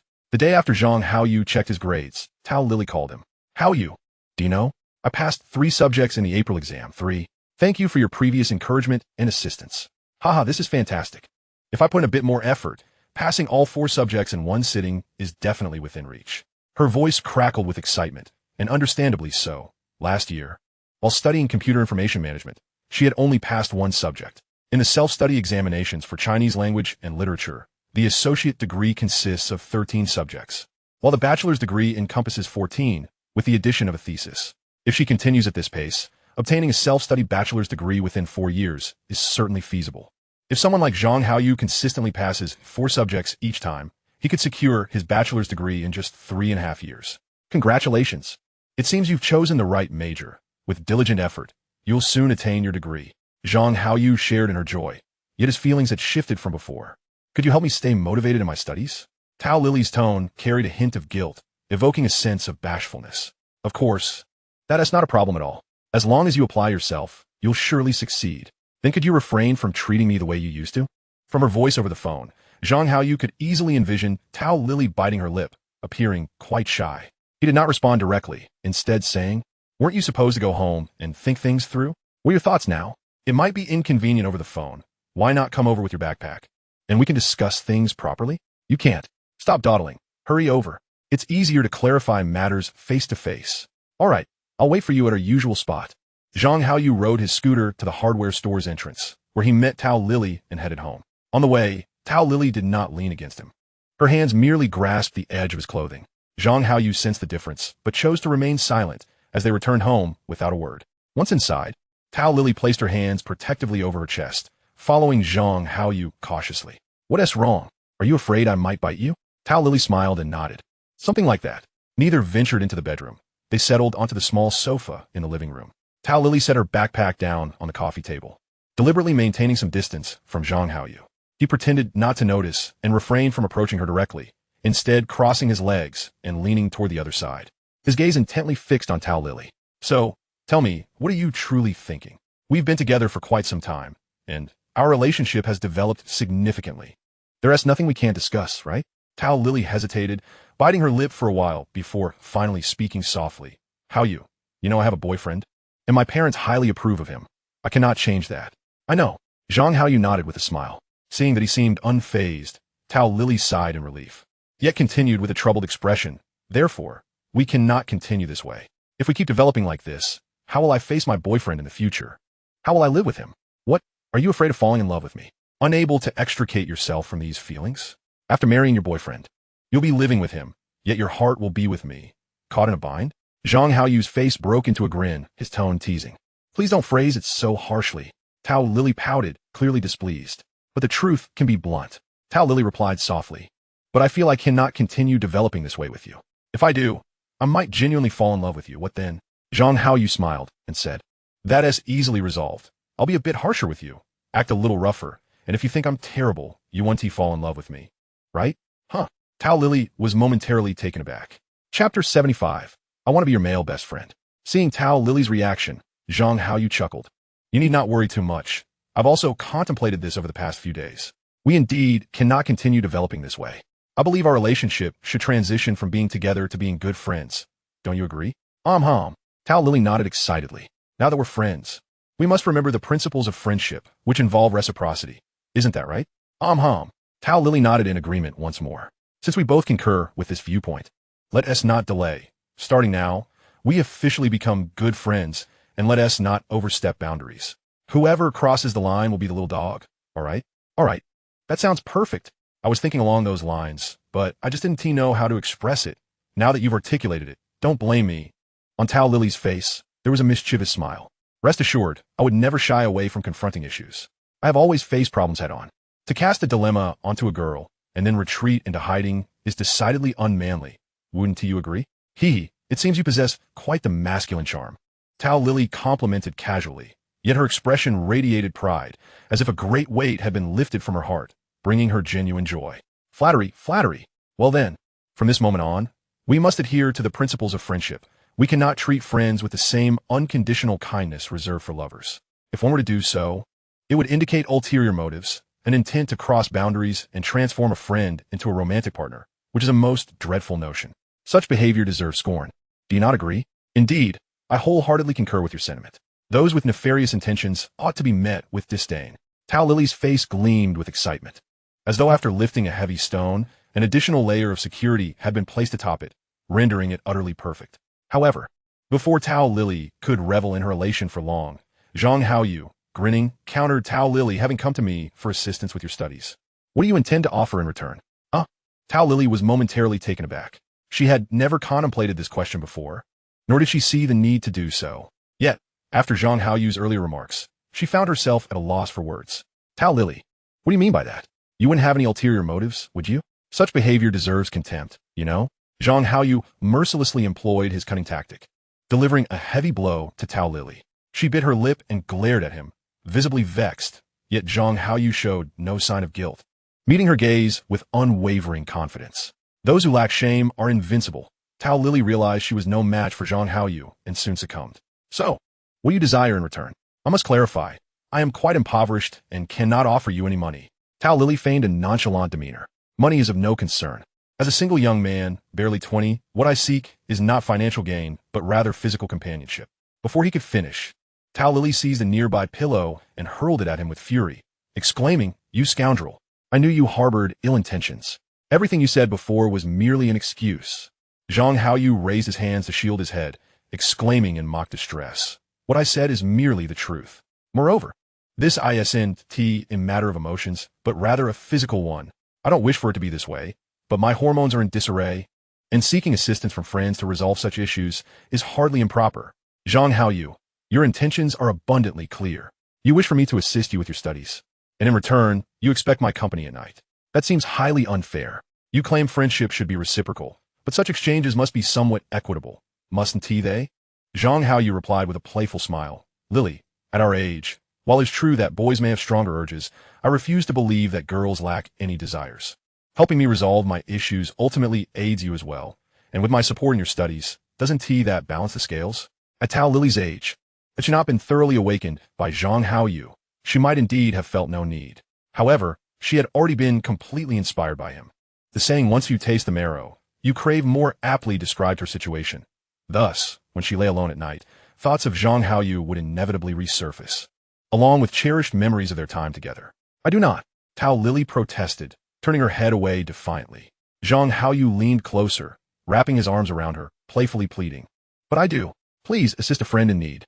Besides, my current predicament arose from your insistence on making Luo Xiaojun suffer a little longer. Consequently, she could not endure it and left, leaving me all alone. You villain, how can you blame this on me? Can I truly be held responsible for this? Tao Lily attempted to free herself from Zhang Haoyu's grasp, but his hold was too strong, and she reluctantly conceded. Haoyu, we cannot continue down this path. What will happen in the future? If my boyfriend discovers this, I shall be ruined. Moreover, no matter how close friends may be, such arrangements are unheard of. Why not? From now on, I shall be your male confidant. It is entirely normal for best friends to share a bed. Besides, are you really intent on remaining chaste for your boyfriend? If you wish to remain so, you should have done so from the start. Once you cross that line, what significance does it hold? Even if your boyfriend were to find out, he would not commend your loyalty. In exasperation, Tao Lily struck Zhang Haoyu lightly on the arm. This is entirely your fault. If it weren't for your teasing and deceit, I would never betray my boyfriend. Zhang Haoyu earnestly responded, but consider this, life is fleeting, and youth is but a brief period.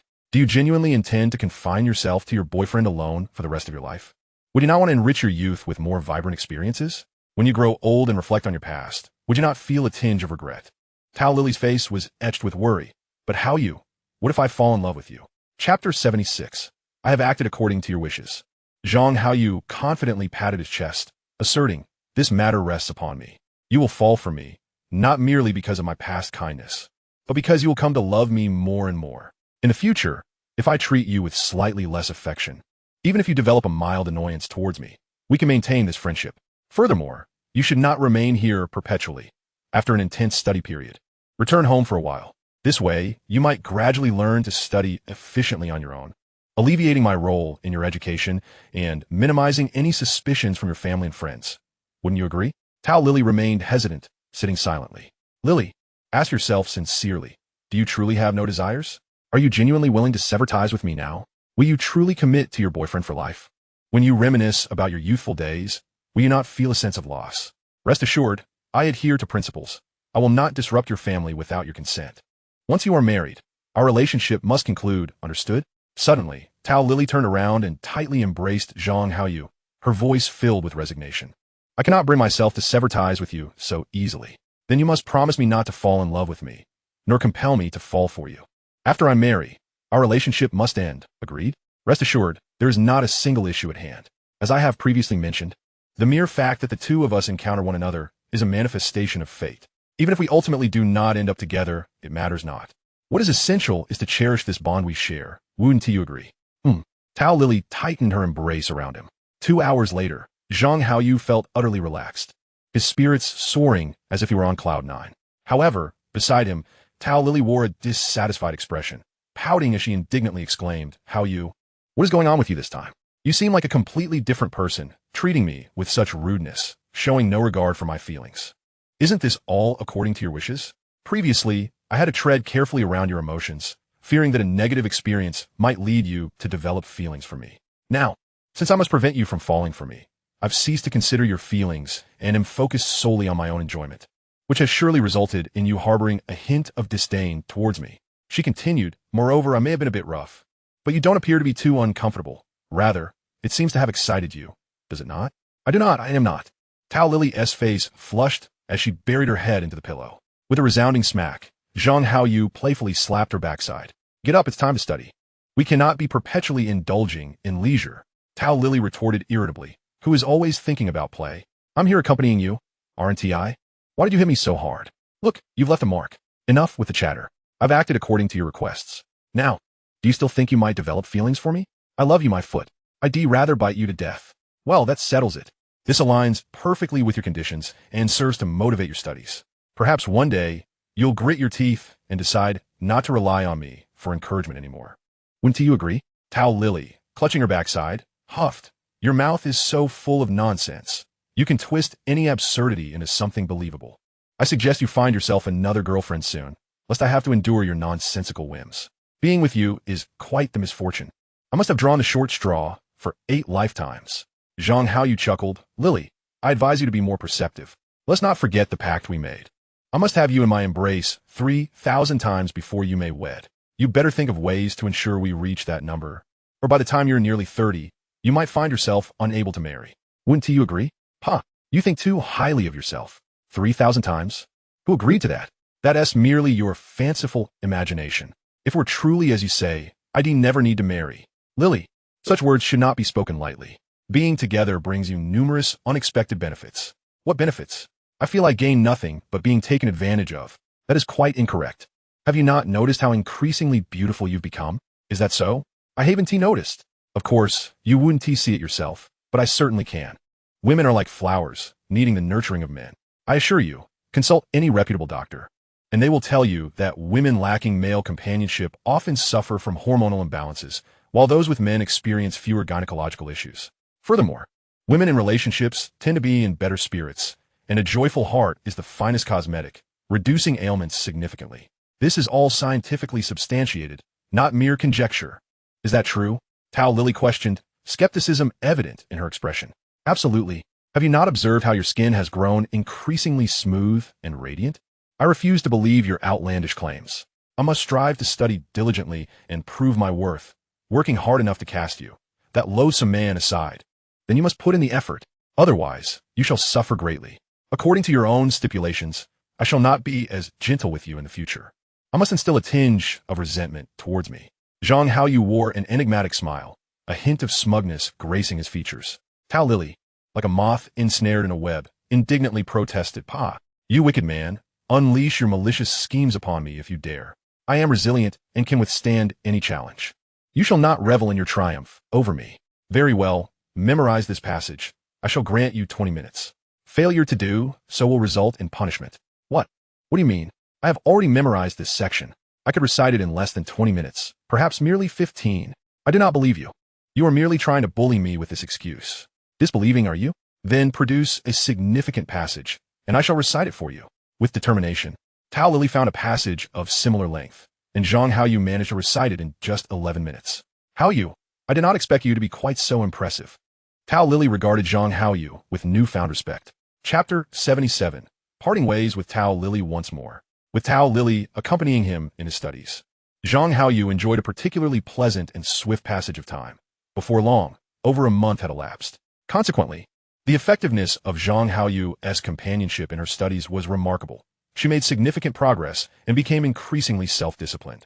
Thus, Tao Lily resolved to return home to study alone. After all, frequent visits to Zhang Haoyu's place might not reflect well upon her, and he did not oppose her decision. As she was leaving, Tao Lily gritted her teeth and exclaimed, "You insufferable man! This month spent with you has been nothing short of torment. You scoundrel! You treat that bicycle as if it were your own, pedaling away without a care." Then, with a hint of schadenfreude, she added, "Now that I have grown my wings, I am ready to take flight. Let us see how you manage without me." Zhang Haoyu, appearing unconcerned, chuckled, "I've been single for 18 years. I'll manage just fine. If you choose to fly away, then fly. What is truly mine will always remain mine. What isn't cannot be held back. The heavens will not let a blind sparrow perish, and a path will always present itself. Worst case, I'll simply pursue another girl. I cannot afford to hang my hopes on a single tree. Humph. You scoundrel.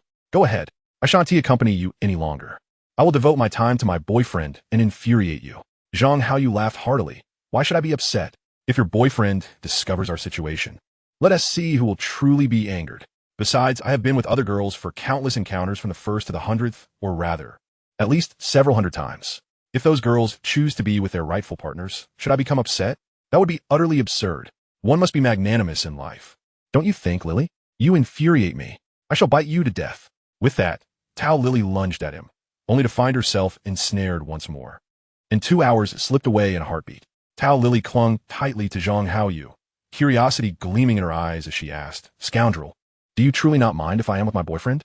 "Of course I mind. If you choose to be with him, I will sever our ties for good."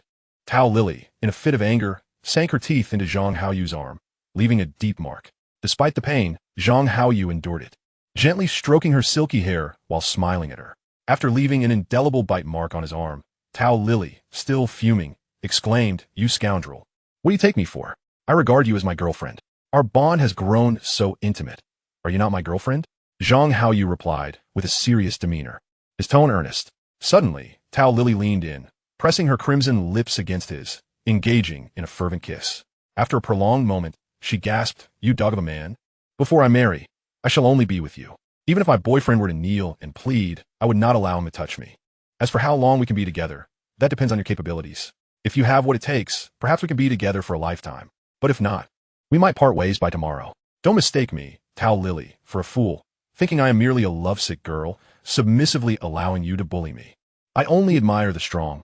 You must strive harder. Do you understand? With unwavering confidence, Zhang Haoyu responded, Lily, just watch closely and see how a powerful individual emerges. All right, I'll observe you, but I hope you won't disappoint me. The process is inconsequential. I am interested only in the outcome, not your empty promises. Eventually, Tao Lily departed, yet her words continued to echo in Zhang Haoyu's mind. Contemplating, he began to smile. He felt grateful to Tao Lily for pulling him back from the illusions of love. Although the memories of his past life have bestowed upon him numerous advantages, the underlying logic instilled by his original family still shackled his ascent to higher social strata. Traditional media's macro propaganda primarily targets the most basic of ordinary people, serving to maintain stability at the grassroots level. Stability, by its very nature, implies constraint, keeping one compliant and motionless. The cognitive logic of each social tier differs significantly, and one must rely on personal insight to grasp it. No one will teach you except for those extremely close to you. More importantly, lacking sufficient insight and understanding means that even if someone were to pull you by the ear and inform you, you might dismiss them as having flawed values or poor character. Goodbye, take care, and do remain compliant. Be cautious with any movements. Risks abound in recklessness. By this time, it was late June, and the weather was gradually warming. Aside from studying at home, Zhang Haoyu occasionally checked the stock market to see how the shares he had purchased were faring. To his astonishment, upon checking, he discovered that the stock price of Fuyao Technology had risen significantly. His investment of $1.2 million had surged to over $2 million. This was indeed a delightful surprise, bolstering his confidence in his future. However, he refrained from cashing out, choosing to leave his funds invested, indifferent to short-term fluctuations, for he was certain that the stock of Fuyao Glass would trend upwards in the long run. Thus, before the stock of Matai, which he was familiar with, reached its lowest point, he intended to keep his money invested in Fuyao Glass, certain that it would yield profits. With his wealth on the rise, Zhang Haoyu began reconsidering the purchase of a small car. Lacking connections or a background in the provincial capital, he realized that having a car would be the most convenient way to elevate his status in the eyes of others, as it served as a symbol of identity and strength. In this era, owning a car comparable to a modest apartment signified status. Without adequate financial means, one might struggle to maintain it, rendering it merely a decorative object. However, before acquiring a vehicle, he needed to obtain a driver's license. Seizing the opportunity, he inquired about the process, discovering that, in this age, the driving test comprised only 3 subjects, with significantly lower difficulty compared to later years. He promptly registered for the examination. During the course of obtaining his license, the weather grew increasingly warm, reaching July, when university students were on vacation. Naturally, Zhang Haoyu had no intention of returning home to visit his parents, who were occupied with their work. Though their jobs were relatively relaxed, they had little time off, with only a few days during the new year. Having not returned at the end of the previous year, he certainly would not do so this summer. They were quite busy, and he would consider returning during the new year instead. The heat was intense, prompting Zhang Haoyu to contemplate installing an air conditioner in his home. In this era, air conditioning was not widespread. Ordinary people earned only 400 to 500 yuan, while the total cost of an air conditioner installation could reach 2,000 yuan. Moreover, given the low wage levels, many would forego installation altogether, having lived for millennia without air conditioning. However, Zhang Haoyu, having experienced the prosperity of a later economic era and enjoying a comfortable financial situation, deemed the installation of an air conditioner a necessity. With the means to afford it, he saw no reason to endure discomfort unnecessarily. Thus, he rode his scooter to a large shopping mall. The variety of air conditioner brands was still limited at this time, and Zhang Haoyu quickly made his way to the air conditioning section to compare options. While browsing, he unexpectedly encountered his high school classmate, Xiaoya. Seeing a familiar face from their hometown brought a wave of nostalgia, both feeling delighted at the serendipitous meeting. Zhang Haoyu, you've also come to the provincial capital? Why? Can't I come to the provincial capital? I'm here for school too. For school? Didn't you fail the entrance exam? Failing doesn't mean I can't study. I'm pursuing self-study. No teachers required. I learn at home. Of course, that is possible. Self-study can be quite effective. And if you manage to pass, the qualifications hold substantial value. Xiaoya's smile was polite, her tone non-committal. Zhang Haoyu, brimming with confidence, replied, It shouldn't be a problem. I've already passed 8 subjects, and I should obtain my associate degree next year. You're not here to buy an air conditioner, are you? Xiaoya's eyes suddenly sparkled. Yes, the previous owner of the apartment I bought was too focused on renovations and neglected to install an air conditioner. With this heat, I have no choice but to do it myself. Really? You've already bought a house? That's impressive. Xiaoya's eyes widened in astonishment. Just a modest two-bedroom apartment. It's nothing remarkable. Living alone is sufficient. A larger space would be a hassle to clean. Xiaoya couldn't help but vent to Zhang Haoyu, of course. It's far better than our cramped dormitory with 6 people. In summer, the smell is truly unbearable. As impoverished students, renting a single room is already a luxury for us, let alone a two-bedroom apartment. Zhang Haoyu nodded with a smile. 6 people crammed into one dormitory. And with a multitude of others residing in the same building, the amalgamation of everyone's sweat, foot odor, and refuse is rather unbearable. Qiya appeared to recall something and curiously inquired, "By the way, where did you acquire the funds to purchase a house? I heard your parents seemed to have divorced." Indeed, it was precisely because of their divorce that I requested a sum of money from them to live independently. I then invested that amount in the stock market, yielding a modest profit, which I subsequently used to buy this apartment. Earning money from the stock market? You must be quite remarkable. Qiya expressed her admiration with a look of envy. There's nothing particularly remarkable about it. Now that I live independently, although they provided me with some funds, one cannot simply rely on that. I must find a means of sustenance. I am not inclined to work a traditional job, and besides, such jobs yield meager earnings. Currently, trading stocks is the most suitable endeavor for me. Zhang Haoyu, feigning ignorance, asked Ka, "Are you not returning home for the summer vacation? Are you working here during the break?" "Yes, I came out to earn some pocket money. It's also a form of early social practice. I cannot compare to you. I can only work." Qiya sighed lightly, her tone subdued. What use is it to be ambitious? There are always greater heights and more capable individuals. Before attending university, I thought that merely being accepted into an undergraduate program would guarantee a smooth path ahead. However, once in university, I realized the road ahead is still long. JIDA is not an esteemed institution. It was formed from the merger of a vocational college and can only be regarded as a second-tier university. Even after graduating from university, securing a good job is not a certainty. Before 1999, universities were merely divided into undergraduate and vocational categories. Starting this year, they have differentiated into first and second-tier institutions, with JIDA currently classified as a second-tier university. Zhang Haoyu complimented, "A second-tier university is still an undergraduate degree. It's certainly superior to my self-taught background." Qiya shook her head in resignation. "I still remember your words when we were selecting our majors based on our exam results. You were much more clear-headed than we were." Zhang Haoyu awkwardly replied, "What did I say? I've long forgotten what I said back then." Qiya sighed again, her tone earnest at that time. "You mentioned that even if we graduated from university, what would it matter? Most would merely become workhorses, at best, slightly elevated workhorses." You are not mistaken.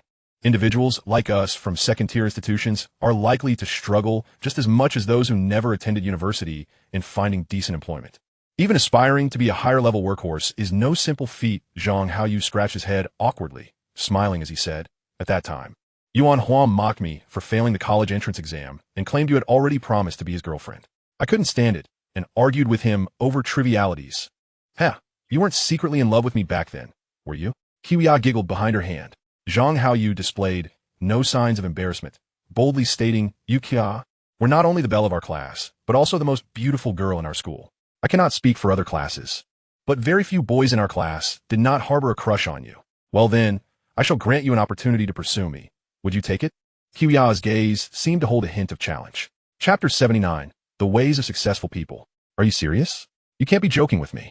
Zhang Haoyu's face was a picture of disbelief. In the previous life, Qiya and Yuan Hua were recognized as a match made in heaven at the class reunion, eventually becoming a couple. Moreover, although Yuan Hua attended a second-tier institution, he still graduated from a full-time undergraduate program. In contrast, Zhang Haoyu was merely a self-taught student, and the disparity between them was considerable. Indeed, Qiya cheerfully replied, "Of course, I'm joking. My relationship with Yuan Hua is quite good, and I currently have no plans to change boyfriends." However, upon hearing her words, Zhang Haoyu felt an odd sensation. Tao Lily also had a boyfriend named Du Pengcheng, who attended a university in the provincial capital. The distinction between their schools was akin to the gap between JIDA and a self-taught student, a chasm of sorts. Yet, despite the vast difference between Zhang Haoyu and Du Pengcheng, Tao Lily had still been swept away by him. In that context, Zhang Haoyu believed that winning Qiya from Yuan Hua would be considerably less challenging. Feigning a wry smile, he said, Kia, you are rather mischievous. We are both fellow countrymen and classmates, and yet you choose to deceive me. It was merely a jest. By the way, would you care to support this old classmate of yours?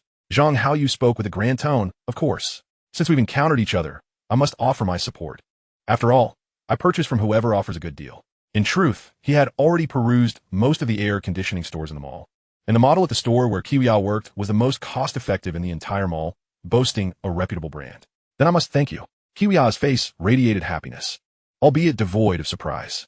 Zhang Haoyu discreetly observed her expression, sensing a familiar aura akin to that of Luo Xiaojun, though Kiwiya's family circumstances appeared considerably better, lacking the urgent need for swift decisions like Luo Xiaojun. From Zhang Haoyu's understanding, Kiwiya's parents were also ordinary workers with modest incomes. Yet they could surely support her university education and basic living needs. The question remained, would a girl raised in a typical family, once the center of attention in high school, become more ambitious after experiencing the splendor of the provincial capital? Would she develop greater desires? This was highly probable. Thus, he cautiously asked, Kia, since it's rare for old classmates to meet, and we are both in the provincial capital, could we exchange contact information? Kiwiya smiled and shook her head in refusal. I cannot afford a phone, so what contact information could I provide? Zhang Haoyu, undeterred, pressed on.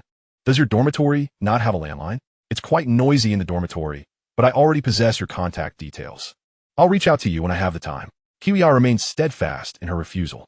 However, Zhang Haoyu sensed that Kiwiya's rejection stemmed from a desire to keep her privacy from her roommates. Or perhaps she was simply unsure about whether to share her contact details with him. No matter, Zhang Haoyu adopted a trial-and-error approach, thinking that it was worth a shot. With a smile, he nodded, all right then, if you find the time, do give me a call and come over to my place. I will certainly host you well, as it is not every day that one encounters an old classmate in the provincial capital. Besides, you know my home now has air conditioning, so at least you can enjoy a bit of that. Wouldn't you agree? Installing an air conditioner requires technicians to come and install it, thus leaving Zhang Haoyu's phone number and home address behind. Kiwiya was a sales associate, after all, and these details were essential for her, as long as she was willing. Zhang Haoyu believed he had a chance. Kiwiya giggled softly, nodding slightly. By the way, if you plan to come over in the near future, be sure to call me in advance. What? Is it inconvenient at your place? Not quite, Zhang Haoyu replied. I am currently in the process of obtaining my driver's license, and during the day, I have been practicing driving outside. If I were to return suddenly, wouldn't that be neglecting my old classmate? Chia's eyes sparkled with surprise as she inquired. You haven't bought a car, have you? Zhang Haoyu modestly responded. I'm still contemplating it, but regardless, I must first obtain my license. Otherwise, what use would a car be if I cannot drive it? He elaborated to stoke Chia's interest, hoping she would come to visit him if she was truly interested. Haoyu, you're not just making a little money. You've struck it rich. A small car costs at least several tens of thousands. Zhang Haoyu replied nonchalantly. I visited the market recently, and it's impossible to find a decent car for under 100,000. At most, one could purchase a domestic vehicle. However, the quality of domestic cars is subpar and prone to breakdowns, which is hardly practical. If I were to buy, it would have to be a joint venture car. Although I can't afford anything too extravagant, at most something in the range of 100,000. Wow, being able to purchase a car worth that much is quite impressive. Haoyu, it seems you truly have struck gold. You must treat me. Certainly. I mentioned earlier that if you come to my place, I will make sure to host you well. Hearing Zhang Haoyu's words, Chia's tone seemed somewhat reserved as she responded ambiguously. I'm still working for someone else, and I'm not sure if I can take time off. We'll see when the time comes. Women can sometimes exhibit such behavior, particularly those who are somewhat clever and cunning, adept at playing hard to get. They maintain a distance that allows them to retain control in the dynamics of the relationship. With this thought, Zhang Haoyu refrained from being overly eager and simply said, all right. In the following period, he began discussing air conditioning with her, ensuring that he would not miss any discounts or price reductions. Having money is one thing, but being a fool is another. After confirming the model of the air conditioner and making the payment, he also communicated with Chiyoya about the installation schedule and specific arrangements. Once everything was settled, he bid farewell to Chiyoya and rode his scooter home. Why do successful individuals often possess a tranquil and steady mindset? It is because they have strength and confidence. They approach tasks with methodical strategies, undeterred by the vicissitudes of fortune, understanding the principle that while human effort is essential, the outcome often lies beyond one as control. This understanding often leads to greater success. On Chiyoya's side, Zhang Haoyu had done all he needed to do. Now, it was merely a matter of awaiting results. Chapter 80. Chiyoya visits Zhang Haoyu's home a few days later, The air conditioning was installed at Zhang Haoyu's home, naturally in the master bedroom. With the air conditioning now in place, his life had become significantly more comfortable, as the refreshing coolness greatly alleviated the oppressive heat of summer. Although he was temporarily without a female companion, he busied himself with studying for his driver's license and reviewing his coursework, leading a fulfilling life. He had decided against frequenting internet cafes to engage with girls of lesser appeal. To ascend the social ladder, he needed to emulate the behaviors and lifestyles of successful individuals. While luck plays a role in their success, there is also a certain logic to it. As long as one remains steadfast, they often end up being the one who triumphs in the end. You might say he is unkind, lacking integrity, or even possessing questionable character, but you cannot deny his success. Previously, when he had yet to succeed, you could stand on your moral high horse, passionately criticizing others, believing yourself to be the only enlightened soul. Yet once he achieved success, all your criticisms became mere fodder for mockery, and you found yourself a jealous fool. Indeed, it wasn't too long before Zhang Haoyu received a call from Chiyoya that evening. "Old classmate, are you free tomorrow?" "Of course. Where are you staying? I can pick you up." "No need. I'm currently at school, which is quite far from the city. I can make my own way." "Will you reimburse my travel expenses?" "Absolutely." "Haha, I was just joking. Taking the bus to your place won't cost much. Just treat me to a nice meal at noon. That is even less of a problem. You'll get to enjoy my culinary skills." "Ah, you can cook?" "You'll find out when you come over." Early the next day, Zhang Haoyu headed to the supermarket and local market to gather ingredients, preparing to make 2 meat dishes and 2 vegetable dishes, cola chicken wings, braised carp, cold lotus root slices, and stir-fried green bean sprouts. While 3 of the dishes were relatively simple, the braised carp was a bit more intricate. Zhang Haoyu's rendition of braised carp was unique, a recipe he learned from his father, who had acquired it from a culinary expert guarding a reservoir. The distinctive feature of his braised carp was the stuffing of minced meat within the fish's gills and abdomen, mixed with egg whites and starch. Once stewed, the stuffing absorbed the flavors of the fish and egg, creating a fragrant dish with a delightful taste. The first key was to ensure the minced meat was neither too hard nor too soft. If too hard, the texture would be unpleasant, and if too soft, it would fall apart, resulting in a messy presentation. Another crucial aspect was the strong, fishy odor of the carp, which needed to be eliminated with white wine, as cooking wine would impart a slight bitterness to the broth. While cooking wine is suited for stir-frying, it can lend a faint bitterness when added to soups. He chose chicken wings and fish because these dishes are favored by most girls. They're delicious without being fattening. In essence, his 4 dishes were designed to be both tasty and light. When Chiyoya stepped through the door, her eyes widened with astonishment as she exclaimed, "Wow, your little place is quite nice. The decor is truly beautiful." Zhang Haoyu emerged from the kitchen with a smile, replying, "If you like it, then you should come over more often." As he spoke, he pulled out 50 yuan from his pocket and slipped it into Chiyoya's. She repeatedly declined. "What are you doing?" "I was just joking yesterday." "I know you were joking, but I am genuinely delighted that you came to visit. As a gentleman, how could I let a lady spend money? Really, it's unnecessary." "What do you mean, unnecessary?" "Just take it. Any further refusal would be overly dramatic." In the course of their playful back and forth, Zhang Haoyu naturally grasped her delicate hand, preventing her from stopping him from placing the money into her pocket. Rapidly advancing the relationship between men and women often hinges on seizing every opportunity for natural physical contact. The more such opportunities arise, the more accustomed a girl becomes to physical contact, increasing the likelihood of her acceptance and reducing her resistance. Feeling somewhat shy, Chiyoya remarked, "I hardly spent a few yuan on the bus. Even if you insist, it's too much. Let us just say you took a taxi. A taxi wouldn't cost that much. At most, it would be around 10 yuan. But what about the return trip? Are you planning to stay here tonight?" "Of course. I would welcome you with open arms." Zhang Haoyu teased with a grin.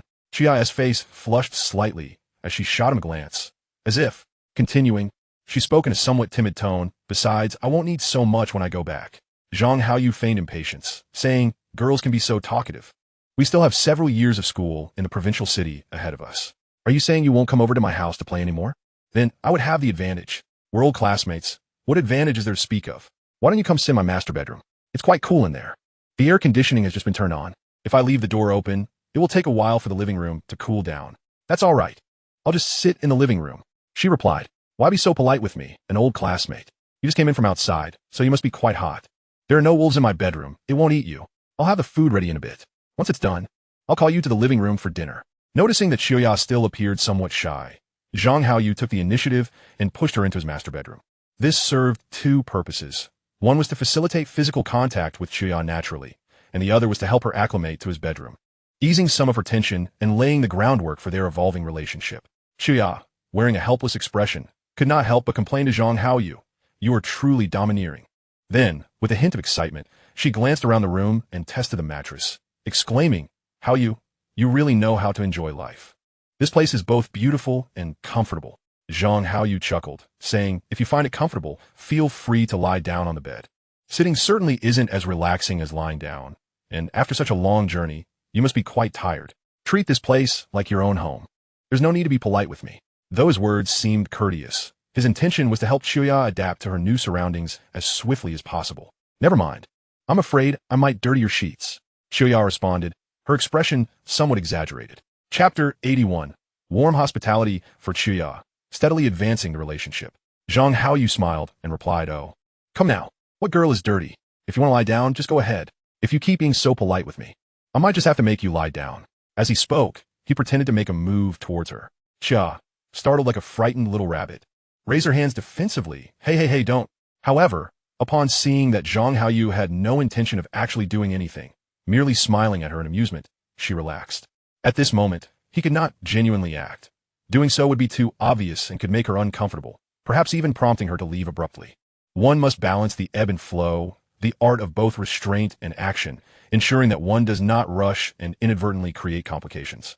Pouting her lips, Chuya feigned annoyance, saying, "You are incredibly domineering. You can't even sit here. You have to lie down." A girl calling a boy domineering, as long as she is not genuinely angry, is actually a good sign. Domineering implies a sense of conquest. For a girl, a boy who can assert himself will provide her with a genuine sense of security, significantly increasing her fondness for him. However, there's a prerequisite for this dominance. One must possess sufficient strength. The term domineering CEO emphasizes the CEO aspect rather than the domineering part. Otherwise, one would never hear of a domineering broke loser. A domineering CEO exudes masculinity and instills a sense of security, while a broke loser merely appears as a scoundrel, deserving of reprimand. Seeing Chuya's exaggerated expression, Zhang Haoyu smiled, saying, "I'm doing this for your own good. Why sit when you can lie down? Isn't that just suffering needlessly? I remember Yuan Hua's family promotes the idea that boys should be raised in hardship, not indulged. His circumstances were better than his. Yet he received a monthly allowance of only 150 yuan, while Yuan Hua's family would sometimes give him as little as 100 yuan. When he ran short by the end of the month, he would come to Zhang for a loan. Don't let him lead you astray. If he wants to suffer, let him do it himself. We must treat ourselves better. Don't you agree?" Indeed, Chuya pouted again, somewhat disgruntled. "I had no idea he was so stingy.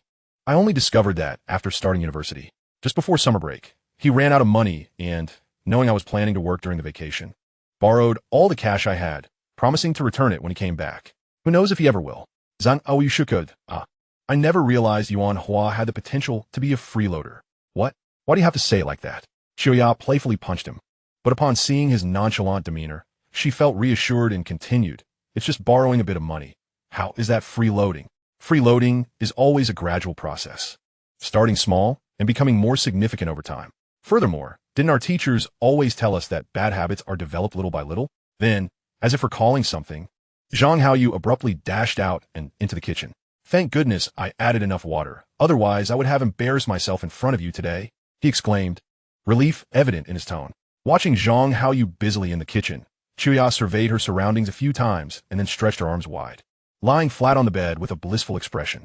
After all, compared to the dormitory environment, even a girl's dormitory, this place felt like heaven. After a while of bustling in the kitchen, Zhang Haoyu brought out the dishes, thoughtfully having cooked rice for Chuya as well.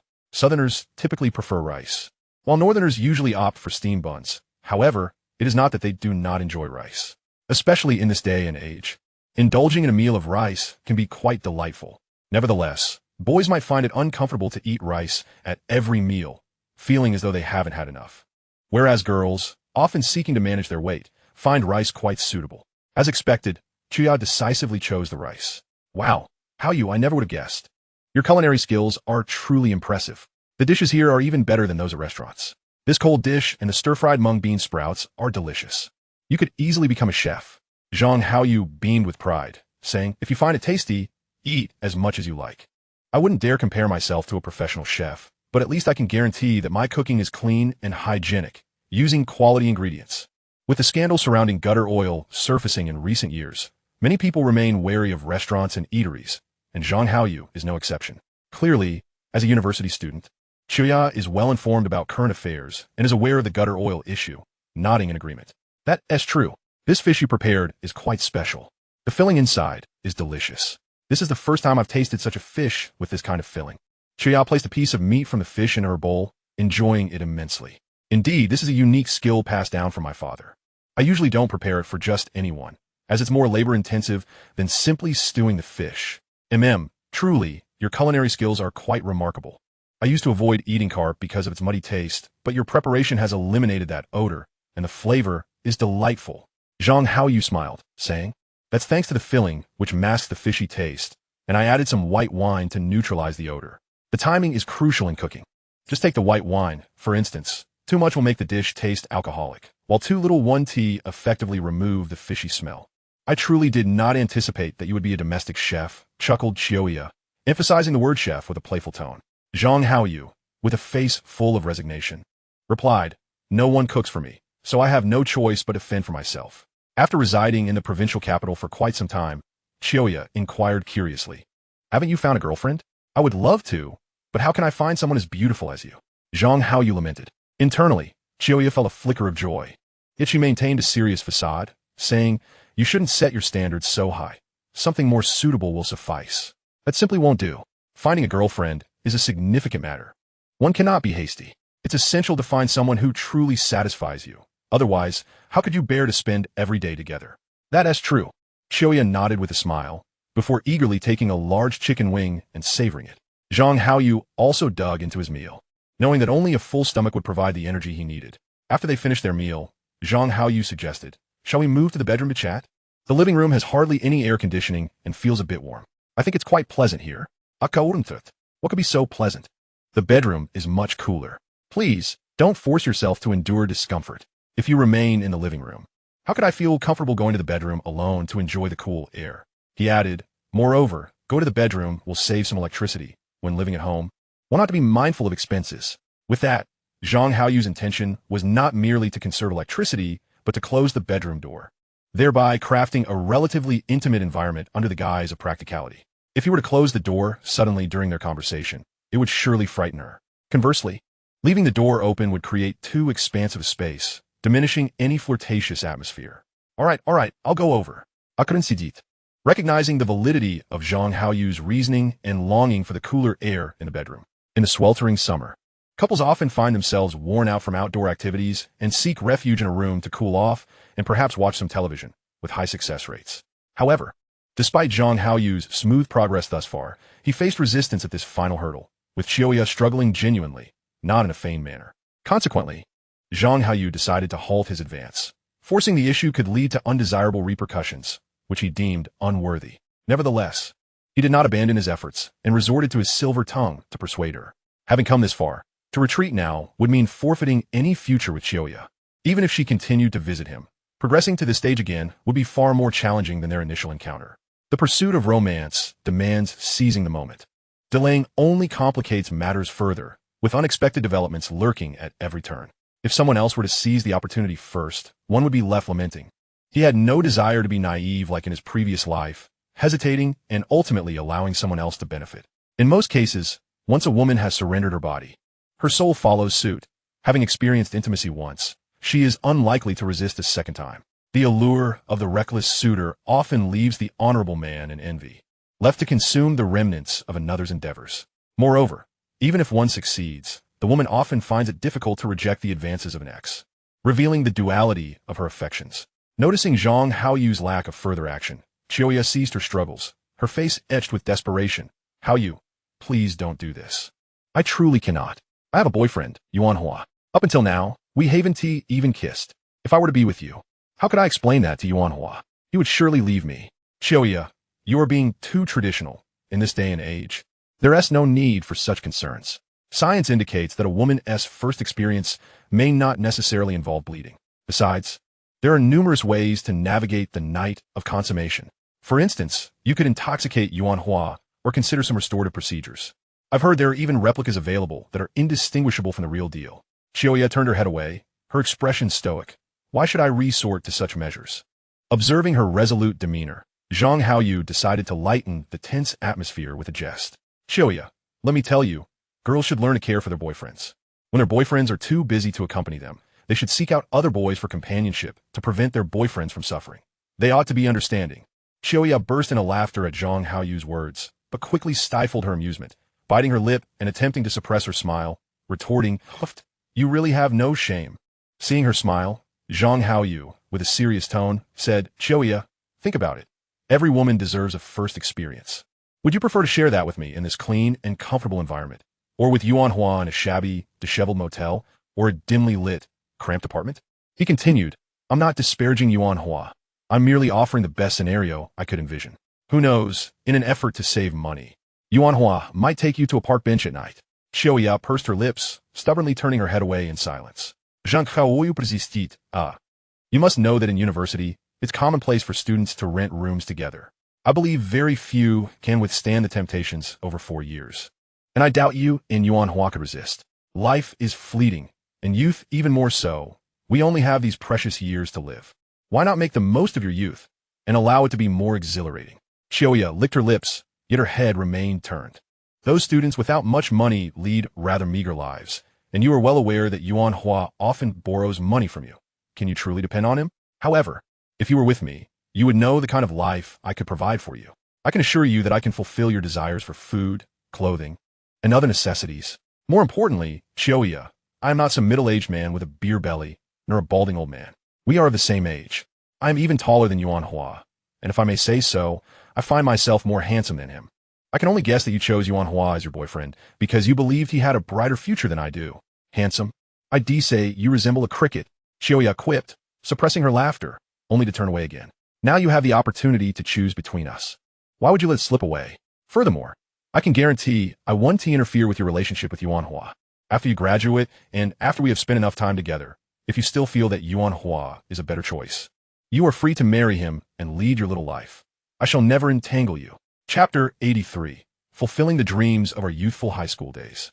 Upon hearing Zhang Haoyu's assurance, Xiaoya slowly turned her head to scrutinize Zhang Haoyu's earnest expression. After a moment of hesitation, she pressed on. Is what you say truly genuine? Of course it is, he replied. My intention in treating you this way is not to possess you entirely, but rather to ensure that I do not squander my youth and to fulfill the dreams I had during my high school days. I confess that I had a crush on you back then. I do not blame you for not choosing me. That is your prerogative, and I respect your decision. However, now that I have the opportunity to be with you for several years, I wish to cherish this bond we share. Whether we reach the end together is not paramount. Wouldn't you agree? You seem remarkably open-minded. Zhang Haoyu chuckled wryly. I have no choice but to be. If I weren't, I wouldn't even have this chance, my goddess. Why not cherish this beautiful time together? But I'm a girl, Xiaoya retorted. As a girl, you should treat yourself even better. Yuan Hua, that fool, does not know how to cherish you. Can you not value yourself more? The blossoming season of a girl is fleeting. If you do not bloom during the season, when the petals fall, it will be too late. When you grow old and reflect on your youthful days, will you not regret it? You are quite the persuader. I do not regret.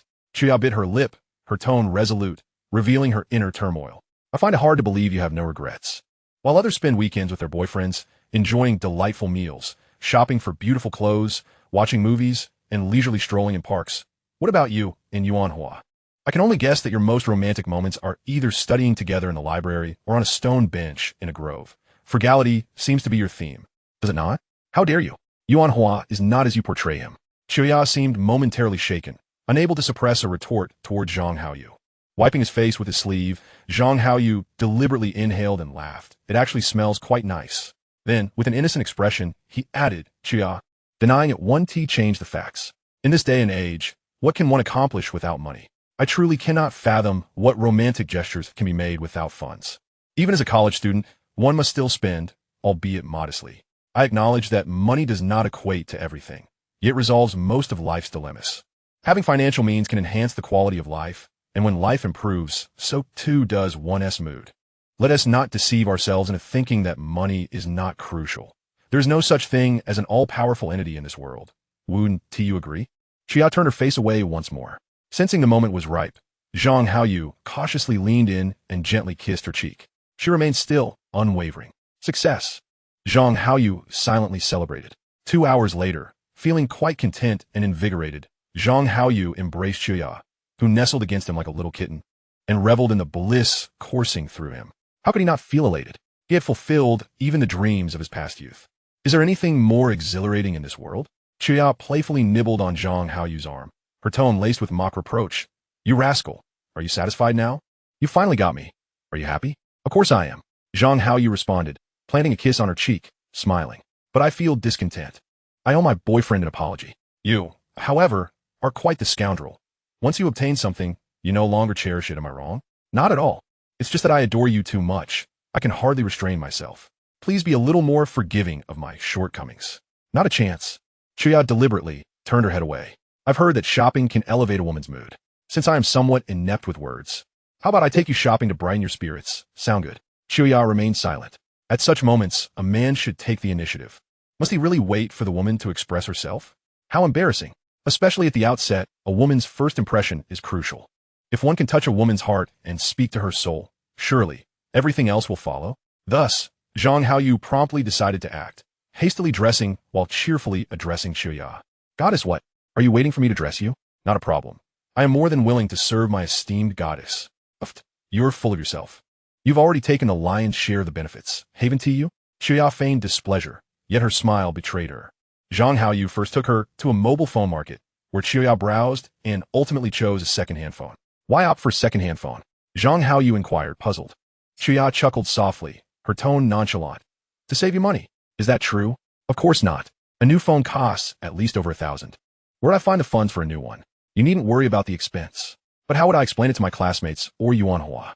If I buy a second-hand phone, I can easily say it was purchased with money I earned over the summer. When Zhang Haoyu took her to a branded clothing store, Chuya also opted for discounted clothing, likely for the same reason. Chuya, when buying clothes, there's no need to stick to just discounted items. Whether on sale or full price, you can always tell them it's a discounted item, can't you? Chuya shook her head, her tone steady. People aren't fools. The styles of discounted and non-discounted items differ. There are many locals in our school, and what if they recognize it? Then with a playful grin, she added, moreover, I can't afford to scare off a generous benefactor like you. Zhang Haoyu, bemused, replied, Chuya, you underestimate my financial capabilities. Once again, Chuya shook her head, smiling. It's not solely about that. If I become accustomed to spending lavishly while with you, it will be quite uncomfortable when I am back with Yuanhua. I wish to avoid that situation. At this point, she turned to Zhang Haoyu and playfully asked, You wouldn't consider me a one-time fling, would you? After this, there won't be a next time? Chuya, you truly underestimate your own allure. If you were willing, I could never bring myself to let go. Zhang Haoyu thought to himself, overwhelmed with sincerity. Chapter 84. Yuanhua fell in love with a cut of plum. Chuya smiled, and then turned her attention back to selecting clothes, her tone casual. Well then, let us take it slow. One piece at a time. And once they get used to it, it won't be a significant issue. After finishing their shopping, Zhang Haoyu took her to watch a movie, indulge in delicious food, and they enjoyed themselves immensely, leading to a noticeable uplift in Chuya's spirits. Upon returning home, Zhang Haoyu held the quietly resting Chuya in his arms and tentatively suggested, Chuya, how about you quit your job tomorrow? After resigning from your job, you can stay with me until the summer break concludes before returning to school. It's quite strenuous for you to commute such a long distance daily to the city for work, and the financial gain is minimal, rather futile. I'll simply compensate you later. Chuya shot him an exasperated glance and remarked in a languorous tone, I assent to your true intention to snuggle with me every night? Indeed, Zhang Haoyu replied candidly. Chuya rolled her eyes again. I realize I misjudged you in the past. Back in high school, you were so shy and had such a strong sense of pride that I thought you were rather thin-skinned. I never expected you to possess such thick skin. Haha, that was the former him. After the college entrance examination, he has transformed into someone entirely different. Of course, things have changed. I too have gradually developed a thicker skin since arriving in the provincial capital. One must adapt to society rather than expecting society to adapt to oneself. Humanity is small in the face of reality. Chuya sighed and said with a tone of resignation, Who could argue otherwise? So, are you considering resigning? The benefactor has already spoken. Can I afford not to resign? You've taken away my most valuable asset, and if I inadvertently upset you, what if you no longer want me? Zhang Haoyu planted a fervent kiss on her cheek and joyfully exclaimed, Chuya, I will never grow weary of you. I will never abandon you. As long as you stay, I shall never forsake you. I find it rather peculiar that you have become quite the smooth talker, adept at charming girls. How is it possible that you remain single until now? I wish to find someone, but the girls here have such lofty standards. They overlook me. Wouldn't you consider seeking someone from outside the province? Isn't that what I've done by finding you? Our relationship is merely temporary. I am destined to marry Yuan Hua in the future. Being with you is merely a fleeting entanglement. Haoyu, promise me not to invest all your emotions in me. Our future is non-existent. You should seek a girl who truly cherishes you. Rest assured, I shan't feel envious. When the time comes, I will graciously make way for your girlfriend. Zhang Haoyu tightened his embrace, gently brushing his finger against her little nose. I don't dwell on such matters. Why do you? Where there's a will, there's a way. Life is about the journey rather than the destination. Experiencing joy and happiness each day is far more significant. Even if I can only be with you until the summer ends, I will ensure that this month will be filled with joy, and that is more than sufficient. After a moment of hesitation, Chuya bit her lip and said, I will try to find opportunities to come and accompany you over the weekend. That would be splendid. Zhang Haoyu exclaimed with delight, then began to offer suggestions. You could tell your classmates that you are here for a part-time job. Chuya shot him a glare, feigning annoyance. Yes, I'm here for part-time work. Chuya, that is not what I meant. I meant you could tell your classmates or Yuan Hua that you're distributing flyers in the city for a part-time job. That way, it would be more convenient for you to visit me, don't you think? But what if my classmates want to join me for the part-time job? Just refuse them, saying that the positions are filled. We've always been too soft-hearted, and Haven T learned to say no. You must understand that once you enter society, being unable to refuse others will lead to losses. Chuya nodded, then seemed to recall something, her tone filled with sentiment. Haoyu, did you know? Ever since Yuan Hua entered university, he has changed drastically. He is not the same person anymore. In what way has he changed? I suspect it's due to your influence on him. He told me you mentioned he was well suited for the song Yi Jianmei, and now he sings it nonstop since starting university. After growing tired of Yi Jianmei, he began to sing campus folk songs and even joined a singing club at school, belting out tunes in the grove all day, claiming to be practicing his voice. He even borrowed a guitar to learn how to play. If he continues like this, he might struggle to graduate. I've tried advising him, but he doesn't listen, leaving me feeling vexed every day. I must say, had Yuan Hua not disappointed me so thoroughly, I wouldn't have so easily gotten together with you. Zhang Haoyu chuckled. By your reasoning, I should extend my gratitude to Yuan Hua. How can you still say that? If you genuinely appreciated him, you wouldn't be secretly undermining him. No. What I mean is that I'm grateful for the opportunity he has given me to secretly undermine him. You really are remarkably shameless. Zhang Haoyu said mysteriously. Chuya, do you know why I say he's suited for Yi Jianmei? Why? I'm quite curious. Because I wish that his thing would be cut short and disappear. Chuya stifled her laughter, playfully punching Zhang Haoyu several times, exclaiming, You rascal, you're truly wicked. How can you be so cruel? You've already taken his girlfriend, and now you want to cut off his roots. What am I to do in the future? Of course, I'll handle it. You scoundrel. One day, I'll inform Yuan Hua and let him give you a good beating. Zhang Haoyu laughed. When we were in high school, we've fought before. He could never defeat me and could only find chances to slyly mock me. I assure you, he is a coward. Even if he discovered that I've been with you, he wouldn't dare confront me. That's bullying. Chuya retorted, unimpressed. Zhang Haoyu waggled his finger in front of her, his tone somewhat serious. You're mistaken. Chuya, we are now adults. In the world of adults, bullying is rather inconsequential. Chapter 85. The Sweet Farewell with Chuya. Throughout the summer, Chuya resided at Zhang Haoyu's home. Since becoming a couple, their relationship rapidly intensified, evolving from initial shyness to deep familiarity, ultimately leading to a state of unrestrained freedom. Particularly Chuya, who transformed from her initial demure demeanor into a passionate spirit, eventually becoming so bold that even Zhang Haoyu found it hard to believe. They explored everything they could, reveling in happiness. As the time to part approached, Chuya hugged Zhang Haoyu and joyfully declared, Haoyu, the feeling of embracing youth is truly wonderful. Had I known it felt this good, I should have sought you out at the beginning of my freshman year. Zhang Haoyu responded cheerfully, It's never too late to come and find me now. Whenever you feel bored on weekends, just drop by. I'll take care of everything, food, drinks, and fun. Heh, you big benefactor. Are you saying you're going to take care of me? Absolutely. I'd love to take care of you for a lifetime. After saying this, Zhang Haoyu pulled out 500 yuan from his pocket and tucked it into her pocket. Why are you giving me so much money? I feel guilty that you can't work this summer. I must compensate you. This is what we agreed upon. If you ever find yourself in need of money, just let me know. Previously, in a light-hearted jest, you indulged me with gifts of mobile phones and several exquisite outfits from brand boutiques. While material possessions hold value, it is the financial independence that allows one the freedom to procure what one truly desires. Ultimately, Purchasing items oneself resonates more with personal preference. In truth, there's no need to overly concern yourself with the opinions of classmates. A plausible explanation suffices for who meticulously scrutinizes your finances. As Kiwiar nestled into Zhang Haoyu's embrace, her demeanor radiated tranquility as she inhaled his scent, softly murmuring, "It's always prudent to exercise caution. And besides, you certainly wouldn't cast me aside in the future, would you?" "Of course not. How could I ever part with someone of your caliber?" Zhang Haoyu replied. If he were to assign a score to Kiwiar, she would hover around a respectable 73, nestled between Tao Lily and Luo Xiaojun. Tao Lily boasts a curvaceous figure, while Kiwiar embodies the quintessential lady, presenting a balanced physique. Both women possess exquisite features. Tao Lily exudes a serene charm, whereas Kiwiar leans towards a more vibrant allure. Perhaps with proper grooming, they could rival one another. As for Luo Xiaojun, her circumstances seem less favorable, with a lack of resources hindering her potential, resulting in an overall diminished presence. The adage a girl transforms as she matures holds truth. Some girls blossom into beauty, while others may not. Environment undeniably influences one's development.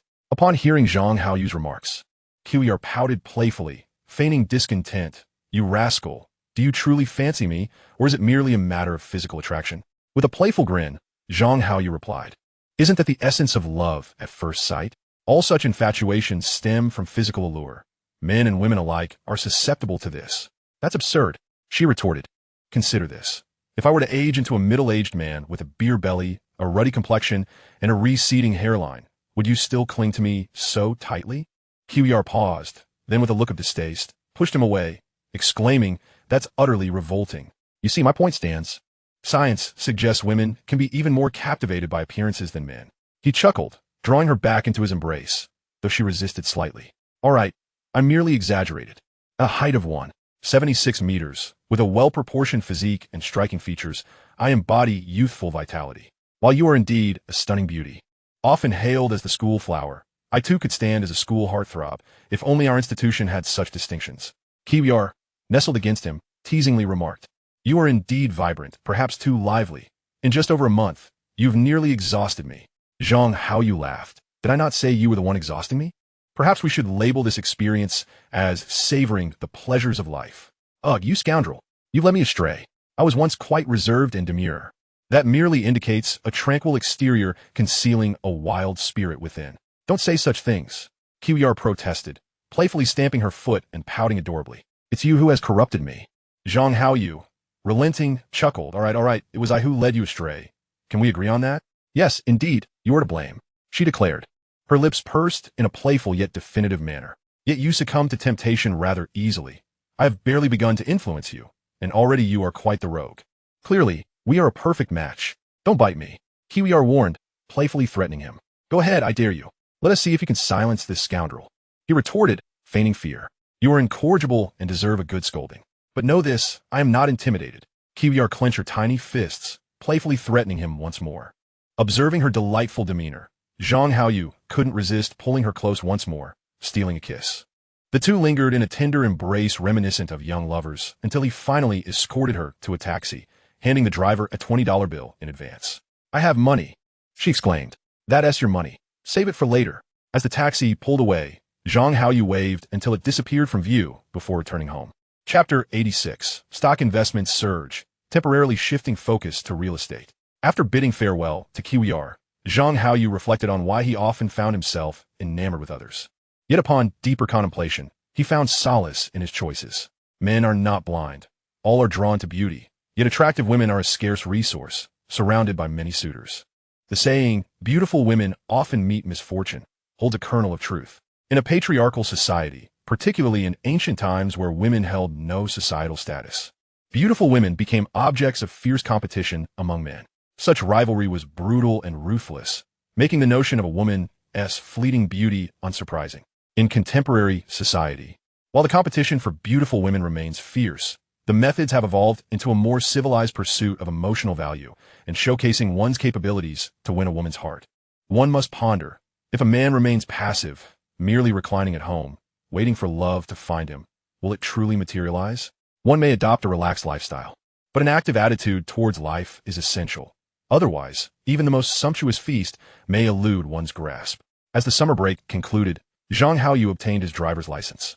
and the urge to purchase a modest vehicle intensified. Upon reviewing his investments, he was astounded to discover that the stock price of Fuyao Glass had skyrocketed, transforming his investment of 1.2 million into a staggering 3 million. Had he been more vigilant with his stocks, he might have missed this opportunity, potentially selling prematurely. Without insider knowledge, such a rise seemed implausible. Consequently, Zhang Haoyu decisively liquidated all his shares, converting them into 3 million in cash. For now, he could not reinvest in Fuyao technology. The true impetus for the stock's rise lay in the company's performance. The substantial surge in stock prices has, in the short term, depleted the momentum for further increases, excluding the influences of institutional speculation on stock prices. Zhang Haoyu's investment strategy revolves around long-term stocks and overarching trends. He must disregard other factors affecting stock prices and focus solely on the larger trends. Moreover, once he invests, he must hold onto the stocks without hastily selling them. A key reason for his approach is his clear long-term expectations regarding these stock trajectories. Presently, the stock price of Fuyao Technology is unlikely to see significant short-term gains, and the stocks of Matai, which he is familiar with, have yet to be listed, with over 3 years remaining until they reach their historical low in 2003. During this period, he cannot recklessly invest in stocks with uncertain prospects, but leaving a substantial amount of capital idle would be wasteful. Consequently, he must withdraw funds from the stock market and invest in other domains, in pursuit of a laid-back lifestyle and avoiding business ventures. The safest option appears to be real estate investment.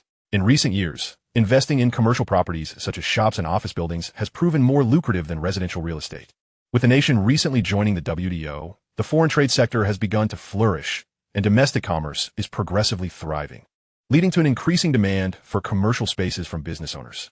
Constructing buildings is not an endeavor that can be accomplished in a short period. It typically requires a cycle of 3 to 5 years, thus rendering shops and office spaces scarce, with prices rising at an accelerated pace. Additionally, investing in shops and office buildings offers the advantage of high rental yields, typically around 8 and potentially exceeding 10. Importantly, a higher rental yield often indicates that the property's price is relatively low. At this juncture, the bank's real estate loan policy stipulates a minimum down payment of 20, allowing for a 5-fold leverage in property investment. To elaborate, a mere 10 increase in property prices would elevate his invested capital by 50, while a 20 price rise would double his investment. Based on Zhang Haoyu's memories from his previous life, the annual price increase in top-tier cities such as Beijing, Shanghai, Guangzhou, and Shenzhen, as well as first-tier cities including provincial capitals, is at least 10. This implies that before Matai stocks reach their historical low, his assets will appreciate by a minimum of 50 each year. Earning steadily in this manner is undoubtedly preferable to making haphazard investments in unfamiliar territories of the stock market.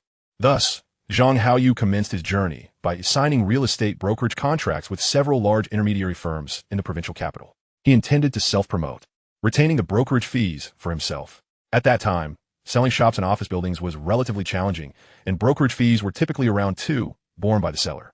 However, Zhang Haoyu assured the brokerage firm of his resources, allowing him to secure a commission of 15.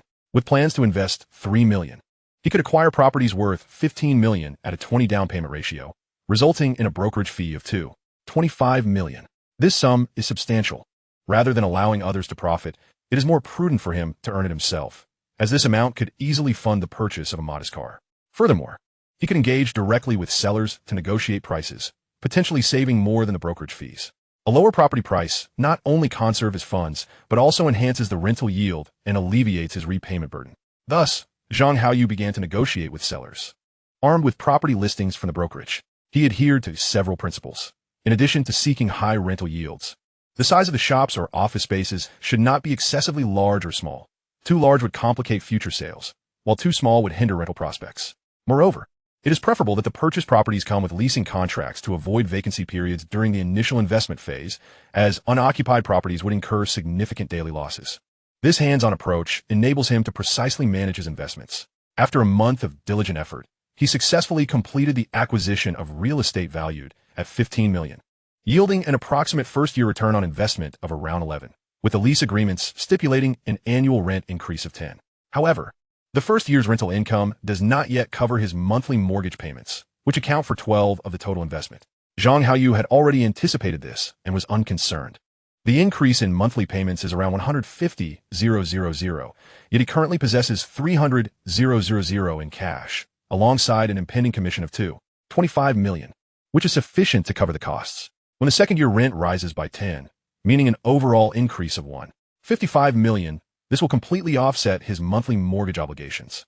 Additionally, while his monthly payments remain fixed, rent will increase annually by over 150,000. This means that after covering his monthly payments next year, he will still enjoy over 150,000 in net rental income the following year, and over 300,000 the year after, and 450,000 in the subsequent year. The prospect fills Zhang Haoyu with delight, as this represents an ideal method of earning with minimal effort. While others toil away at work or struggle in business, he can simply rest and reap the rewards, with earnings increasing the more he relaxes. Indeed, life demonstrates that choices often outweigh sheer effort. Having concluded all necessary business, Zhang Haoyu gazed at the cold sum of 25 million in his bank account and decisively made his way to a car dealership to select a suitable vehicle. In truth, he had already decided to purchase a standard Santana, commonly referred to as Pusang. At that time, the base price of Santana was approximately 130,000, and with taxes and insurance, the total would be around 150,000. Some may question why he did not opt for a Santana 2000, which would cost about 150,000 with a total around 200,000, well within his budget. The crux of the matter lies in the purpose of the vehicle purchase. Many individuals aspire to buy their dream car outright, intending to drive it for years. However, Zhang Haoyu's primary motivation for acquiring a vehicle is to elevate his social standing. Both the Santana 2000 and Pusang fall under the same model, offering similar perceptions of status among the public. To genuinely enhance his standing, he would need to invest in a car priced over 250,000, such as an Accord, or even a BMW 3 Series priced around 400,000. At this moment, Zhang Haoyu also faces an additional monthly payment of 150,000, leaving him with approximately 375 million in disposable funds. After purchasing the 150,000 Pusang, he would still have 25 million left, which conveniently aligns with his earned brokerage fees. This real estate investment has effectively stretched him to his limits, necessitating careful management of his daily living expenses. If he becomes overly frugal, it would restrict his enjoyment of life. Maintaining a reserve of over 200,000 distributed across 2 years, with an annual expenditure of around 100,000, is more than adequate given the prevailing prices of the era, considering his current social standing and lifestyle. As the third year approached, a surplus of 150,000 in pure rental income awaited him, perfectly aligning with his meticulously crafted plans for the forthcoming years. In a few years, as his assets escalated and his social standing and connections flourished, he would part with his humble Volkswagen, upgrading to a new vehicle. The year was 2000, and the average income for an ordinary citizen in the provincial capital hovered around 500 yuan per month. In stark contrast, Zhang Haoyu's average monthly expenditure soared beyond 8,000 yuan. This was akin to a scenario where, later on, the average monthly salary for an ordinary citizen would reach 5,000 yuan, while Zhang Haoyu would find himself compelled to spend over 80,000 yuan each month, lest he betray his own aspirations. The notion of being unable to spend adequately was utterly foreign to him. The mere indulgences of dining and socializing could easily consume a fortune. He needed to swiftly acclimate to his elevated status, embracing the expenditure of wealth on pleasures. Otherwise, he would struggle to justify such lavish spending. However, shortly after Zhang Haoyu acquired his new car, he received an urgent call from Luo Xiaowan. "Is this Haoyu? I beg you, please help me. My brother and I owe a considerable sum, and they're threatening to break his leg if we don't repay them. Could you come and assist me in settling this debt? I promise I will find a way to repay you in the future." Listening to Luo Xiaowan's anxious voice on the line, Zhang Haoyu refrained from any trivial banter and readily agreed, obtaining the address before ending the call. He did not consider himself a particularly virtuous individual. In just a year, he had already captivated the hearts of 3 young women, Tao Lily, Luo Xiaowan, and Xiuya. Nonetheless, the kindness instilled in him, especially by his mother, remained deeply rooted in his heart. He was not one to seek out heroic deeds. Yet having shared intimate moments with Luo Xiaowan for so long, despite her parting ways with him for her brother's sake, he believed that a bond forged in marriage, however brief, held significant value. Now, in her time of distress, and with her evident urgency, he felt a compelling sense of responsibility. A young woman facing peril could not be left to suffer, for his conscience would not allow it. Moreover, while he intended to extend a helping hand to Luo Xiaowan, he did not plan to sacrifice himself or confront danger alone. Seeking the assistance of the police was the prudent course of action.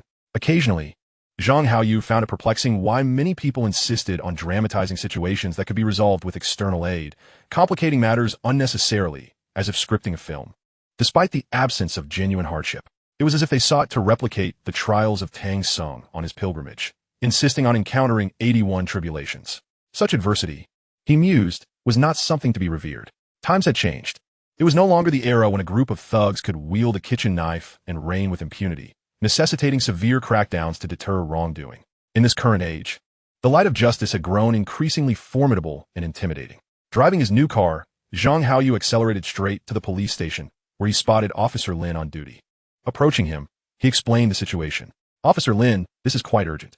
Would you accompany me to help rescue someone?" "All right, I'll accompany you to assess the situation."